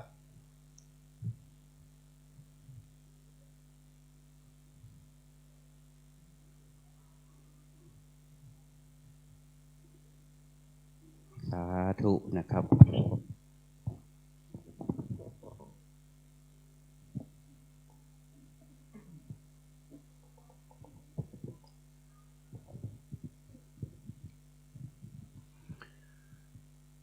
ยะถา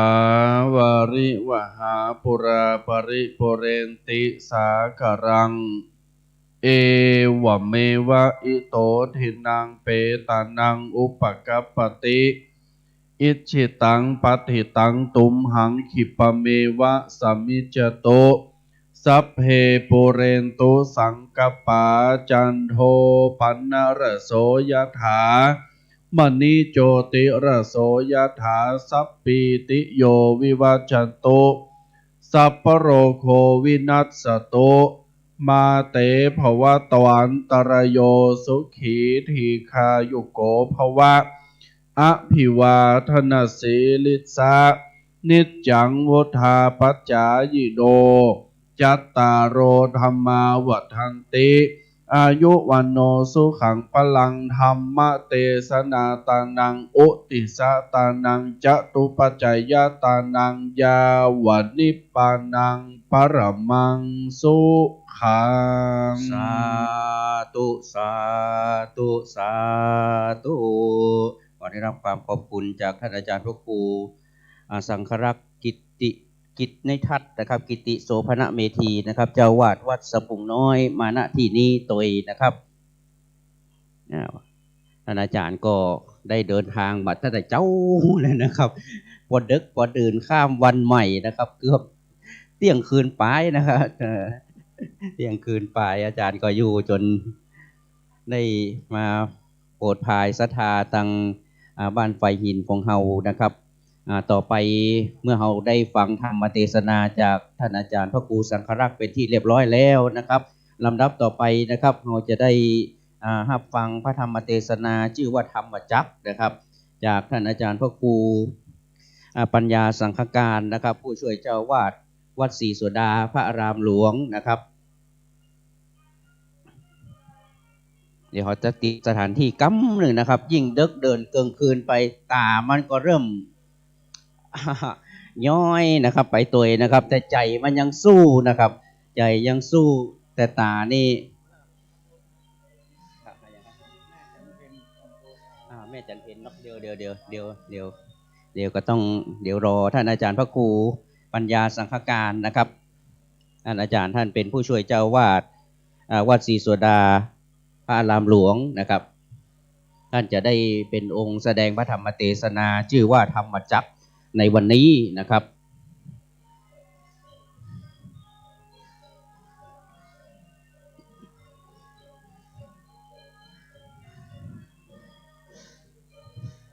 อันนี้เรา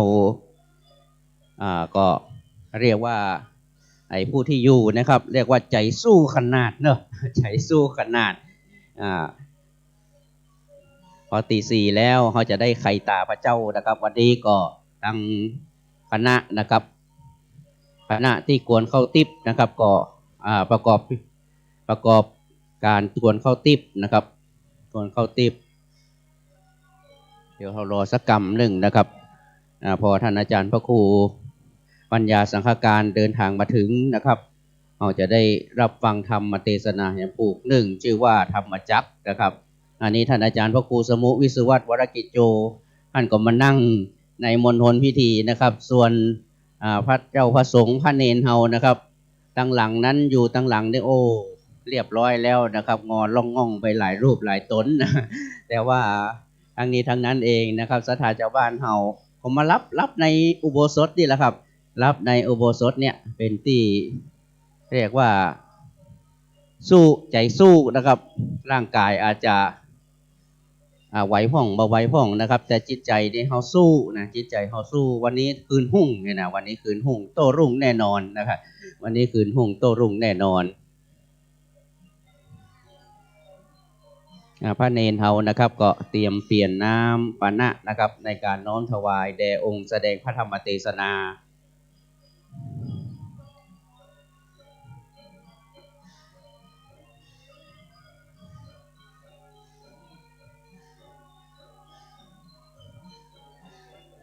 อันนี้เขาก็คณะรอเขาก็ฟังเสียงเด้อเสียงประโคมปีพาดนะครับปีพาดก็เป็นเสียงที่เป็นเสียงอันเป็นมงคลนะครับวันนี้ก็จะประโคมคืนหุ่งเนอะคืนหุ่งเหมือนกันคืนหุ่งเหมือนกันอันนี้เขาก็ได้มาร่วมกันนะครับตั้งพี่ทนายแล้วก็มานั่งตัวเหมือนกันนะครับพี่ทนายอย่างก็ทนายก้อยนะครับก็ได้มานั่งนะครับเงารับห้อง เงารับห้องอันนี้เป็นปกติธรรมดานะครับฟังเทศเข้าไปตัวเงารับไปตัวนะครับเพื่อนบอกหลวงพ่อฤาษีลิงดำวัดท่าสุงก็บอกว่าเอาฟังธรรมเทศนาแล้วรับไปตัวนี่เป็นมงคลนี่นะฟังจนรับเนี่ยฟังจนรับอันนี้ว่าเป็นมงคลนะครับรับไปตัวนะครับบอกว่าเขาอยู่ในฌานหยังนะครับฌานหนึ่งฌานสองฌานสามฌานสี่นะครับจะไปขึ้นฌานที่ห้านะครับมีเสียงตัวคนบึกนี่ก็แสดงว่าถึงฌานที่ห้าแล้วนะถึงฌานที่ห้าแล้วอันนี้ก็อู้เล่นบดายนะครับอู้เล่นบดายอู้เล่นอู้หัวบดายเพราะว่ามันเดินกลางคืนละต่างศรัทธาเจ้าบ้านเฮาไอ้พ่ออีแม่ไอ้พี่น้องนะครับที่รับฟังผ่านทางสถานีวิทยุคลื่น 104.5 เมกะเฮิรตซ์วัดไฟหินตลอดจนถึงคลื่นต่างๆที่เกาะเอาสัญญาณวัดไฟหินไปนะครับวันนี้เราก็ได้รับฟังวันนี้เขาจะโต้รุ่งกันนะครับตอนนี้ท่านอาจารย์พระครูปัญญาสังฆการนะครับองค์แสดงพระธรรมเทศนาก็ได้เดินทางมาถึงสถานที่เป็นที่เรียบร้อยแล้วนะครับ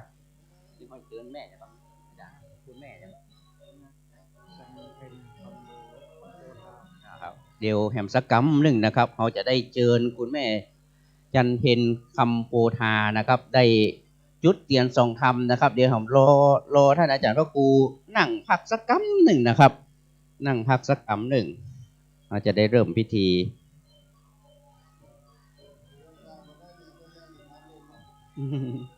เดี๋ยวครับยังไม่ได้เริ่มเต้นนะครับอันนี้บัดเริ่มเต้นมาเนอะยังไม่ได้เริ่มนะฮะอันนี้ก็ฟังปีพาดไปก่อนนะครับปีพาดไปก่อนเราให้อาจารย์พระครูได้นั่งพักได้เย็นสักกั๊มหนึ่งนะครับอาจารย์พระครูก็มาเยอะแต่เจ้ามาตั้งแต่เจ้านั่งรออยู่ศรัทธาสู้ตู้เจ้าก็สู้นะฮะตู้เจ้าฝ่ายหินก็สู้นะครับตู้เจ้าวัดศรีโสดาก็สู้เลยศรัทธาชาวบ้านเราครับเพื่อเจ้าวาดวัดฝ่ายหินนี่หรออาจารย์พระครูปัญญาสังฆการนะถ้าบัจจัยอาจารย์พระครูสมุวิศวัตวรกิจโจนี่มดสิทธิ์เนอะมดสิทธิ์เนอะจะมาเดินกลางคืนอย่างอี้นะเดินกลางคืนอย่างอี้อันนี้ด้วยอาศัยบารมีธรรมนะครับแล้วก็อาศัยความคุ้นเคยกันของท่านอาจารย์พระครูทั้งสองรูปนะครับท่านอาจารย์พระครูปัญญาสังฆการท่านก็เลยมาโปรดนะครับมาพายโปรด ในการบำเพ็ญบุญบำเพ็ญกุศลในคราวครั้งนี้นะครับแม่จันเพญก็อยู่นะครับแม่จันเพญก็อยู่เนอะสู้เหมือนกันเนอะสู้เหมือนกันตั้งแต่ปั๊มเหรียญนะครับปั๊มเหรียญต่อโคตรเหรียญยันมาเปิดเลยนะครับเปิดเนตรนะครับวันนี้ข้ามวันนะเนอะข้ามวันใหม่เป็นเที่ยงคืนป่ายแล้วตอนนี้นะครับเป็นเที่ยงคืนกว่าๆละ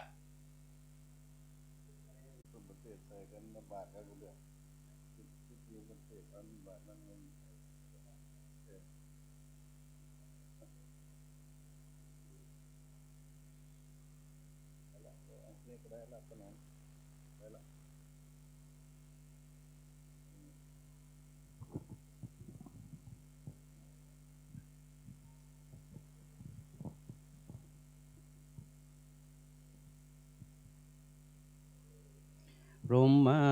จโลกาธิปติสหัมปติกัดอัญชลีอันทิวลังอายาจทา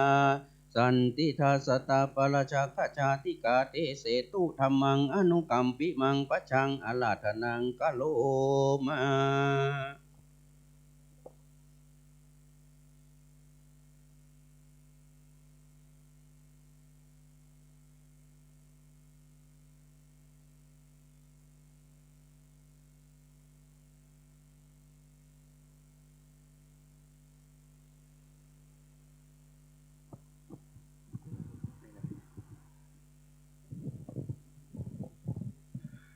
นะโม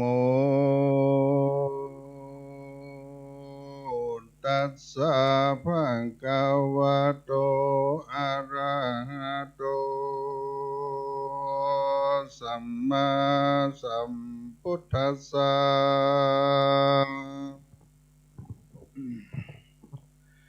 เอวะเมสุตังเอกังสัมมัญญังภะคะวะปะรานะสิยังวิหารติสิปันตเนมิกาตาเยวะเมสุตันติอติกังนิตานวัจนั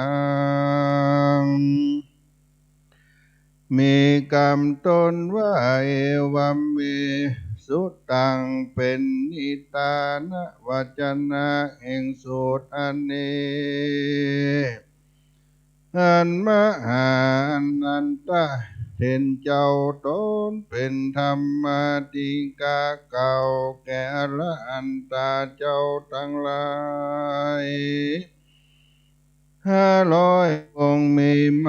หาการสามประเทนเจ้าเป็นประธานในเมื่อสังฆายนาธรรมวันนั้นว่าพันเตข้าแห่งอริยการสามประเทระเจ้าอิตังธรรมัญจังกัมปาวัตนาสุตังหันวัธรรมัญจังกัมปาวัตนาสุตอันนี้อันข้าชื่อว่านันตะหากได้สดับรับฟังมาแต่ข้าอุบเกี่ยวคือว่าปากแห่งพระพุทธเจ้าโดยอาการดังขาดจังวิสัญจนานิเตเอกังสัมมัญญังยังมีในกาลาคับหนึ่งสัมปัญโยพระพุทธเจ้าตนมีภากัญญาธรรมอันงามอยู่สำราญในป่าอิสิปตนะมีการตัญญาอันเป็นที่หืออภัยแก่เนื้อทั้งหลายมีที่ไกลเวียงปาลานะสีพามานว่าได้500 เจนขาธนู ตถาโคภังกาวาปัญจวัคคีย์เยหิงกาเวอามันเตสีในกาลนั้นพระพุทธเจ้าก็จะถึงปัญจวัคคีย์ภิกขุห้าตนด้วยคำว่าตเวมิภิกขเวดูลาภิกขุทั้งหลายโกฏากสองพระการนั้นนักบวชบอกควรเสพมีพระการสันใดจาเขียอันประกอบด้วยสุขอันติดของในกามคุณทั้งหลายอันเป็นกิเลสกรรมวัตถุกรรมฟุ้งหันลามากาถอยย่อผักเป็นของเจ้าบ้านปุถุชนาว่าเป็นของอริยะเจ้าอันบ่ฮือเป็นปัญโยชนะสังอาญประการหนึ่งขีญาณประกอบโดยเปลี่ยนนั้นกระทำลำบากแก่ตนเป็นดังอัญญาติทีจีป่วยในกาลดารุร้อนพ้อยดังไฟไปหน้าไปหลังข้างซ้ายข้างขวาแล้วเข้าไปนั่งอยู่ในละแวกวางกองไฟไปบนกองร้อนด้วยรัศมีแห่งโสลิญาพระอาทิตย์ปฏิบัติตนเฮือลำบากแก่ตนอันนี้บ่เป็นกองปฏิบัติแห่งอริยเจ้าทั้งหลายกระทำแล้วบ่เป็นกลและประโยชน์จะน่าสังอาญเอเตเตภิกขเวอุโภหันเตอนุปกัมมามัจจิมาปฏิปทาโดลาภิกขุทั้งหลายผ่านตถาคตเข้าปฏิบัติสู่โกฏากสองอันนี้อยู่ในถ้ำกลางเกิดว่าบ่เข่งนักบ่ญาณนักจริงใดทาราพญาสัมปัญโยตัญญาณบังเกิดยังตัว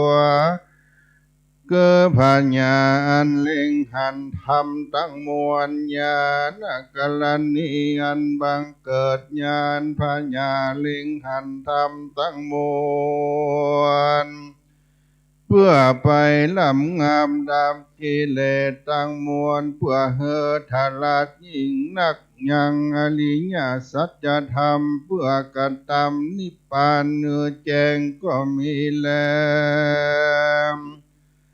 การตามมาจาสาพิงขเวโดลาภิกขุตังหลายส่วนมัจจิมาปฏิปตาคือปฏิบัติปานกลางบ่เข่งบ่ญาณนักนั้นพาตถาคตใดทลัดปัญญาเป็นสัพพัญโยบังเกิดยังตาเล็งหันยังทำตั้งมวลก็เฮอเป็นไปเฮอลำงับดับเสียยังกิเลสตัณหาตั้งมวลเพื่อเฮอรู้ยิ่งนักเพื่อเฮอทาลัดปัญญายิ่งนักเพื่อกระทำเพียรยังนิพพานเนื้อแจ้งนั้นฟงใดจาอัญญาเมวะอลิโยทังกิโกส่วนมัจจิมาปฏิปทานั้นคือมกา8 ฟงนี้คือสัมมาทิฏฐิสัมมาสังกัปโป สัมมาวาจาสัมมากัมมันโตสัมมาจิโวสัมมาวายโมสัมมาสติสัมมาสมาธิอันปาตถากันตะหากใดทลัดรู้ยังสัพพัญโยตัญญานอันบังเกิดยังตาคือปัญญาอันเล็งหันธรรมทั้งมวลบังเกิดยังญาณปัญญารู้ธรรมทั้งมวลก็เป็นไปเพื่อลำงับดับกิเลสเพื่อรู้เพื่อกระทำอย่างนิพพานแจ้งก็มีเลยอิตังโคปันนาพิงขเวทุกขังอริยสัจจังภิกขเวโนนาภิกขุทั้งหลายส่วนว่าอริยสัจจานั้นเกิดปฏิสันธิกำเนิดอันเกิดมาแห่งสัตว์ทั้งหลายอันเป็นทุกข์มากนางตั้งแต่เกิดในท้องแม่ขี้ยาอันจักได้ยินก็บ่มีเตียนยอมได้เสวยทุกข์ในตนในใจบ่ขาดเป็นดังอยู่ในโลกันตานรกนั่นแลแม้นว่าจะลาเท่าแก่ก็มาเป็นตัวแม้นว่าเพียที่อันเกิดในตนทั้งมวลก็เป็นตกแม้นว่ามรณาการอันโจติตายแตกมั่งแห่งขันธะตั้งหาก็เป็นทุกข์ขีญาอันประกอบโดยผู้อื่นมาจังตนก็เป็นทุกข์การได้พัดภาคจากของติรักก็เป็นทุกข์ผ่านให้ได้วัตถุอันใดและบ่ได้ตามกรรมภาธนานั้นก็เป็นทุกข์ทั้งมวลสังกิเตนะปัจจุปตานะอันธาทุกขาขิญญาอันบังเกิดยังขันธะตั้งหาคือรูปขันธาเวทนาขันธาสัญญาขันธาสังขาราขันธาวิญญาณขันธาก็เป็นทุกข์ทั้งมวลอิตังโคปันนาภิกขเว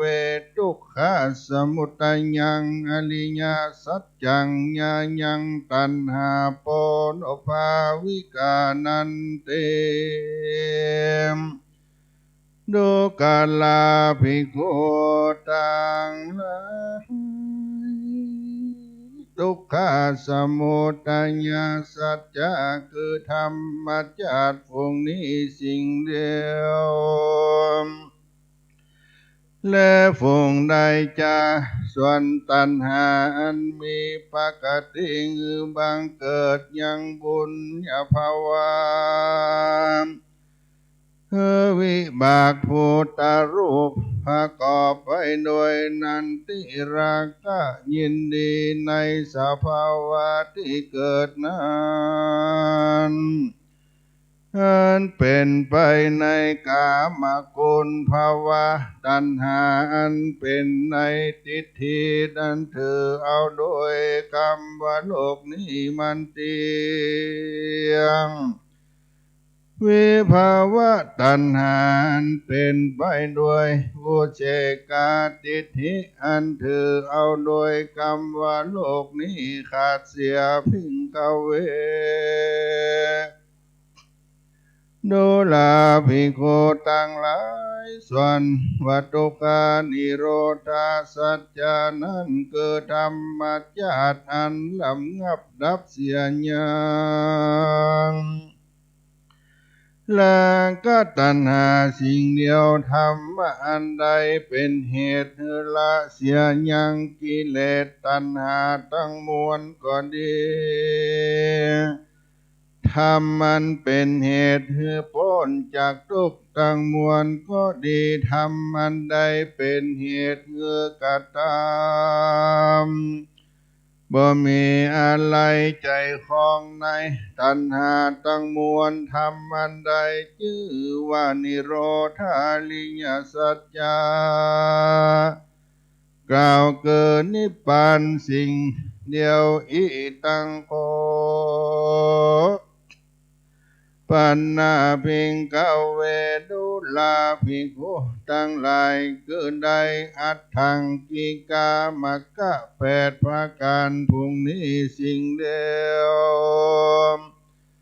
และฟุงได้จากคือได้สัมมาทิฏฐิสัมมาสังกัปโปสัมมาวาจาสัมมากัมมันโตสัมมาจิโวสัมมาวายามโมสัมมาสติสัมมาสมาธิพระพุทธเจ้าสำแดงยังอริยสัจธรรมดัง4 ประการแล้วที่นี้จักสำแดงญาณปัญญาอันเป็นไปในสัจจะทั้ง4นั้นคือหากใดเป็น3คือว่าสัจจญาณกิจจญาณกัตตญาณว่าอันส่วนว่าจักขุงคือปัญญา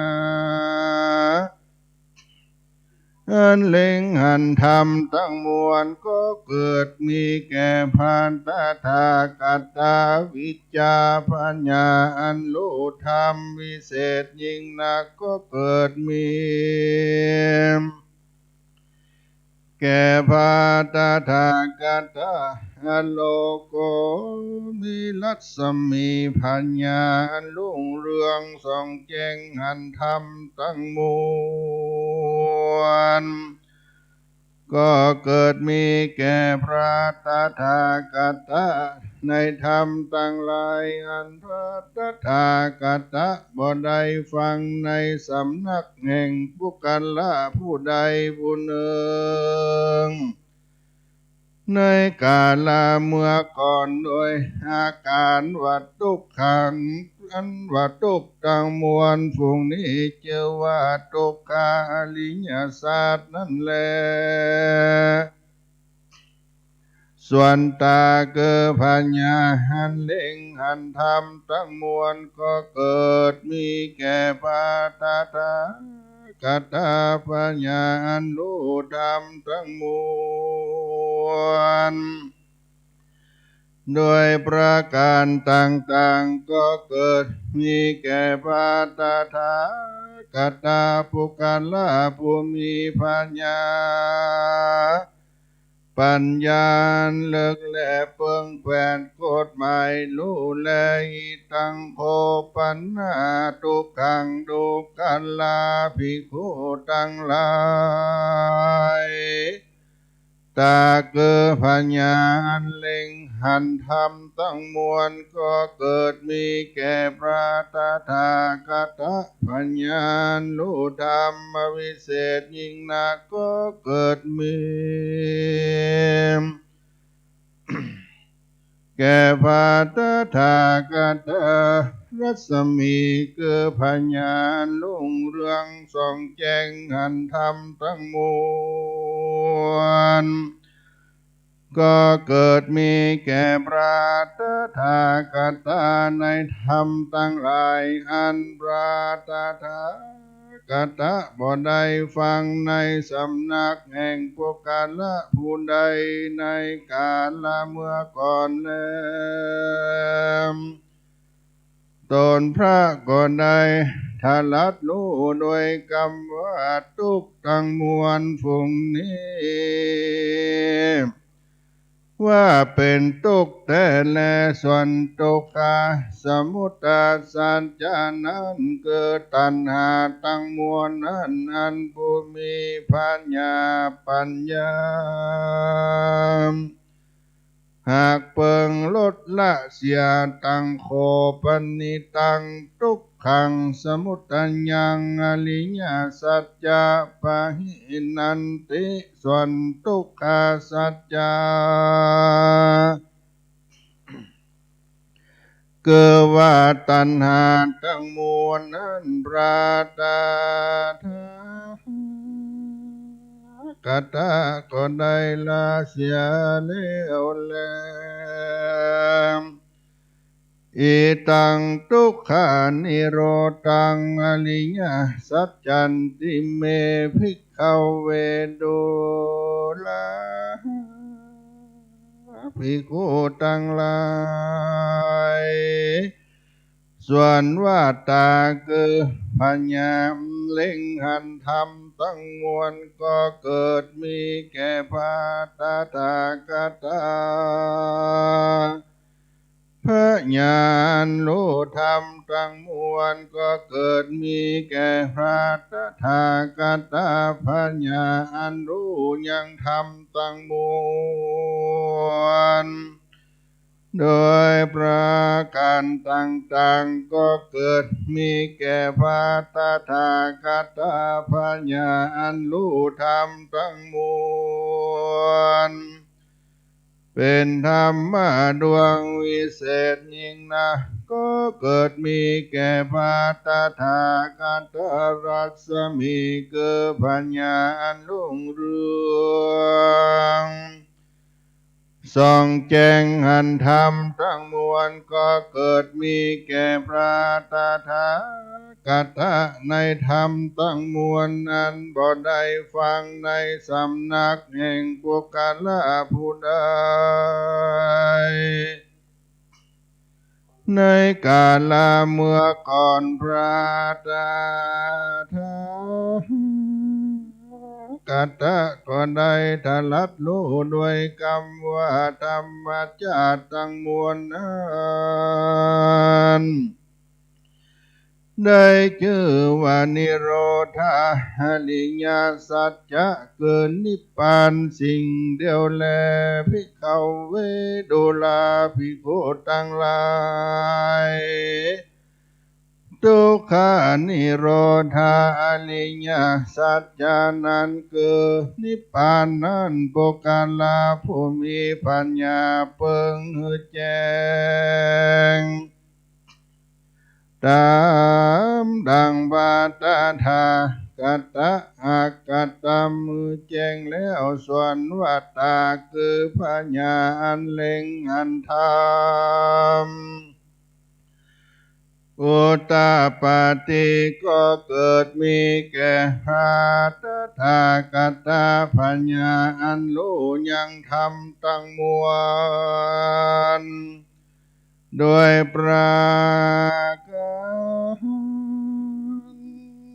ต่างๆก็เกิดมีแก่พระตถาคตปัญญาอันรู้ธรรมวิเศษยิ่งนักก็เกิดมีแก่พระตถาคตรัศมีคือปัญญาอันรุ่งเรืองไรใส่ส่องแจ้งหันธรรมทั้งมวลก็เกิดมีแก่พระตถาคตอันบ่ได้ฟังในสำนักแห่งผู้ใดในกาลเมื่อก่อนโดยกรรมว่าปฏิปติเข้าสู่นิพพานนั้นได้ชื่อว่าทุกขนิโรธกามินิปฏิปตาตังโคปนิตังทุกขานิโรธกามินิปฏิปตาอริยสัจจังภาเวตปันติภิกขเวดุลาภิกขุทั้งหลายส ส่วนต่างปฏิบัติเข้าสู่นิพพานนั้นปุกาลาภูมิปัญญาเพิงปฏิบัติได้แล้วภิกขเวนุลาภิกขุทั้งหลายส่วนนั้นวัตตาคือปัญญาอันเล็งหันธรรมตั้งมวลก็บังเกิดมีแก่พานตาทากันตาปัญญาอันรู้ธรรมตั้งมวลก็เกิดมีแก่พาตาทากัตตาปัญญาอันรู้ธรรมโดยประการต่างๆก็เกิดมีแก่พาตาทากัตตาปัญญาอันรู้ยังธรรมอันยิ่งนักก็เกิดมีแก่พาตาทากัตตาลัสมีปัญญาอันลุ่งเรืองไรใสส่องแจ้งหันธรรมทั้งมวลก็เกิดมีแก่พระตถาคตอันบ่ได้ฟังในสำนักแห่งปุกาลผู้ใดผู้หนึ่งในกาลเมื่อก่อนพระตถาคตหากใดทลัดรู้โดยกรรมว่าทุกขานิโรธังกามินี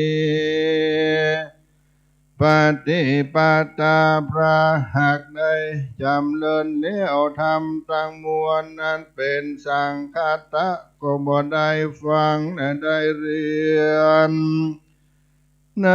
สำนักแห่งผู้ใดในกาลเมื่อก่อนพระตถาคตเจ้าได้ทลาดรู้ยังสัจธรรมทั้งสี่โดยกรรมอันนี้เป็นสมุตตสัจจานเป็น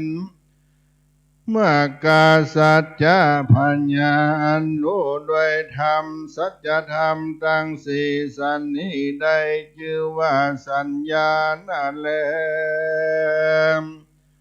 ปัญญาอันรู้ด้วยกรรมว่าทุกขาสัจจะเป็นปริญญาญาปุกลาผู้มีปัญญาเพิ่งแกวดกฎหมายรู้แล้วสมุตตสัจจะปหาตปาผู้มีปัญญาเพิ่งละเสียยังนิโร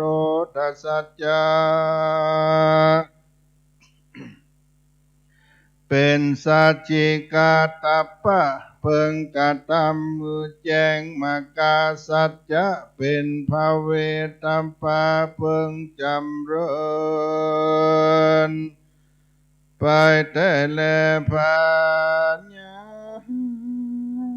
อันรู้สันนิแล้วได้ชื่อว่ากิจจญาณัง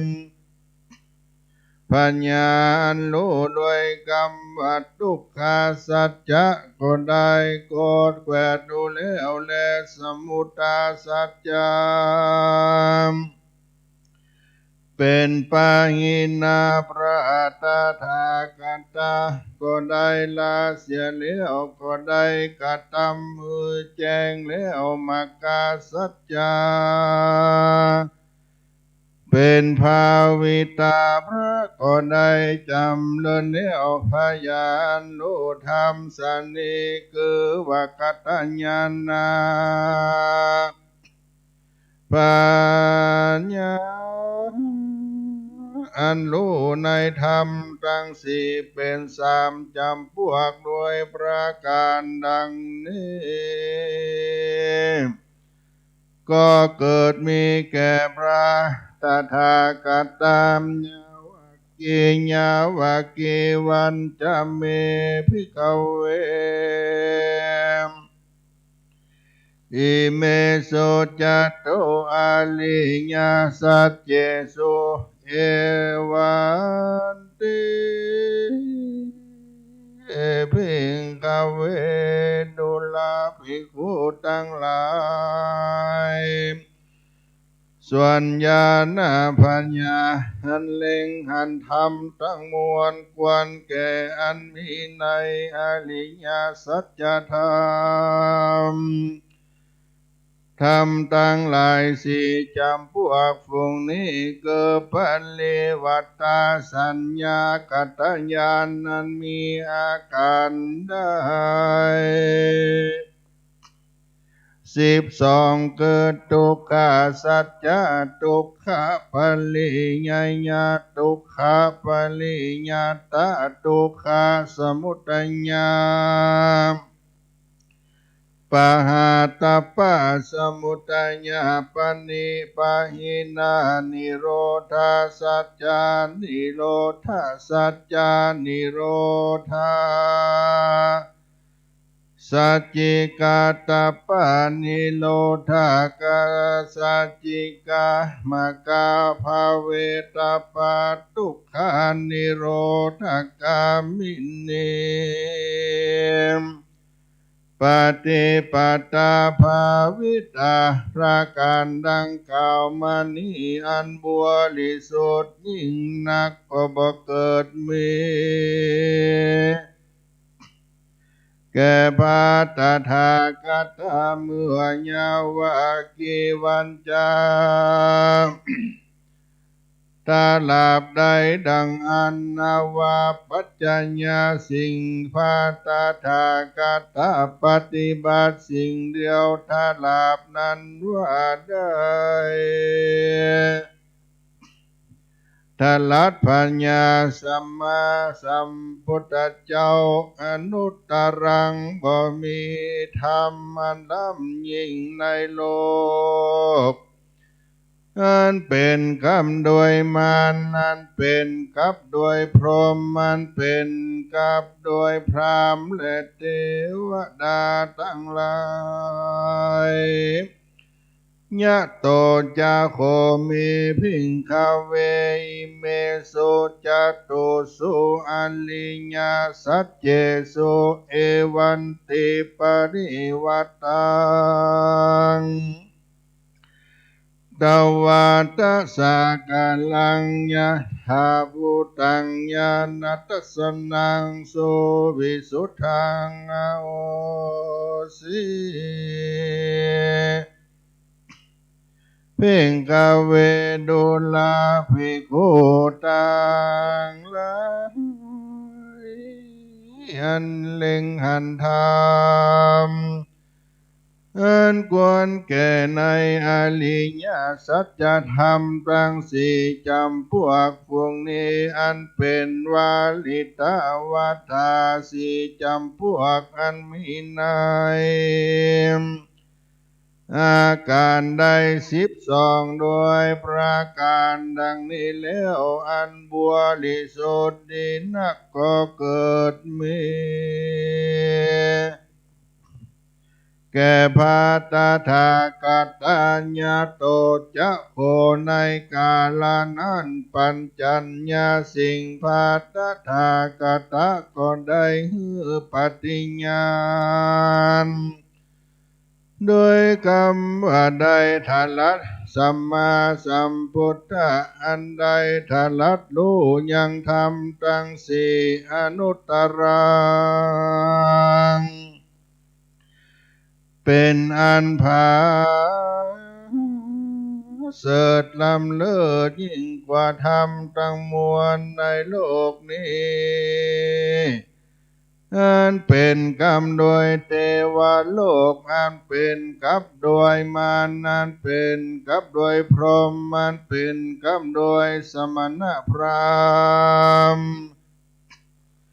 และหมู่คนและเทวดาทั้งหลายญาณนั้นจะมีวัตสนังอุตตปาติดุลามภิกขุทั้งหลายส่วนญาณปัญญาหันเล็งหันธรรมชาติทั้งมวลก็บังเกิดมี แก่พัตตาทาการตาโดยการว่าวิมุตติธรรมละอัตตาภัลลาคือสัพพัญญูตัญญาณแห่งพัตตาทากตาอากุปปะเมอันมีกิเลสตัณหาบ่มาล้างเสียได้ขีญาอันเกิดมาปางนี้แห่งพาตถากตานที่มาเป็นปางสุดปางซอยปฏิสันธิกำเนิดอันจะเกิดมาแถมโลกก็บ่มีแก่พระตถากตาเจ้าในกาลบัดนี้แลอิตะมะโวจาหังกวาอัตตมานาเตปัจจาวากิญญาภิกขุภังกวาโตภาสิตาอาภินันโดนทิบังกวานว่าพระพุทธเจ้าตนมีภากัญญาอันงามกฎเทศนาธรรมจังกัมปวัตตนาสุดวงพระเสดอันนี้ด้วยประการดังนี้แล้วส่วนปัญจวัคคีย์ทั้ง5 ตนตั้งปวงพวงนั้นก็มีใจอภิโลมจมชื่นยินดี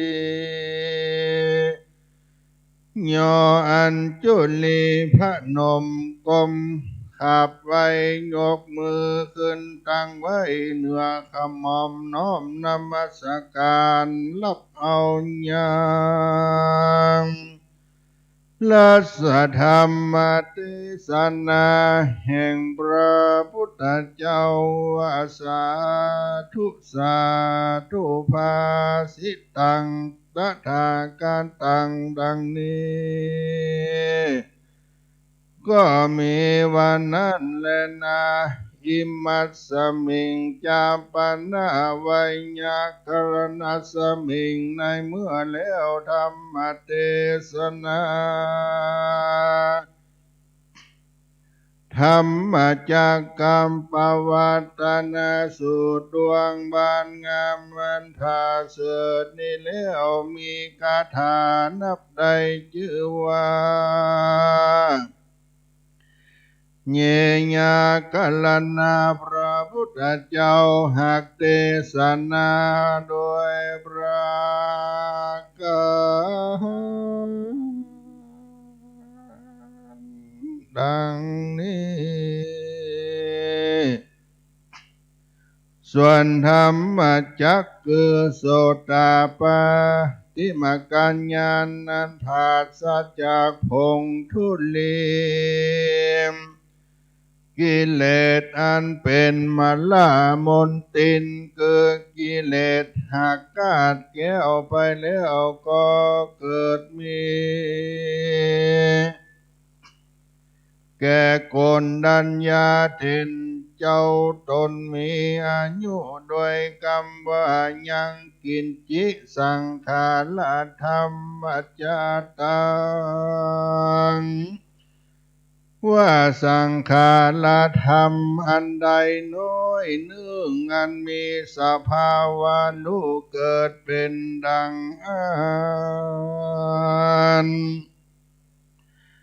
สังขารธรรมดวงอันนั้นอันรู้เสียงแต่แล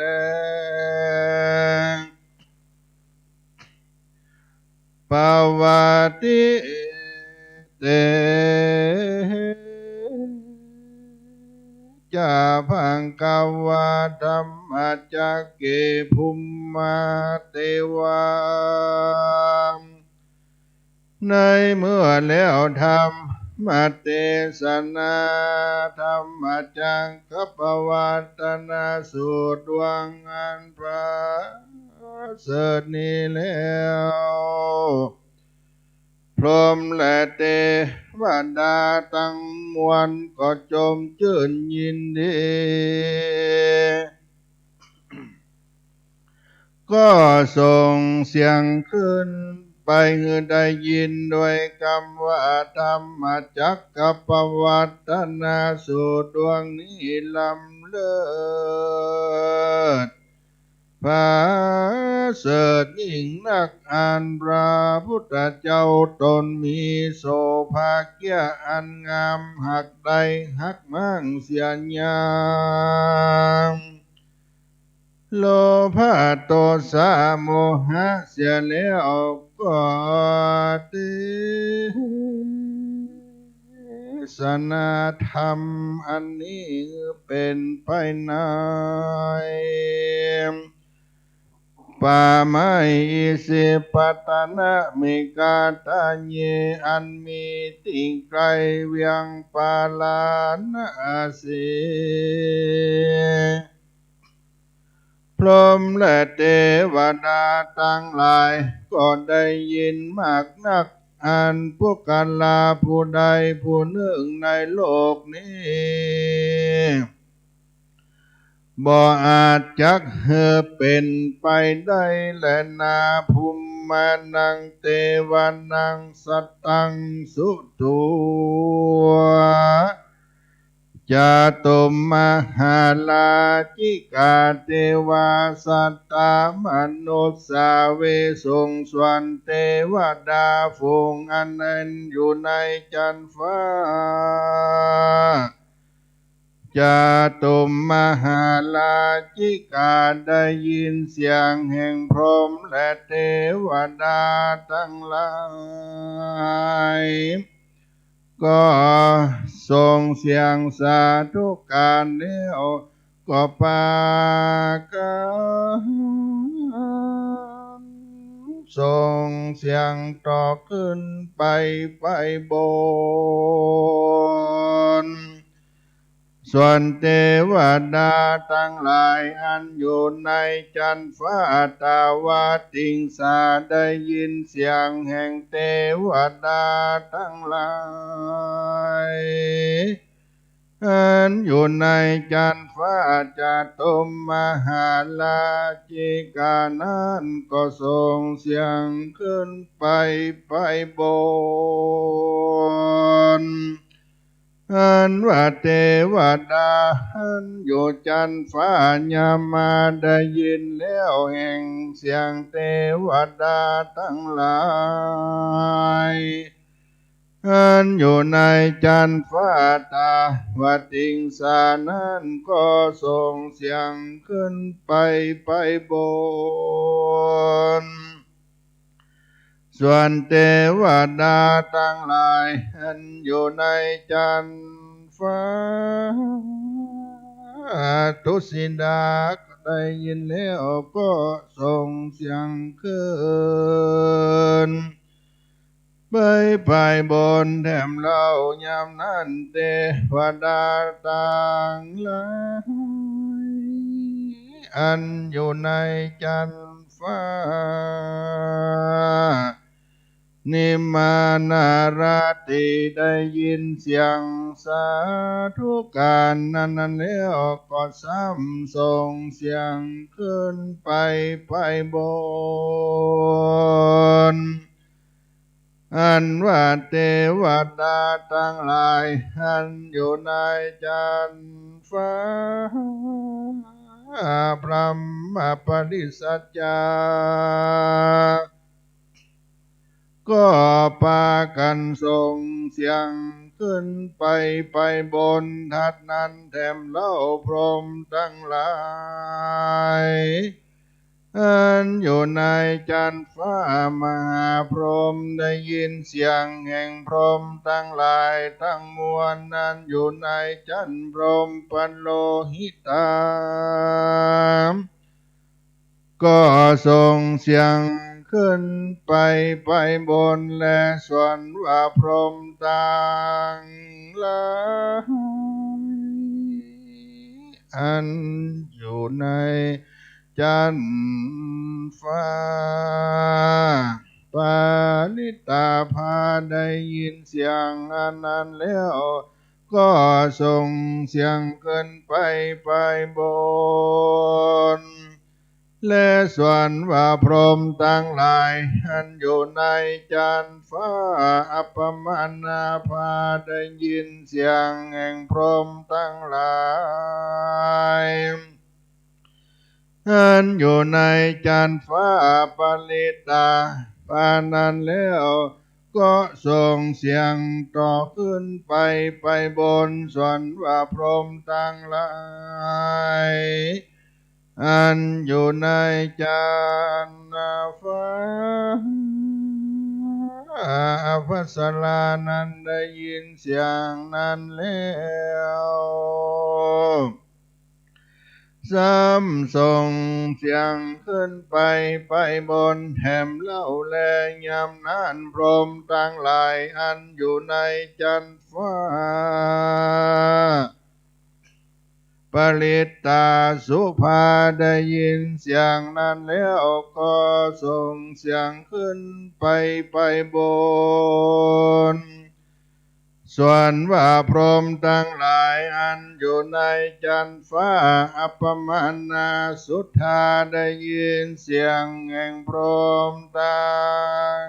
หลายอันอยู่จันทร์ไปตำสันนั้นแล้วก็ส่งเสียงขึ้นไปบนอัปปมานาภวังเตวานังสัตตังสุตุส่วนว่าพรหมทั้งหลายอันอยู่ในจันทร์ฟ้าสุภากินอากาศได้ยินเสียงจากพรหมสันนั้นแล้ว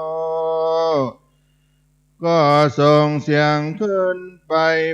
บนและสุภากินหานังเตวานังสัตตังสุตุส่วนว่าพรหมต่างหลายอันอยู่ในจันทร์ฟ้าวิหานั้นได้ยินเสียงนั้นแล้วก็ส่งเสียงขึ้นไปบนแถมเล่ายามนั้นพรหมทั้งหลายอันอยู่ในจันทร์ฟ้าอัตตปาได้ยินแล้วยังเสียงแห่งพรหมทั้งหลายก็ส่งเสียงขึ้นไปบนส่วนว่าพรหมทั้งหลายอันอยู่ในจันทร์ฟ้าโสตัสสานั้นได้ยินแล้วแห่งเสียงพรหมทั้งหลายอันอยู่ในจันทร์ฟ้าอัตตาปานั้นก็ส่งเสียงขึ้นไปบนและส่วนว่าพรหมทั้งหลายอันอยู่ในจันทร์ฟ้าสุตตสีนั้นได้ยินเสียงแห่งพรหมสันนั้นแล้วก็ส่งเสียงขึ้นไป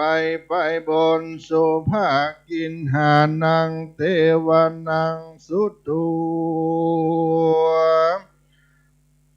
ส่วนว่าพรหมทั้งหลายอันอยู่ในจันทร์ฟ้าอากนิธานั้นก็ส่งเสียงขึ้นไปบนโดยกรรมว่าธรรมจัก กัปปวัตตนาสูตรดวงบานอันพระเสริฐอันนี้เป็นอันยิ่งนักอันพระพุทธเจ้าโต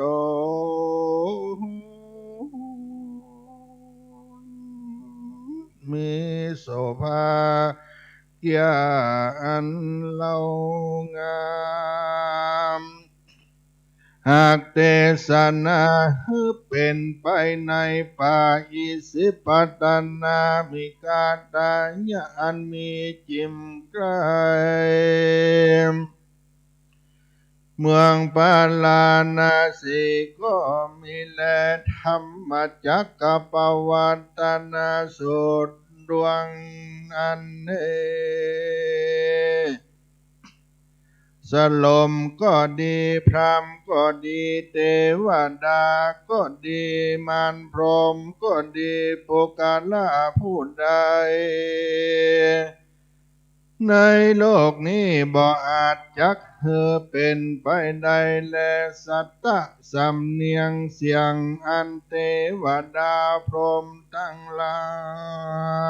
ยก็ปกเป่าร้องเตือนได้ยินนั้นก็แผ่สลับ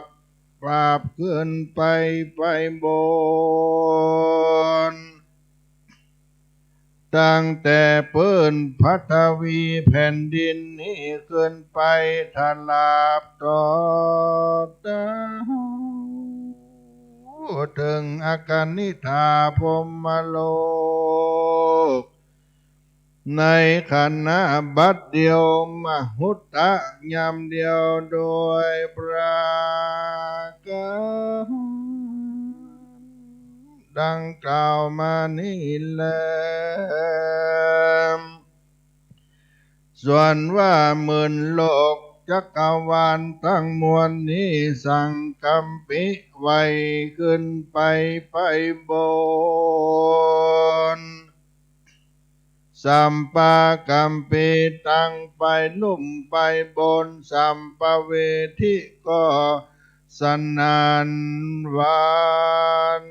ไว้ไปจุกรรมโจไปก็มีแลส่วนโอภารัศมีอันลุ่งเรืองไรใสส่องแจ้งอันผาเสริฐล้ำเลิศกว้างขวางยิ่งนักหาพมานบ่ใด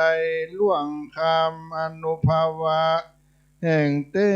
วดาทั้งหลายและพรหมทั้งหลายก็พากฏเกิดมีในโลกนี้ด้วยอนุภาวะแห่งพระพุทธเจ้าก็มีในกาลยามนั้นและอัตถโคภะวาอุตานังอุตาเนสิในกาลนั้นพระพุทธเจ้าก็นำเอามายังอุตานกถา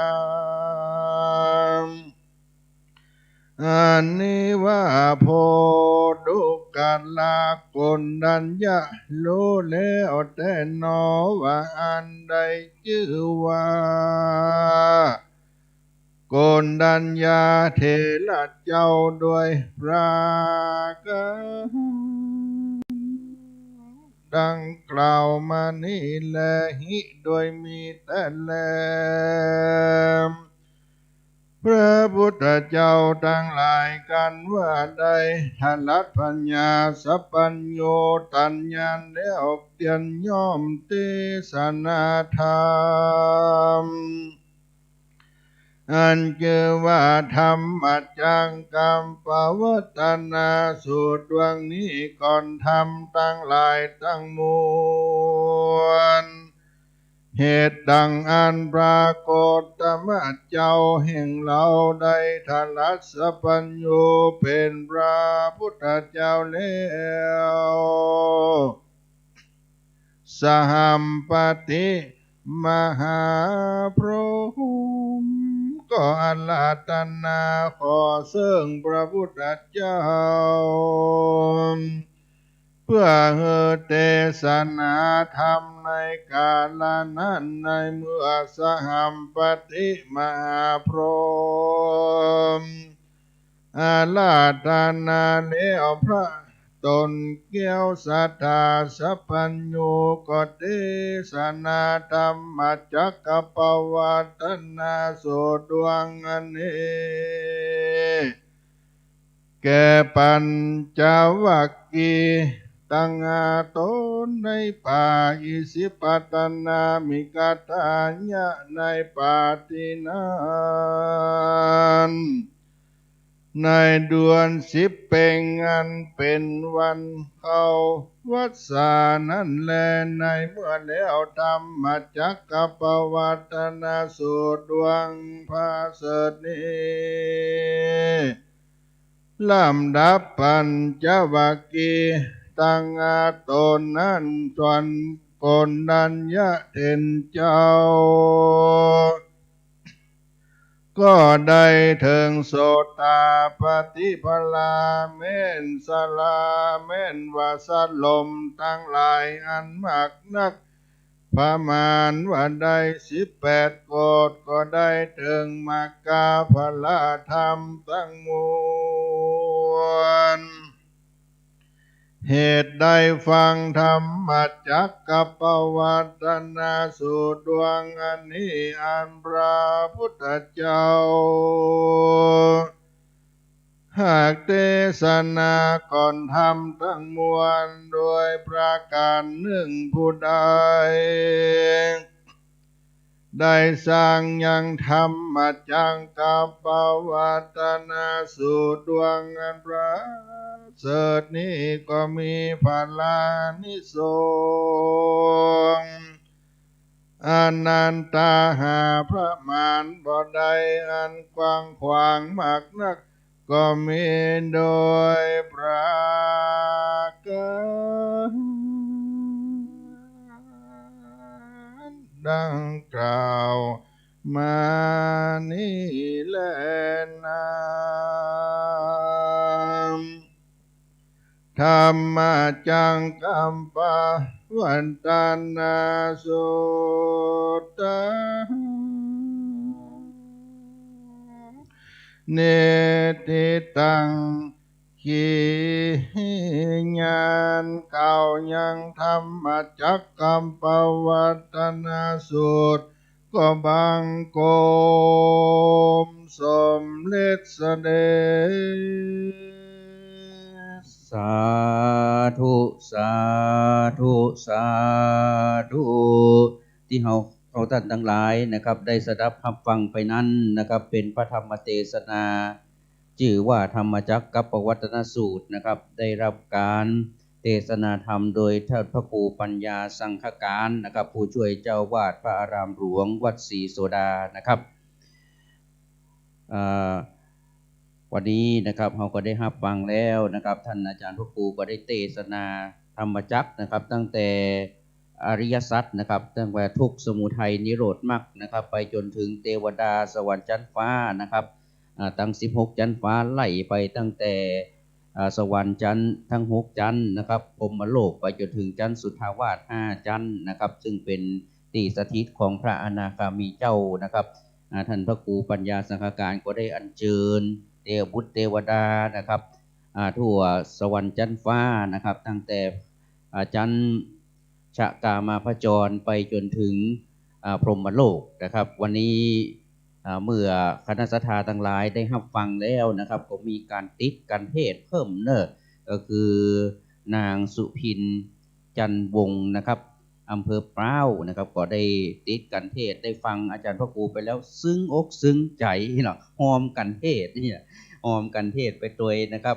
พร้อมกันนั้นก็มีคุณแม่จันเพ็ญคำโพธานะครับนางสาวพันนิตาพรหมมินทร์ได้ฟังอาจารย์พระครูขึ้นเทศน้อยหนึ่งโอ้อาจารย์พระครูอย่ามาเสียงม่วนแต่ม่วนว่าเนี่ยได้อดทนล้นบาได้นะครับได้เอาเงินเข้าใส่ซองติดถวายกันเทศอาจารย์พระครูไปแหมนะครับติดถวายอาจารย์กันเทศพระครูไปแหมนะครับใครที่จะ ติดถวายกันเทศก็สามารถที่จะมาให้มาหอมได้เน้อนะเดี๋ยวเราจะได้ถวายกันเทศนี่หมดสิทธิ์แล้วนะครับหมดสิทธิ์แล้วนะครับอาจารย์พระครูได้ปั่นปอนไปแล้วเขาก็หมดสิทธิ์ได้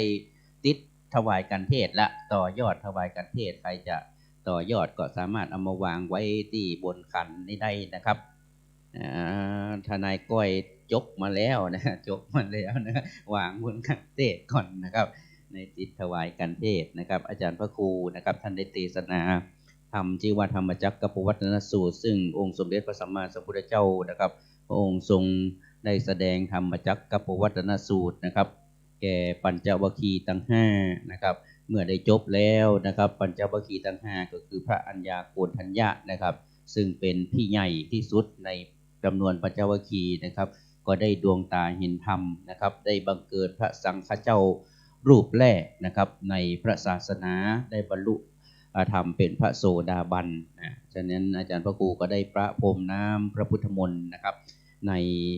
วัตถุมงคลเหรียญครูบาเจ้าพระอภัยสรทะสังฆปาโมกข์ของเมืองเชียงใหม่นะครับต่อไปเราจะได้น้อมถวายกันเทศนะครับก็เรียนเชิญคุณแม่จันเพ็ญคำโพธานะครับได้น้อมถวายกันเทศนานะครับครับโอ้เจ้าภาพมาประเคนด้วยกันหมดเลยนะครับใครเป็นเจ้าภาพนะครับเพราะว่าจะเป็นคุณสุพินจันทวงศ์หรือแม้แต่คุณแม่จันเพ็ญคำโพธานะครับนางสาวพันนิตาพรหมมินทร์นะครับได้มาร่วมประเคนพร้อมกันนะฮะอาจารย์พระครูบอกนะครับได้ร่วมประเคนพร้อมกันหมดเลยนะครับเอาจะได้ร่วมบุญร่วมกุศลด้วยกันนะครับทนายก้อยตัวยนะครับยกอธิษฐานตัวย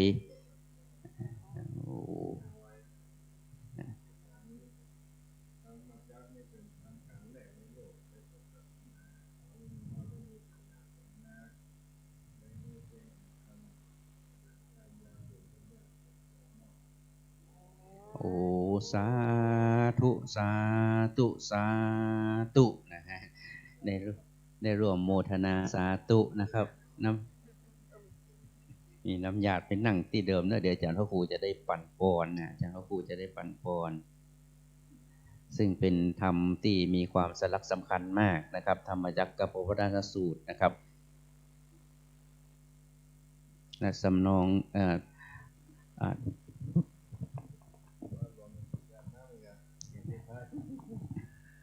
ยะถา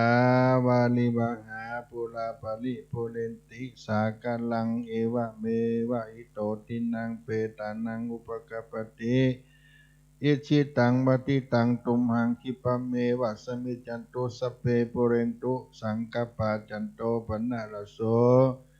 ยะถามณิโจติระโสบัดนี้หมายมีปัทมะมูลสัทธาหนไปในท่านพระโกสมุวิสุวัตวรกิจโจเจ้าอารามาธิปฏิวัดฝ่ายหินเป็นต้นเป็นประธานพร้อมด้วยพระภิกษุสามเณรวัดฝ่ายหินจุตดจุองค์หนแห่งห้องภายนอกหมายมีมูลสัทธาวัดฝ่ายหินจุหลังคาเฮือนก็ได้สนงคงควายตกแต่งน้อมนำมายังรัศธรรมเทศนาธรรมจักรกับปวัตนสูตรได้อาราธนาตนตัวแห่งผู้ฆ่าข้าพเจ้าได้มาเทศนาบัดนี้ก็ปริปุณังไปเหมือนแล้วก็ขออานิสงส์ที่ได้กระทำมังคลกรรมพิธีอบรมสมโภชพระประธานในอุโบสถและพระพุทธรูปอันมีองค์เก่าองค์ใหม่ใหญ่น้อยตั้งมวลได้ท่าปนาตั้งไว้และเหรียญวัตถุมงคลท่านครูบาหลวงโสภาท่านเจ้าคุณพระอภัยสารตะสังฆปาโมกข์ได้ครบรอบ193 ปีเป็นปฐมสังฆราชาแห่งล้านนาไทยเจ้าคณะจังหวัดเชียงใหม่รูปแรกบัดนี้ก็ได้เป็นตานี้แล้วก็ขอพระราชนำบุญจงได้สมดังกรรมภาธนาบัดเต่าแต่นั้นแม่จันเพ็ญคำโพธานางสาวพันนิตาพรหมินทร์ก็ได้น้อมนำมาถวายยังปัจจัยทูตานและนางสุพินจันทวงศ์อำเภอพร้าวได้ร่วมโมทนาทานศรัทธาต้นบุญสถานท่านนายก้อยก็ได้มาถวายให้เป็นทานบัดนี้ปริปุณังแม้นแล้วก็ขอพระนาบุญกุศล อันใดยกย่องคือเป็นตานในกาลวันยามนี้จงได้เป็นพระวะปัจจัยปูจากุลยังศีลาธิกุลนันตันเจ้ากุลพระอภัยสารตะสังฆาปาโมกกุบาหลวงโสภาอาติตาเจ้าวาดไหว้ฝ่ายเห็นฐานันตลาตินีมูลสัทธาตันทั้งหลายได้มีกรรมกรรมผาฐานาด้วยประการใดฉันใดหนังอันก็ดีสเมจันตุก็ขอให้ได้ปันอุดมสมสารบุตรที่ไปสิ่งทุกอย่างตัวประการนั้นจงจังมีสัพพิติโยมิวัจจันตุสัพพะโลโกวินาสันโตมาเตภวะตวันตรายโยสุขีติคายุโกภวะอภิวาทานาเสลิสานิจังวุธาปจายโนจัตตาโลธรรมาวัฏันติอายุวันโนสุขังปะลา สาธุสาธุสาธุเอาได้รับฟังพระธรรมเทศนาธรรมจักรวัฒนสูตรนะครับซึ่งเป็นธรรมผูกสุดท้ายนะครับในการประกอบพิธีกรรมทางด้านศาสนาในการไข่ตาพระเจ้านะครับในการพุทธาภิเษกในคราวครั้งนี้นะครับลำดับต่อไปนะครับเราจะได้ร่วมกันกวดน้ำหมายตาลเป็นกรรมปื้นเมืองล้านนาไทยเฮาแห่งสักกรรมหนึ่งนะครับอีตังตานากัมมังนิปานาปัจจายโยโหนตุโนนิจังอีตังศีลากัมมังนิปานาปัจจายโยโหนตุโนนิจังอีตังภาวนากัมมังนิปานาปัจจายโยโหนตุโนนิจังยังกินจิกุสาลังกัตตาภะสัพเพหิกาเตหิกาตังปุญญังโนอานุโมทันตุสุนันตุโคนโตเยเตวาอาสามิงทาเนอาทิตาติขายุกาสัตตาหนตุสัพพะสัตตานังสุขีอัตตานังปาลิหาลันตุตาปิตาสุขีตาหนตุทุกขาปะมุญจันตุสัพเพญาตากาสุขีตาทุกขาปะมุญจันตุสัพเพอัญญาตากาสุกิตาหนตุทุกขาปะมุญจันตุสัพเพปิสัตเปยักขาสัพเพเปตาสุกิตาหนตุทุกขาปะมุญจันตุสัพเพนักขาตาสุกิตาทุกขาปะมุญจันตุสัพเพเทวาสุกิตาหนตุทุกขาปะมุญจันตุสัพเพอาจาลิยุญาสุกิตาหนตุทุกขาปะมุญจันตุสัพพะสัมปตินังสามิจันตุโวพุทโธมังกาลาพุทโธสัมพุทโธทิปัฏฐุตตโมพุทธมังกาละมากัมมาสัพพะปามุญจาเลธัมโมมังกาลาสัมพุโตคัมพิโลตุทาโสอนุงธัมมะมังกาละมากัมมาพายาปามุญจาเลสังโฆมังกาลาสัมพุโตวาลาทากินายโยอนุตตาโลสังฆมังกาละกัมมาสัพพะโลกาปะมุญจาเลต่อไปวันตาน้อยนะครับต่อท่านอาจารย์พระครูปัญญาสังฆการนะครับวันตามิพันเตสัพพังอาปาลาทังกามาทะเมพันเตกาตังปุญญังสามินาอนุโมทิตาปังสามินากาตังปุญญังไมหังกาตะปังสาธุสาธุอนุโมตามิขออานิสงส์ตันจงบังเกิดมีแก่อุบาสกอุบาสิกาที่อยู่ในวัดฝ่ายหินนี้ทุกท่านและอุบาสกอุบาสิกาที่ได้สดับรับฟังทางสถานีวิทยุผู้คนนั้นได้อยู่เย็นเป็นสุขกันทั่วหน้าอายุวันโนสุขังปะลา สาธุสาธุสาธุวันนี้การประกอบพิธีกรรมเราคงรอตีสี่รอบหนึ่งนะครับใครที่จะอยู่ด้วยกันไปก่อนนะครับเอาก่อนนั่งอยู่ด้วยกันนี่แหละครับตีสี่รอบหนึ่งเราจะได้เอาก็ฟังเสียงอันนี้ไปก่อนนะครับเสียงดังเสียง ปีพาดนะครับได้บรรเลงไปนะครับ วันนี้คืนหุ่งนะครับพอถึงตีสี่เราจะได้เริ่มพิธีกรรมทางด้านศาสนาแห่งรอบหนึ่งนะครับการเป็นการไข่ตาพระเจ้านะครับ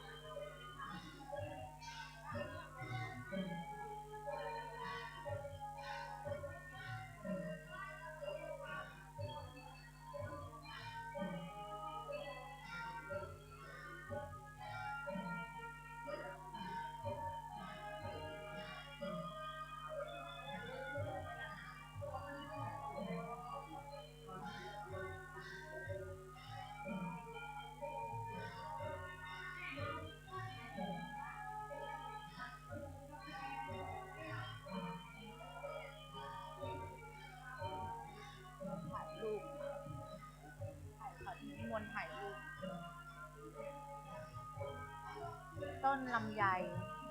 เป็นกายพรายค่ะต้นไม้ที่แม่ปลูก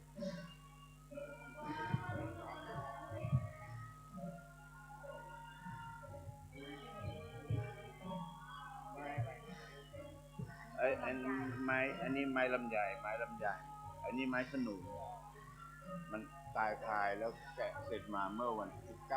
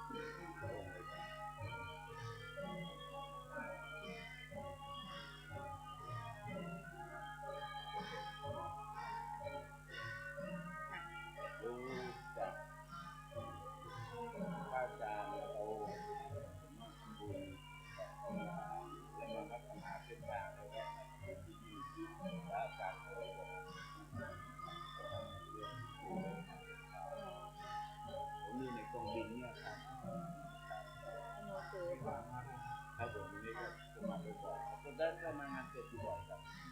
งานเสร็จจะได้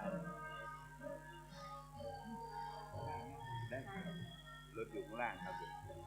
กลับร้านนะครับครับ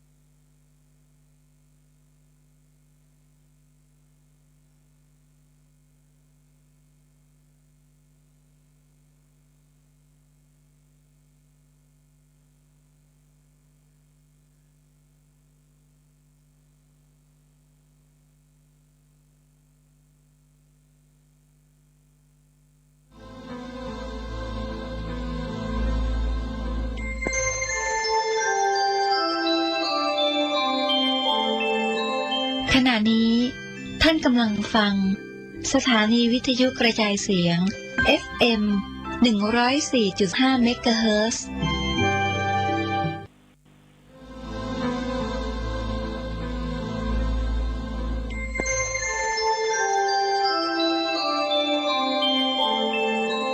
ขณะนี้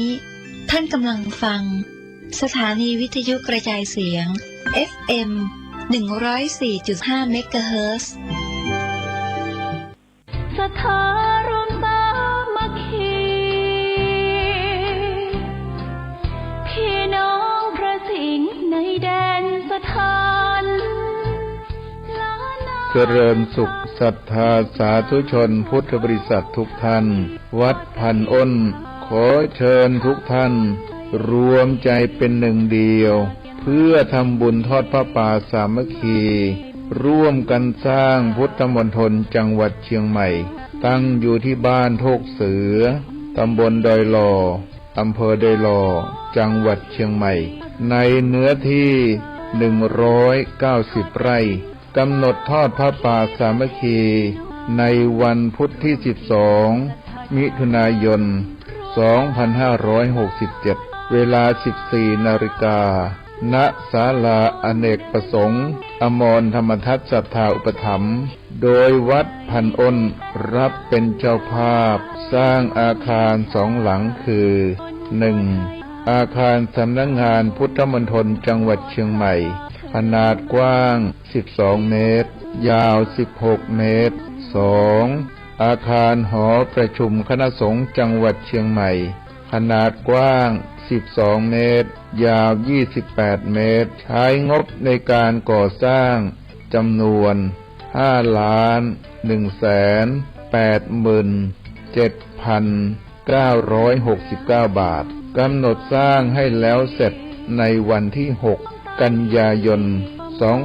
2567 นี้จึงเจริญพรขอเชิญศรัทธาสาธุชนทุกท่านร่วมกันทำบุญคนละเล็กคนละน้อยเพื่อให้อาคารทั้ง2 หลังนี้แล้วเสร็จตามเวลาที่กำหนดขออนุโมทนาสาธุการในกุศลเจตนาของทุกท่านไว้ในโอกาสนี้ขอเจริญพรสาธุชนทั่วไทยเข้ามาทำบุญร่วมทอดผ้าป่าเชิญมาที่วัดพันอ้น